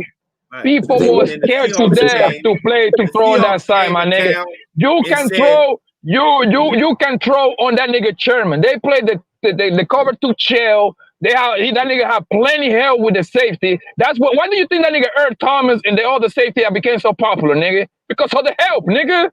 That's why. Yeah, that's what I mean. It was that was a solid just team all around, bro. No, those guys got famous because when dudes came across that middle, they got laid the fuck out. Yeah, bro. Y'all was laying everybody the fuck out. And we could do that because they'll let Sherm be one-on-one. You ain't burning him, bro. He's too long. He'll jump his ass up there and grab that ball so fast. It's Sherman and the other. I forgot the other corner, but was it like Browner? I think it was Browner. If I'm mistaken. Yeah, Browner. If them niggas was those monsters that we be playing 1-on-1 all game long, nigga.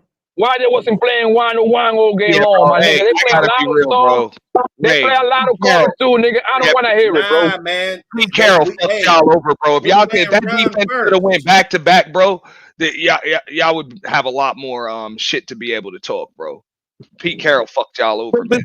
Yeah, they underachieved. That thing underachieved. That little boom bullshit underachieved. Nigga, they are underachievers, bro.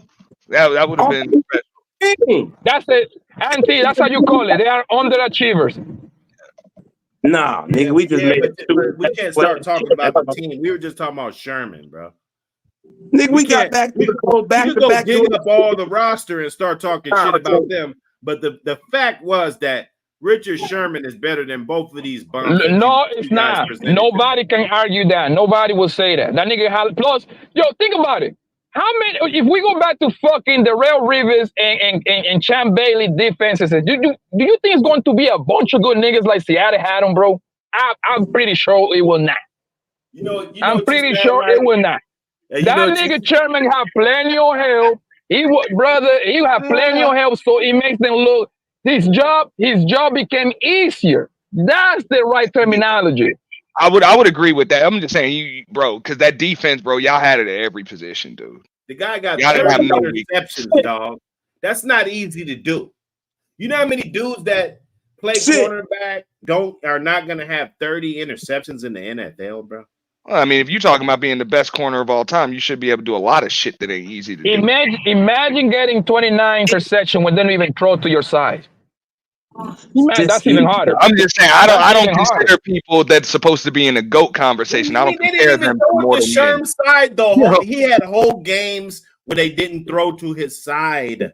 The best quarterback in the game was scared to throw it to his side. That's a lie. No, that's a fucking lie. That nigga Chairman can be had. So stop it, bro. Brady in New England. You forget that game where he made his mark in New England against Tom Brady. Are you mad, bro? Are you mad, bro? Game? So if we watch the game, if we go ahead and watch the game, right, we're gonna see. Can we see Tom Brady throwing on his side like a quick 4 or 5 times? Are we gonna see that? Say that again. No. If we watch the game right now, are we going to see Brady throwing to Chairman's side at least 4 times? No, man. Listen, they were not fucking with Sherm, dog. To the Sherman's side. Chairman wasn't scary like that, my nigga. Stop it. Chairman wasn't scary like that, my nigga. Y'all need to knock it off, bro. Hold up, my nigga. You forget that. Hold on. You forget that. Do you understand that my friends? I got a bunch of friends that play for the Cardinals. I actually went to a lot of games. I saw a lot of Seattle Seahawks and Cardinals games because they play on the same fucking division. I seen this nigga up personal. Chairman is not scary like that, my nigga. Rivers, that nigga scary. Right. That nigga scary, bro. Stop it, bro. Hold up. This is a good point, though, that Ray was trying to make. Maybe that's why that motherfucker got 30 interceptions. Motherfuckers wasn't scared of him, and he made him pay. And made him pay. No, he would have had 50. But they went to his side for a whole game. Was Eric Thomas a good player? Because a lot of quarterbacks tried him and they regretted that shit. Was Eric Thomas a great safety? Yeah, it was good safety. What was the other safety name? I forgot the other safety name. What's the nigga name? Damn it, I forgot his name, bro. Cam Chancellor was the other safety. Cam Chancellor. Yeah. Was that nigga considered pretty good? Yeah, that motherfucker played special teams and that shit, bro. So by default, the quarterback has 2 fucking safeties to worry about. So now you have to worry about not throwing the ball too long. My nigga, Rivers and Chairman, my nigga, Chairman looks better because of the defense, bro. Like if y'all admit that, my nigga, y'all will be better off. What happened when Chairman went to play with the motherfucking 49ers? I wait. That's my point. And then they did good. They were always in contention. Them Seahawks were beating themselves, bro. Them defensive players were beating themselves up playing defense. They were fucking themselves up, bro. Niggas were scared of Michael Bennett coming when Michael Bennett used to come to you. Yeah. That was just the front. We ain't even talking about when you threw the ball. You had to worry about it. With the Sherm side, I'm telling you, Sherm got it every time, it seemed like. You really? Well, so what happened with the 49ers? Well, what happened in there? What happened over there? We always had the 49ers number. We did. No. What happened when Chairman went to play for the 49ers? Hey, what happened with the Magic? Point. The 49ers went to a Super Bowl. He got hurt, so he didn't play a full season. And then the next year he came back. He was solid. They didn't do it because of Sherm, no. Sherm didn't do shit with the Niners. God damn it. This motherfucking nigga can answer the phone, man, so he can settle this shit for once, man. Yeah, he said he went to the Super Bowl with the 49ers. Sherm went to the Super Bowl with the Niners. He got in and out of there quick. He was there for like 2 seasons. Did Sherm get a Super Bowl go to the Super Bowl with that? Hold up, I'll look that up. 1 second.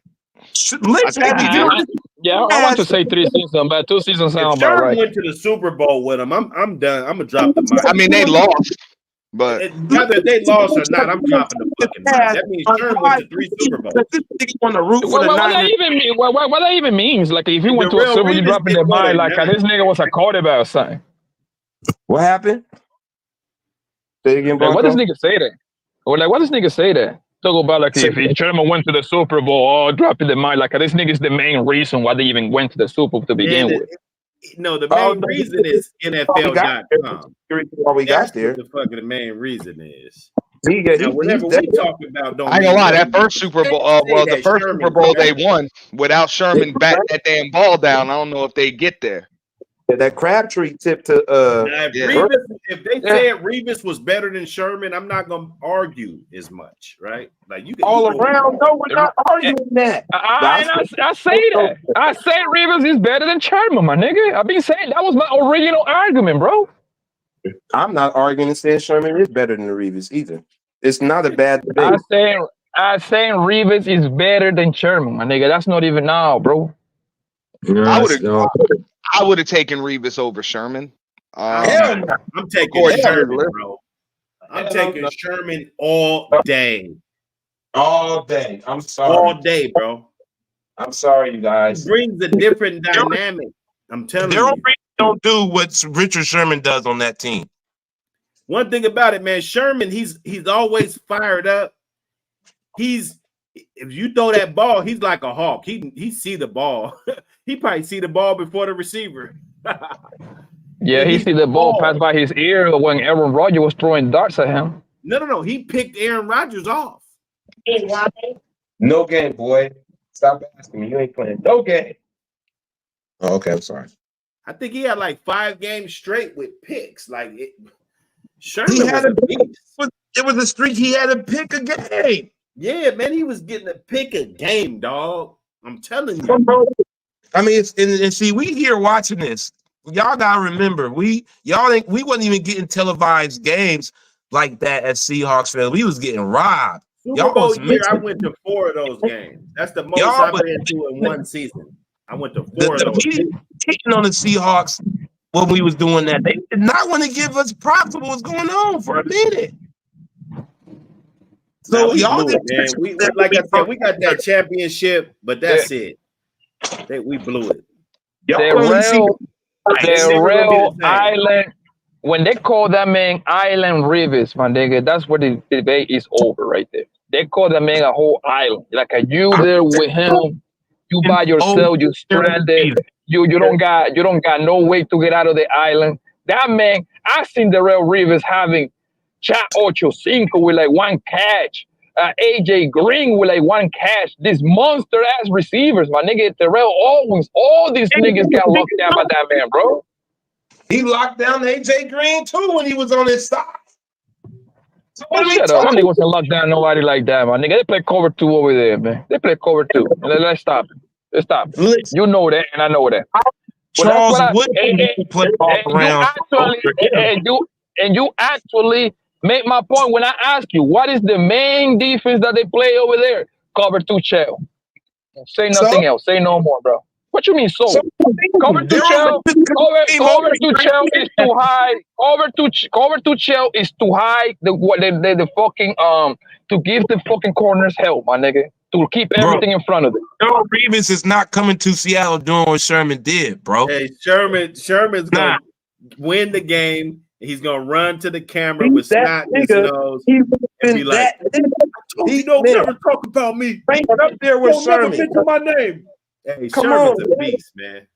Come on, man. You don't put Revis with that same defense and do what he did. That's a former wide receiver. Once again, they have different hands. I know y'all fans. And that's your boy, my nigga. But heart to heart, you know that this man, Revis, was better than Sherman. Like, you know this. Like, I don't have to argue this. You know this. No.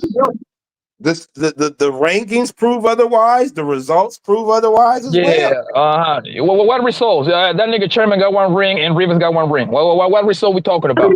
Ring when he was old out the door. Really? Sherman got one been to the Super Bowl. Out the door. Are you sure? Are you sure about that?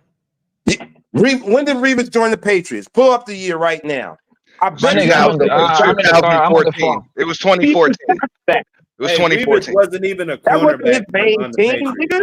That wasn't Darrell Revis' main team. His main team was the Jets. I think he So was what? Seahawks. So what? It doesn't matter. He got a fucking ring. Like I still trying to like a you are like a that nigga chairman like a chairman ring means more than motherfucking Darrell Revis. No, nigga, it's the same one ring. It's the same one ring.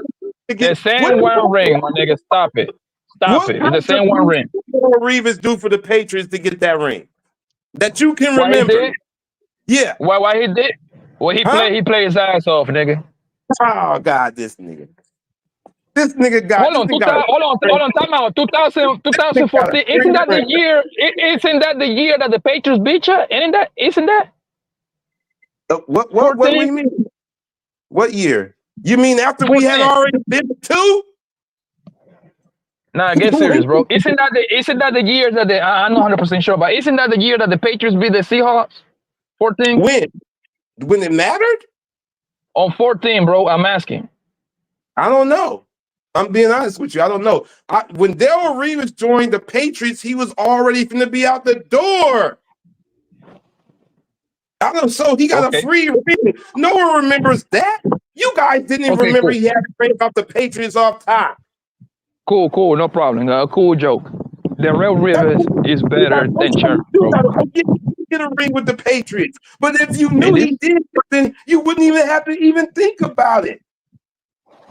Darrell Revis was better than goddamn Sherman, bro. I don't know why you like to argue so much. So the results show. What results, my nigga? He got one ring, and the Sherman got one ring, and Revis got one ring. Hey, Bobby, man, you've been doing pretty good with these debates, man. As an old out the door cornerback, bro. If you want to compare that, it doesn't matter. They both got one ring. I don't understand why you argue some stupid shit like that. One he was without the ring. I don't give a fuck if he was with half a leg, bro. I remember them niggas been to 3 Super Bowls though.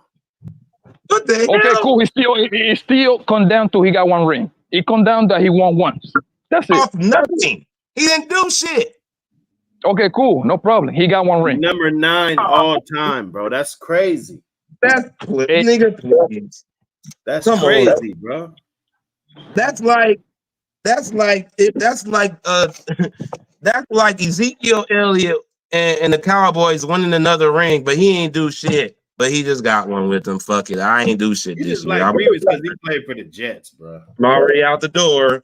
So, but since they won, I got one too. I believe Revis is better because the skill set. Yeah, he do everything better. That nigga back pedal better. He faster. He was a set of five. People say the simple fact that Sherman, the simple fact that Sherman didn't travel with the best wide receiver all over the field, we don't have to discuss it no more, bro. That's where the debate ends. That's where the debate ends. They still didn't throw the ball to the wide receiver either. Sherman was playing the right side and Browner was playing the left side, man. They wasn't moving. That lets me know something. Rivers followed you to the house. He followed you to the locker room. He follows you everywhere. Why are we arguing that, bro? So then why is he not ranked higher than Sherman then? We gotta look at all the lists. That makes no sense. That makes absolutely no sense. Points scored on him than Sherman didn't get burned up very many times. I mean, see, that's how we shut you down right there, Blanco. How come he's not higher than Sherman unless he's better than him? Well, I mean, this goes back to my original argument. If LeBron James is better than Jordan, why ain't he ranked higher on anybody's all-time list? He is ranked higher. What are you talking about? On what list? And he's got the most points ever. Then in that case, I guess Karl Malone was better. I guess Karl Malone was better than Jordan too. No, Tim Duncan is better than both. He had more points. Tim Duncan's better than both them niggas. Now, how about that's a longevity stat. And somebody want to talk about the Magic thing. You talking about 11 years in the league with 9 trips to the motherfucking finals, 3 MVPs. You talking about pretty much LeBron James same production in half the time. Tim Duncan. You know? So yeah, it's come on.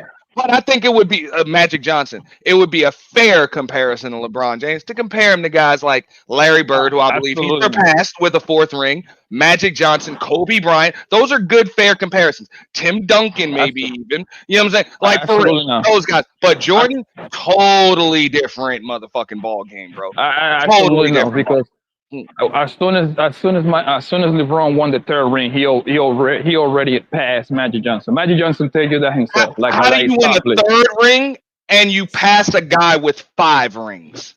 Because the totality you of get it with the Eric Spoelstra versus a fucking Phil Jackson or some shit, right? And Eric Spoelstra, who's taking his cues from a Pat Riley. I mean, Eric Spoelstra is a rookie coach. Eric Spoelstra is such a good coach that he took his team to the finals twice after losing LeBron James. That's how much of a shitty coach he didn't. We talk about Miami. He went to the finals twice without LeBron James or Dwayne Wade with Jimmy Butler. Yes, Yeah, the 10 years and later. afterwards. Yeah, But 10 years later. still did it though. So that's still But we pretty talking good. about the I'm totality just saying, of the you're trying to work, tell bro. me that he's trying to tell me Spoelstra's just a shitty coach, though. Come on, man. Spoelstra is not so good when it comes to offensive king. I don't like the way he calls his offense, man. His offense is very predictable. I'll tell you what Spoelstra was really good at was that damn zone. You know what I'm saying? Playing that zone and hiding motherfuckers like Duncan Robinson and shit. Hiding motherfuckers like that.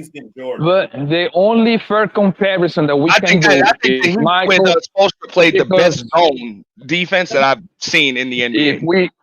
If we want to keep it 100, Jordan is better. LeBron is better than Kobe. LeBron is better than Duncan. LeBron is better than Magic. There is no comparison there. Kobe got 3 free. I would have agreed Kobe with got you until you said Magic. Kobe. Yes, he is. Magic Johnson will tell you that himself. Magic Hey, Johnson say like, "Yo, this man's better LeBron than me." James will win a championship jumping center. I'll give him that props. I know he won't. So, bro, no. Well, okay, but brother, oh my God, you see how y'all just go all over the place? Yeah. Magic jumped center in the NBA. So you're trying to tell me that Magic Johnson is better than LeBron? He played Yeah, center. I am. That's no, brother. Magic Johnson would disagree with you, bro. Like you need to stop. You need to stop. What happened? You need to Against stop. Oklahoma, bro. They went small. Man, fuck Oklahoma too, son. There is absolutely no way in Gas Green Air that fucking Magic Johnson with a short ass short is better than fucking LeBron, my nigga. Nobody would make that argument, bro. I get it. You know what? You're right. It's because he wore short shorts. Yeah, you won the argument right there, Bobby. Sonics get a team. That's why y'all see OKC will never get over the hump. Oh, Ray, man, they even tried to downplay Dennis Johnson, man. Like, come on. Man, fuck Oklahoma City. We do not go for. They got a curse on them until we get our team. That's why you'll never see them get over. Hey, you're not getting that team back. You might get an expansion team that they'll call the Sonics. You ain't getting that team back. OKC own them now. Well, no, it's a lot of money. I'm about to say, bro, them owners are rich as fuck out in OKC, bro. It's a lot of money in Oklahoma. That thing going That's nowhere. that Chesapeake Energy that owns them, bro. They ain't the power plants and shit. That's big money, dude. They ain't giving up that team. Plus Oklahoma got a strong fan base, and it's a big old college football town. But all you need is about 10,000-15,000 people to come forward with the NBA. That thing going nowhere, bro. Yeah, y'all are not getting that team. I'm sorry, Ray. Y'all not getting that team back. Y'all gonna have to pull a Cleveland Browns or something. Your team end up in Baltimore or some shit, and then maybe they'll give you your expansion team back, like they had to do the Hornets in Charlotte too. You might get some shit. Right. We'll take a whole brand new team. We just want a team back. Y'all don't deserve nothing. No, they do deserve that, bro. No, they the reason don't. why I They say, don't no, I'm gonna deserve tell you, shit. hey, Poppy, I'm gonna tell you why it's fucked up, right? How the fuck did they lose the Seattle Sonics, but they kept the goddamn Seattle Storm? They kept the fucking women, but couldn't even afford to keep the damn men. That's crazy, dog. So I'm like, the city can clearly handle a franchise. You know what I'm saying? So I don't see why they lost their team in the first place. That he didn't agree with the city and how they was going about the stadium. They did some real funky politics to make sure we didn't come into play for a long minute. But Seattle's a decent city, sports town, and shit like that. But I they were don't think losing money though. The Sonics were losing money. They were losing money. Yeah. In Seattle, all we're gonna get is dumbass fucking commentary for niggas like Ray and this nigga Dr. Hood talk about a bunch of dumb shit. Nah, my nigga, they better off we have no thing. I will sign that petition so fast. I believe they will bring the Sonic. They will bring the Sonic back. No, you know what I would sign? I would start a petition right now. Can the Seattle Supersonics come back to the city? No. They will bring the Sonics back, bro. They will. No, they won't. Hey, Key Arena still open, Ray? Key Arena still open? It's still Key Arena? Climate Pledge, that's where the new hockey team, because the hockey scene is big up here, and because it's next to Canada. It's the first all energy arena. Yeah, they renovated to where it's called Climate Energy. They they doing the necessary steps to get there. The hockey team was the first step. So now that the cracking, now we're just a matter after the TV deal that just passed. That's why y'all seeing all these enormous contracts from these no-name NBA players. So now this new TV deal, it's just a matter of we waiting on them guys to start the conversation for Vegas and Seattle. They quit doing it. Because, bro, that's rare. That's extremely rare in the NBA that any team that's actually won an NBA championship over the course of history don't exist no more. That's rare as fuck, bro. You know what I'm saying? Yeah. And that's the case with the Seattle Sonics. Yeah, we thought the Clippers was coming due to Steve Ballmer and Microsoft, but again, the politics in Seattle, they ain't want to work with them. Or the Clippers would have been. It didn't make sense to move. You already got a team in LA. It didn't make sense to move a team from LA anywhere else, bro. It just doesn't. Folks didn't like having. They don't like having two LA teams. Yeah, but that's why they moved. That's why they moved to Inglewood. Yeah, we need to kind of like stop moves like that because I'm gonna be honest, they don't deserve a basketball team. They deserve like a soccer team. Because that's the way it is. Like the Clippers, they're like, okay, we the hood, and the Lakers are downtown. They you know what I'm saying? They're the rich team. We the hood, so they put that shit in Inglewood where the Great Western Forum used to be. But let the Lakers fan tell you the Clippers was like the farm league, like the farm league. I mean, the motherfuckers might still be the Buffalo Braves, though. That's pretty much what it is. That's the little brother. That's the way you look at the Clippers in LA. But see, y'all, California it's like New York. If y'all all got the abundance of teams, y'all got about 3 teams on each sports genre: hockey, baseball, football. And shit, soccer too. Now, shit, y'all got 2 teams in soccer too. It's kind of like a Giants Jets thing. Yeah, no, it's kind of like a Giants Jets thing or Yankees Mets thing. It's more like a Yankees Mets thing. Yeah, the state of New York always get 2 teams. We deserve 2 teams. I say Giants. We are the list. You know, Giants Jets still share a stadium. The Yankees and Mets never shared a fucking stadium ever. Right, but that's because of location, right? Because Jersey ain't Jersey's the Giants, right? And the Giants and the Jets are New York. The thing is, you can't put a football stadium in New York, bro. It's just not built like that. We play nothing but like literally like it's literally what like 17, 20 minutes away from New York. It's right here. Bro, like the greatest architects in the world can't figure out how to put a fucking football stadium in New York City. I mean, we can put a football stadium. We have to be in Long Island. That's what it says. And nobody wants to go to Long Island. Put it in New York City. Even if you could put the stadium there, you couldn't put a parking lot there too. Yeah. The only place that would be where the only place we have space would be upstate New York and Long Island. Yeah. Long Island, and it's easier for them to play in Jersey. It's closer. Yeah, so it's right there. Yeah, and you catch the Jersey crowd, which it automatically would be a Giants or a Jet fan because it's literally nothing but like a 10-minute walk. Or depends where you live in Jersey, of course. So Jersey and New York, depending on where you are, could be right across the street, literally from each other. Not across the street. Yeah, it's Bridge. You gotta go connected. to a tunnel. You gotta go to a tunnel. You can see it. Yeah, from the if you live if you live in Jersey City, right, you can literally walk to New York because it's connected by the Harlem Tunnel. It's right there. Yeah, you gotta the go Harlem through. Tunnel, right there. Like your balcony in Jersey City is facing fucking New York City.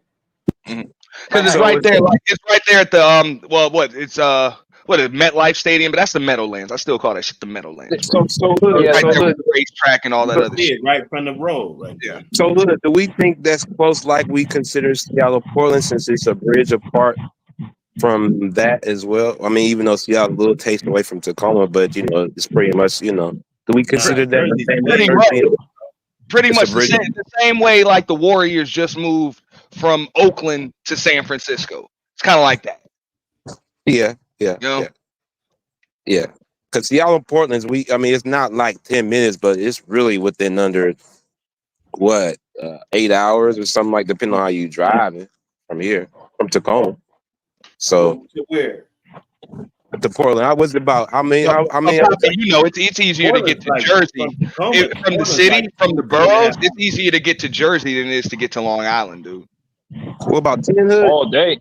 Yeah. From Tacoma, Portland's only that's not even an argument. Yeah. Right. No, that's why they play in Jersey. But ain't no football stadium coming in. Long Island is literally like an hour and a half, and at least an hour and 20 minutes. Long Island a little retired.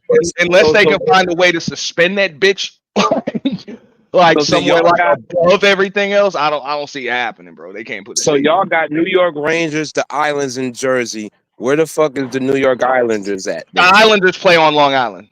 They're playing Long Island at the Coliseum in Long Island.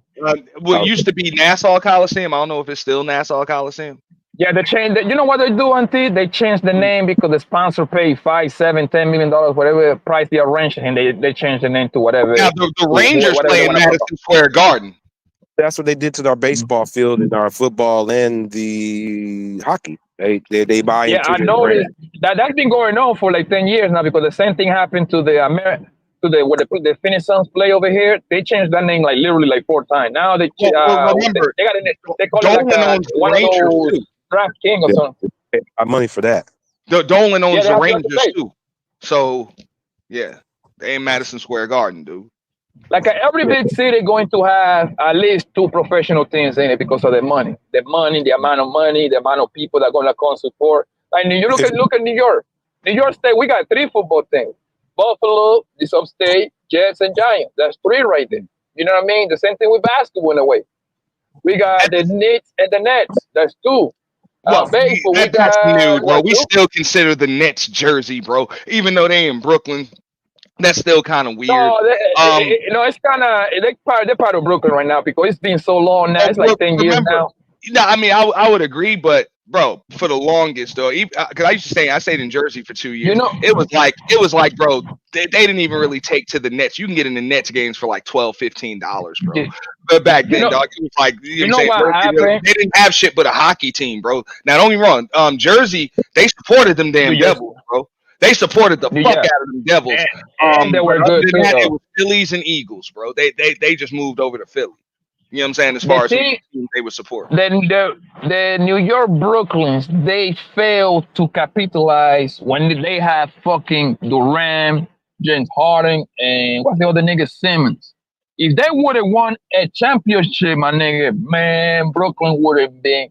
Now you're really talking about competition. Who's the biggest dog in the city? Even though that the Knicks got history behind it, because the history that followed the Madison Square Garden, but they would have gave it like a good competition at that point. Yeah. No, bro. If the Knicks and the Nets could have been good at the same time while the Nets were in Brooklyn, shit, New York would have been off the hook like they about to be off the hook next week when that Subway Series kicks off. You know what I'm saying? Forget. Oh yeah, I'm waiting for that too. And the Mets won yesterday, but I think the Dodgers gonna end up winning that. But I hope the Mets, even though I don't like the Mets, but I would like to see the Yankees and Mets. Yeah, I'm not a Mets. I'm not gonna lie, bro. I've actually been to more Mets games than Yankee games, and that's only because that's back when Shea Stadium was open, bro. You getting that bitch dirt cheap too. Back in the day. My uncle worked for the Union of the City of New York. We used to get free tickets to watch the Mets. To the Mets, yeah, that's what I'm saying. You probably got him. Was that a City Field or the old Shea? No, like you know when you are like a union worker, they hook you up with a bunch of tickets. We used to get like free tickets for hockey. I hate hockey, but I never went. We used to get like a free ticket for the Knicks, but that used to be kind of hard. Like you had to fight for. I mean, not me, but my uncle. Bro, if you can get free Knicks tickets, bro, you in good shape, dog. You in good shape. We get them down here with like the Miami Marlins now. You know what I'm saying? Florida Marlins, just like what it was with the Florida Marlins. They pretty much got to give them shits away, bro. Because they don't have the support that you think they do. And then my other uncle, too, that he used to live in Jersey. After the motherfuckers won 2 World Series, they still ain't get support like that. Yeah, and like my other uncle worked for the Union in Jersey too. The same thing. We used to get tickets when the Nets used to be in fucking in Jersey, right?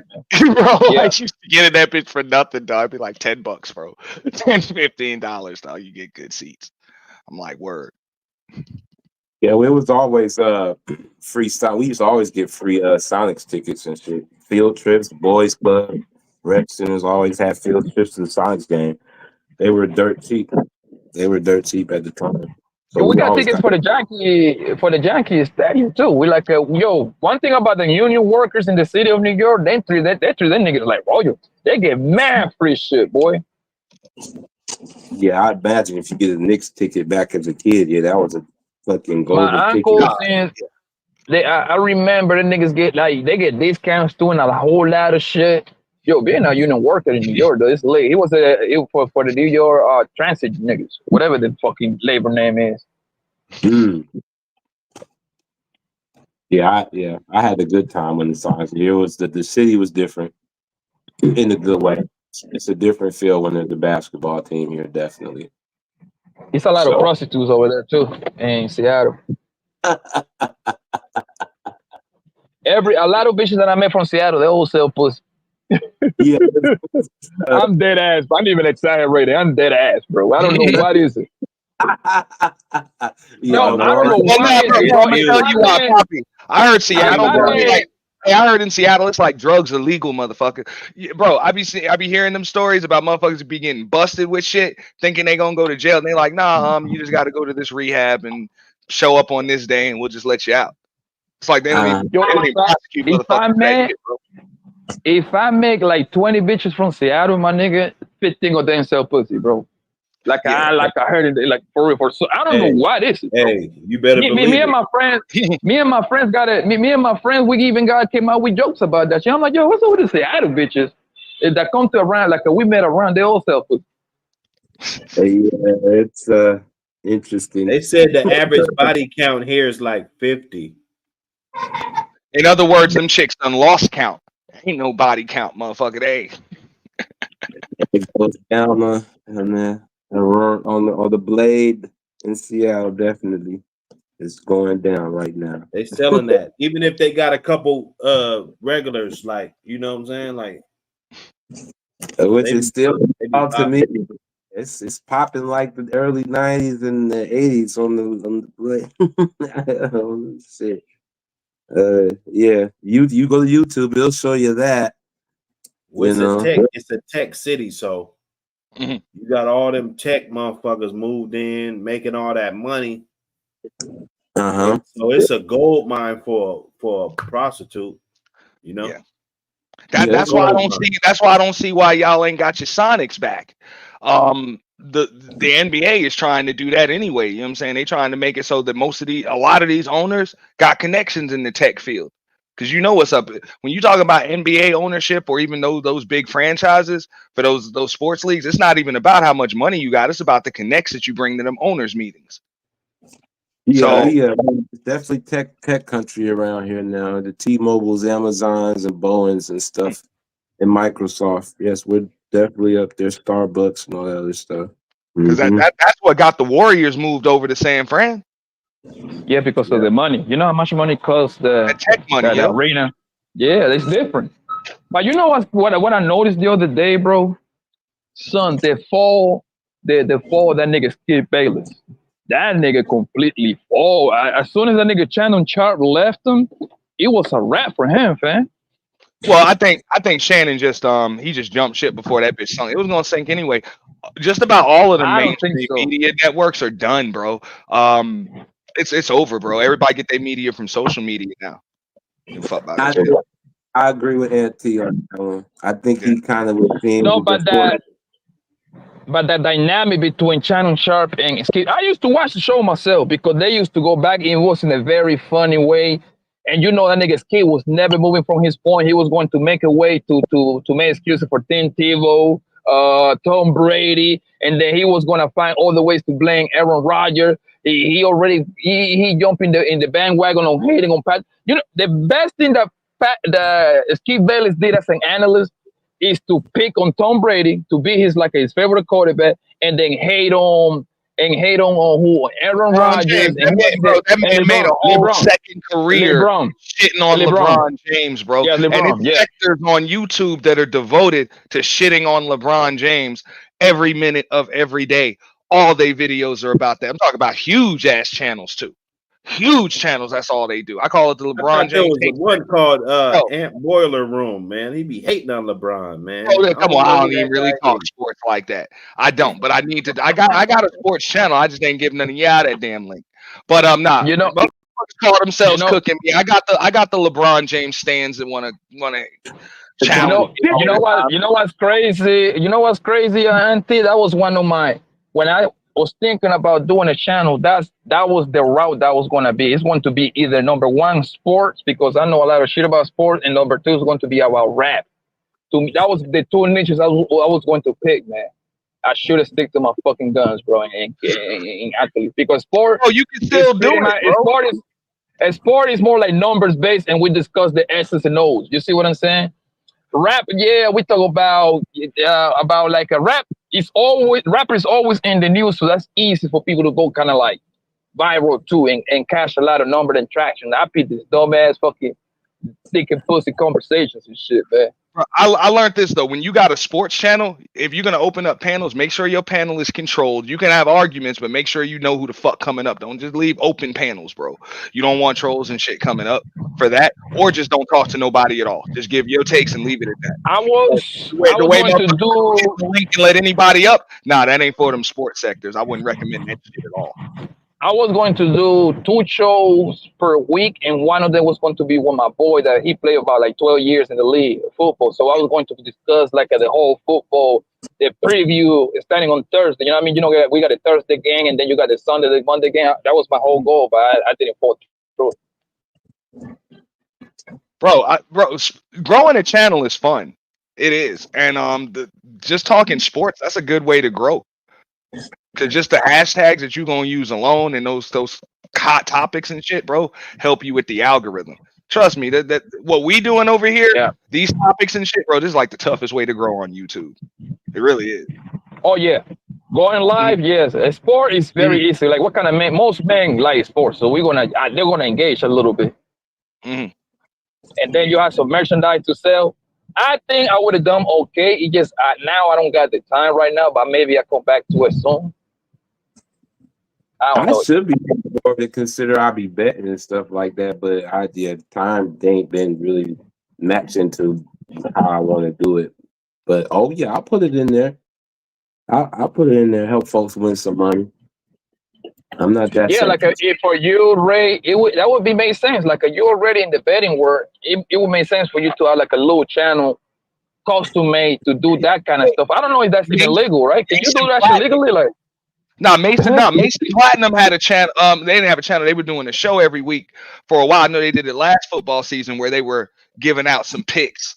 You know what I'm saying? Every week for college football games.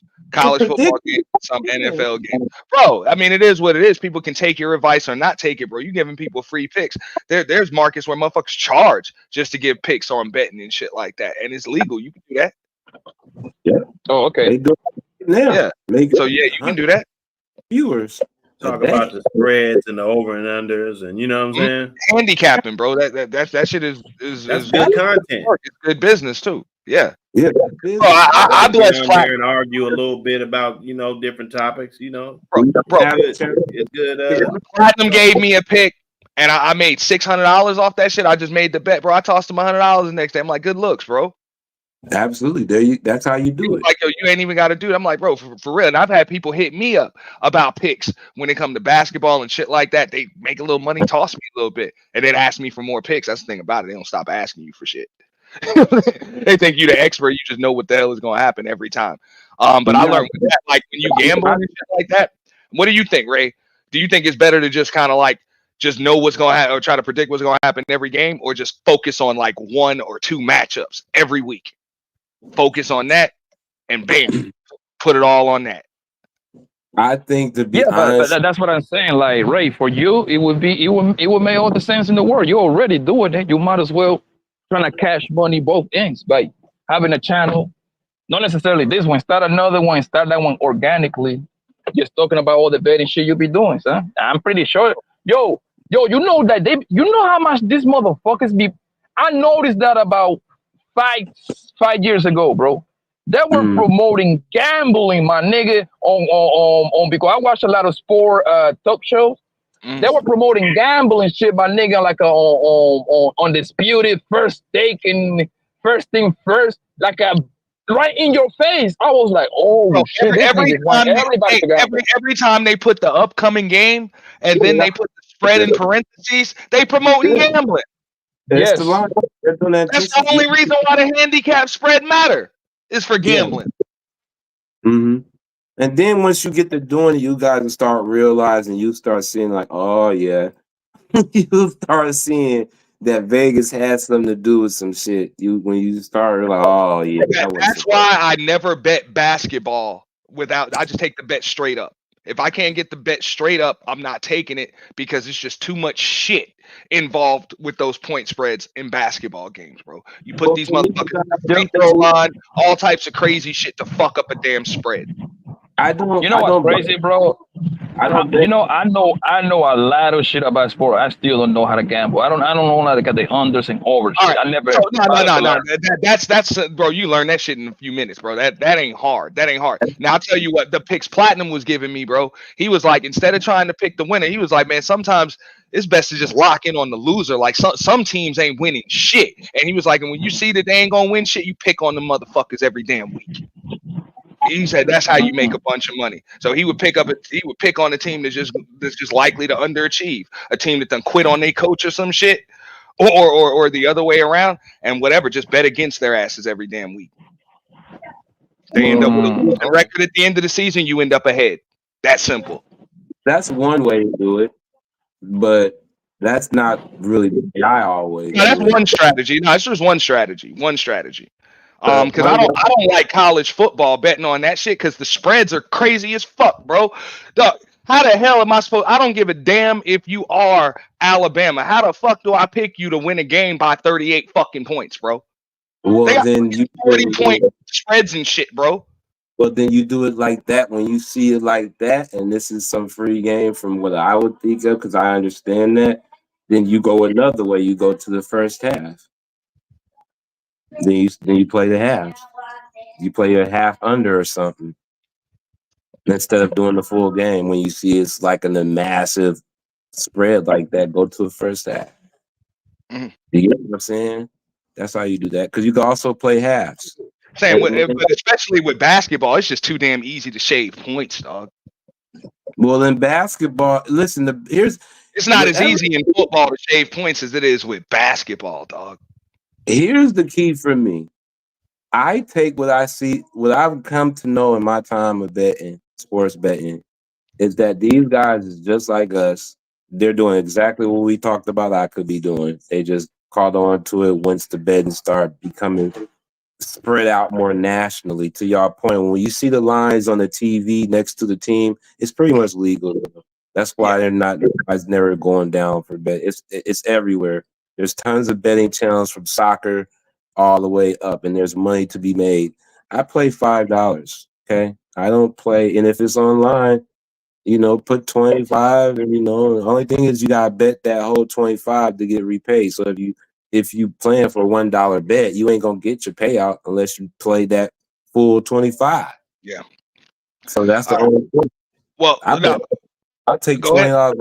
I'm gonna take $20 and go and take 5 with like 6 or 7 teams tonight, NHL or soccer, because there's a lot of Africa Cups and other things going on, and boom, boom, boom.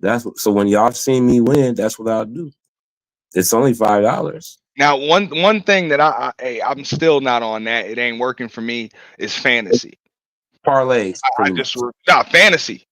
When I got to bet on motherfucking individual player statistics, I can't do that shit, bro. Because game plans change up based on matchups and shit. So the best thing about online betting is that there's more individual. Like you could bet in hockey, you could bet over 1 goal. You get what I'm saying? You could bet I know what you're talking about, Ray. I'm talking about like fantasy basketball or football or something like that. It's not just betting on the team. You got to bet on each player to put up specific numbers. Oh yeah, you got to make sure you do your work. But see, the best you're gonna bet, you wanted the money. The best thing is take the time. These cats that's winning, they up all night looking at all these different YouTube channels and the websites. That's what they mean when they say I've been up all night doing my research to see what's gonna match up to where everything aligns is one. Still ain't gonna guarantee shit, because like you said, there's sometimes when everybody's picking that one team and then the other team wins. A lot you can follow your conscience too. Like tonight, the Yankees and Guardians is playing. Okay, again, the Yankees is at home, but it's the playoffs though. Now, 9 times out of 10, I've been seeing most of these games go over 7 points. With the way that they have the pitching count, ain't too many low-scoring games unless there's some dominant Cy Young pitchers. There's 2 good pitchers on the mound tonight. That's why the spread is under 6.5, at least from what I'm seeing from ESPN. So they predicted to be a low-scoring game. But as those stats has been showing, it don't matter who's on the mound. These guys has been cracking at least over 7. That too. And if you saw last night, motherfucker was throwing shit all in the damn dirt and shit, bro. Walking motherfuckers like crazy, bro. It was you can't plan that shit, huh? Yeah, that it's the pitching count that changed that game like that. When they put that, bro, they had pulled 2 pitchers, but you know what I'm saying, it was 2 separate pitchers, and by the damn third inning, or I'm sorry, by the 4th or 5th inning, bro, they had already pulled 2 pitchers. Like, if you guys are predicting the Subway Series, then there's no reason why you shouldn't be going to make a good play on the Yankees then. If that's deep feeling, okay, go for that. Because 9 times, most people think that the Yankees should beat the Guardians easy and think that the Guardians probably going to at least get a 1 game. That's what I think. I'm just trying to figure out if it's going to be tonight or when they get back home to And I'm Cleveland. taking my boys to clean sweep. Yeah, the Guardians ain't got no business being in there. bro. Remember, that's the old Cleveland Indians, but still. Yeah, that sounds like none of these teams can be called the Indians no more. Then they done gradually made sure they done took that shit off of any team that was an Indian mascot. Well, what's going to happen with the Atlanta Braves? We'll see. Or maybe they'll just call them the damn Braves. I don't. They'll keep calling them the Braves. The Braves there if they didn't get hurt. They got they got hurt. Their power players got hurt. I think the problem be the damn, you know what I'm saying, the mascot and the logo and shit. Like you saw the way they had to change the same shit in Washington, in DC. No more Redskins. They had to change that shit. I understand the whole Redskin part. I get that part because of the meaning behind it. You know, the whole torching motherfuckers and shit like that. I get it, right? But the Cleveland Indians, man, like, come on, man. First of all, the Indians, I mean, the natives is going to be exterminated in the next 30, 40 years. Nigga, so what you gonna have to remember these people? It's Ohio. It's named after it's named after them. So the whole state is named after them. You know what I'm saying? The only thing, what's going to happen with the Florida State for the Seminoles? They're gonna make them change the name. Oh, that ain't gonna change. Because that Seminole tribe, they in charge of too much shit out here, bro. They in charge. They gonna keep their name on shit. They would have did all that then and there the same way they did at the same time they did with the Guardians and the Commanders. So if they ain't gonna move the Chiefs or the Seminoles, then they're Kansas not. City Chiefs. What about them? No, but notice though, even like the Chiefs or the the Chiefs Braves, wanna be whatever, good though. their logo and mascot is more like an arrowhead or some shit. You know, it's not it's not the face of an actual Indian. So I think that might have something to do with Right. it. Oh, I see what you're saying. You know what I'm saying? But they still I have get it. Oh, they still have tribal stuff on there on the state shit as well though.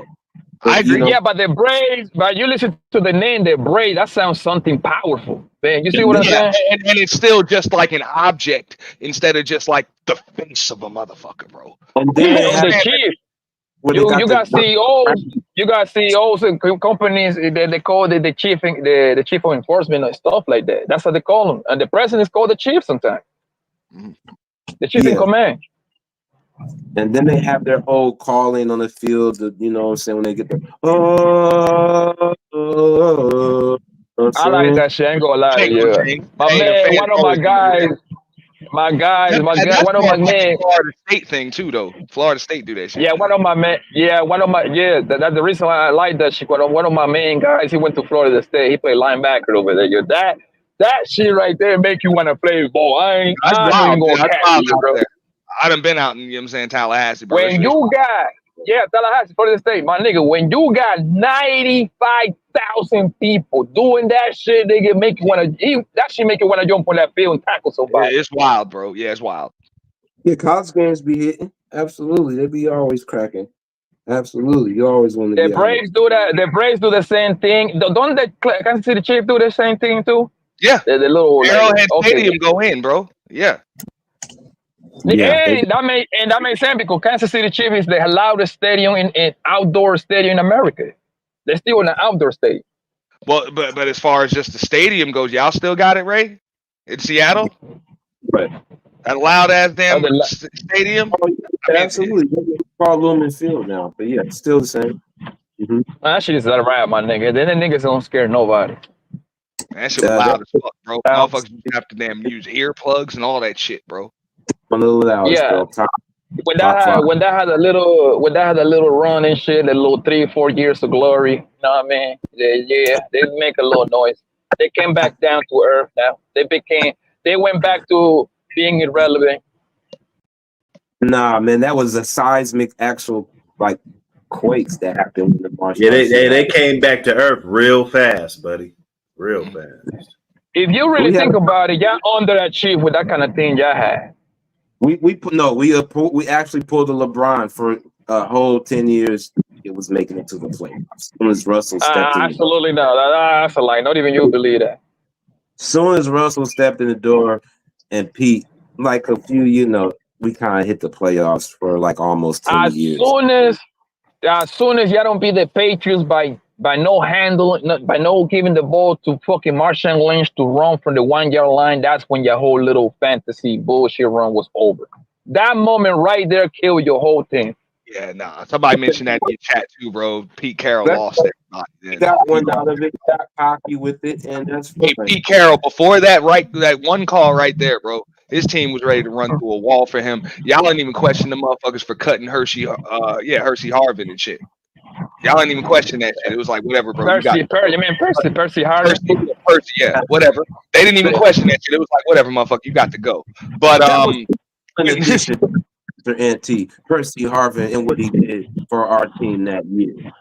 So in addition, yeah, but the thing is that nobody. I'm just saying, y'all were behind Pete Carroll until that bad call in the Super Bowl, bro.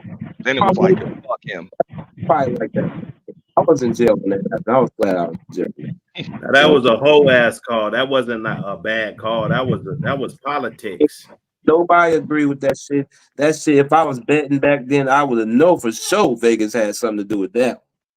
Nah, they wanted. Well, it was a college play call. Like it was a college play call. That was something that you do in college. You know damn well you got 4 down. Would do that throw it on one of those. But in the NFL at the highest level, at the end, I can understand why he did it. It's just at that damn level right there, you don't fuck put the ball in the air. Was that Russell like a third year starting or 4 year? Like he had like 3 years under his It was belt, like right? his fourth year. I think it was his 4 third year. or fourth year. But the thing is, what people don't understand, like, and I'll defend Pete Carroll this much. It is like, remember, the Patriots had Vince Wilfork then. So when everybody's like, run the motherfucking football, you got Marshawn. Marshawn was good with some open field, but when everybody's crunched at the goal line and their only goal is not to give you that motherfucking yard, and they got Vince Wilfork, you might want to think absolutely something else. It's just absolutely not. It's just in that situation. Absolutely Hold on. In college, like I said, remember Pete Carroll's a college coach. You know what I'm saying? He was a college coach, so it was more of that's something you see more so in college. But on the NFL level, it's like, nah, motherfucker, we ain't putting it in the air. We giving it to our power running back, and the other 10 guys push forward. That's it. We either gonna get this 1 yard or we not. You dance with the people that brought you to the motherfucking dance, my nigga. Marshawn Lynch brought that thing on his back, my nigga, to the dance. You gotta die with him. That was second down too. I'm running the ball 3 times, nigga. I would agree, bro. There's no field goal. There's no none of that shit, bro. All 11 guys, you get the ball in one dude's hands, and everybody else push ran forward. it all the way to the 2-yard line, and you don't give them the ball, bro. Hold up, understand for him to run it. Nah, for him to run it all the way to the 2-yard line, that defense is still spread out. As soon as it goes to the 1-yard line, everybody's crunched in one spot, and their goal is to not give you this matter. You know what I'm saying? It doesn't matter. So the strategy changes. Even if you look at just the statistics and shit, Marshawn is not as effective in that situation as he is in an open field situation. And Purge Master NT, we listen. We'll settle for that run, and we'll settle for that run stop at the line better than what that call was played for. We wouldn't settle for that. Ray, I'm agreeing with that. 100%. That's what you're supposed to do. Under no circumstances do you risk an interception. Now, although it would have hurt, it would have still hurt if we would have got in there. Yeah, you do not. We would have felt a little bit more better. If anything, that you just make them stop your ass, bro, 4 times. That's it. Everybody push forward. We either strong enough to push or we not. That's it. Yeah, I would agree. And now, but see, here's the thing, though, Purge Master. We knew that we was gonna get in there with the run. Everybody knew.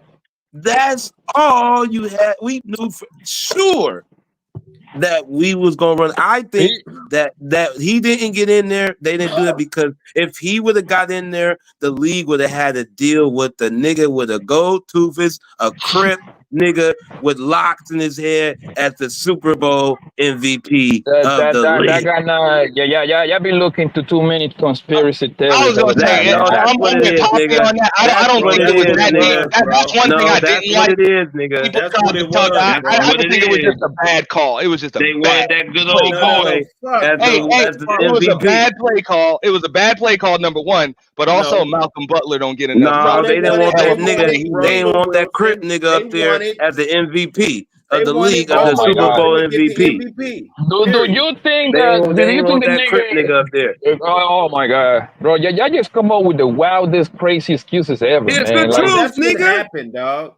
It's the truth. No, they knew if he would have won this, nigga, if he would have ran the ball in there. If he would have run the ball in there, nigga, and he would have won the Super Bowl MVP, everybody knew the face of the league. You see how they treating him now. My you nigga, see how they treating him now. If Marshawn Lynch would have run the ball and scored, he wouldn't became the face of the league. Where you get this shit from, bro? They would have won it in those Super Bowl MVP. A Super Bowl MVP don't make you the face of the league. Super Bowl MVP don't make you the face of the league, though. My nigga, I'm talking about even as the Super Bowl MVP. They didn't even want that face. Yeah, he would have been Super Bowl MVP, though. I'm willing to bet that. Oh, that's not what it is. Y'all just creating this dumbass conspiracy bullshit. You can't convince us in Seattle that. I don't think convince us up here. Yeah, because y'all niggas is dumb as fuck in Seattle. I don't think it was a personal decision that he made to throw that damn ball, but it was damn sure a bad decision. It was a politics decision. It was political. Politics. The nigga started thinking. Carlton Banks ass. Right, they wanted the Russell Wilson, Carlton Banks, face They ass wanted nigga Carlton Banks instead to of get the the hood fucking nigga. MVP. Oh, no problem. That's all it was.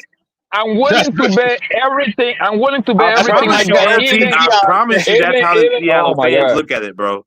I promise you that's how we look at it up here. Okay, it don't matter. Y'all don't count. That's the way a lot of smart. people look at it, But dog. I look, can't argue with you, dog. And look, Pete Carroll fucked the up by reason even why- doing that shit. The reason why Politics. that even if Marshawn Lynch would have run the ball and scored, it's a good chance that they still would have given the MVP award to that nigga Russell Wilson. It's I'm willing, like it's a good chance. You might want to look up. How many yards? Time out. They already gave it to him on the last one. It was Vincent gave it to him on this Can one. somebody do the touchdown apiece? Cool, no problem. Can somebody do the Googles and tell me how many yards the nigga Marshawn Lynch did for the whole game? I don't know the stats. It doesn't matter. If He they was would always the short run guy. He was always the short run guy when it came to That's not my second and question, short, bro. third and short, first and goal. Can somebody do the Googles and tell me how many yards Marshawn Lynch ran for the game? First and goal, bro. Like first and goal inside of the 5. He's running. Listen, man. He's running the ball 2 of them 3 times. He's running the ball 2 of them times. I mean, usually today, Carroll was using him as a he was getting in there. Everybody knew with the way that game was going, he was getting in there. Bro, inside of the 5, they use Marshawn as a blocker more often than not. Inside of the 5. Super Bowl He would have all it would have took was 2. With the way he was running at that point in time in the game. That's Big what I'm Saul, saying. what up, Big Saul? Corlessa Selman. Hey, all the usual suspects. Hey, my brothers is in the building. Salute to the Buck City You squad hear this over here shit? from Buck City Kenners. And you guys hear this shit? Listen, it's because they didn't want that hood nigga as the Super Bowl MVP. You understand? And he would have got it because that got nothing. He would have got it last time. He would have got last it. time. He would. No, actually, that was Earl Thomas that got it the last time. Before that, or was it Malcolm? Was it Malcolm? Or no, was it what? Malcolm? Or was it Michael Smith. Bennett? No, it was Malcolm. It was Malcolm. I'm looking at the stats right now. So Wilson, because what did he do? 12, he caught a key play. Can you be quiet? Because you don't know shit about sport and you like to be the loudest one. I don't understand that. How you know it? Your team ain't even did shit in like Eli Manning, nigga. I ain't never heard you Ray don't even Manning like your quarterback, nigga. You don't even like your quarterback. You want your team I like our quarterback, Ray. Fuck all that. I don't tolerate that. This nigga don't like it. This nigga don't like Daniel Jones. This nigga want to throw your whole season away, nigga. What you talking about, nigga? Hey, Dodge Myers. This nigga want to throw your whole season away, Auntie. Just to get y'all some other unnamed quarterback. He don't even like Daniel Jones. This nigga don't even got faith in his team. Cool, no problem. You done now. Okay, cool. Please, I would never throw away my team like that. Russell Wilson. I'm with you on that. Russell Wilson. It's still early in the year. He's talking about my quarterback. Goddamn, bro. Y'all ain't saying nothing, bro. Can y'all be quiet for a little second? Russel Wilson went 12 out of 21. Let him get his shit off. He threw for 247 yards, 2 touchdowns, 1 interception. Marshawn Lynch had 24 carries, 102 yards, right? So and if you would have run it, that's what I say. What the fuck you talking about? Yeah, and a touchdown. Don't leave that part out. In a touchdown, nigga. I say that, nigga. Oh, okay, go ahead.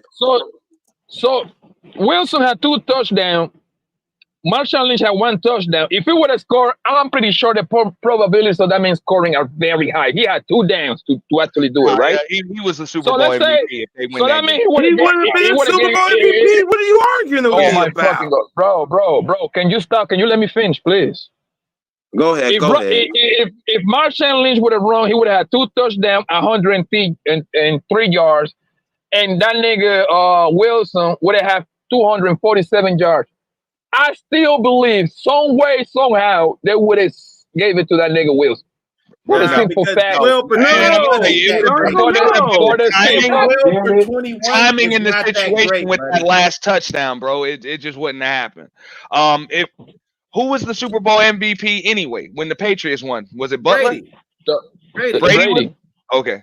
Yeah, because Brady threw for like 120 something yards in the fourth quarter. He was down 10 points in the beginning of the third quarter. I mean fourth quarter. That's right. That's because of Lynch, nigga. You got to give Malcolm Butler some props. Fuck that. So this is another L. This is another L for the so-called greatest defense ever. They were up 10 points. Some way, somehow, they let Brady score 14 points against in the fourth greatest quarter. offense ever at the time. What? It wasn't the greatest offense ever. Where you get that from, bro? I said at the time. No, it wasn't the greatest offense. Was that the greatest offense? At the time.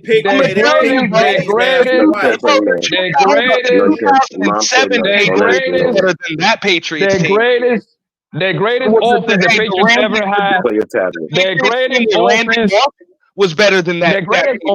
The greatest offense the Patriots ever had was the 2008 when that nigga Brady threw to 50 touchdowns. Randy Moss. Why are you talking about the Patriots? They ain't the Giants, nigga. You threw out your whole team for the year, nigga. It was the 16-0 thing. Actually, the 18-0 thing that the Giants put down. That's the greatest offense, my nigga. So could we agree to one thing though? That whoever would have got that touchdown would have got MVP. Can we agree to that? Yeah. If Wilson makes a touchdown pass, now let's back up a little bit. Based on the stats that Blanco's reading, yes, that he read off. Yes. If Russell Wilson makes that game-winning touchdown pass, he's the Super Bowl MVP. Oh no, based on what the stats we see, either way, he's hands down the MVP. Yeah. I don't doubt that. It would have been either way. Okay, I think to me it would have been 50-50 Russell Wilson. Let me land my plane about the conspiracy, right? Okay. Marshawn Lynch, if you remember, he said, I'm only here so I don't get fined. That's right. He wasn't talking to the media at all. He wasn't talking to them niggas. He wasn't talking to the media at all. They don't like that. So if you let him get MVP, he already said he's not talking to you. He's only here because he won't get fined. That's right. So Roger Goodell made that call then. He called like, yo, don't handle the ball at the 1 yard line. Okay, yeah, I got it. No, I was just about to say that's possible. What do they call the NFL, Blanco? Wait, what do they call the NFL? What do they call the NFL? Sports entertainment. Don't forget that. Hey, that's all professional sports, but at the same time, I really don't think. Okay, well, then sports entertainment and you add on betting, it matters. Sports entertainment, politics plays a part. In hindsight, it might have some validity to it, but I really don't think that's going through Pete Carroll's brain on second down at the fucking goal line, bro. Why would you throw the ball? Why would you throw the ball? It's very simple. It's very simple, Mr. Pete Carroll. Mr. Pete. Like it's so much shit to be focused on. Yo, that's gotta be Mr. Pete Carroll. Mr. Pete. This is what happened though. Mr. Pete Carroll thought he was smarter. He was trying to outsmart the motherfucking that nigga Bill Belichick. He was trying to get cute, and instead. Instead of just running the ball like a normal football fucking team would do. The team fell apart, dog. Hey, I would agree with Poppy on that, bro. I think he was just trying to get cute instead of just having all 11 of these motherfuckers. All 11 of these motherfuckers just pushed forward. He tried to get cute with the X's and O's. Yeah, I find it impossible to believe that Pete Carroll. I find impossible to believe that Pete Carroll is thinking about handing the ball because he don't want this nigga to do a press conference after he win his second back-to-back championship. That makes absolutely no sense. Yeah, no, I would agree. I think he just overcomplicated things trying to outcoach Bill Belichick. No, hell no. There ain't no out coaching. You run that fucking ball. He already won one. He already was dominating the field of the Patriots in the regular season. Hey, remember the situation too. Even the one that y'all won, everybody would say, because you remember y'all blew the Broncos out the year before, and everybody was saying, man, the Patriots put up a better fight than that. Y'all, That yeah, was y'all the beat best the shit out of offensive the team in the league that year, Hey, too, but I'm by telling the way, you, the Broncos were. That wasn't the best offensive thing. Stop it. That they was were the in the best league that offensive year. You're team at right. the time. That was 1 versus 2. That was the best Peyton defense Manning versus the best Broncos team offense. was yeah, bro. They were the best offense in the Yes, league. that was the best They were. offense versus the best defense that year. Peyton was a shell of himself, man. Yeah, but he was And no, then Peyton was we still pretty exposed good. him. Peyton was a total shell of himself that next time the Broncos went to the Super Bowl when they won. They pretty much had to carry him. But Peyton was damn near in like old school Peyton Manning form when they got blown the fuck out by the Seahawks. You know what I'm saying? Yeah, that season, he was still putting up some Peyton Manning numbers. Nigga, he was putting 40 and 50 touchdowns per year. Yeah. That was the cherry on the top of that whole season, Auntie.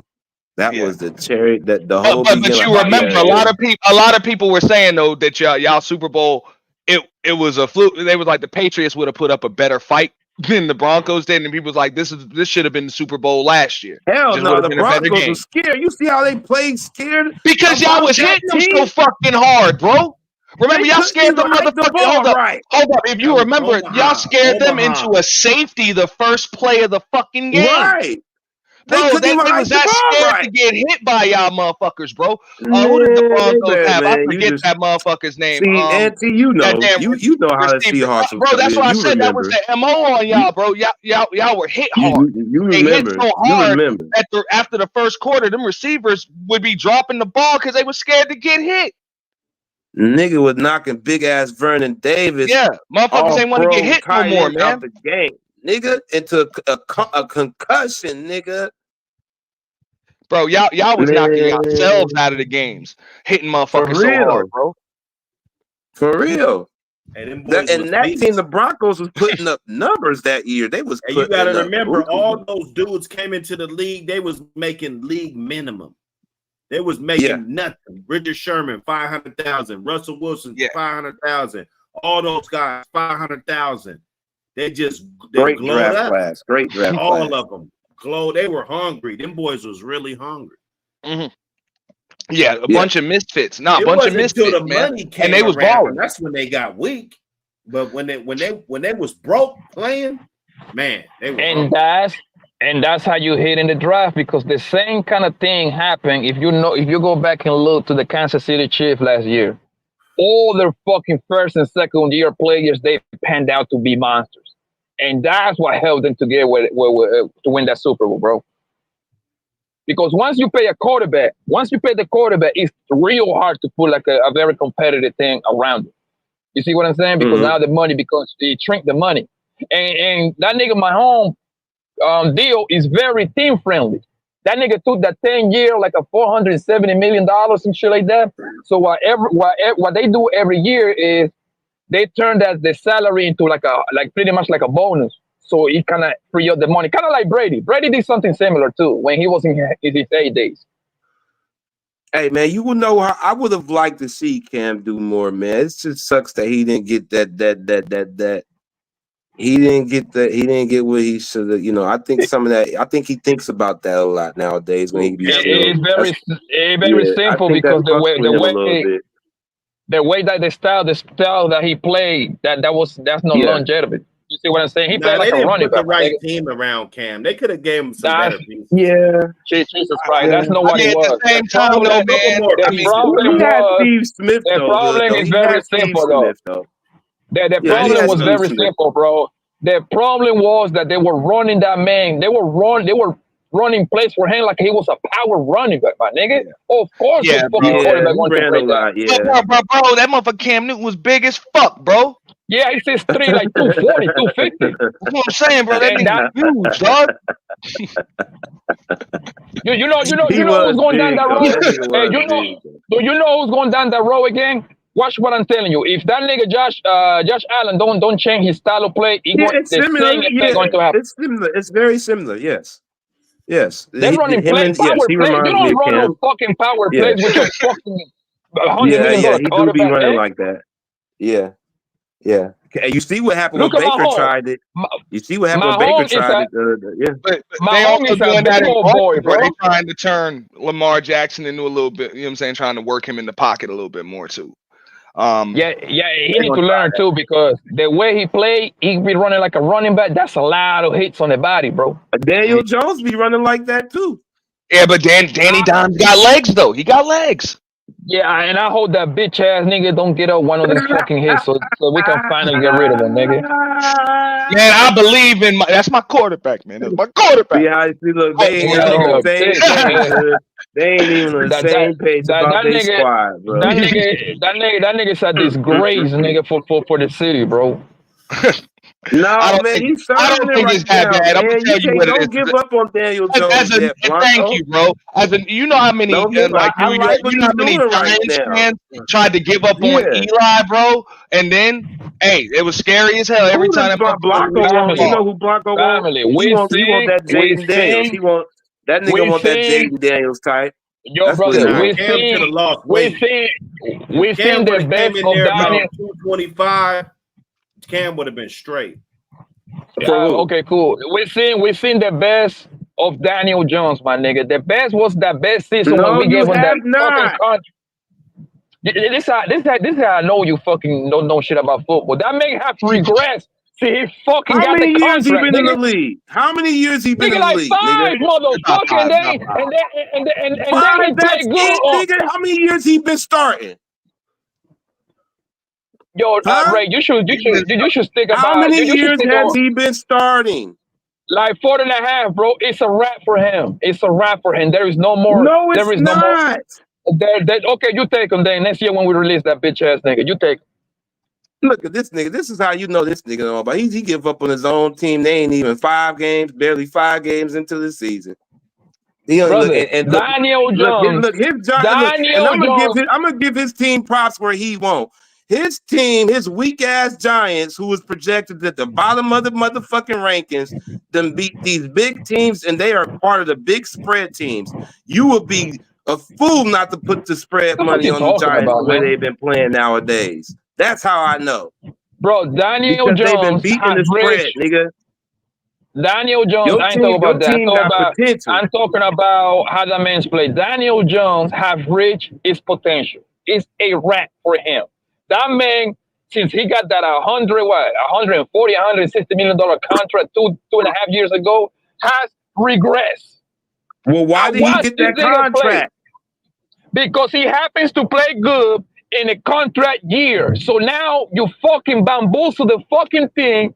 So you start thinking, well, this nigga gonna have a decent upside. He played like a bitch 2 years ago. He played like a bitch last year, and then he playing like a slut this year. That man has reached his potential.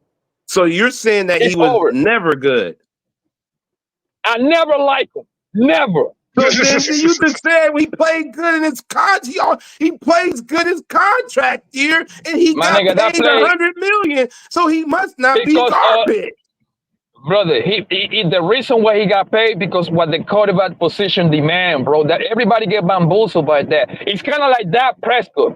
Down if you do, down if you don't. Daniel Jones played good enough to give him a contract, but he don't play good enough to take you to the promised land. I hate niggas like that. That's like a middle of the pack niggas. So then, nigga, why did your team, out of all these premier marquee quarterbacks, go get something and backup quarterbacks? Go get a motherfucking better than Daniel Jones if he's that trash.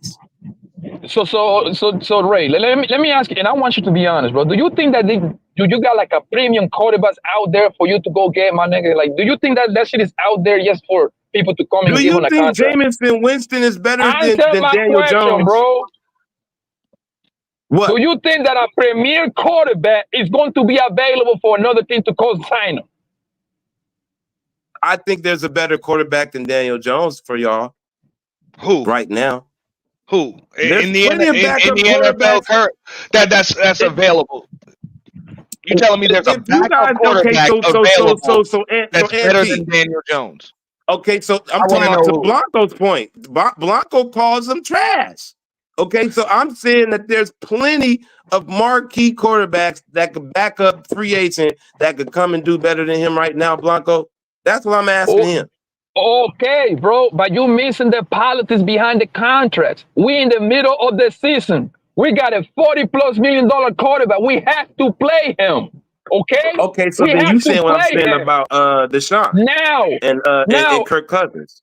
the same situation. Kirk Cousins is killing right now. That nigga, you didn't see last week, that nigga throw for 500. And then he played good as fuck again But this I'm past Sunday. saying, but I'm saying they but the had a thing is, hard decision picking that rookie quarterback after they paid him $100 million. There was, you know, the Cleveland Browns is fucking. They fucking stuck with Deshaun Watson. It's $230 million Yeah, they gotta play guaranteed him. money. Yes, I agree. So They they gotta don't play got him. no Yes. choice, right? Yes. Okay, the Yes. same thing with Daniel Jones. That's why after this, Oh, okay, we got him released. okay. Hey, no, I'll agree with Okay. Poppy on that. Now, once we gave him that so contract, you're saying he has to play because they paid him all that money. Yeah, bro. Yes. Yeah, and that's okay. what I was saying earlier with the quarterback being able to take up that big ass percentage of the cap.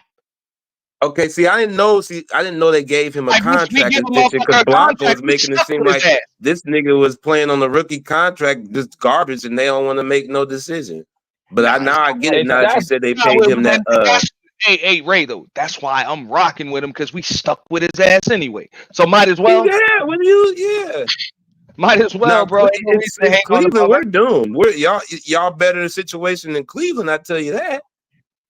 Yes, because y'all still got it. Because what I did with Deshaun Watson, y'all gave that nigga the extension. So that nigga, y'all stop. But most likely, most of that guarantee money, y'all will be able to move off Deshaun Watson probably in another year and a half, 2 years. I'm just now noticing your avatar, Doris. You ain't shit. Damn, that's fucked up. That is fucked up. It's the Kirk Cousins guarantee money. The fucking Danny Dimes trash can. Damn, that's bad. I'm gonna laugh when the Giants turn around, and I'm gonna laugh at you niggas.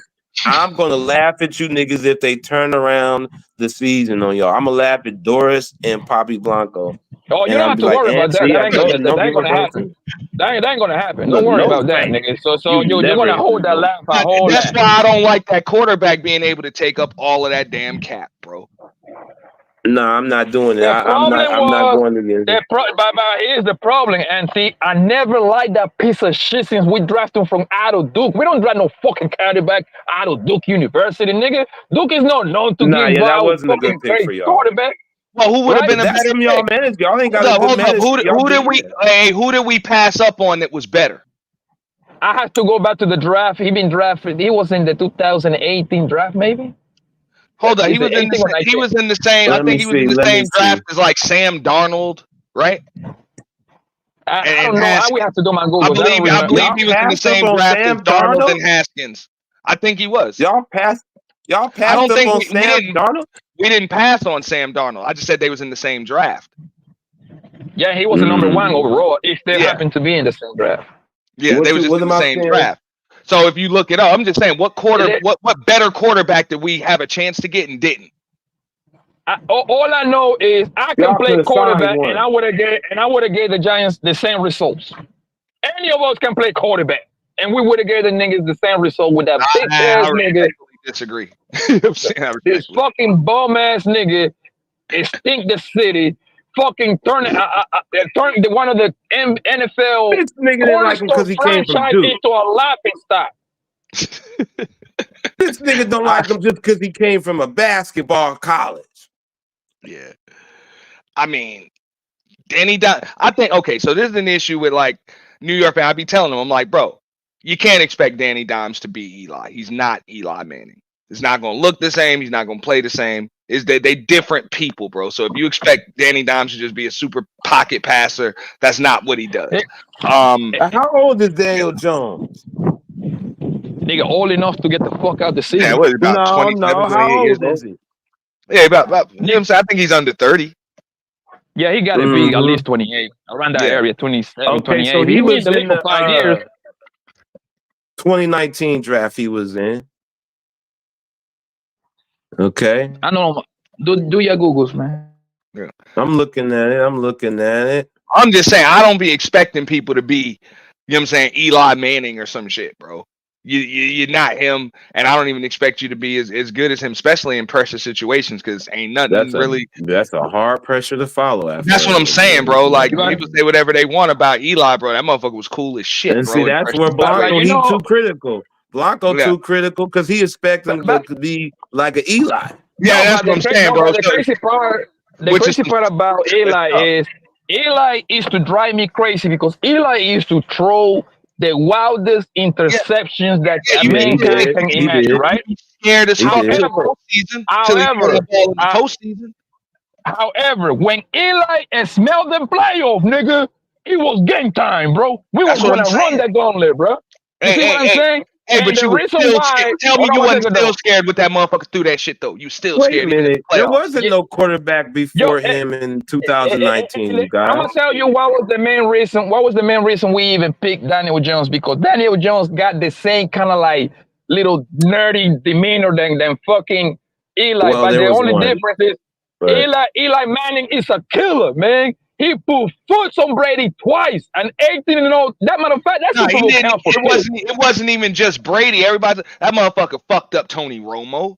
Okay, that motherfucker fucked up Aaron Rodgers. We even Aaron beat Rodgers and Brett Rodgers. Favre. You know what I'm saying? Like real shit, bro. Like Well, went into their building and shitted on them. According to what I see, Hey, the Giants were wild cards for both of them Super Bowls, bitch. Both We of won the them teams, games nigga. on the road. Okay, Yeah, we won them games my on the nigga. road. Michael Strahan, my nigga. Hey, I always tell them, dog, who won Brett Favre's last game in Lambeau? Nigga, Eli Manning. Eli Manning. Eli is the fucking goal killer. That's how we call him in New York. He's the goal killer, nigga. Matter of fact, I'm about to start a petition, man. We need to build that man a fucking statue right next to the motherfucking Liberty, Statue of Liberty, my nigga. That nigga is that great, bro. Yeah, because that would have been Russell Wilson if he would have won this too. All right, Eli should be up there with Derek Jeter. Real shit. You know what I'm saying? Well, yeah, that Eli got the proper as he should, like Russell would have got if he would have won too. That's what it would have looked like. Absolutely. Yeah, but since it's New York, it's a little bit. Absolutely not. Don't you ever. Yeah. That's how it would have looked. That's how it would have looked. That's how it would have looked. Don't you ever compare. No, nigga. I said what I said, nigga. Don't you ever compare fucking Bowman's fucking Wilson with motherfucking royalty. The only reason with why, royalty. nigga, you got Eli Manning because he come from a quarterback background, nigga. Shut up. You wasn't even watching Eli when he was at Ole Miss. Yeah, cool, you wasn't even watching him at Ole Miss, nigga. I was watching him at Ole Miss. You wasn't watching him at Ole Miss, nigga. That nigga was a gunslinger on Ole Miss, bro. Yeah, he was. He was watching him. I was watching him at Ole Miss.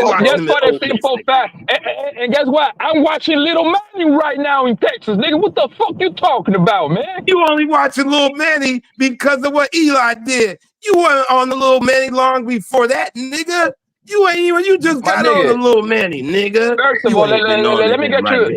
Let me get you correct, bro. Don't you ever in your life go put fucking Russell Wilson and Eli Manning in the same nigga, thing. like I told you, nigga, if we would have won two, that's what it would have looked like. Nigga, what you talking about? Oh, because y'all in New York, ain't even on the same planet as what, nigga? You the same nigga? Nah, Auntie, nigga. This nigga, Auntie, this the same nigga that's thrashing Daniel Jones. This was the second quarterback that was picked in the 2019 draft.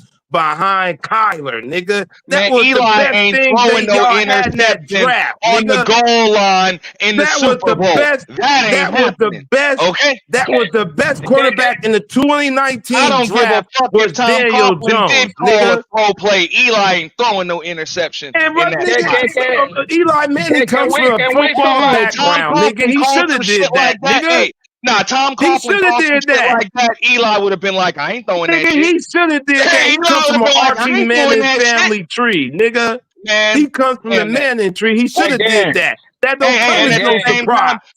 Even though Pete Carroll made that call, I'm gonna always blame Russell Wilson for throwing the shit anyway. Damn that, bro. You don't know that. I'm Team Lynch anyway, nigga. I'm Team Lynch anyway.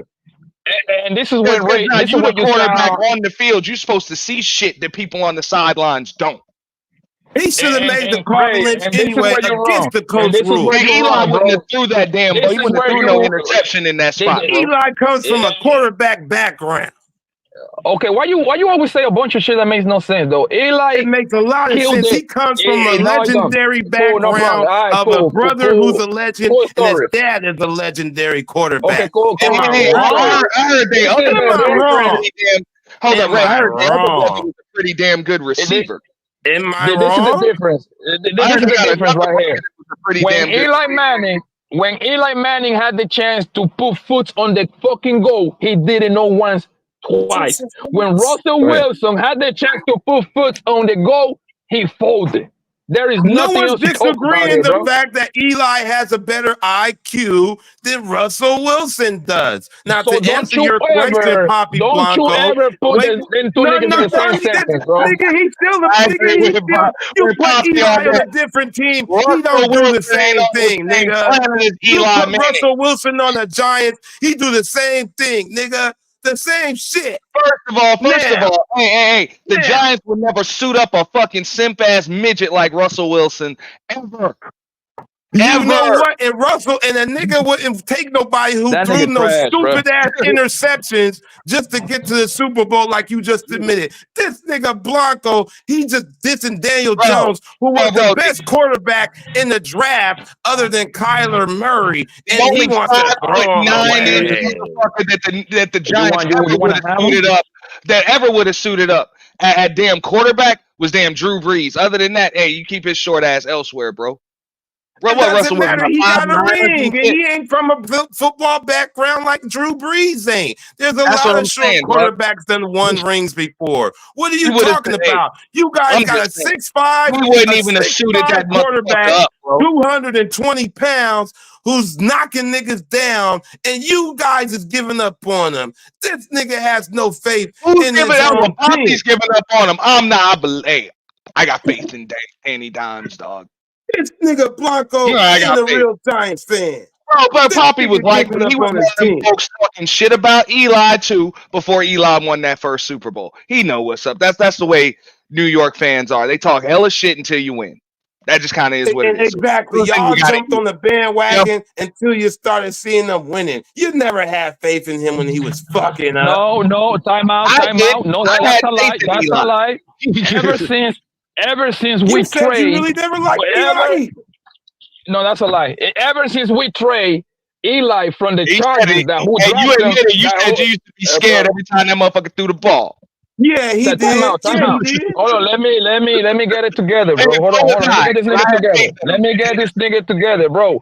I knew Eli was that monster ever since the motherfucking Chargers trade that nigga. And Eli, I ain't going to no bum ass San Diego. Send me to New York. I was dry on the bandwagon. Like, yeah, I want that nigga. That's the nigga I want to lead in my motherfucking thing right there. I want the nigga that want to be in the Big Apple. Pressure. You know what I'm saying? Pressure, nigga. And guess what? And guess what? As soon as, hold on.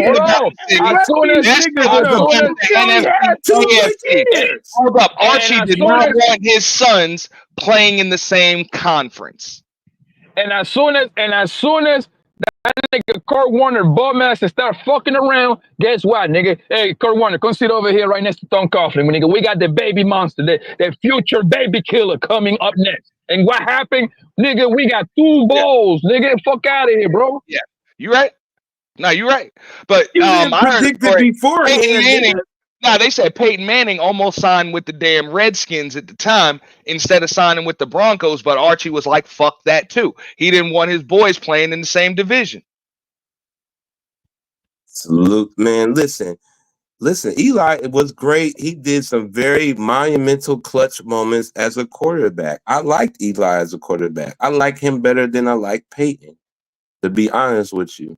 For whatever reason, I don't know why. Maybe because I kept more track of Eli. Eli got something Peyton don't, and that's 2 Super Bowl MVPs. Yeah, but I still think that he's not better than his brother. I just like Eli better than him, though. Well, yeah, Peyton. When it comes to skills, Peyton is better than the thing with Eli. The thing, even though that both of them got 2 rings each, but the thing with Eli, that nigga was cold as ice, nigga. Like that nigga, like the moment was never big for that man, bro. He got the same retarded dumb face, but I love that man, nigga. I love that man. He gave me Eli gave me the biggest satisfaction in sport history, though. He beat an A team.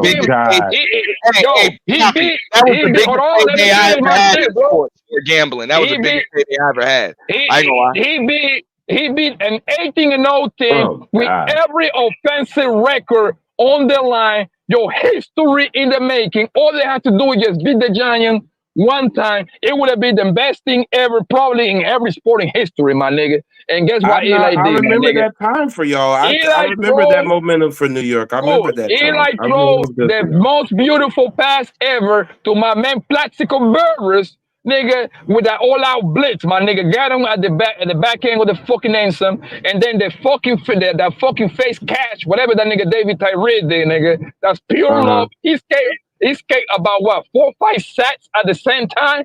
Yo, Eli was determined to be great, and guess what happened? 3 years later, then the bitch ass Patriot was like, "Oh, we're gonna get you back." That nigga Eli made the most beautiful.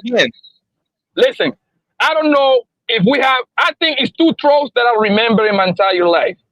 That throw that Eli made against with that nigga Mario Manningham on the motherfucking sideline on the 3rd and 8, and they throw that motherfucking Ben Roethlisberger throw to that nigga Santonio Holmes at the end of the power, bro. That's the toes, with the tippy toes. That's the 2 most beautiful pass I ever seen in my life in the Super Bowl. You cannot find better throw than that, bro. No, that's Eli. No, that's Eli. Yeah, that Mario.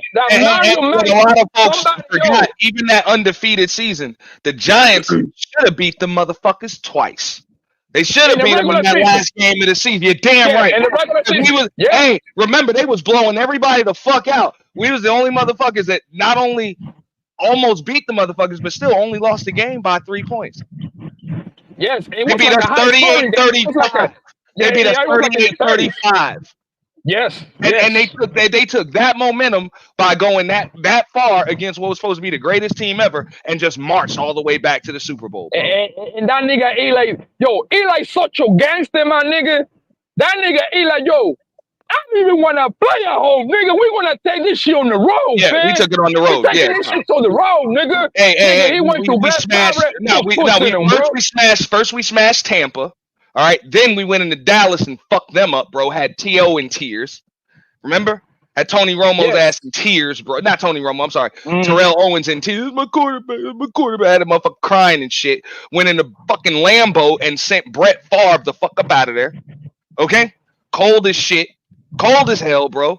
You know what I'm saying? Lawrence Tynes had missed them damn 2 field goals. He missed like 2 30-yard field goals and then drilled a 63-yarder in overtime. That's why. You know what I'm saying? Yo, that's why, bro. That's why even when Eli, he threw a lot of interception, though.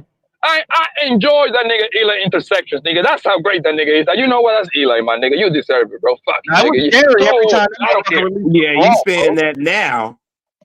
Bro, he was a hater probably back then because a lot of New York fans, bro, I used to have to tell him, dog. I could see this nigga now. Believe in Eli. Doing stupid shit. I know this. I tell you, man, they be yelling at the screen. I know Poppy was on them yelling. What the fuck are you doing? Yeah, you want to know? Yeah, I know. I was losing my mind, bro. But you know who was losing his mind, and you can see it in his face. That nigga Tom Coughlin.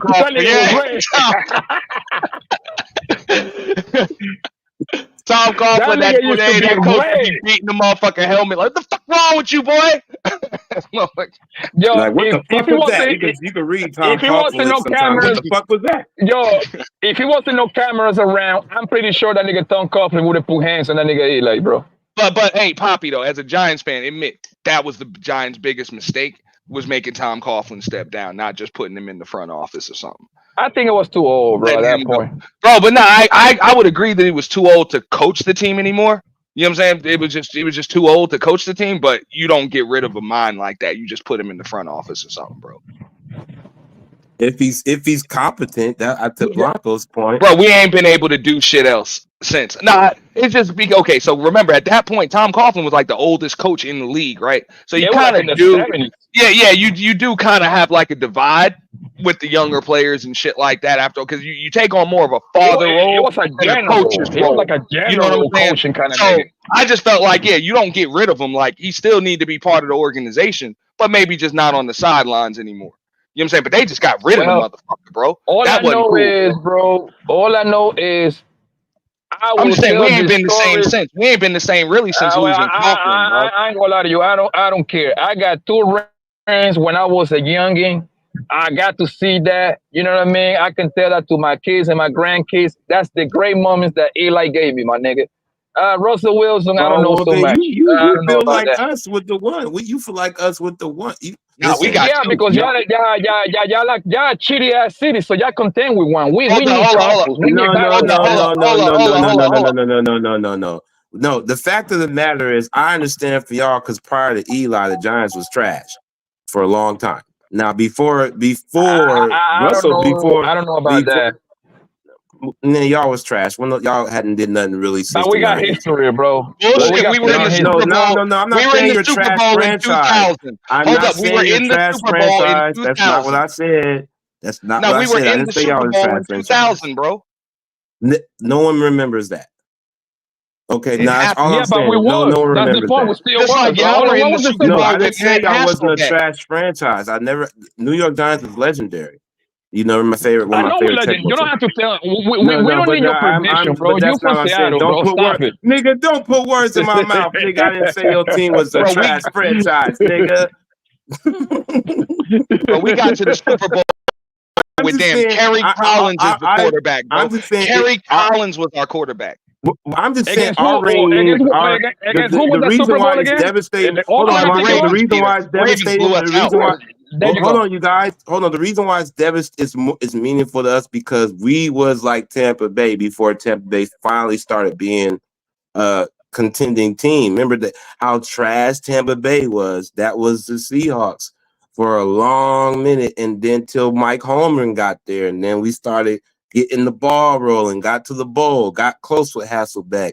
And then when we got Russell and he made that switch, and then things just started aligning, you started feeling it. Then he left, and then when we knew Pete came off UFC, we knew he was coming off the great runs at UFC. So we kind of had a feeling like you knew something was going to happen different.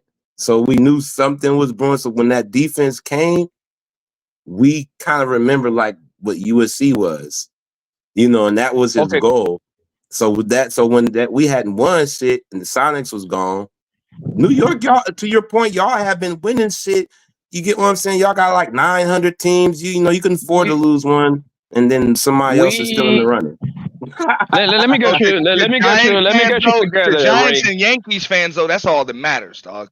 Like when you a Giants fan, we don't give a fuck about the Jets or the Bills. We don't give a fuck. I don't. But I let me get you understand that. I together, Ray. understand that. I'm gonna tell That's you. how we are about I'm gonna Portland. tell you. I'm gonna tell you why your sorry ass Seahawks don't mean shit in the great scale of things, right? We, New York Giants happens to have the greatest defensive player of all time. His name is Lawrence fucking Monster Taylor. That man was special, okay? So you never had a Lawrence Taylor in your life. You can melt all your bullshit Legion of Boom niggas. None of them will equal to fucking Lawrence Taylor. Okay. Okay, So let's get that. Let's get that so straight. I could name somebody that's nowhere near him, but for us was very important and was a Hall of Famer. But at the Don't same bother. time, You gonna say Richard Sherman? No, as a lineman. Oh. But no, after that, say Bennett, after please. Lawrence, wait, after Lawrence left, then what?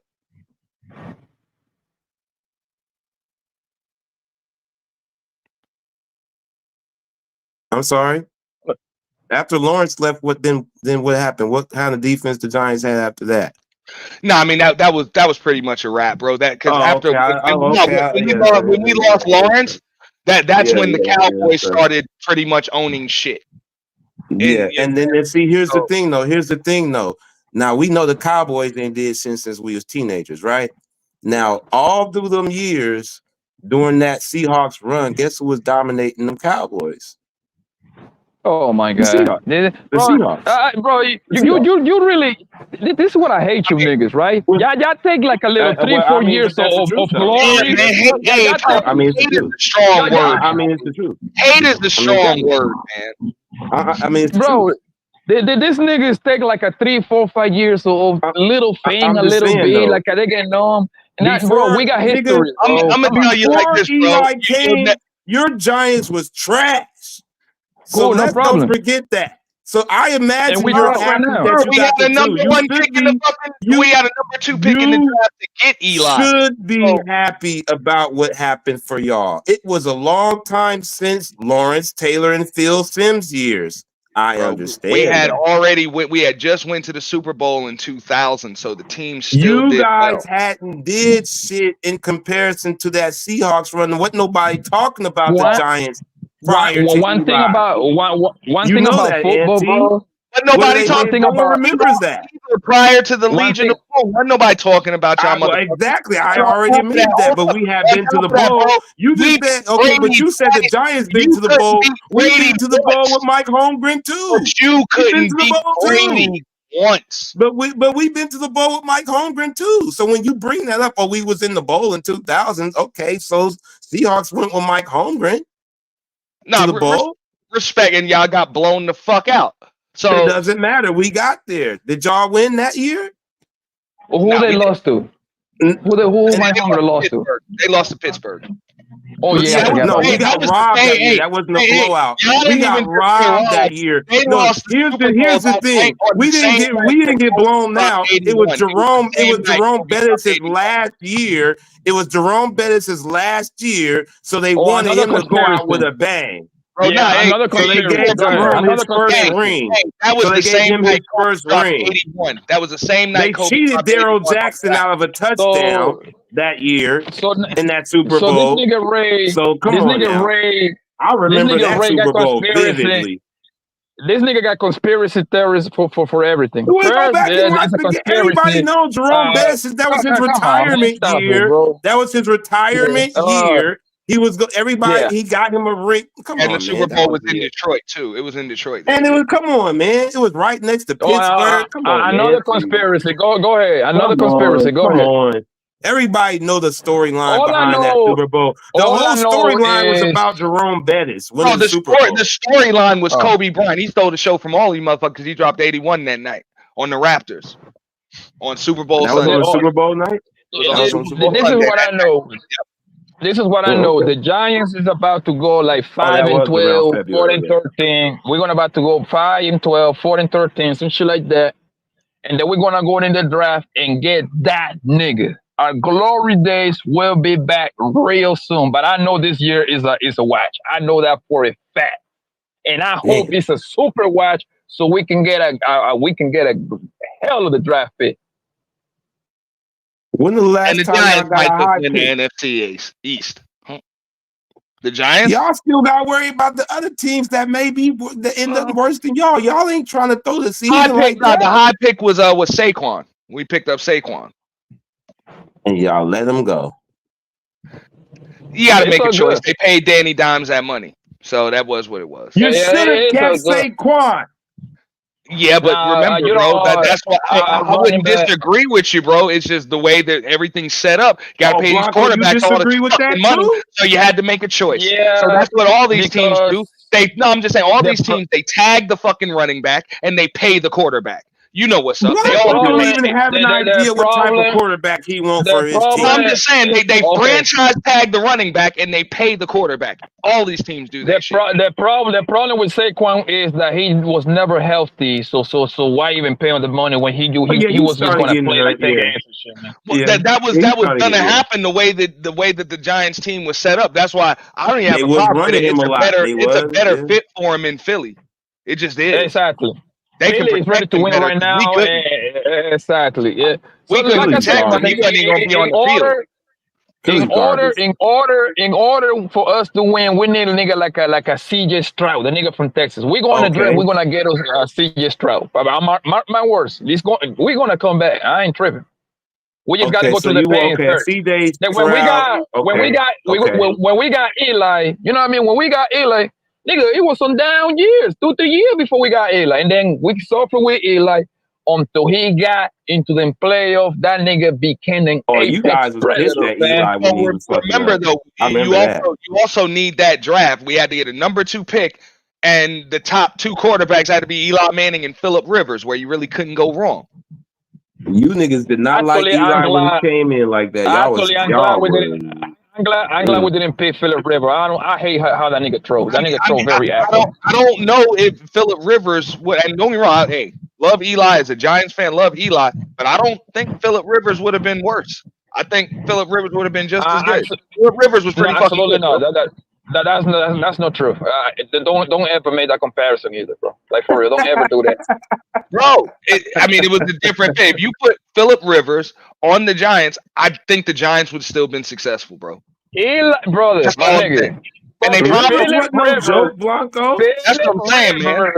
I'm not disrespecting Eli. I think Phillip Rivers would have been all right too. Phillip Rivers, when came to the playoff, that man shrink. Okay, you stop it. That nigga had Damian Tomlinson, what's the nigga name? Gates, Antonio Gates. He had a tall out receiver. I forgot his guy, Vincent something. I forgot his name, but very good. He had a squad, my nigga. He didn't do shit, bro. Vincent, there you go, bro. He had a fucking squad. Yeah, that nigga didn't do nothing, bro. Don't you ever compare fucking Eli, but that wasn't really with that bitch ass nigga, bro. He didn't have a dominant defense. What you mean compare them? They got traded for each other. What you mean? They played good together though. He did good with that squad though. Now he got tied into the Hall of Fame now. Antonio Gates. Okay, cool. He's a Hall of Famer for the Chargers. Cool shit, nigga. I'm happy that we traded for Eli, though. That means my day. That means my year. The Chargers didn't have that defense to back up what that offense was doing for them. I don't care. I don't care. Don't you ever say Phillip Rivers and Eli Manning. It wouldn't be the same. No, he would have did just the same as Eli did. You're so biased, man, and loving it. That's all I'm saying, man. And not only that, chances are the Giants would have had more regular season wins with Phillip Rivers. I ain't gonna lie.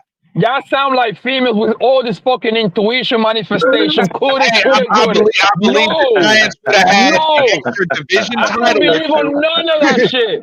Oh, y'all playing all this bullshit. If we would have had Phillip Rivers, we would have won 3. No, nigga, I can say the same thing. If we trade fucking Aaron Rodgers with motherfucking Tom Brady, who would have had the 7 rings. No, nigga, that's what happens. No, I like the way it went down.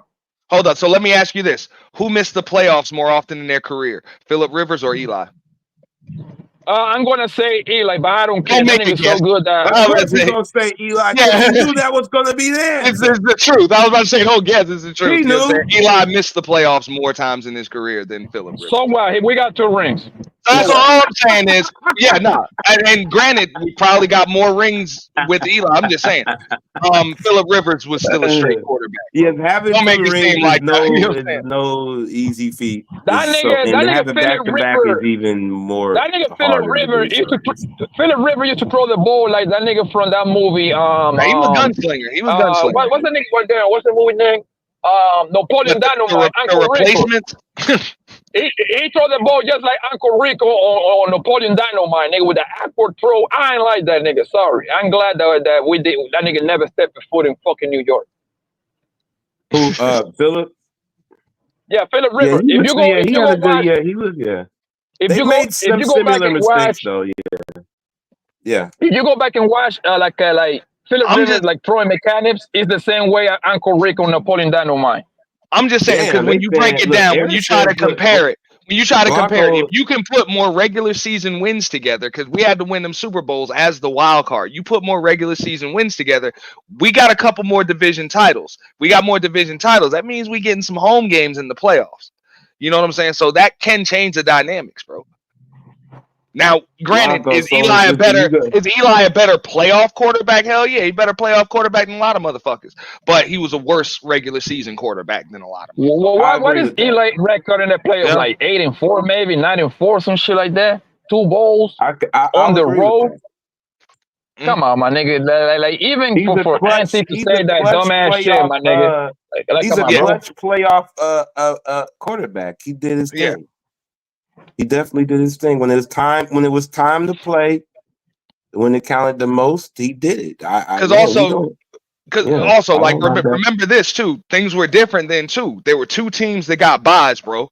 You know what I'm saying? Every year, it was 2 teams in each conference that got buys. So when you factoring in that extra home game or even a first round bye, if you can put more regular season wins together, that's why the Patriots kept going. They fucking win the AFC East, or they get a fucking first round bye, and they be 1 or 2 wins away from the Super Bowl. That's how they got there so often. Yeah, because they used to face on the weak ass division. Yeah. Right? So this one, Miami was trash, and the Buffalo Bill was trash, and then you throw the Jets. They were the Jets. That's when remember that Rex Ryan. Rex Ryan was the only nigga that kind of gave the Patriots a little bit of problems and shit like that. Yeah. When Mark Sanchez and shit like that, because Rex Ryan can play defense. That's one of the best defensive You coordinators just ever right there. mentioned butt fumbling Mark Sanchez. All right. Yeah, but Buck Sanchez. Butt fumble Sanchez. Yeah, that nigga was eating a hot dog during the game too. He got caught eating a hot dog. Nah, I mean, bro, and I agree with that. And much as I like Eli Manning, the NFC East was a weak ass division. That was a division that should have been feasted on, but it wasn't. He had You know no what I'm saying? real competition in his division. Like we should have had a couple more division titles, dog. Than we did. Listen, I don't know. I don't know about you niggas. I'm very happy. Bro, we with lost a lot of winnable games. Of course you are. I'm very happy with my 2 bowls that man gave me. That man deserved a fucking statue outside of fucking Yankee Stadium, And he will get outside of the one. Meadowlands, outside. Matter of fact, Eli is so great that they need to put a statue right next to the Statue of Liberty, right there, nigga, right next to it. I think it's like a I god don't in know the about all man. that. I mean, that's So he deserved one. That when you beat an 18-0 team with all the records, that Super Bowl should count for 2. Actually, fuck it. Eli got 3 rings, my nigga. I'm always say that, bro. Hey, our 2 Super Bowls are worth like 10 times more than that 1 Super Bowl y'all got in Seattle, dog. I'm sorry. Well, wait a minute. Y'all had one before. Yeah, well, so I understand for y'all in our generation, yeah. Ray, no. We beat Brady twice, and y'all couldn't even beat him once. It don't matter, but you guys had historically rings before. So y'all getting one that's just adding to the pot. For this is the first one. Like, hey, and not only that, not only did we hold up 1 second, Bobby. Not only did we beat that motherfucker, we had grass stains all on that nigga jersey and all, bro. Nobody ever did that shit to Tom Brady. We fucked him up. We ain't even just beat him, though. Motherfucker put that in the dirt, bro. We fucked him up, bro.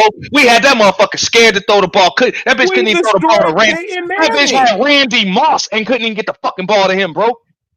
We destroyed Peyton Manning. Bro. Right. Oh yeah, he's going too far, Romel. You see how he's saying he need to put this nigga next to a Statue of Liberty.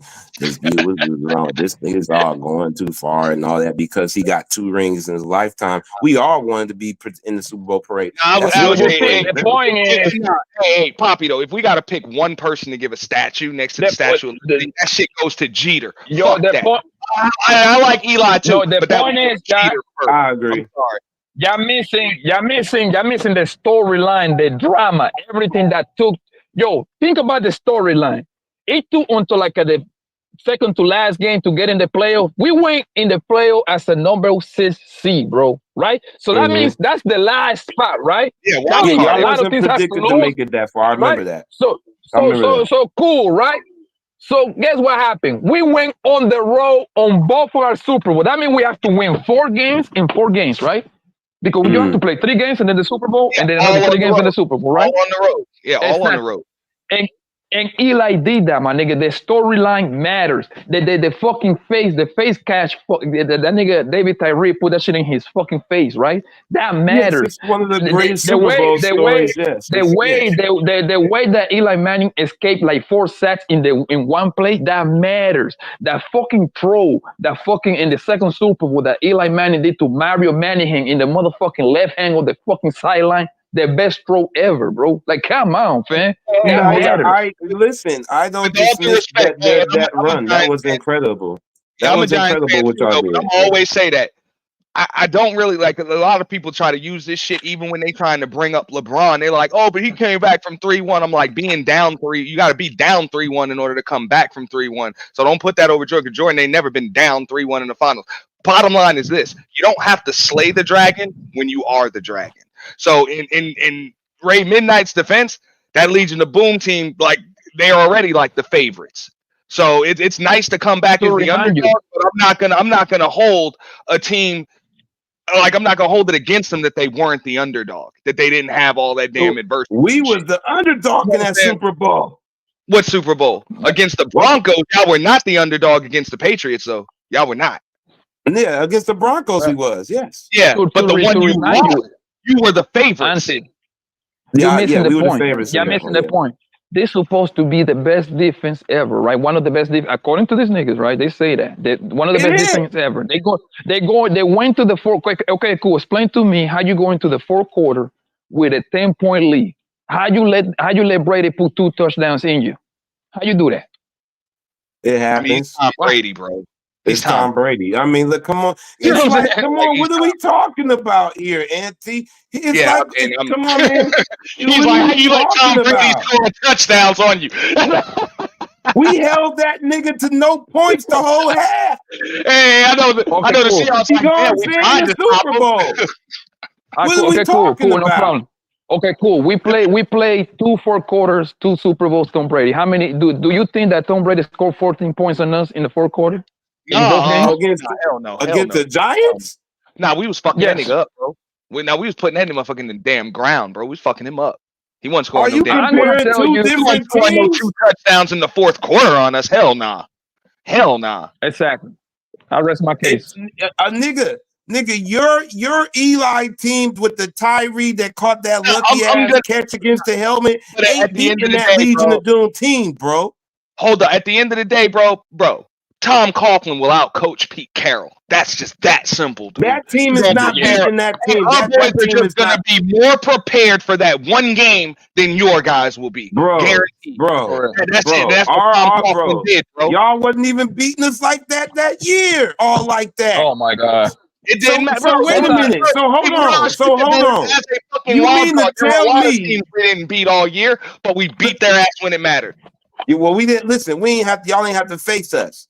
Now, you mean to tell me that team, y'all wasn't even y'all had a legendary Hall of Fame quarterback. That whole team was that whole offense or defense was not legendary. You had a legendary piece. Bro, He had a legendary defense. A lot of people say we didn't even have a Hall of Fame Y'all was not beating that Legion of Doom. Y'all barely won with Tyree with that catch. Yeah, but we won. Could it again? Could it? Should it? Would it, my nigga? You're right. Run y'all up to the 2, and y'all still didn't win, or run y'all up to the 1-yard line with 4 fucking downs, and y'all couldn't even win that fucking game. You needed 1 goddamn yard. It was politics. And you know it's politics. Just like the league wanted Eli Manning on the NBA, the NFL's darling, to win 2 rings. Hey, I'm just saying, I'm saying this though. Ray Midnight, you switch that shit. You put the Giants on the 1 with 4 downs against the Patriots. You think we don't win that fucking game? You put Big Ben on that same Giants team, you don't even get to that Tyree catch. Nah, damn that. Hey, I'm saying you put us on the motherfucking one, and we got Marshawn Lynch in the damn backfield. I'll go a step further. You give us Brandon Jacobs like we have him. We still don't win that. Brandon Jacobs was the beast. I remember what Brandon Jacobs did for y'all. That was one of the best running backs y'all had. No, we ain't win no Super Bowls with Barber. Fuck Barber. I liked it, Brandon Jacobs. Barber said we wasn't never going to win a Super Bowl with Eli Manning. Fuck him. I like Brandon Jacobs. I like the way he ran for y'all. He was a rough runner. I like the way Brandon Jacobs ran for y'all. Tiki did his work for y'all, though. Tiki did his job for y'all, man. Bro, Tiki was hating on Eli, bro. Tiki was hating on Eli. Fuck Tiki, bro. We don't fuck with him in New York. Oh, yeah, down the road. Yeah, later on down the road. That nigga Tiki Barber was the hater, bro. Fuck him. We glad he gone. We find that out later. Yeah, as soon as he left, we won the Super Bowl, bro. He did. Yeah, he did. But he was talking. Yeah, that wasn't cool. I heard about that story. You know what I'm saying? Okay, but Ray still haven't explained. Ray, I still haven't explained to me how one of the best defenses ever, according to his metric, because I think that nigga was underachievers actually. Now that I think about it, let a 10-point lead squander their potential to win back to back. Explain that to me, bro, please. Your fellow Giants constituent answered the question already when he said who was behind the helm. We held this same team to under 10 with one of the greatest quarterbacks in one half. So we got off the snide. That happens in the Super Bowl when you're facing an elite quarterback like Tom Brady or Aaron Rodgers. You don't step off the gas ever. What happens when? Hey, we didn't. What happened pressure on them motherfuckers. Go ahead. Yeah, what happened? What happened when we faced the same GOAT? What happened to him? We just bust his ass. Was that the Super Bowl? Yeah, you damn right. We put them stains on that motherfucking jersey, bro. On who? On Brady. Who did Brady have? Bro, y'all had to leave. Y'all couldn't even get to Brady. Was that team elite compared to your team that year? We had OC, was probably more better than that Patriots team. That was one guy. We had Justin Tuck. The motherfuckers was Manora. We got decent defense. We was hitting that motherfucker, bro. Then. Bro, because everybody was. Antonio. I remember Justin Tuck. Pierce. Forward. I remember Pierce and Tuck. Yeah. I remember y'all had a decent defense. Patriots wasn't that dominant team. Y'all was that team that year. It wasn't even just the defense. You're talking about the front four. The Giants was the team over the Patriots that year. And a secondary, bro. Nigga, the Giants was the team over the Patriots that year. I'm just saying, bro, your team had linebackers and a secondary. We had linebackers. We didn't have the Patriots team that we played. The Patriots team that we played, even though we was favored, was better than the Patriots team you played. Oh my God! We beat a Patriots team that had Randy Moss one year, and then we beat another Patriots team that had them tight ends. They had Gronk and they had Hernandez, bro. You wasn't talking about Randy Moss when Randy Moss was toward the end of his prime.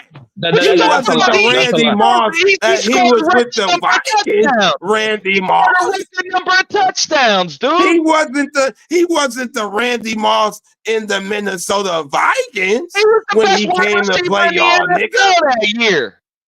Huh?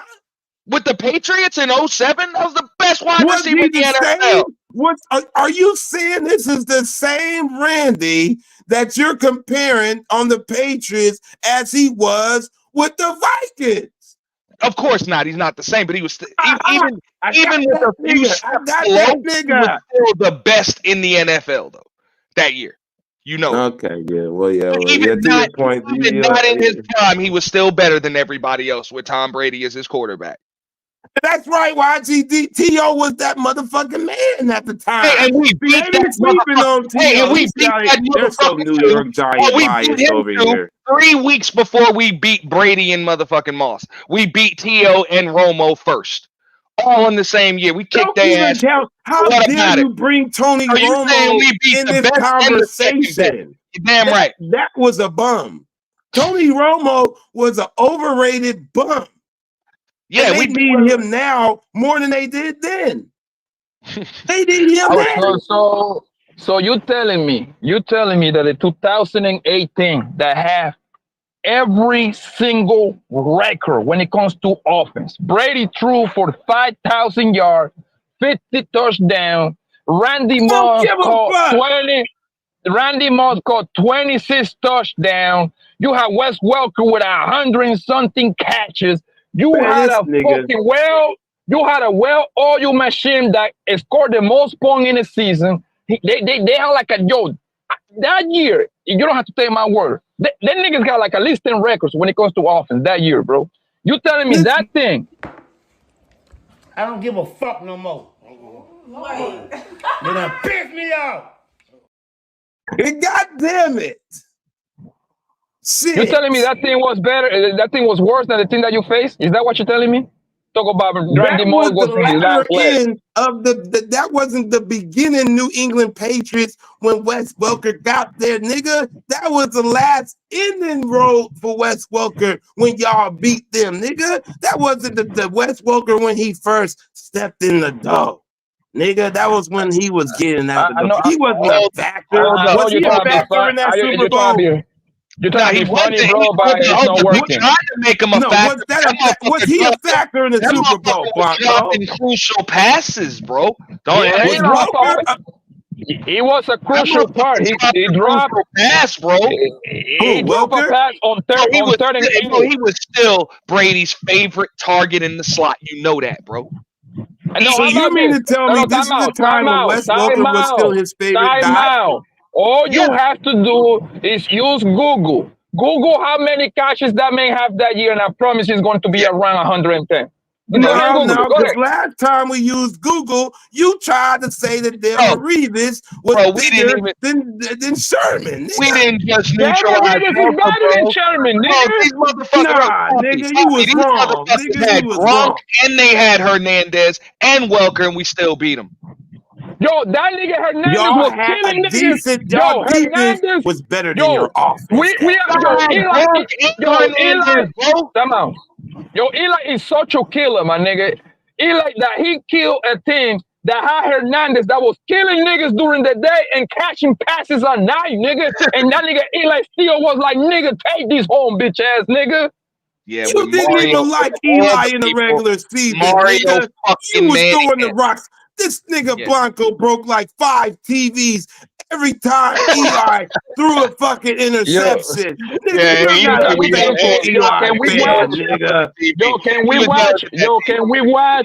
we watch that beautiful pass on third and 8? You don't want to show that. You don't want to show that. Eli Mario Manningham, bro. Can we see that pass? No, you don't want to show it. You don't want to show it.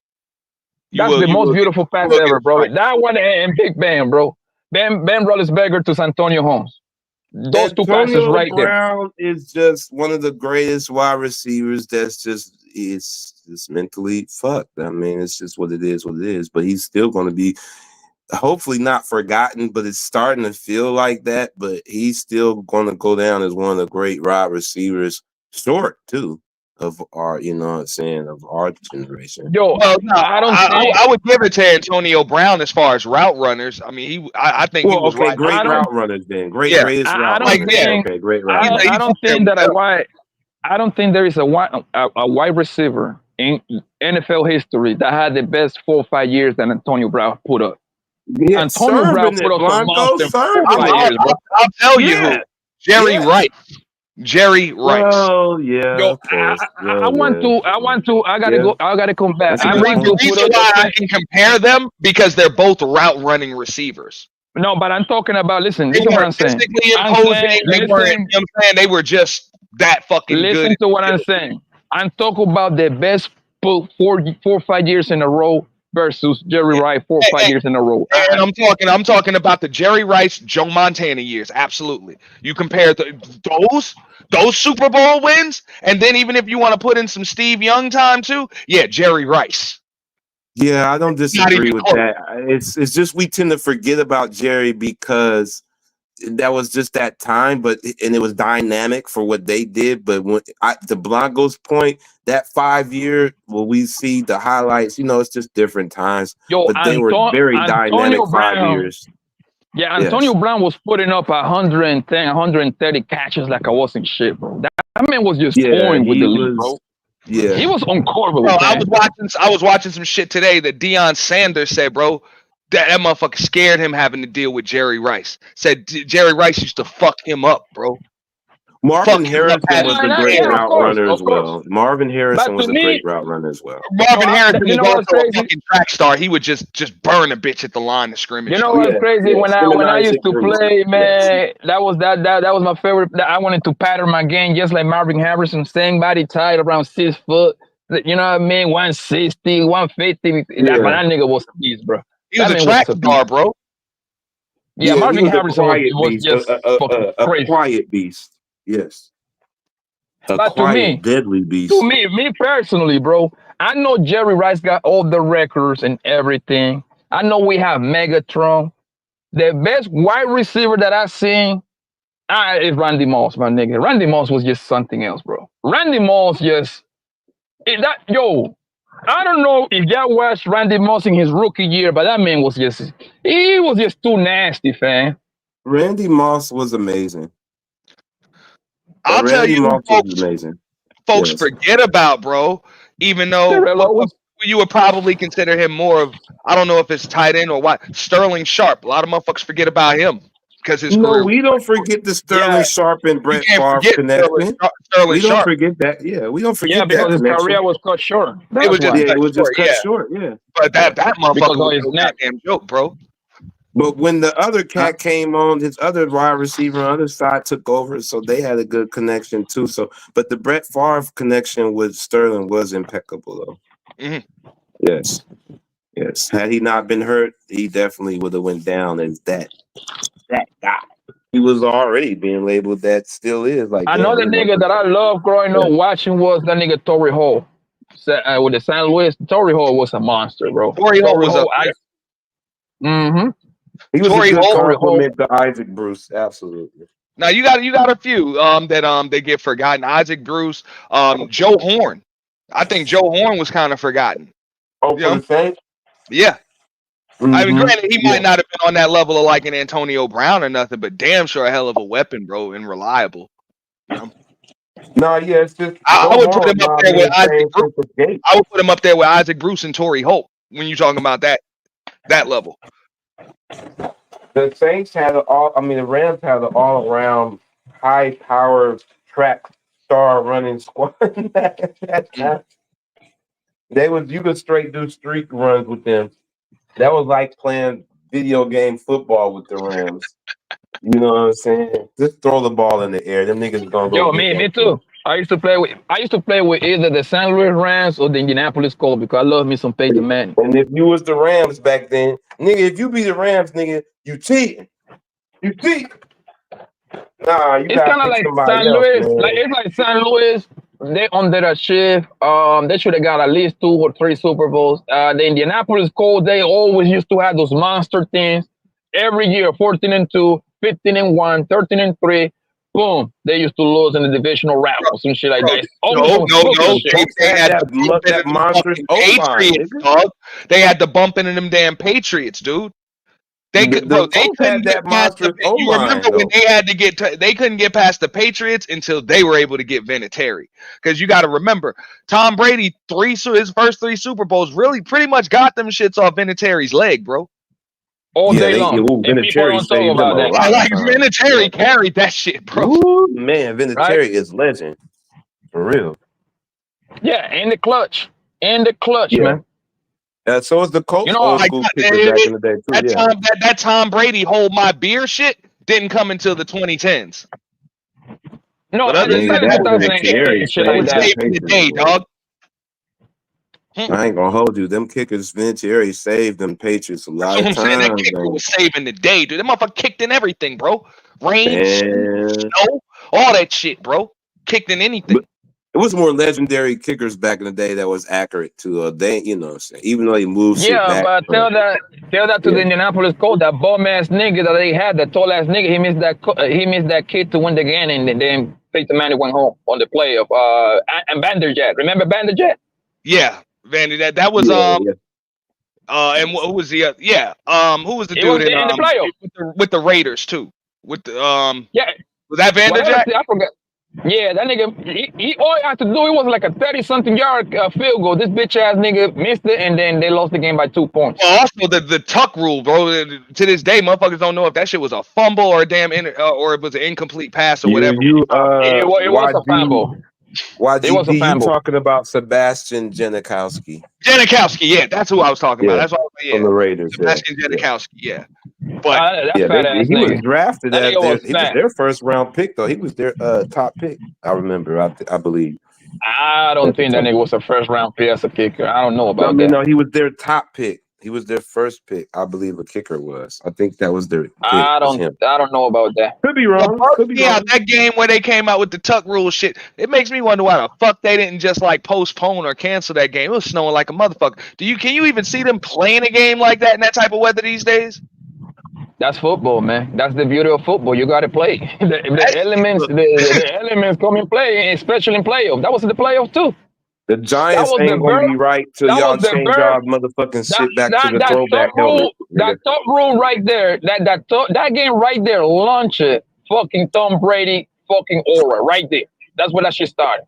Right, it's saved that motherfucker, bro. There might not be a fucking Tom Brady legacy without that shit. Y'all need to put the Giants name back on the side of y'all helmet, and y'all start winning again. That's when y'all start. And it went both ways, Auntie. It went both ways. It launched fucking Tom Brady, fucking this crazy aura that you couldn't beat these niggas unless you play the Giants. And at the same time, the Raiders went south. The Raiders never went the same after that game. Until this day, they're still trying to find themselves. Until today. Salute Triple OG, Top Cat 68 in the building. What up, Top Cat? What's good, bro? What up, Top Cat? If you there, salute. You me, OG, if you're talking. Nah, Ray Midnight just called that one. It was Janikowski. Sebastian Janikowski. Janikowski. Yes, I like Janikowski. He was clutch for the Raiders as well. Hey, he was clutch on them damn Madden games. Yes, absolutely. Yo, who is this fucking troll? Who is that? Jesus' mother-in-law, Eric Waxon has no jet. Who the hell is Eric Waxon? No, that's just. I mean, maybe it's on another channel you got, but I don't see it on your main channel. So I think he might already be blocked or some shit. I don't know. Yeah, it's on the chat talking to Eric Waxon. Like I'm told, he put it like at least 40 times. I don't see it, but I see it on the. y'all could time. Yeah, if you're doing too much, I can't. On another channel. That might be where it's coming from. Oh, you simulcast. I don't know who the fuck that is. I want to understand. Hold on, let me. Because it's not showing up in the chat on the Ray Midnight channel. Oh, okay. It's not showing up in the main chat. Okay. I don't even know who the fuck that is, but yeah, we finna stalk that real quick. I'm trying to understand what is the point of you doing that? Like what is the goal? What is how is that even fun for you? Boredom. But it would be something that would make me like happy or something, nigga. Like when niggas like come up and show their dicks and shit like that. Like, what is the point of that? Bro, they trying to fuck you over, bro. I saw that shit. Of course, people tried to do that shit when I did the Purge, like over and over again. Bro, I don't know if you was watching the wet t-shirt contest when Buddy Lee did that. The motherfuckers was sending strikes, flags, just trying to end that shit. People be hating, bro. They hate anything you got going on, bro. Yeah, but what is to these people to gain out of that? Like I understand doing something, but it's always like you're trying to gain something out of it. Like, what do you gain by flashing somebody's shit? Bro, I see the clip on it like he restreaming, but I don't see the option to stop that shit though. He must have stopped it or something. Bro, y'all ban that nigga then. People just be hating. We don't know who that is. Y'all could do whatever with it. I don't even know who that is. That's Eric crazy. He's the guest over here from Buck City, so that's why we be a little too generous with these motherfucking moderator wrenches and shit, because a lot of folks got them and don't use them shits properly. You're supposed to protect. Well, you said it didn't show up in the You said no, I didn't see it in the main chat. I didn't see it. It was in the chat. That's what I read. Like, you know, like when you're in the StreamYard, like you can still see what in the comments and shit. Yeah, it showed up in the StreamYard. Yeah, we could see it in our chat, but not in. Okay, cool. Eric Waxon has no genital. Like, what that even means? Who the fuck is Eric Waxon? I don't know. No, that was somebody. Eric Waxon was somebody that had they have a wrench on your channel because they got, if you go up, they got comments in your shit with a wrench. So that's who they talking about. Top Cat, you there? Wave in the back if that's you, sir. Show me. Yeah, if you that's gotta be careful. Well, yeah, I will hope nobody from the squad will do that. Check the authentication too. Yeah, you can check the authentication. Oh yeah, it's him from the authenticated. Yeah, it's him.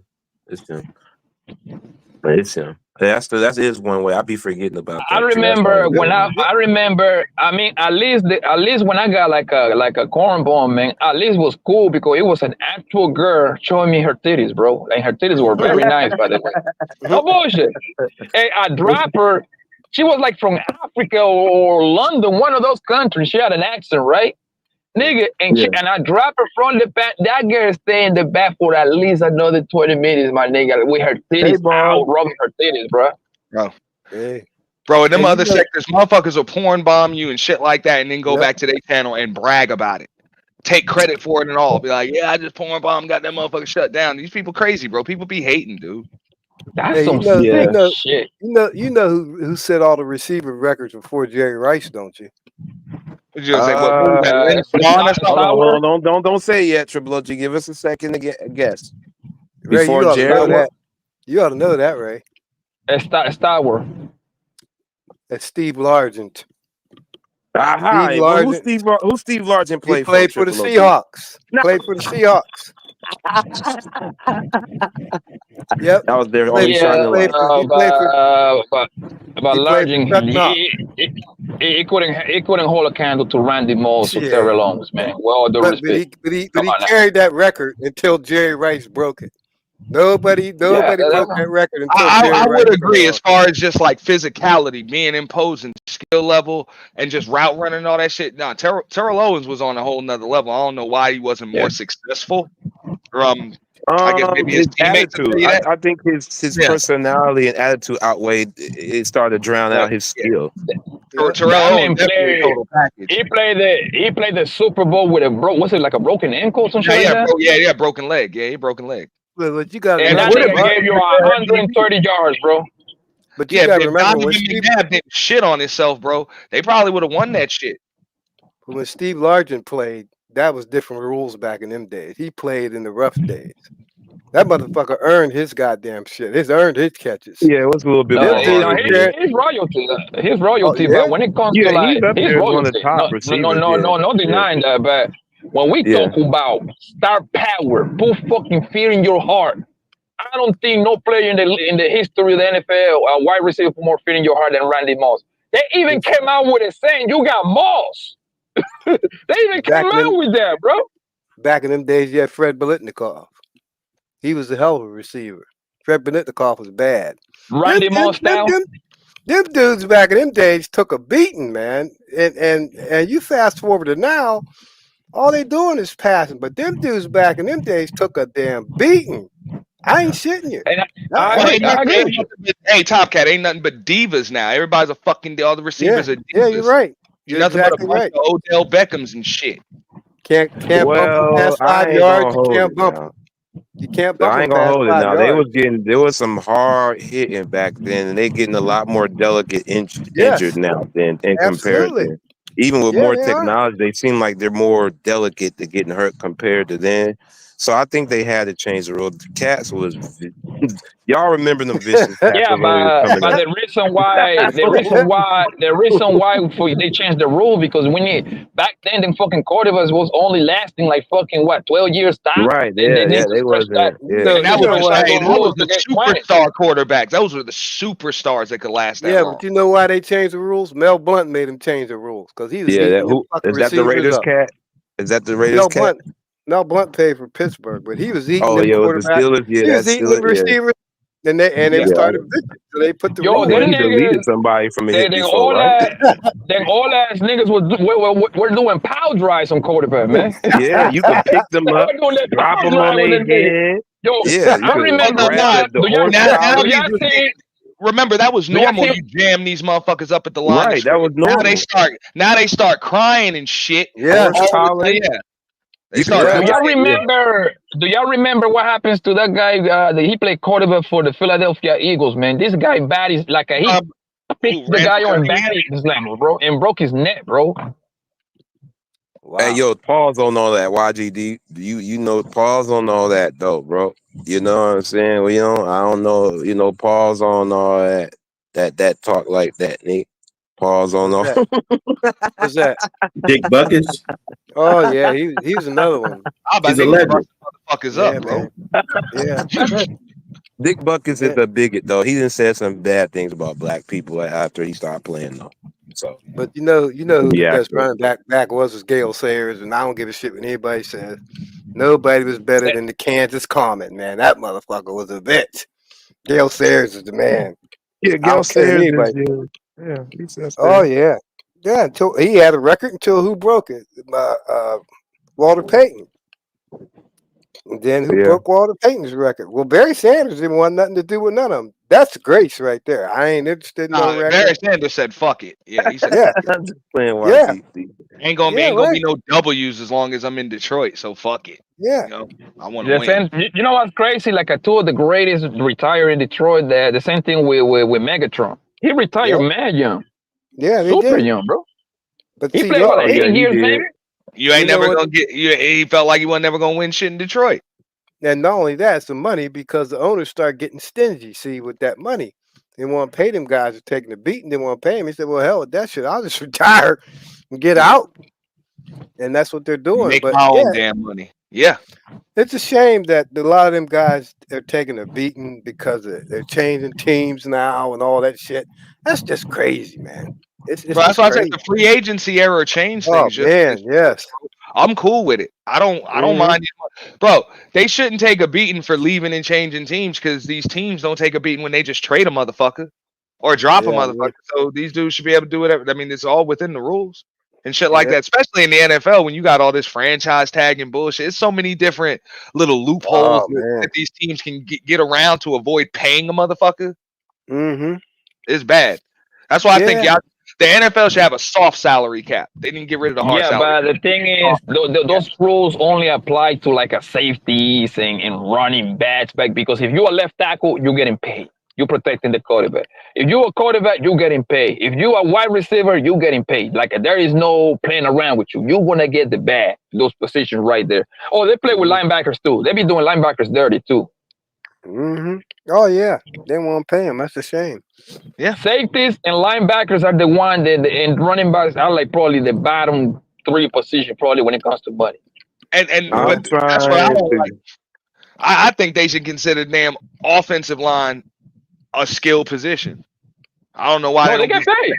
No, they get paid. Yo, offense, a left tackle get $120 million contract like that ain't shit. If they consistent. Yeah, right. Yeah. No, okay.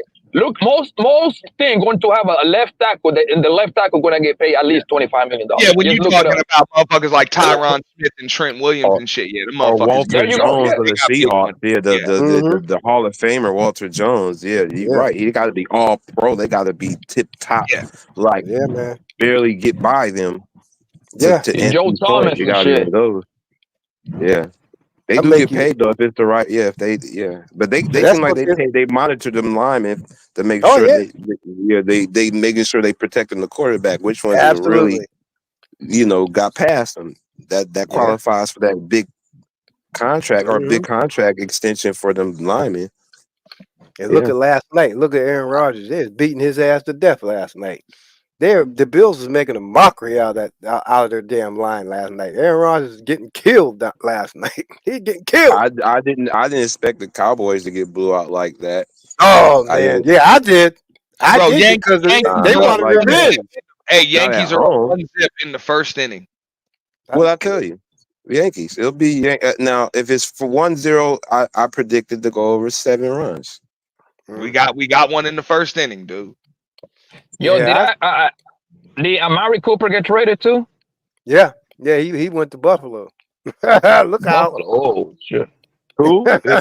Yeah, I don't know why Kansas City didn't get a hold of Amari Cooper. It's very good for, but they got Juju. But they traded Amari Cooper from the Browns. Yeah. Yeah. He didn't want to be there no more. See how these teams are. We still got a couple other receivers. It's cool. Yeah, they just released who's that dude who played for Kansas City? They had him. And they released his ass. Scantling. Kareem Hunt? Scantling. Scantling did something for him last year. Yes. Mm-hmm. Yeah, they released him. He played a pivotal role for the Chiefs last year. But like a wide receiver? Yeah, Amari. He was like a third. He was like a third slot kind of a. What's the guy's name again? It's Valdez Scantley or something. Yeah, but he wasn't. He didn't start the year with the Chiefs. He was with Buffalo, I believe. Yeah, Buffalo. Yeah, they released him. Yeah. Mm-hmm. Oh, he probably on his way back to Kansas City. You know, Andy Reid, he always stay back all his old player. That's what he always does. Where Amari go? He went to the Bills. Oh boy. So he went back. He went back and He's back with the Bills now. That's crazy, funny. man. That's funny. Sure the hell is. They got rid of Stephon and said we need a replacement for Stephon. So that means Rashid Rice, that means he coming back this year. Like what? I thought he had like a knee-ending season injury. So that means it's not that bad. He's probably gonna be at 5-6 weeks maybe. Because it looks like the Browns is gonna watch their season before the Giants do. That's the way it's looking like to me, Blanco. We might beat y'all to the punch. Bro, it's gonna be tough for the Giants to wash a damn thing in that shitty ass division we in. Man, we good. The whole damn division suspect, bro. I know what Blanco's saying, bro, but you can't give up when the whole damn division suspect like this, man. And y'all got a chance to win it. That's what I'm saying. You for real, you ain't never really out of it in the NFC East, dude. What they got to do is they got to pick up a quarterback. That's what they definitely got to do. Anthony, what's the point? What's the point to win to go like fucking 7-9? I mean 7-10, 8-9, be in the middle of the pack so we can get a shitty ass draft pick, bro. Like you gotta use your head, man. I agree. I'm just saying, bro. If you can win the damn division, bro, and get in, gotta. No. That means Daniel Jones gotta be there. Nigga, no. No team is gonna concede a division title if they not this early, Blanco. That's what I'm saying. Not and then this right early. now the division is suspect, bro. It's too early to pack it in. Yo, the division is going to be won by the Eagles or the fucking Cowboys. They're gonna get it together, and it's gonna take about 9-10 wins, bro. Oh shit. I don't know. Dallas is trash, close, man. Bro, it's the division is right now close enough with wins and losses. So if any team hangs a loss on the other two teams, like on with Philly and Dallas, if we can hang a loss on Philly and Dallas, or I'm sorry, Philly, Dallas, and maybe even Washington, then shit flip flops, bro. Yeah. I said it once and I'll say it again. I'll say it once and I'll say it again. The Cowboys made a bad choice with picking Mike McCarthy, and I don't think the players like him. No. This ain't Green Bay. And they just need to go ahead and face the music, drop him, get a younger coach like the players want, like every other team is doing, and then face the music. Jerry ain't gonna do that. Pull the New York Jets right now, and just pull the plug. Yeah. Right now to salvage the season, sir. Yep. Washington is what, like 4-2. The Cowboys 3-3. The Eagles was 4-2 or 3-3 too. I don't know what the Eagles' record is. Yeah, they're going to that division. When it comes down to it's going to be. It's going to come down to that. No, it's not. No, it's not, bro. Like I don't know why you keep saying that, bro. If you would have showed me a team that's there's not 1 5-1 team, bro. So I get what you're saying, but that's not a wrap. You guys can still lose 2 more games and still be in the division. But the point is, dog, if the Giants can hang L's on like Philly and or Washington or something, there's no packing it in. Bro, if y'all could lose 2 more and still be competing for the division, to Auntie's point. I don't think it's too early now. Let's come back 5 games and we can revisit that, like 3 more games. I would agree with that. Season. That can change. But I don't see the way the Giants are playing right now, Blanco. They ain't trying to. They beat the Seahawks at Seahawks. You know, they're covering the spread. They're up here. They're not losing. They're not getting blown out. So they're playing to win, even with less. They're that. Who's playing to win? Who's playing to win? At least defensively, y'all are. Yeah. At least defensively, your Giants. Y'all defense is looking pretty good. I'm gonna ask you to respectfully start doing reviews on the Giants. Like I would ask you to the stop. praises of Eli Manning, right? You don't even know your team better Super than I know your Bowls as a team, nigga. fucking wild card. We won 2 Super Bowls without even winning the division. And I'm telling you, there's still a chance we can win this fucking division. And you're like, no, give up.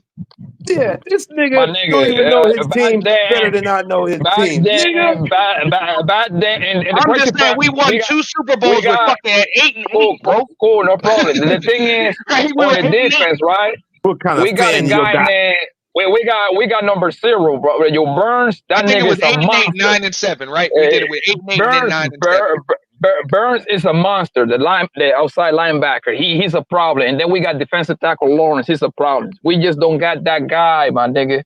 Daniel Jones is just a disgrace, bro. I'm done talking about this man. Yo, he all pains you my got? heart. You ain't got nobody else on that squad? You missing somebody. Who's their backup quarterback? You missing somebody that's your star player on that team, bro. Even a Giants fan, Knicks fan, I can't fuck with New York fans because y'all so damn pessimistic. Blanco, you missing a player. I don't get optimistic until the confetti start dropping. I ain't talking about Daniel Jones either. I ain't talking about Daniel. You still missing a star key player that you didn't name yet, nigga. On that The squad. wide receiver, nah, bro, yo, but the wide receiver and shit with the nigga that is throwing him the ball is trash, bro. Oh my God, this nigga here. Oh. All right. You mean to tell me Neighbors ain't served? When Neighbors was playing, that was Neighbors and Daniel Jones was the connection. You see, you just talk like a goddamn fan, and you didn't even study the ins and outs of the fucking game, bro. Neighbors was serving every time he did the game, nigga. Bro. Daniel Jones has reached his potential. Oh my God, yeah, he's not a real Giants fan. Listen to what I'm saying, bro. Daniel Jones. Listen to what I'm saying. Listen to what I'm saying. 4 points in the Daniel Jones. for him to get out. Daniel Jones has regressed as a quarterback. It's over. That man is chapped. He's chapped, bro. Yo, he making mistakes that a fucking rookie nigga would make, bro. It's a wrap for him. You gotta let him go. It's over. Did you say that about Eli when that nigga was throwing picks when he first started in the league? Nigga? Now he thinks Eli should have a statue next to Lady Liberty. That nigga Eli came in playing just like that nigga bro. The difference. I ain't gonna go that far. I ain't gonna go that far. Eli went The difference is very simple. Shit when he first came in the league. The difference was very simple. You can see Eli progression. Well, no, you he's can not see a running quarterback though. Yo, can I finish, bro? You I always cut off when I'm trying to do when I'm trying to say my shit, bro. That's the difference. The difference between Eli and Daniel Jones is even when Eli was making mistakes, you can see Eli progression. Eli every game he used to make 2, 3, 4 throws. You used to be like, damn, that's what this nigga was number 1 right here. The kind of throw this nigga was making. Hate Daniel Jones, boy. He do. You were still yelling at that motherfucking television. Daniel Jones have in the 5 years that I watched that bitch ass nigga play. He haven't made one throw that made me. Hey, Darth Myers avatar Daniel Jones funny as fuck, bro. He haven't made one throw. Yo, Daniel Jones haven't made one throw that made me be. Daniel Jones haven't made one throw that makes me be like, he haven't made one throw that makes me say, oh, you know what? It's hope in there. It is a little hope. No one throw. Got an arm. He got an arm. No, he don't. That nigga got a pistol He don't have the water accuracy, pistol arm, bro. But he got some power in it. He got some power in that arm. That nigga have thrown like yeah, that nigga's trash. I agree. I approve that message. I mean, according to Darth Myers' avatar, right, you man. see the We've trash seen can. the best of them. Whatever glimpse that you're looking for, it ain't gonna get no better than what you've already saw. That's the point. He's trash. I believe in Danny Dimes. Don't do it. They need to give him. They need to give him. I gotta go. I gotta be committed to him because the Giants are committed to him. They paid the motherfucker.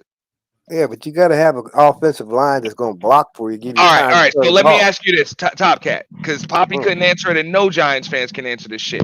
All right, we get rid of Danny Dimes. What's the replacement? And don't say just somebody. Let's go. Well, who's their backup? That's the thing. I asked that before. Who's their backup? Who is that dude from last year? Wasn't that bad? What's his name? I would trade. I would trade for Deshaun Watson. I would trade Watson. They don't even know the No, we backup actually name Danny to their Dimes has a quarterback. decent Triple backup. OG. I forget, old boy. No, he came See in what at the I'm end of the saying? season last year and did pretty Tyrod damn Taylor. good. Tyrod Taylor. How the hell does Triple OG know that before you Giants teamers? Hold up, nah. It was another dude. It was a white Nah, boy. it was Tyrod Taylor because I remember last year. He played. We had last another year. one. He did pretty damn good too. Tyrod Taylor. He's a hell of a Oh quarterback. no, my bad. Tommy DeVito. Yeah, but I think last year was Tyrod Taylor. Danny DeVito? Tommy DeVito. Tommy DeVito kind of Danny won a lot of DeVito? Giants Oh fans hell over. no! Tommy DeVito did pretty well, bro. So I'll tell you what, Tyrod Taylor was winning some games. I'm gonna tell you that. But one thing, because he was mobile, he can run. He was a good quarterback. And no, Danny DeVito. Tommy DeVito. Oh, okay, Tommy. Was that back? I mean, he had some pretty good games coming in for Daniel Jones. So Oh yeah, they're definitely not playing him for Daniel Jones. Yeah, y'all stuck with DJ for a while. But that's what I'm saying. He's not the starter. Yeah, we don't even know who Danny DaVinci is. Me either. I thought it was that was our Taylor. third string. No, that was our third string once Tyrod Taylor went down. You know what I'm saying? Right. Then they had to bring in Tommy DeVito. Let me answer my beautiful Doris the question. No, we're not stuck with Daniel Jones. It's a wrap for him after this year. we don't own him. We don't own her no more like a guarantee money. So he's gonna get released. It's going to be this is what I'm saying though. The salary cap is not gonna be as bad if we get rid of him after the second year of the contract. It's not gonna be as terrible if we were to release him to. It's kind of like the Cowboys. The Cowboys are stuck. They just get that nigga a new contract, so they really got to play that man. Yeah, no, they're stuck, but they had no. Yeah, they're definitely stuck with that. They're stuck with that. They're stuck with that. Yeah. Now see what the Giants should have did was. I mean, the Giants are really in the same situation though, bro. Yeah, but they should have went after Joe Flacco. They could have had a chance to pick his ass up. Man, fuck out of here. I'll take Danny Dimes. Oh, but Joe Flacco? What you mean, Joe Flacco was clutch? I'll tell you why. Because you were only going to get maybe between 1 and 2.5 seasons out of Flacco. You was actually able to get the full 5 or 6 out of Danny Dimes. Yeah, that's the difference. I'm just saying these general managers, they're not thinking one season at a time. They're thinking years down the road. They're trying to have their quarterback for the next 5-6 years. Well, that was the mistake the Browns made was giving up Flacco. Yes, to your point. Yeah, they should have kept him. They should have kept Flacco. That was stupid. Yeah, they should have. He Yeah. took him to the damn playoffs. I'm just saying, Joe Flacco's at the ass end of his career. So they chose the youth. You go with the youth. So I get it. Fuck that. You should stick to who's doing the job. Yeah, but if the guy can only do the job for 1.5 or 2 fucking years, you're just gonna be back in the same situation in 2 years. Well, they couldn't sign Flacco back because Flacco was doing too good, and they had to maintain that $200 million contract for Watson. So yeah, they couldn't keep him. Yeah, man, because he had Cleveland in the goddamn playoffs. They would have kept him if it wouldn't been if they wouldn't have to deal with that contract situation with Deshaun. Best believe they would have kept him. I think every team should have a veteran quarterback. They should have a goddamn veteran there, a good veteran. Pick up a good veteran quarterback, so you have some type of backup. Just say that's not what's going to happen. We want to go into the draft since we're going to pick super high. We're picking at the bare minimum top 4 at the bare minimum, right? The nigga that we pick is going to be a quarterback. He's going to start since day one. Make no mistake about it. It's going to happen. Y'all stuck with Daniel for 2 more years, nigga. Optimistic. He's saying no matter what, if the Giants just totally suck in the first round, we're gonna draft a day 1 starting quarterback. That's just better than Daniel Jones, bro. Come on, man. Doris, you need a lot of shit to go right for that to happen. Doris, you guys that's the way. That's the way of the NFL. That's the way of the CJ Stroud did it. That nigga in Washington did it. What's the other guy? Matter of fact, they did it with that guy from last year. We was talking about earlier about like the girl is making them lose the game. What's the nigga name? Right? For the Panthers. What's his name? The rookie Carolina back. Yeah, exactly. This is people that was starters since day one. That's just the rules of the goddamn NFL, bro. It's politics. When you get picked that high, they're gonna throw you into the wolf early, okay? Because the contracts, the time start ticking. You gotta put them out there to see if you can be what you got with them, right? Because the fucking balloon payment coming up 2 years later. That's how the NFL works. You ain't even got nobody in mind. Name somebody that'll be available. That's what I asked y'all earlier. Nobody ain't ever. No New York fans that are like, get rid of him can never tell me what the replacement is. They can never do. Hey, brother, I'm telling you the plan. We're gonna sit down Daniel Jones. Don't say a quarterback. Give me a name.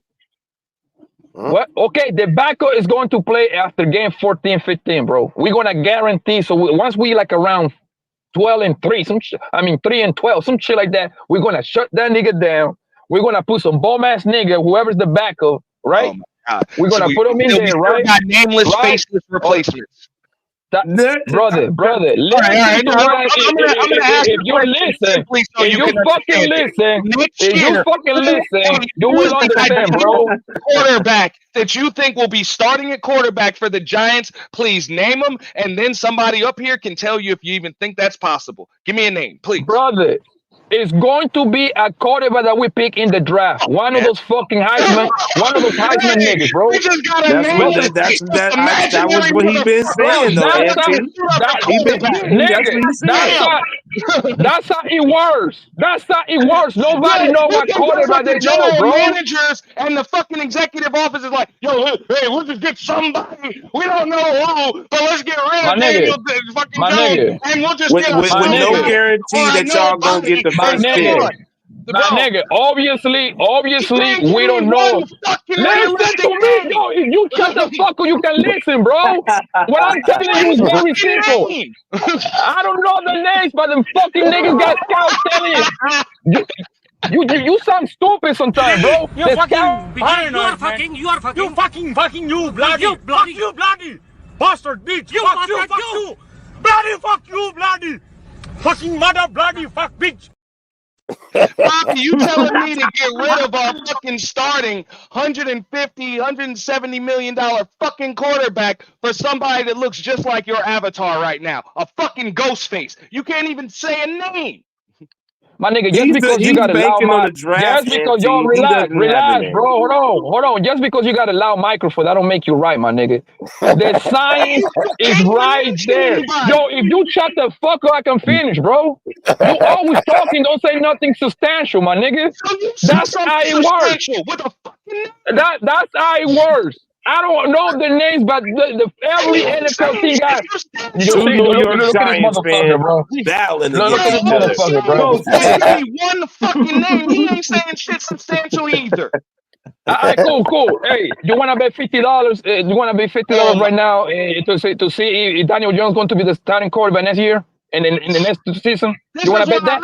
I'm a Giants fan. Do you want to bet that? Giants fans, because they just say do you want to bet that? Giants fans, fight. Do you want to bet that? I don't know who just somebody. Do you want to bet $50 right now? Fuck it. See, us Seahawks fans, we don't fight with each other. We come together, win or lose. Do you want to bet $50 that Daniel Jones will be the starting quarterback for it? Go ahead. Do you want to bet that? What are we betting? I'm not saying he will be. I'm not saying he won't be. But as far as whether or not it'll be a fucking improvement, the least you can do is give me a name. My nigga, there is no improvement when the nigga want to be a rookie. That's not how it works, my nigga. What part you don't understand of that, bro? So, okay, so it's a rookie. What available quarterback in this upcoming draft would fit perfectly with the Giants? Go. That nigga from USC, he looks good. I don't know. Whoever come out of the draft, whoever gets a junior, right? Whoever gets the way how that works is usually the hottest niggas at the end of the season become a super high draft pick, bro. Joe Burrow came out of nowhere. All these niggas all usually come out of Joe nowhere Burrow's and they number become one first pick. round pick. Yeah, okay, and you know Joe Burrow killed in his last year at Joe LSU. Burrow was You know that, right? projected to be a superstar his whole college career. What you talking about? Actually, no. Actually, no. That's a lie. Because that nigga actually switched college thing. Do your research, bro. Okay, right? So, obviously, I don't know. Relax and let me fucking finish, bro. Obviously, I don't know. I cannot give you an exact name, but guess what? These people spend millions of dollars in scouts. The Giants got they got at least 3 quarterbacks in mind that they know they're that they're wasting looking at, millions bro. of dollars. They should just hire you as a scout. You'll just pick somebody. Oh my fucking you know what? You got it, bro. Like, Yeah, you're right. why pay scouts millions when you could just You pay got it. Poppy and he'll hire the motherfucker at the goddamn gas station that scrubs windshields for 98 cents a pop. Ladies and gentlemen, and this is how the Giants fans go against each other. They're not real. They can't even agree with each other on the same shit They always about be their telling me to quarterback. scoot up somebody. I don't know who, just somebody else. Like, come on, man.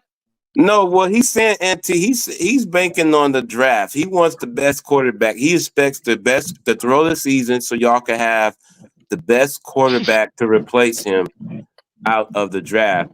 I don't. How long does he got left on his? Auntie, let me ask you this. Don't you think Blanco, that how long? Wait, Blanco. You guys, how long is his extension? Is it new or he's still what? Is it 1 year? Yeah, it's already on his third. It's on his 3rd year, bro. It's around. And for the new extension, it's a 3rd year on his contract, bro. Like, I don't understand what you don't understand about that. no, I'm asking you because it matters about how long y'all gonna keep him or not. Year. Third year on his contract. Well, then This is to 3rd year, Blanco's bro. point, they could trade him off the 3rd year after this year. Yeah, they could because he only got 2 years left. No, So, 1 year left after the only 4-year 1 deal. year left. Oh yeah, well 1 year left. Then yeah, to Blanco's point. But then you didn't say. Oh no, did you say he plays better in his contract year? Or one of y'all said that. Yeah, so when he was for contract year, that's why he bamboozled us, my nigga. He fucking bamboozled the squad and played semi good. Okay, I knew it was going to be a mistake. So then if it's 1 year left and they decide to keep him, because to your point, they could trade him because there's 2 years left and 1 year left after this year, then he could come back and play like that contract year again. Jesus fucking Christ, my nigga. Like, hold on. Daniel Jones got a contract extension, so he's got 2 years. I despise talking football about with y'all niggas, bro. Brother. Do you even watch the Google? Says he's got 2 years. Do you watch the games? Do you watch the games? Watch who? Them Giants? Do you watch Daniel Jones like one game? Oh no, he did a good job against the Seahawks. Yeah, he did a good job. Bro, I did watch that game. The Giants look good. Oh my fucking God. No, you think they look good?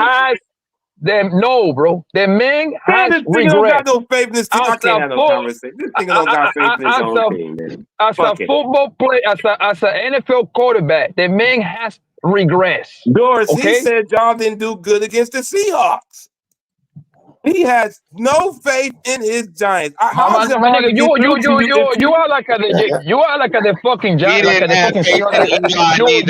got no faith in the Giants. How can I have a conversation with you? Let me ask you this. Let me ask you, because you always say some dumb shit. Do you think is the Seahawks a juggernaut? Better than your team, nigga. That's not the question I'm fucking asking. Y'all beat us. Stop asking. Stop acting like a female and just give me a straight answer, bro. Nigga. Is the Seahawks a juggernaut? Not no more. Why do you even got to say no more? Or you have to say yes or no? Because that's his team. No, bro. okay, no. So that means anybody can beat that thing, right? That's what that means, right? So anybody obviously can get beat, nigga. The Giants beat it. The Giants. What are you saying? Oh my God! You saying movie quotes and shit. Okay, cool. You got that off, right? You got that off, right? Okay, cool. The movie quote came from football. That's a football quote. Okay, Craig. So do you think beating the fucking Seattle Seahawks is something to be proud about? If you beat us, a win is a win, nigga. A win is a win. You say Danny Dimes is that bad, bitch? Any win is something to be proud about. A win is a win. What are we talking about? Especially if you beat us at home. So Auntie, when you watch Daniel Jones, do you think that nigga have his progress or regress? Go ahead, tell me that. I'm partial, dog. I'm a Giants fan. I'm riding with Danny Dimes as long as he's in blue. This nigga ain't no real rider with Danny Dimes.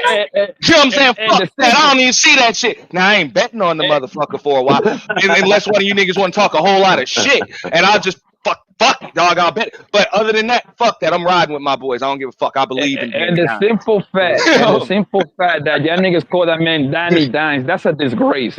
Damn right, that's my quarterback, nigga. Bro, that's my quarterback. I don't give a fuck, dog. I'm riding with him until he ain't with the Giants no more. He doing better than Deshaun is, nigga. Yeah, he sure is. I'll be real, dog. I'm biased, dog. As long as he's back there, dog, I'm riding with him, dog. Cool, no problem. That's you on your own. I hope we lose every game. So the more we lose, the closest we get to get that nigga out of there. If he wins, that means I'm still winning. Hold on. Let me ask you this. Remember this stream now. I gotta ask Poppy. Win, y'all gonna remember this stream. Hey, and I'm gonna be up here in blue. But Poppy, did you feel that way when we beat Minnesota, motherfucking last year in the playoffs? No, because we was in the playoff. Thank you. So we can still get. But he was still calling our quarterback trash. And our quarterback was still Danny Dimes. But it's cool, bro. We'll talk about it come playoff time. I'm riding with my boys until they have a playoff. So you're telling me you want a quarterback that give you like a 9-8, you know what I mean? Like something so mediocre, middle of the road records. So I hate those type of quarterbacks, bro. No, hey, bro. We won 2 Super Bowls at 8-8 and 9-7. Yeah, but don't mention that. Eli is special. That's a special monster. I'm just saying, bias, nigga. This nigga's Eli bias. Nigga. Come on, man. I'm not nothing wrong about Eli in front of this nigga. Hey, he's talking about 8-8 or well, it's not. It's 17 games now. So you saying 9-8? You know what I'm saying? 9-8. You know what I'm saying? 9-8, 8-9. You don't want no shit like that. But yet, Eli, who you said need a statue, won 2 Super Bowls with records similar. So what's up? Eli deserves some statues. He's gonna get his statue. He'll get those. And I get it. The difference is this dude don't have Eli's DNA. I agree. Exactly. I agree. But I'm still riding. Too critical. Blanco's too critical. The difference is that Eli had the right last name, Manning, and this nigga has to have Jones. There he goes. Hey, this is typical New York fans. Him and Darsh. He said we should be 0-6. God damn, man. They're not faithful. Just the heart of the city alone should get 2 you. shots of vodka.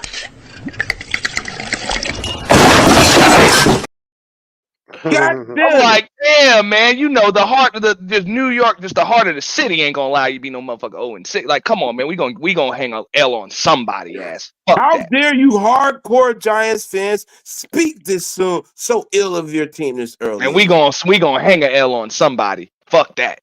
Who y'all playing next? Hope not. Who y'all playing next? Let me see who y'all playing next. I am so disappointed. I even watched the schedule. I don't know. Oh my God, this guy, man. You better hope there's not no many very, very avid Giants fans watching you talk this way about your squad, sir. Who they got next? We got Cincinnati. Oh no, not Cincinnati. I'm sorry. Nah, let me check. We just lost to Cincinnati. Yeah, no, we did just lose to Cincinnati. Yo, we are so trash, man. This is how you know Daniel Jones. We got Philly. We got Philly. We got Philly. That's a big boy division game. We got Philly.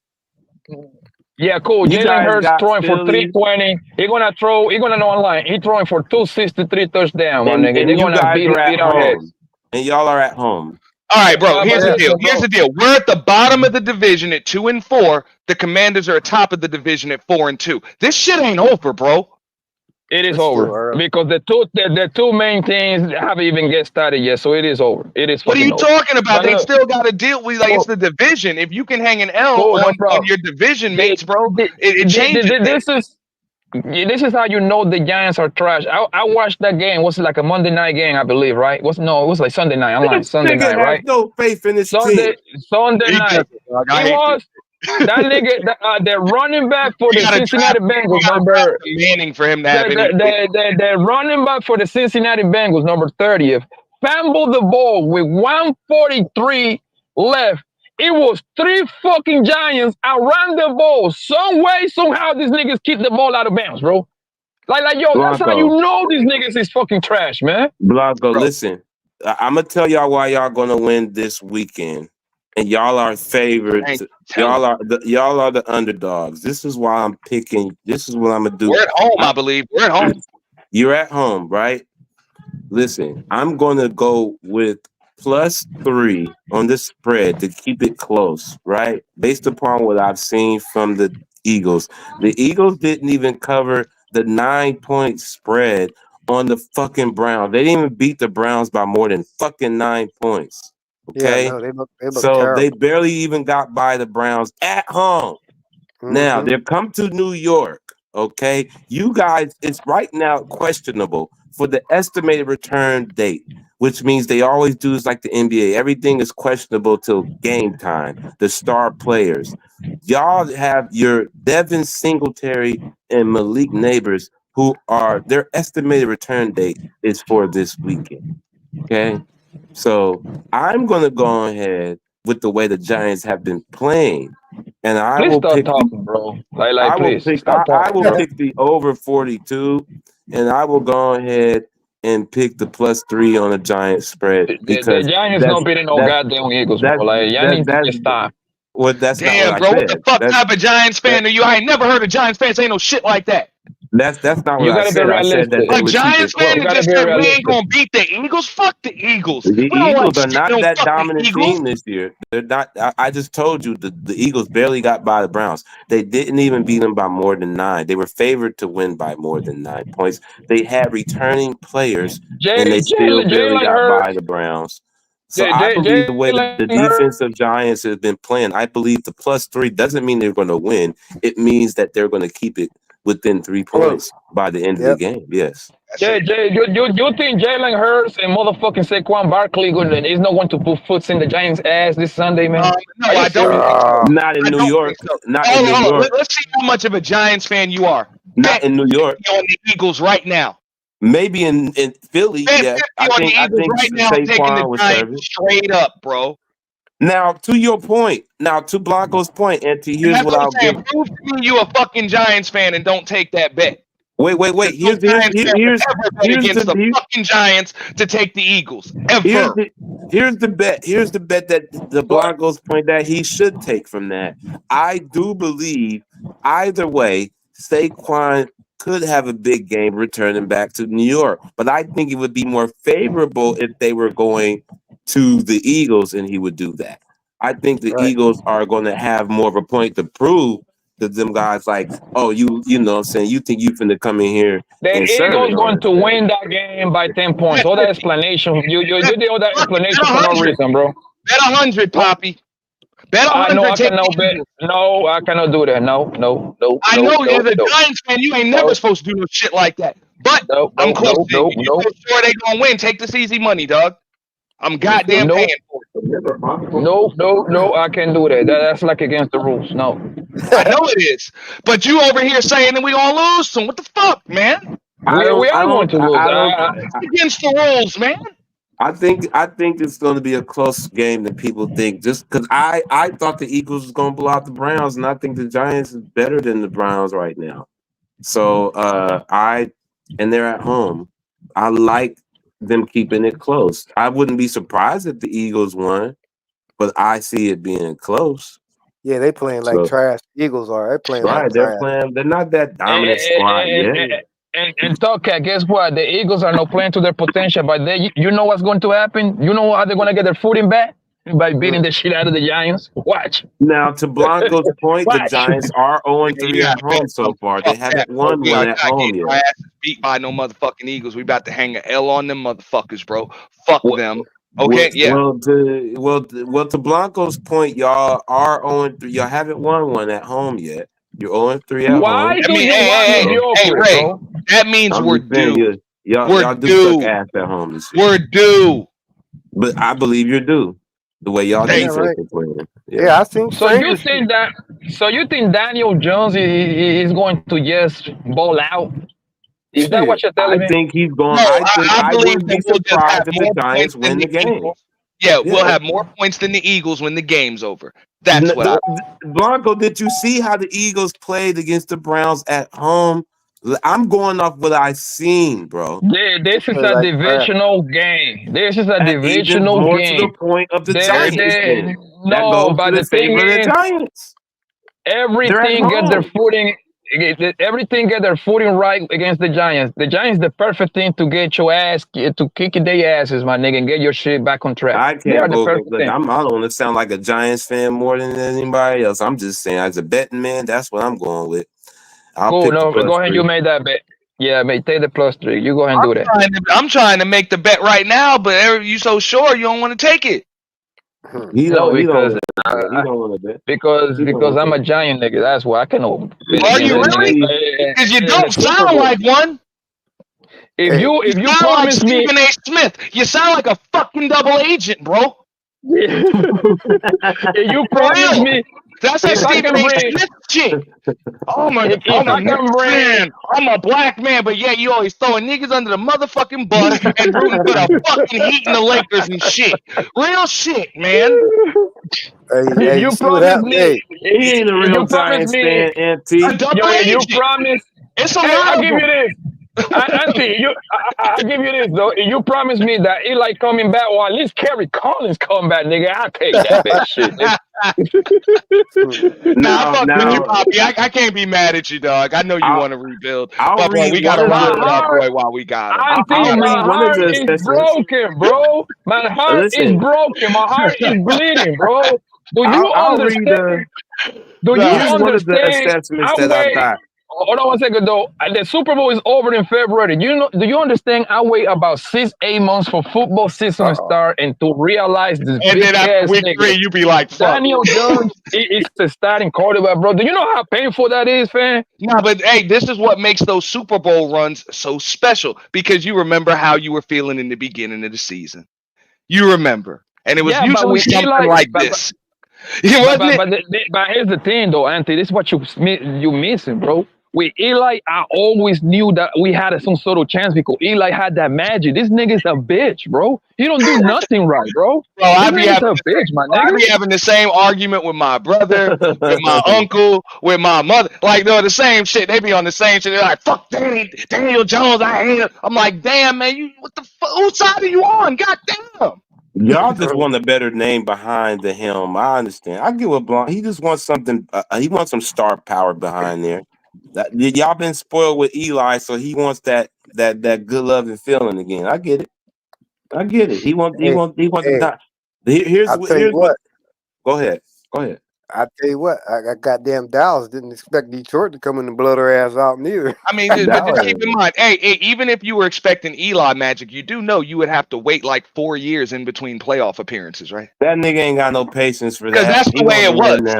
That nigga's spoiled. He wants. We either fucking go to the Super Bowl, or we don't even make the fucking playoffs, or get knocked out in the damn divisional round. How about that? Yo, you know what, nigga? Yo, I'm gonna tell you what made me feel better. If little Eli end up with the fucking Giants, that would be like. Oh my god, this nigga right here, man.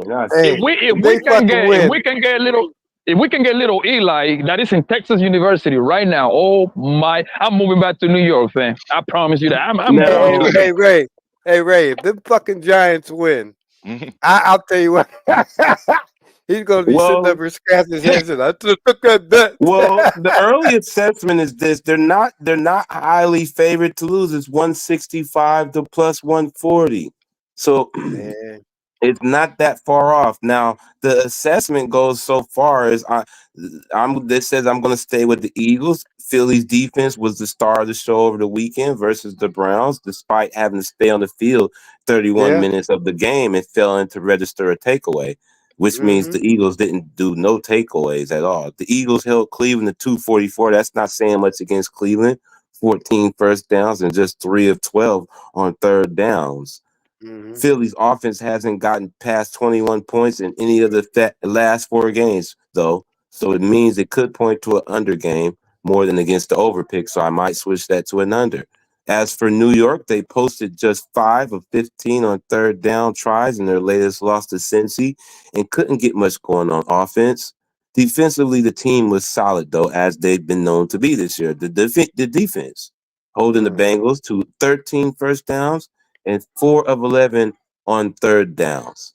All things considered, though, I trust Philly offense more than I do New York right now. So they gave the Philly to win by more than 4 in this game thus far on one of my assessments. Hey, if that fucking Philadelphia loses that game, they'll probably fire that fucking coach for the Eagles. No, they'll probably fire. Shit, he's on fucking shaky ground it's now. Still early. You guys are ready to push the red button way too early. Oh hell boy. yeah, man. Hey, if they can do it in the Jets, everybody else can do it too. You know how them. Well, the Jets are supposed to be doing what the Cowboys is doing now. When you Ray, the thing that you're missing is that when you like in New York, Philadelphia, this is the big marquee thing. They're they hard fire on your y'all. ass fast. They fire your ass fast. Yeah, even LA, the Steelers, Philly, like and New they're York, the media, the sports media is a motherfucker. Yes, we know that. Yeah, man. They ain't got time for that. They ain't It got is, and I'm gonna tell you why. Because they all like Poppy. They like, yo, get rid of him. We don't give a fuck who you get. Get that motherfucker off the bus stop over there. You know what I'm saying? Put him give him a helmet. You know what I'm saying? Give him a helmet and a fucking playbook and suit him up. He's got to be better than Daniel Jones. Blanco was the same nigga NT that was just calling Knicks garbage before Carl Anthony Towns got there. But shit. now they the team now, huh, nigga? Yeah. Man, I'll tell you what, if them Giants beat them goddamn Eagles, man, all hell's gonna break loose. I ain't shit. I don't understand why y'all think that's a surprise. Poppy will jump back on board when we beat the Eagles this weekend. Or you gonna say it's a fluke? I don't think. See, here's the thing. Look, YGD. He talking about getting a little Eli, fuck around and get Shador Sanders on him. Cause see, that's what's gonna be by the time.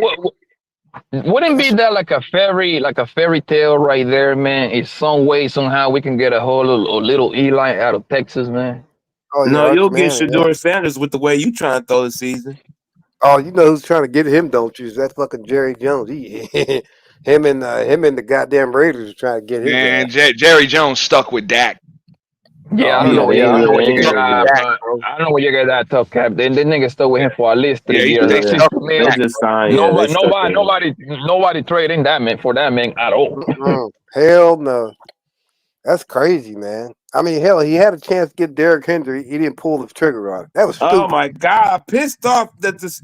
Well, Seahawks didn't. We got a legit two running backs. You know, Jerry Jones don't like paying no damn running backs. How did they leave Derrick Henry on the market like that? Yep, I'm telling you. Bro, they don't like paying running backs in the NFL. You know that. And then they bring back Ezekiel Elliott. He ain't doing shit. That was they let Tony Pollard go. Yeah, and that was and they this one dimensional. The Cowboys then became one dimensional now. Mm-hmm. So that's why they're losing, and then they can't get it to their main guy because he's being double teamed like Myles Garrett is being double teamed on. That's why we ain't heard much from Myles Garrett this year because he's been like double triple teamed this year. Also, let's keep it real, bro. Dak Prescott, an overrated motherfucker, always has been. Never really had much of an arm, dude. Nah, he was something, man. He is something. How many times you get to the big game and he fucking squanders? He blows it. At least we know some of them teams we got are trash. But goddamn, when you're trying to build up a damn team and you think you got that, and he gets out there and gets beat by the 49ers, twice? Then blowed out by Green Bay. I was like, that's a shame. I'll take Daniel Jones over Dak Prescott. Fuck that. Yeah, man. So, I don't know about that. I don't understand. Oh, Blanco. So you think Dak would be better, doing better right now for New York right now? I will pick Dak Prescott for the simple fact that he at least semi-black and shit. Like he's black and white, but so he's some sort of close to me than I am with that Daniel Jones. I'm sorry. I despise. So you think Daniel Jones would be better on the asking me Cowboys? about Daniel Jones, my nigga. Like, No, we start asking me about asked this you man, about bro. that because that's your quarterback, nigga. He don't think Go Daniel ahead. Jones would be better nowhere. He think Daniel Jones is just the worst thing to ever fucking suit up on a football field. That's all I give him that. I'm gonna tell you what Daniel Jones belongs. He belongs into a fucking community college fucking quarterback, my nigga. Oh That's no, where he you're being belongs. egregious. You're being egregious. That's You're what being I'm talking egregious. about, man. I'm like, damn, bro. This nigga's being egregious. He was the second quarterback that was taken after Kyler Murray in 2019, nigga. That You don't mean niggas anything. chose him. That don't mean anything. That don't mean absolutely nothing. Hey, who did we pass up on though? Wow. Who did we He pass was up? like top 5 in the draft. Who came after Daniel Jones? What quarterbacks came after Daniel Jones? Oh man. I don't know. Somebody do their And Googles. how many of them got a playoff win? Oh, let me look that up then, because that's a good question. Because I looked up the first At few and it least, was at least Kyler Murray is exciting to watch playing and shit like that. At least he's gonna who run, came so he's gonna after throw a lot of shit. Had Kyler Murray been available, we would have took him. He wasn't, so you don't count. I'm Okay, trying. so I who want came to know after? who we had that was exactly. That's what I want to know who was available that we didn't take that we took Daniel Jones instead of. Okay, you guys had the next quarterback. The next quarterback y'all had that we don't hear much about is Dwayne Haskins from Ohio State, which was at 15. Oh yeah. Okay. God rest his soul. Right. God rest his soul. Right. And after that, there was no more quarterbacks in the first round. God damn. Damn. So can you in that blame? draft? That's what I'm saying. I'm sorry, I didn't hear. Who was in that? Who was in the first round? Available. Dwayne Haskins. Who? Dwayne Haskins. Dwayne Haskins. That he passed Oh, away. the nigga from Ohio State, right? Hold on, it was a Daniel Jones draft. That was 2019. It was just Kyler Murray and him in the first round. That's it. And then we go to the second Well, round. I ain't gonna lie to you. I would have rolled the dice with Daniel. What is it? Hoskin, nigga. I would have rolled the dice with him. You would have rolled the damn dice with a quadriplegic midget if it was up to you. No, wait. What is it? Hoskin, the nigga from Ohio State. I forgot how you say his name. You saying anything is better than Daniel Jones. You ain't give a fuck. Yes, nigga. Yes, that quarterback is better than Daniel Jones, nigga. Yes. Haskins ended up getting benched immediately. What are you talking about? I don't care. Like, I don't care, okay, bro. so Like, the next quarterback that came after that in the second round, the first quarterback in the second round was Drew Lock. That ended up going to the Browns. Hold on, we got Drew Lock anyway, right? I don't know. Do y'all? Hold up. I believe he did okay when he came in for the Seahawks. He did okay when he came in a little bit of time. Yep. Yeah, Andrew Love. Yeah, Andrew Love. No, Andrew Love. Yeah, whatever his name is. Drew Lock is on the Giants now. Oh, is yeah, he? he's better. Yeah, he's better. Yeah, he's better than Daniel Jones for sure. Oh, and DK Metcalf got picked in that draft and picked 32. Oh my fucking god! Look at that shit in the second round. A fucking monster as a wide receiver. And second round of that year too. So those guys came before DK Metcalf as well. Damn. So I would put Bill Belichick as a fucking quarterback before Daniel Jones, man. Also Deebo Samuel was picked in the second round at 4. God damn. And pick 4 of that round of that year too. So it was some sneaky good players in there, now. Yeah. So and but I'm just saying, Hardman, the quarterback spot, that was the best option available. So that wasn't a high quarterback draft from what I'm gathering. No. You know what? I should fucking sing a tweet right now, man. And then that quarterback after that is a no name, and that came in the third round. That we don't even know who that is. Will Greer. Will Greer. Will Greer was the third round. Hey, imagine they start saying that nigga Daniel Jones nigga was on the freak off parties and shit. Oh, they suspend that bitch ass nigga. He can play no more.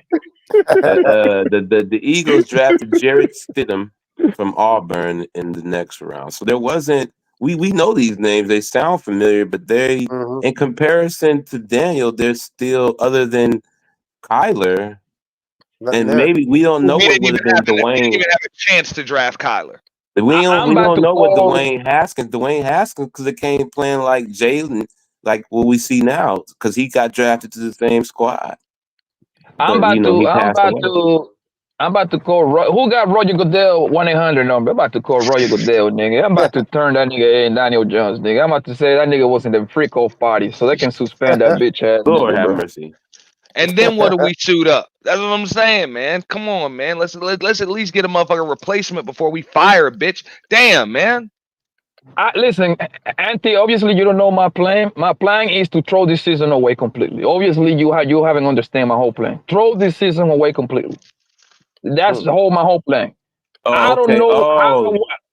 I don't want to win a single game, bro. We already won 2 games. At least we ain't gonna go 1-17. Cool, no problem.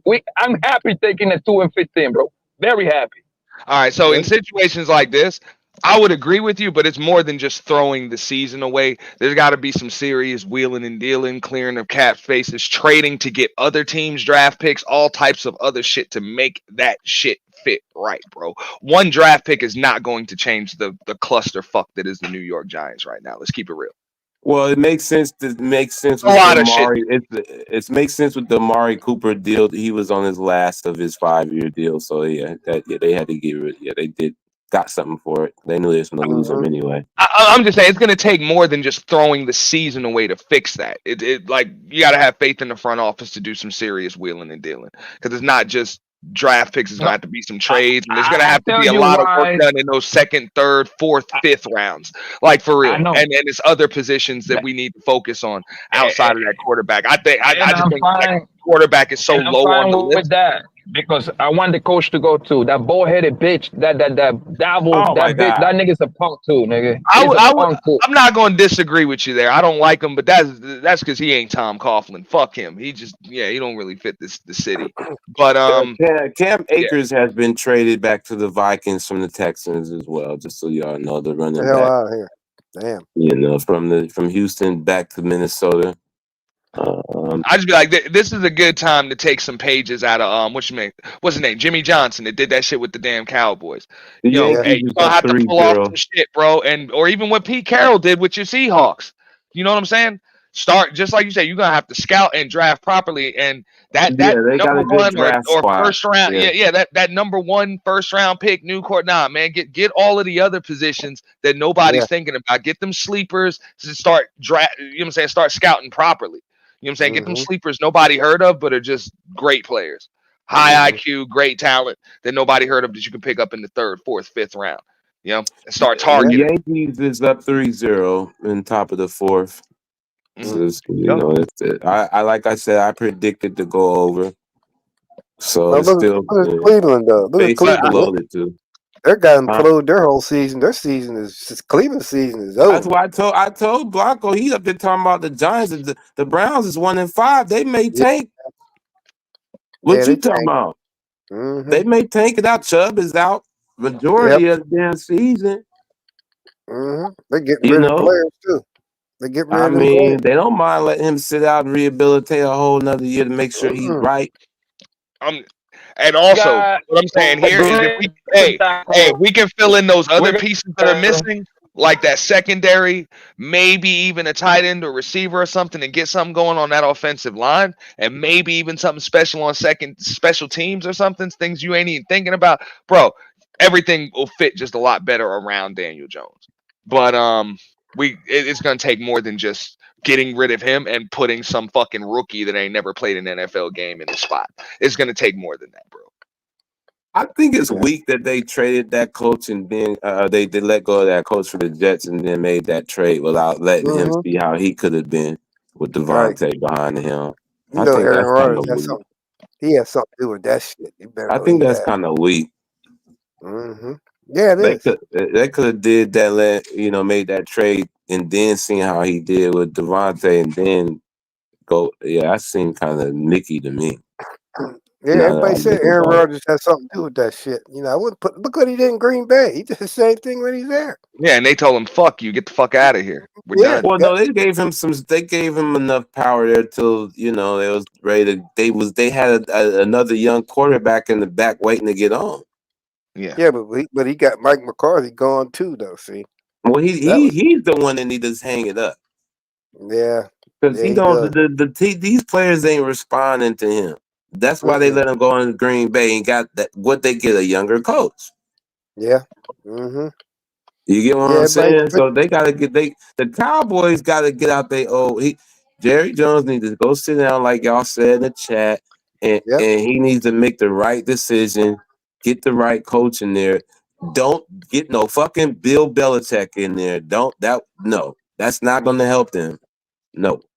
Bill Belichick ain't trying to put the only way it's gonna help them is if he just lets motherfuckers do their damn job instead of trying to wear every damn hat. That's the problem, bro. You're the owner, the GM. You want to be the fucking coach. You're the public relations manager. You're everybody. You're saying you're doing too much, motherfucker. And except one thing you ain't doing is calling plays and playing football. So you need to pull a Biden. Put the right people in place and let them do their job. Pull a Biden and step to the side because you're getting older and see now. Yeah. Pull a Biden. Even micromanaging ever since he got rid of damn Jimmy Johnson and shit ain't been the same since. Yeah, man. Yes, he's not, and he knows he's not even trying to. It's like sometimes when you think, is he that rich dude like Lil Wayne rich, where you just that, where your eyes is blinded to the world like that you don't understand that. What's going on? You really don't understand what's going on. He one of them rich motherfuckers where, if he was 45 years younger, dog, he would just give himself a uniform and come out there. Right. Knowing damn well he don't. This nigga needs to. You know what I'm saying? He'd be like, fuck it, it's my team, I'ma play. You can still lead the team as like a chairman of the board or something. Stand beside and get the right people. Because, I don't really care. Cowboys could suck ass for the rest of the lifetime. I don't care because they've been so overrated and been put on this pedestal on TV. They done got all these Christmases and all this extra TV time, and they've been garbage since I've been a teenager. I'm 45.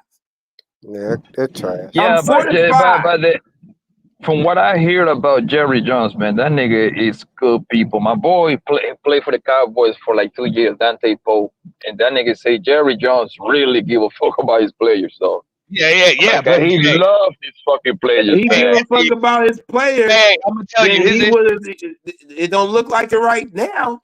Jerry Jones' issue is he treated that I'm not knocking nothing against your friend. Like it's a Texas high school fucking team. Just let them get away with a bunch of some varsity blues shit. You just let these motherfuckers get away with all types of shit. You know what I'm saying? Coaches have no power, executives have very little fucking power, and everybody knows that, bro. So the inmates run the asylum. You don't want Micah Parsons and CD Lamb. You need to get that in while they getting as good. And look, I personally like when, and I'm a Giants fan, bro, but I like when the Cowboys are good because it feels so much better when we beat they fucking ass, bro. Yeah. I have been at the Cowboy where they play at, my nigga, bro. Like I said, when I went to go see the homie play in Dallas, bro, son, that facility is fucking crazy. You know that they got rooms, Yeah, that stadium was amazing. My nigga, and you know, after the game, you go into the family and friends area. Man, they got chef in there, my nigga. Chef, every liquor that you want to. Them motherfuckers get treated like royalty in there, son. The families and the friends. No, that's Skybox. Yeah. Yeah, when they got the whole setup and personal chefs in there. Yeah, I seen that. That's amazing how they got. You see that new Clippers arena? Yeah, I'm just going outside, huh? I heard it's ill. They got a mall inside. No. They got a mall. They got a mall in the motherfucking Cowboy Stadium, fam. Yeah. But you know why? You know why Bill Parcells didn't stay, don't you? Jerry run him out because he said if somebody else wants to buy his groceries. He knew how he wanted to build that team. Nah, he said that. Yeah. He started meddling. He said that shit, man. Yeah, I like Jerry. I never met him, but I like Jerry. He was like, you pay for the He was like, you want to buy the groceries, pick the groceries, and cook the fucking meal too? What the fuck am I here for? That's exactly right. And that's why he left. Dallas Mavericks at a club in their arena. Mm-hmm. That's crazy, man. They got a club in it. Well, at least he got 3 rings. You know what I mean? And at least he doing what the fuck. So that's what it comes down to. Bro, that nigga Jerry Jones is like damn near 30 years removed from the last ring. 30. Man, that's when they let go, bro. You talking about, bro? Haven't even been back to the Super Bowl. The Eagles done been to 3 of the motherfuckers. The Giants done been to 3 of the motherfuckers since then. They have not even been back. Been back. They haven't. But they had a squad though. They didn't have a squad though to make it back. If you look at Jerry Jones' drafting record, it's in nigga. He could draft, but he can't capitalize off the draft. Okay, cool. Listen, you Borgin, Poppy. You Borgin, Blanco. You Borgin. Hey, No, you still Borgin a little bit. You know, just he a little bit, bro. He should have never got rid of Tom Landry. He'd have straightened that shit out. Them goddamn See, this rejects is when wouldn't be there. OG knows the time that was going on. Then we have no idea. Oh yeah, that's to replace he got rid of Tom Landry when he bought the team. Yep. And that shit started to change right after that. Hey, Top Cat, I heard that motherfucker Jerry Jones fired Jimmy Johnson in a fucking bar over a bucket of Miller Lite, bro. In a fucking bar over a bucket of Miller Lite. Over a Miller Lite. Hey, just in front of everybody, I'll fire your ass in a fucking bar. Because you know them Texas billionaires, they don't give a fuck, bro. They still sit in bars and drink Miller Lite and shit. They don't give a fuck. So that's what I heard it was, in a bar over a fucking bucket of Miller Lite, bro. Jimmy Johnson, Jerry couldn't take. Oh, Jimmy Johnson, I'll fire your ass and fire Jimmy Johnson over it a was fucking ego. That was clearly ego. You know, that was the best thing for the Cowboys was Jimmy Johnson, and they could have had about 3 more. I believe they could have had 3 more if Jerry would have got out his own way and let him do what he do. That's the formula works. Don't go against the formula until it don't work. Yeah, but hey, you remember though, what was the issue? Jerry Jones didn't even like that shit. Like, yo, we gonna trade Herschel Walker. What? Yeah. Hell no, he didn't like that shit. No, man, what we gotta do. That worked. Trading Herschel Walker worked. That worked when Jimmy Johnson did that shit because they did everything they needed to do come draft time. He's all bigot ass. He's a bigot too. That they traded him for, they cut. They cut, and everybody on the outside is like, what the fuck are they doing? This don't make no sense. And then the next year when the motherfuckers in the Super Bowl, everybody called Jimmy Johnson the genius. Yeah, let these people do their job. Jerry Jones couldn't handle Jimmy Johnson getting all the publicity. He didn't like that shit. And that's what Jimmy said. He couldn't handle it because he was getting all the attention. He wasn't getting shit. And then, thought that he could get the same results with Barry Switzer. Yeah. I ain't gonna lie, those Cowboys teams in the 90s were fun to watch. Emmitt Smith was a good guy. Oh yeah. And so it was fun to watch Emmitt and them guys do their thing. I didn't look at them the way I do now then. You know what I'm saying? So I just don't like afterwards everybody start jumping on that bandwagon. And now it's always been Cowboys. I already know the real hardcore ones I grew up with. So when I start seeing all of them like, hold on, no, Cowboys ain't Americans team no more. That goes to the Patriots. Man, that was some shit that damn that goes to the Patriots. Not Jimmy Johnson. Jerry Jones just said that shit and ran with it. I'll give him that. That's a marketing ploy. He just said that shit. You know? Here's the thing, though. You know what? Jimmy Johnson, he had a general manager, and it wasn't Jerry Jones. That's the thing. I would argue that Green Bay was America's team as well. They was that old school team with the Cowboys, too. They had their battles. Yep. So, I mean, you know what I'm saying? And that the New York Giants are more of America's team than them motherfuckers. And you could argue that with some people. So, yeah, it is a marketing ploy, but it worked for him because they always had But bro, they got star on the damn helmet. Yeah, star power. They had the TOs that, you know what I'm saying, they had the, you know. How do I sound now? Well, just like they said, in any sport, even though it can seem like it's annoying, but dynasties are just good for the sport. Teams that win 3 out of 4 How do I champions. You know sound now? what I'm saying? Like 3 Can you hear me? championships in 4 years. You know what I'm saying? Okay. Or 4 in 6 years, shit like that. 6 Yeah. and 8 years, bro. That's always gonna be just good. Like The when you look at it in memorable teams, hindsight, yeah. During Yeah. it, everybody just tuning in just to see if they lose. But in hindsight, it's like, damn. You know what I'm Well, saying? that's People why reflect on that Eli era. will get his statue because it's so rare to get it back to back to back. You know, we've seen what the Patriots Right. run Yes, was. You this know, is we what I was saying about Jerry Jones, bro. In nigga, the I was past still 25 finishing my years. soliloquy, nigga. You see how this Go nigga is, ahead. man, because My he want to bad. get. See, My now this bad. nigga wants to see. He see me say something about the That's Giants. my I'm fault. speaking. My fault.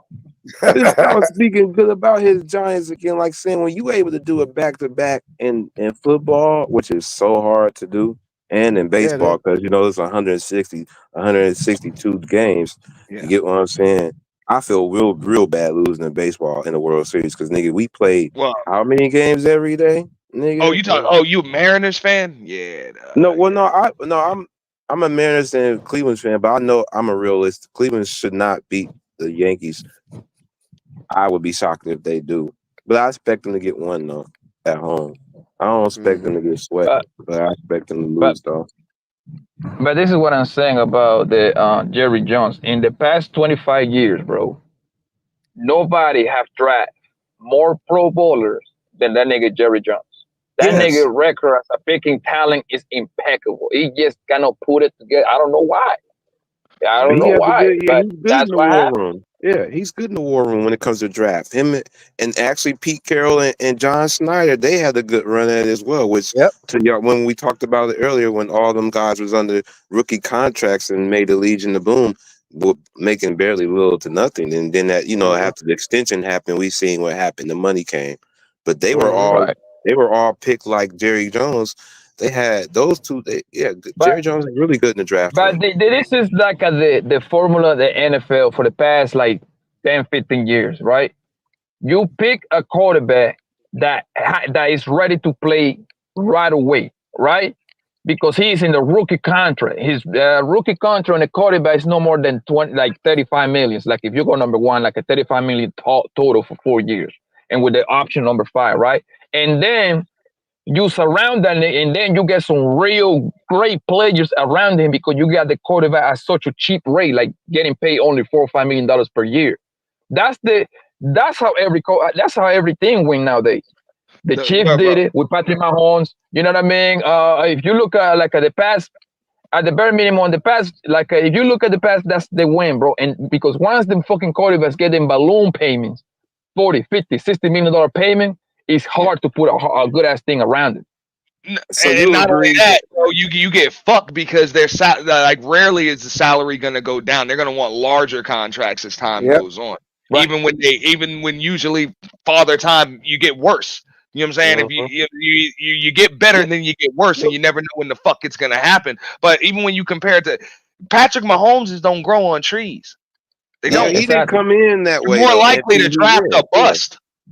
Then you are to draft a Patrick Mahomes. He was waiting in the woodwings and he performed in practice like Russell did. We wasn't expecting for Russell to do. He performed in practice. Look when Russell Wilson won. Look at it. He was in a rookie contract. He was in a rookie contract. He fought for that. He had to take a job. I was about to say he had to take a job just like Mahomes did. Yeah. Mahomes was right in line, but he played them quicker. Like, you need to start now. Mahomes didn't took no job. He sit down for 1 year, and then the last season, as a rookie, he started the last game, and then they kicked that nigga Alex Smith the next season. Like, yo, get the fuck up out of here. We're running away. Alex Smith, he was but he switched them over though, bro. In practice, he switched them over. He said, "I need Mahomes to start now." Mahomes performing in practice, and the team was a team decision. And then the Chiefs won the Super Bowl on Patrick Mahomes rookie contract on the 3rd year. Oh yeah, no, he came in serving it. But that's Andy Reid though. He's like the Jerry Jones and Pete. Yeah, he was in there. Yeah. Andy Reid was in the draft Joe Burrow to the Cincinnati Bengals all the way to the Super Bowl on the rookie contract. That's the formula right there. If you put the nigga in there and then you get 2 monsters around and they surround them with some great talent, you can win. It's okay. So you're saying basically build around the quarterback. No, You guys, Bill, get your ass. This is what you gotta do, which is pretty hard. It's not like it's easy. You gotta go into the draft, get you a doll, like fucking Houston guy, like Washington guy, a nigga, and then you put some monsters around him, and then he can take you to the promised land in a rookie contract. That's like the formula of the NFL nowadays. So then Maybe you got to nowadays, basically but I get still a Heisman finalist quarterback then, because those two you named are Heisman finalist bro, quarterback. these teams have to take, because this is the draft. It's not like you just recruit these guys. It's not like college where you recruit these guys and pick up who you want. You actually got to draft them. So in most cases, they gotta have a system of protecting that motherfucker before they even draft them. And every now and then you get lucky and you draft a transcendent quarterback before you get the pieces, just because they just happen to be available. Just timing just right and shit like that. But usually it doesn't matter what you got. If you can't protect them, right, it's gonna look like shit. I mean, look at fucking Pittsburgh. They bought that team for $2,500. He bought that team for. Yeah. And them motherfuckers won. They reeled off 4 Super Bowls just like that. But they built through the draft. And at that time they had Bradshaw and Joe Gilliam. And Joe Gilliam was a hell of a quarterback. That brother can throw that ball, man. And they did that run. They had Swan, they had Stallworth. They had all them Hall of Famers on that team. All of them. And 4 brothers. That was a great run with the Steel Curtain and Stallworth and them guys. I remember that. I seen that story of that. Though. The only damn team that had 4 brothers starting on defense. No, that was the only team. Them folks were like, "What the hell's going on here?" Shit, they were beating Roger Staubach to death. I just be saying, let's just keep it real. Transcendent generational talents at the quarterback position, they don't just come out every year. No, they don't. Well, NT, there wasn't. See, I don't. Yeah, this like is why we having my. There is no. The nigga from Oregon, the nigga Gabriel from Oregon, he looking real good, bro. Who? And the nigga motherfucker, the nigga, I think his name is like Dylan Gabriel. He from the Oregon Ducks. He played real good. Carson Beck, that nigga is real good too, bro. I'm gonna tell you who else was coming out. He looked kind of short though. Gabriel looked kind of short. I think that. Yeah, and then you got the Deion Sanders' son, and I think he's going to pan out. He got the intangibles. He got his father. Yeah. You know what I mean? That's what the Giants is gonna get if they get there. Well, he got Quentin Ewers from Texas. Now, he's a hell of a quarterback too. I mean, I don't know. We gotta do some deep scouting. I mean, if we do get the chance to get Shador, we gotta do some deep scouting on that, because the New York Giants aren't used to having no motherfucking diva quarterbacks. Okay. Yeah, but it's New York. For real. So if you're like your father, if it is, I don't. New York too, though. If it is somebody that can handle that, it would be him. He grew up around. I know what you're saying, but at the same time, with New York, we're more likely to get some traditional Opie Taylor from Mayberry ass motherfucking white boy. No, y'all need to get No, I'm just saying, dog. Sanders quit playing. Take her pick in New York because there's so much shit to get caught up in New York. One of them clubbing. Look at Patrick Mahomes, bro. Real shit. That's what you see Patrick Mahomes. The moment never get big for him because he grew up in locker room. His daddy was a fucking baseball player for like 15 years. He grew up around the shit. Mahomes was a pretty goddamn good baseball player too. So you know what I'm saying, he was going to be an athlete, same with Kyler Murray. Like those dudes were just destined to be like star professional athletes no matter what the fuck they did. Same with Deion and shit like that. But this kid Shador, I mean, I like him just watching him play, but yeah, you know what's up, bro. You gotta have just a certain type of shit between your ears to play in New York, to be a star in New York, bro. Yes. Yeah, you know, a lot of these quarterbacks today don't read defenses like Peyton Manning and Tom Brady did back. They can't. These fucking guys cannot read defense. I don't know about that, OJ. I don't know about that. CJ Stroud. I would agree. Okay, CJ Stroud, you got Daniels, you got motherfucking Hurts. He been playing good. The problem, Jalen Hurts can play. The problem is that the Eagles ain't got no defense. The Eagles ain't got no defense whatsoever. That's the only thing letting them down. And you got motherfucker, you got Joe Burrow, You got Josh Allen. You got monsters in the Now, especially in the AFC. The AFC is stacked, bro. What are you talking about? I'll tell you what, that's one quarterback who reads defense is Josh Allen. That dude's a dog. Yeah. That See, dude is a dog. and Poppy, you got to keep in mind, this is something we all like Eli, but people forget like why we like Eli so much. And one of the main things is that's one of the few motherfuckers on earth that could play in New York that long and not let the media get to him. Right. I'm just being Because real. his demeanor. His demeanor. He got that I don't care Bro, demeanor. Like that pushing motherfucker boundaries. used to get shit on. Every time that motherfucker would have a bad game, would get shit all over, but he was still able to just come out and just He be got the him. same- Not he got the everybody same can face. handle that shit, bro. He got the same face, like whatever. Nigga, throw the name. Also, beat Tom Brady too. How about that? But that's what I'm saying. Even before that, though, most people can't handle that scrutiny. No, they can't. With being that to having that, so I don't know about Shador Sanders. I would have to just check more into it. See, now Eli, Because even as good as his father was, Dion ain't played that position, so I don't know. You know what I'm saying? You ain't played that position in the NFL. Archie Manning was good. Was a good quarterback, but the team was terrible. The team is horrible. It was terrible. Saints. Yeah, he it had was no terrible. protection. He had no protection. And what do you think he went through? They was all on his ass, but they loved him because he's from Louisiana. They like, hell yeah, for Archie. But that goddamn deal wouldn't have went through if Archie wouldn't have opened his mouth. Eli would have went someplace else. Archie No, he was in San Diego. He was there. Yeah. Archie said no. Oh God. Archie said no way. He didn't want his son. He didn't want his sons having to meet each other. Nope. That's what it was. No, Archie stepped in that shit. Yo, He that said, "This ain't gonna nigga, happen." yo, the Manning's got to be like a football royalty, bro. Yo, Archie fucking nut us like millions of dollars, bro. This nigga nutting in every time that he nutting his women, bro. He produced fucking super athletes. And you know, who was the best out of all of them? The nigga that didn't even get to play in the NFL. He was a receiver. He was a receiver. Cooper. They said Cooper was the monster in the family. They said he was. They said he was a receiver. He didn't even play quarterback. Right. Yeah, he's a bitch. And Cooper is the father or the little Manning in Texas, I believe. Yeah. You call him Lil Eli. That's what the boy's name is. His name is Eli. I call him little Manning. That's his name, baby. He got nets. He got nets. Yeah, Cooper. Cooper is something. He was something when he played. And Peyton and them would tell you that. For Ole, Mississippi, right? Oh, Mississippi. But yeah, Archie Manning was something, man. I'm telling you, they loved Archie whether he won or lost. They loved that man. Shit. Man. Yeah, this nigga produce like monsters as an athlete, nigga. Like, what are the odds of that happening? Yeah. I mean, right. NFL quarterbacks, dog. Like, bro, it is what it is, bro. That's Tom motherfucker got a stud farm. Hey, Archie Manning stud farm.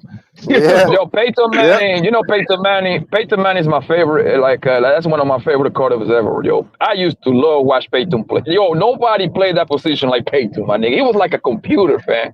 So we gonna go back to the Ray. We gonna go back to the Ray Midnight shit. So I guess you enjoyed watching the Legion of Boom fuck his ass up in that Super Bowl. Man, that was I'm gonna be dead ass with you guys.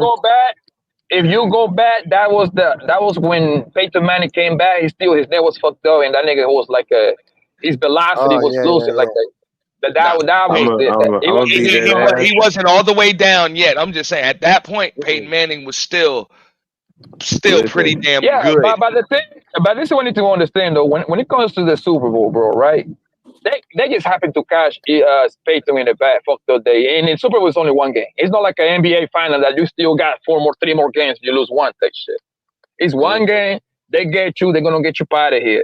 They bum rushed Peyton Manning that day, fam. He couldn't do nothing right. I remember that game. I'm gonna be honest with you guys.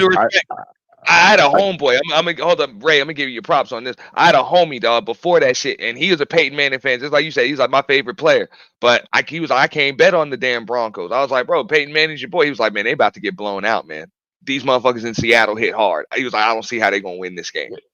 And remember, It's the beautiful Broncos were watching. the favorite. So don't get me wrong, there was a lot of people that predicted exactly what the fuck happened. Not only was that nigga about to lose that shit, but they was about to get blown the fuck out. So it wasn't just a bad game, bro. I Yeah, think to be it honest, was beautiful. Oh, go ahead. Sorry, go ahead. I did be honest with you to what you finna say, Blanco. It was beautiful to see because we knew up here, like we really knew what everybody else knew, that like due to the hitting and all that, this is gonna be a competitive game, but we knew we was gonna win. But I don't know if we knew it was gonna start the way it started. Oh yeah, safety on the first play.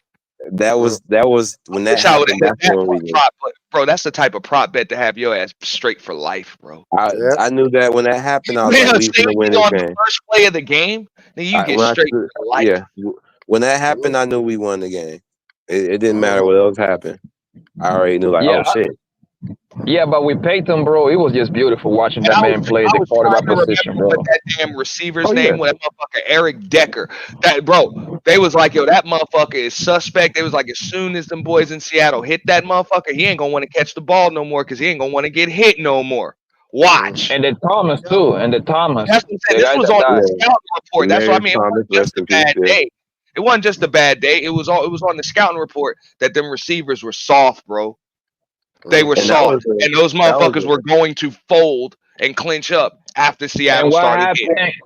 And what happened 2 years? I think it was like 2 years later. Peyton Manning came back to the big dance. He played like trash again, but they had that monster. They had Von Miller. Yeah, they had that monster defense. Von Miller single-handedly put a beating on that nigga Cam Newton, bro. That was the most brutal beating I ever seen in my life, yo.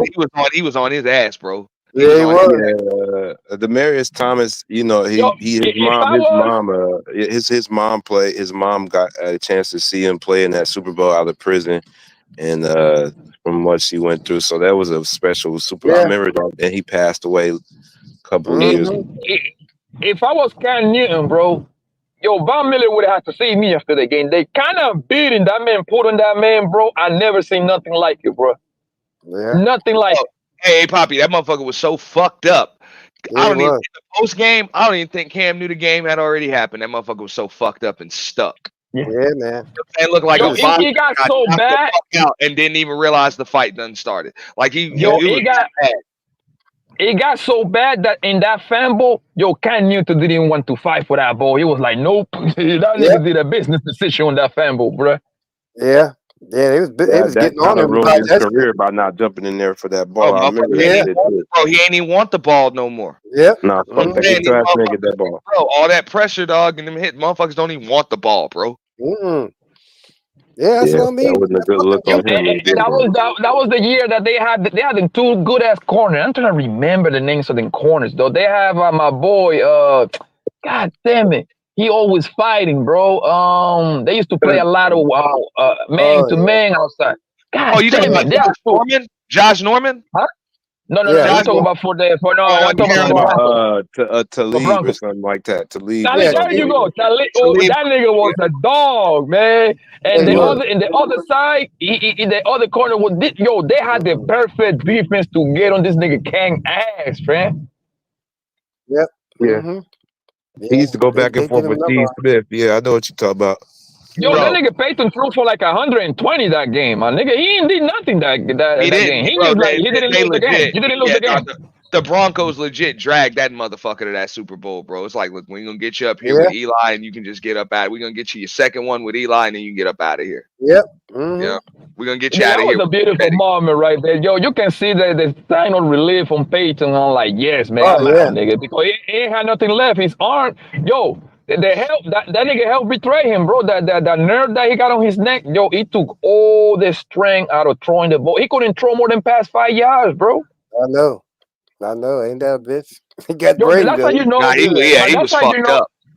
That's how you know how great you are. That Peyton Manning is so great that they'd rather to stick it out with him throwing 5 yards than put it in the fucking backup, nigga.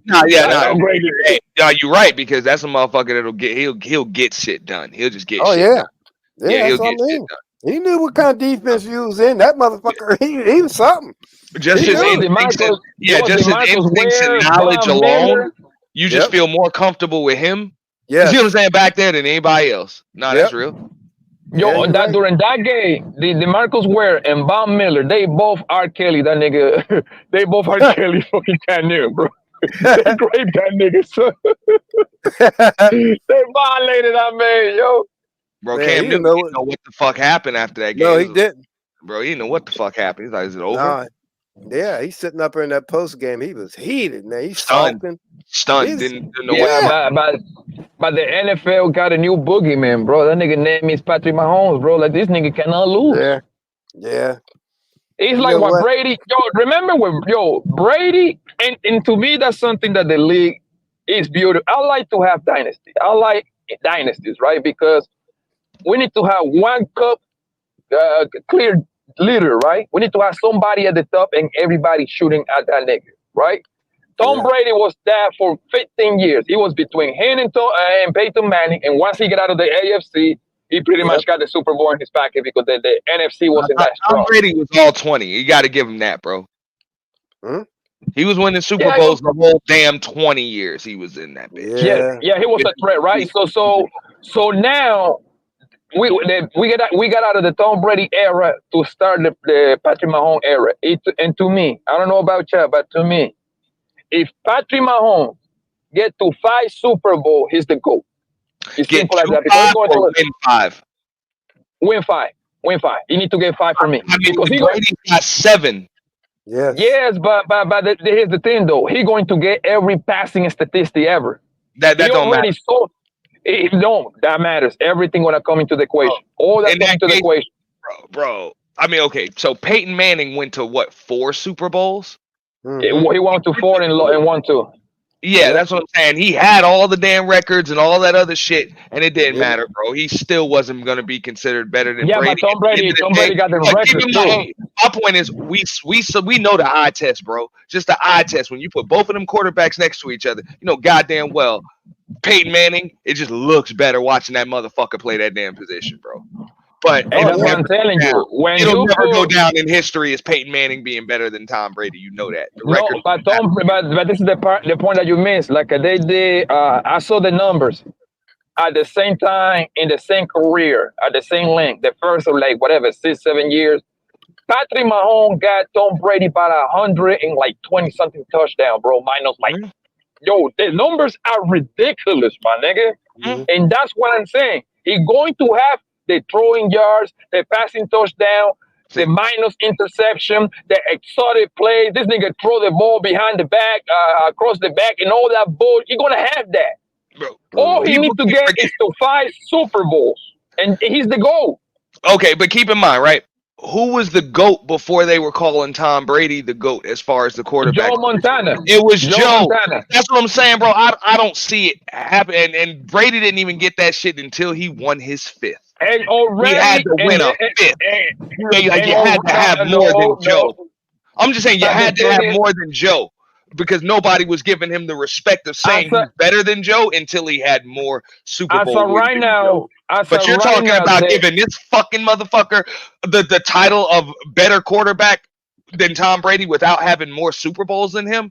Yes, because that's how we do it. Because as of right now, if Patrick Mahomes decide to retire, he would be the second best quarterback to ever play. He better than Joe Montana right now if he retired tonight. Bullshit. No, there's no bullshit. It's the fact. The numbers dictate, the storyline, everything dictate. Joe Montana would tell you that himself. I mean, I don't see how, okay, if Tom Brady had to fucking pass Joe Montana to be the fucking GOAT, how the hell does Patrick Mahomes just pass Joe Montana and Tom, you know what I'm saying? You saying and pass Joe Montana and Tom Brady without having more Super Bowls than either one of them? I don't see that. Okay, but Montana he's telling me that he's better than Montana right now. I'm like, bullshit.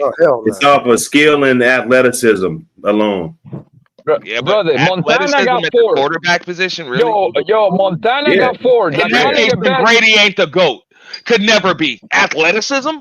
Brady runs like a 6.5 in the I'm just saying, have we ever? Because Brady right now would be considered the GOAT, right? He would be considered the GOAT.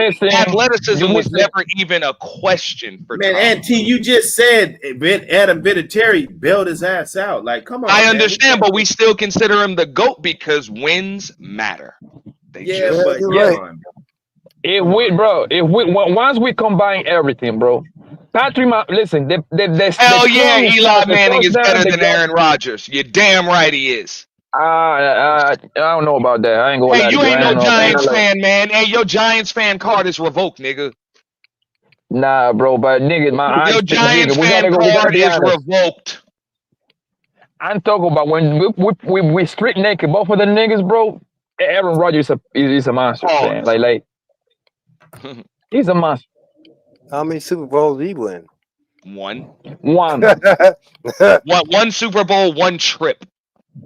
Ain't that something? And who derailed him? Tom Brady. Aaron Rodgers, bro. One trip. Actually not. Oh yeah, nah. Yeah. Now Aaron. Actually, Aaron Rodgers. Aaron Rodgers not like a era because his defense betrayed him for the most part. That nigga never had a decent defense. Even his defense was the worst. Look it up. I'm just saying, if Tom Brady had to, you damn right, Dars. How the hell this motherfucker just said Aaron Rodgers better than Eli Manning? Hell nah. Ever, never, ever. We got to be honest with ourselves, my nigga. I am honest with myself, and I'm being honest with you too. Brother, Eli, when we call to doing all the throws, all those fucking spectacular plays, that nigga Aaron Rodgers was something special, my nigga. Yeah, but he only been to one Super Bowl. Yep. That's the thing. It doesn't matter. It comes to a lot of comes into that equation, bro. A lot of comes into that equation. Like I said, when you're talking about GOATs and who's better, like, okay, when you talking about motherfuckers that got multiple Super Bowl MVPs and shit, like that's on a different level. Because anybody can get a fluke Super Bowl MVP. Anybody can. You know what I'm saying? What's that guy for Super Bowl? When you do that shit more than once, Steelers? What, Ben Roethlisberger? Ben Roethlisberger never won a Super Bowl MVP. He never won a Super Bowl MVP. But he never won an MVP. Terry Bradshaw. But no, that Big Aaron Rodgers is better than Bradshaw. He never got a Super Bowl MVP. No, he didn't. He better than who? Terry Bradshaw. The two Super Bowls that Ben Roethlisberger won with the Steelers, your Super Bowl MVPs were Hines Ward and I believe Santonio Holmes. Santonio Holmes, yeah, right. Yeah. Mm-hmm. I don't care about the MVP or that bullshit, but Aaron Rodgers is better than Terry Bradshaw on his best day, my nigga. As far as Trent Dilfer, hell no, he ain't better than Dan Marino. But that's one fluke ring. He's got one fluke ring, and the defense carried him to it. No, he ain't better than Marino. Marino got better. No, I wouldn't even say Trent Dilfer was better than Dan Marino. But I'm not gonna pick one ring doesn't. Yeah, one ring doesn't put you above a motherfucker. I'm talking about multiple rings though. That kind of puts you up there, bro. Trent Dilfer was a bum. He was a bum. Bro, Dan Marino was that dude, bro. Like Dan Marino was that fucking dude. And if you look at the eye test, it's pretty tough to say even a Tom Brady is better than Dan Marino. But we look back on our history, and Tom Brady is better than Dan Marino. Yeah, and Aaron Rodgers was better than Terry Bradshaw, and Brett Favre is better than Terry Bradshaw, bro. I ain't gonna go that far, bro. No, I am going that far. That far. If we streak them two quarterbacks side by side, my nigga, that's not even fair, bro. That's not even fair, man. I'm taking Bradshaw over that motherfucker. The thing is, sometimes we get in love with the rings and shit like that. But nigga, come on, bro. Player versus player, like, come on, bro. Let me tell you, Terry Bradshaw was a tough motherfucker, bro. How many MVPs? Aaron Rodgers is not tough. Bradshaw had a hell of an arm on him, bro. He had a hell of an arm, and he was tough, bro. He was tough in pressure situations. Aaron Rodgers, not so much. I'm taking Terry Bradshaw. Yeah, cool. You take that old ass nigga, man. I think my chance with Aaron Rodgers. Well, of course, not at his age now, but Terry damn, Bradshaw's 5'11". I said he was tough. Yeah, cool, no problem. Aaron Rodgers, quarterback versus quarterback, is better than that man, bro. Oh, Terry Bradshaw happens to be probably one of the greatest things assembled in history. Like he was on a machine. All right. So heads up, Dan Marino, Aaron Rodgers. Who's better? Oh, who's better? Marino. Oh, that's a hard one. I'm with Top Cat on that. I think it's no fucking brainer, and it's Marino. Yeah, absolutely. No, because I'm gonna tell you why. I pick Aaron Rodgers. No brainer. I'm gonna tell you why. I pick Aaron Rodgers because Aaron Rodgers is Dan Marino steroid. That's why. Aaron Rodgers is in a passing league. Marino played in a running. Marino kind of looked like damn Aaron Rodgers on steroids. That motherfucker was that big. Dan Marino was like the size of Cam Newton and shit. To remind you though, that nigga Aaron Rodgers had to sit down for what, like 2-3 years, something like that. Imagine if he wouldn't sit down for 2 or 3 years behind Brett. Hey, Brett didn't make it in those Super Bowls when Aaron Rodgers was his backup. Like I'm telling you, Terry Bradshaw, it's kind of like the Legion of Boom, like I was saying earlier. Your Terry Bradshaw happens to be a spoke on the wheel. He was in a good well machine, bro. But he wasn't like that, my nigga. He wasn't a monster like that, bro. Like people need to stop. Dan Marino, you talking about Terry Bradshaw or Dan Marino? I can say Dan Marino was better than Terry Bradshaw, fam. But he don't got the rings. So people will be like, you could say, oh, Papa, you're crazy. Dan Marino, quarterback versus quarterback, is better than Terry Bradshaw, nigga. Like, that's not even a question. As far as the eye test is concerned, yeah, I would agree with you there. I would. Dan Marino was a bad motherfucker, just no rings. And everything else, just no rings.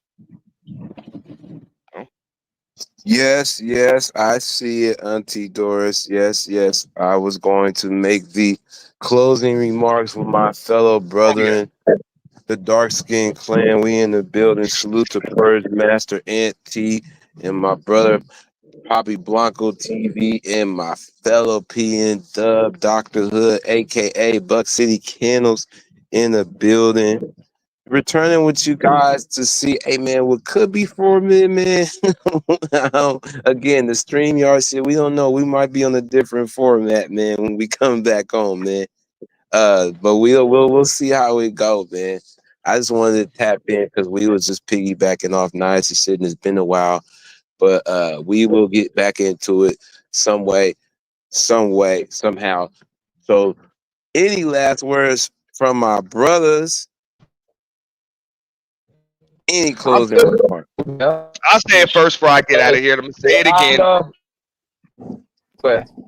No, I'll say it again. You don't have to slay the dragon when you are the dragon, motherfucker. So being down is not a feather in your cap. And also when it comes to keep in mind, they were still considering damn Joe Montana the best quarterback up until about 10 years ago, like ever. So we'll see what happens. Shout out to all them dudes. It was a pleasure talking to y'all. Shout out to Ray Midnight, everybody on the panel and the chat, man. Thanks for having me up, bro. Respect, Auntie, man. Always good. It always good talking to you. Hey, yeah. That's the last thing. Go Giants. Big Blue for the win. That's fine. That's cool.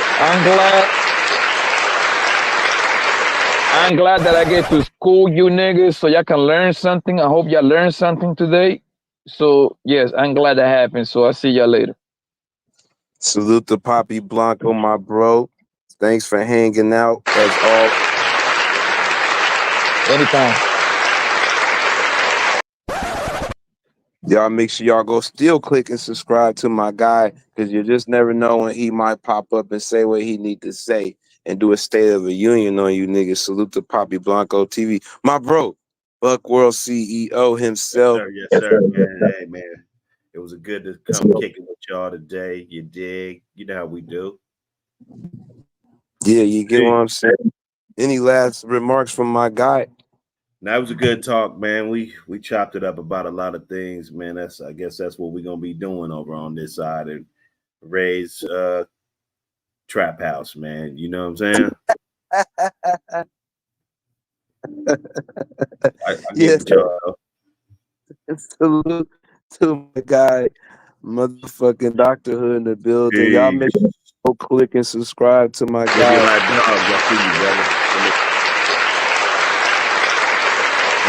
Yeah, subscribe, man. We had 30 something thousand, man. Subscribe, and we trying to do big things. We're trying to get to 100K, man. So fuck with us. A great supporter of me, a great supporter of the Untouchable Squad. And so y'all make sure y'all please go click and like and subscribe to Buck City Kennels and Dr. Hood. If you don't know, I'm telling you today, salute to his squad for coming through and pulling up in the chat. To everybody that pulled up, Adrian, Nicole, Doris, Poppy, Blanco, my guy Dr. Hood. Who else pulled up? Big Giz Composition. Salute to him. Salute to Untouchable. Triple OG. Top Cat. 68. OG Do Dirty was here in the building. Also, man, let me not forget about the super chats, man. Let me not let me forget about the super chats and the cash apps again. Salute to FMUC pulled up. Doris was here. The lovely and incomparable Adrian Nicole was here. My guy YGD was here chilling out with us. And I appreciate that, man. Natasha Vincent was here. You know what I'm saying? A lot of the Buck City squad, Schooly School was here. Lot Boy, TNBN. You know what I'm saying? They all came through. I appreciate all you guys with good conversation randomly. You know, I miss it, man. I always get motivated when we get back on here. Salute to my guy, motherfucking Purge Master NT, home of the official YouTube Purge with the $2. YouTube is with the shit. And also salute to the $20 Cash App as well to my guy Auntie. Thank you, my bro. You are amazing for that. I appreciate you, bro. Man, it means a lot coming from you guys to support the show. It means a lot. We gotta support each other, and that's how we go about doing it. I support you, and thank you so much, Purge Master and motherfucking T.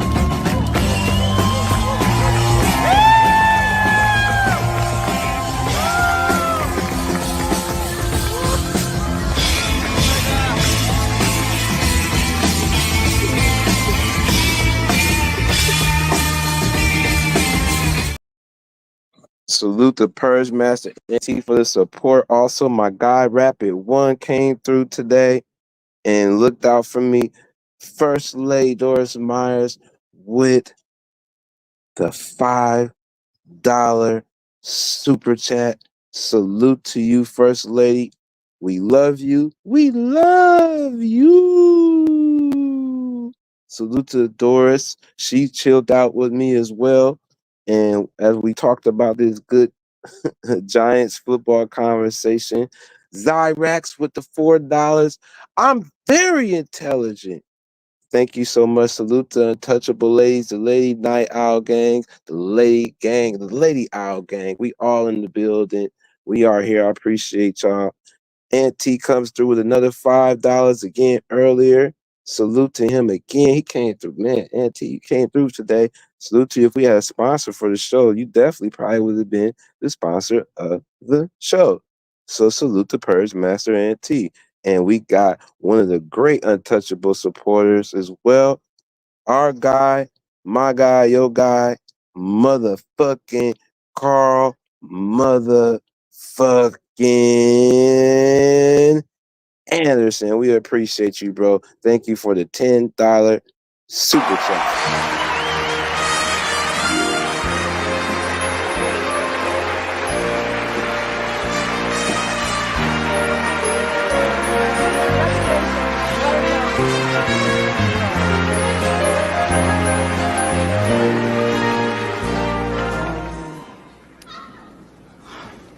It's my privilege. Thank you.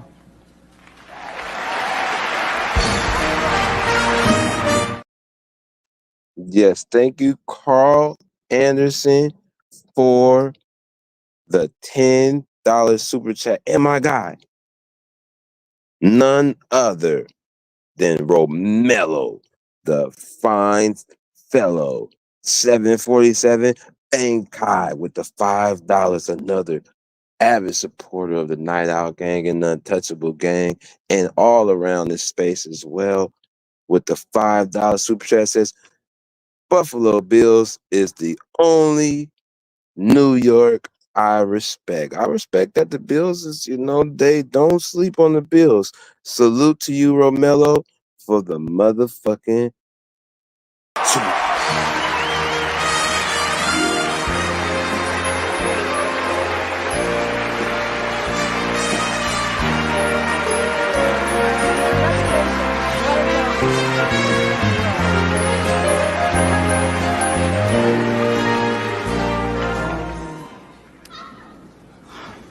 Oh, it's my privilege. Thank you.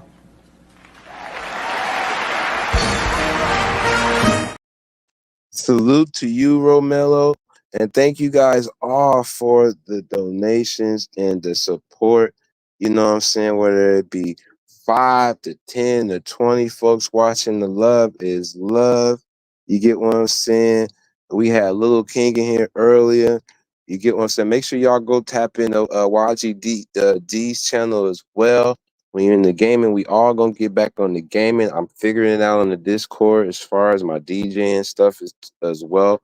So be on the lookout in the Touchable Discord. If I highlight you guys and you get a notification to come listen to me to the sound to see if I connected this Serato right. You get what I'm saying in the Discord. So make sure y'all go join the Untouchable Discord and see the fun things we do in the meantime, between time, if we ain't in these YouTube streets and ain't nobody live and it's cracking. So you know what I'm saying? But thank you guys all again. I appreciate you guys for pulling up and chilling with me. We will do this again sooner than later. Okay? We gotta figure out this StreamYard shit. And we gotta figure out if we want to come with somewhere else or we want to just throw the 50 on there. We just don't know yet. But we will be back sooner than later. It's a little bummed out about the little music thing earlier because they kind of was on my ass. Normally they just let me fly. But it's all good though. I still appreciate you guys.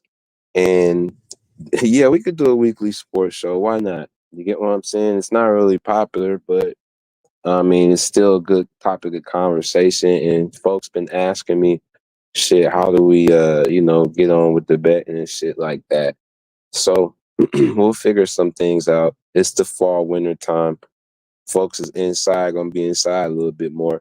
So we will get it cracking because it's time to do stuff other than the norm and have other conversations other than what we normally have.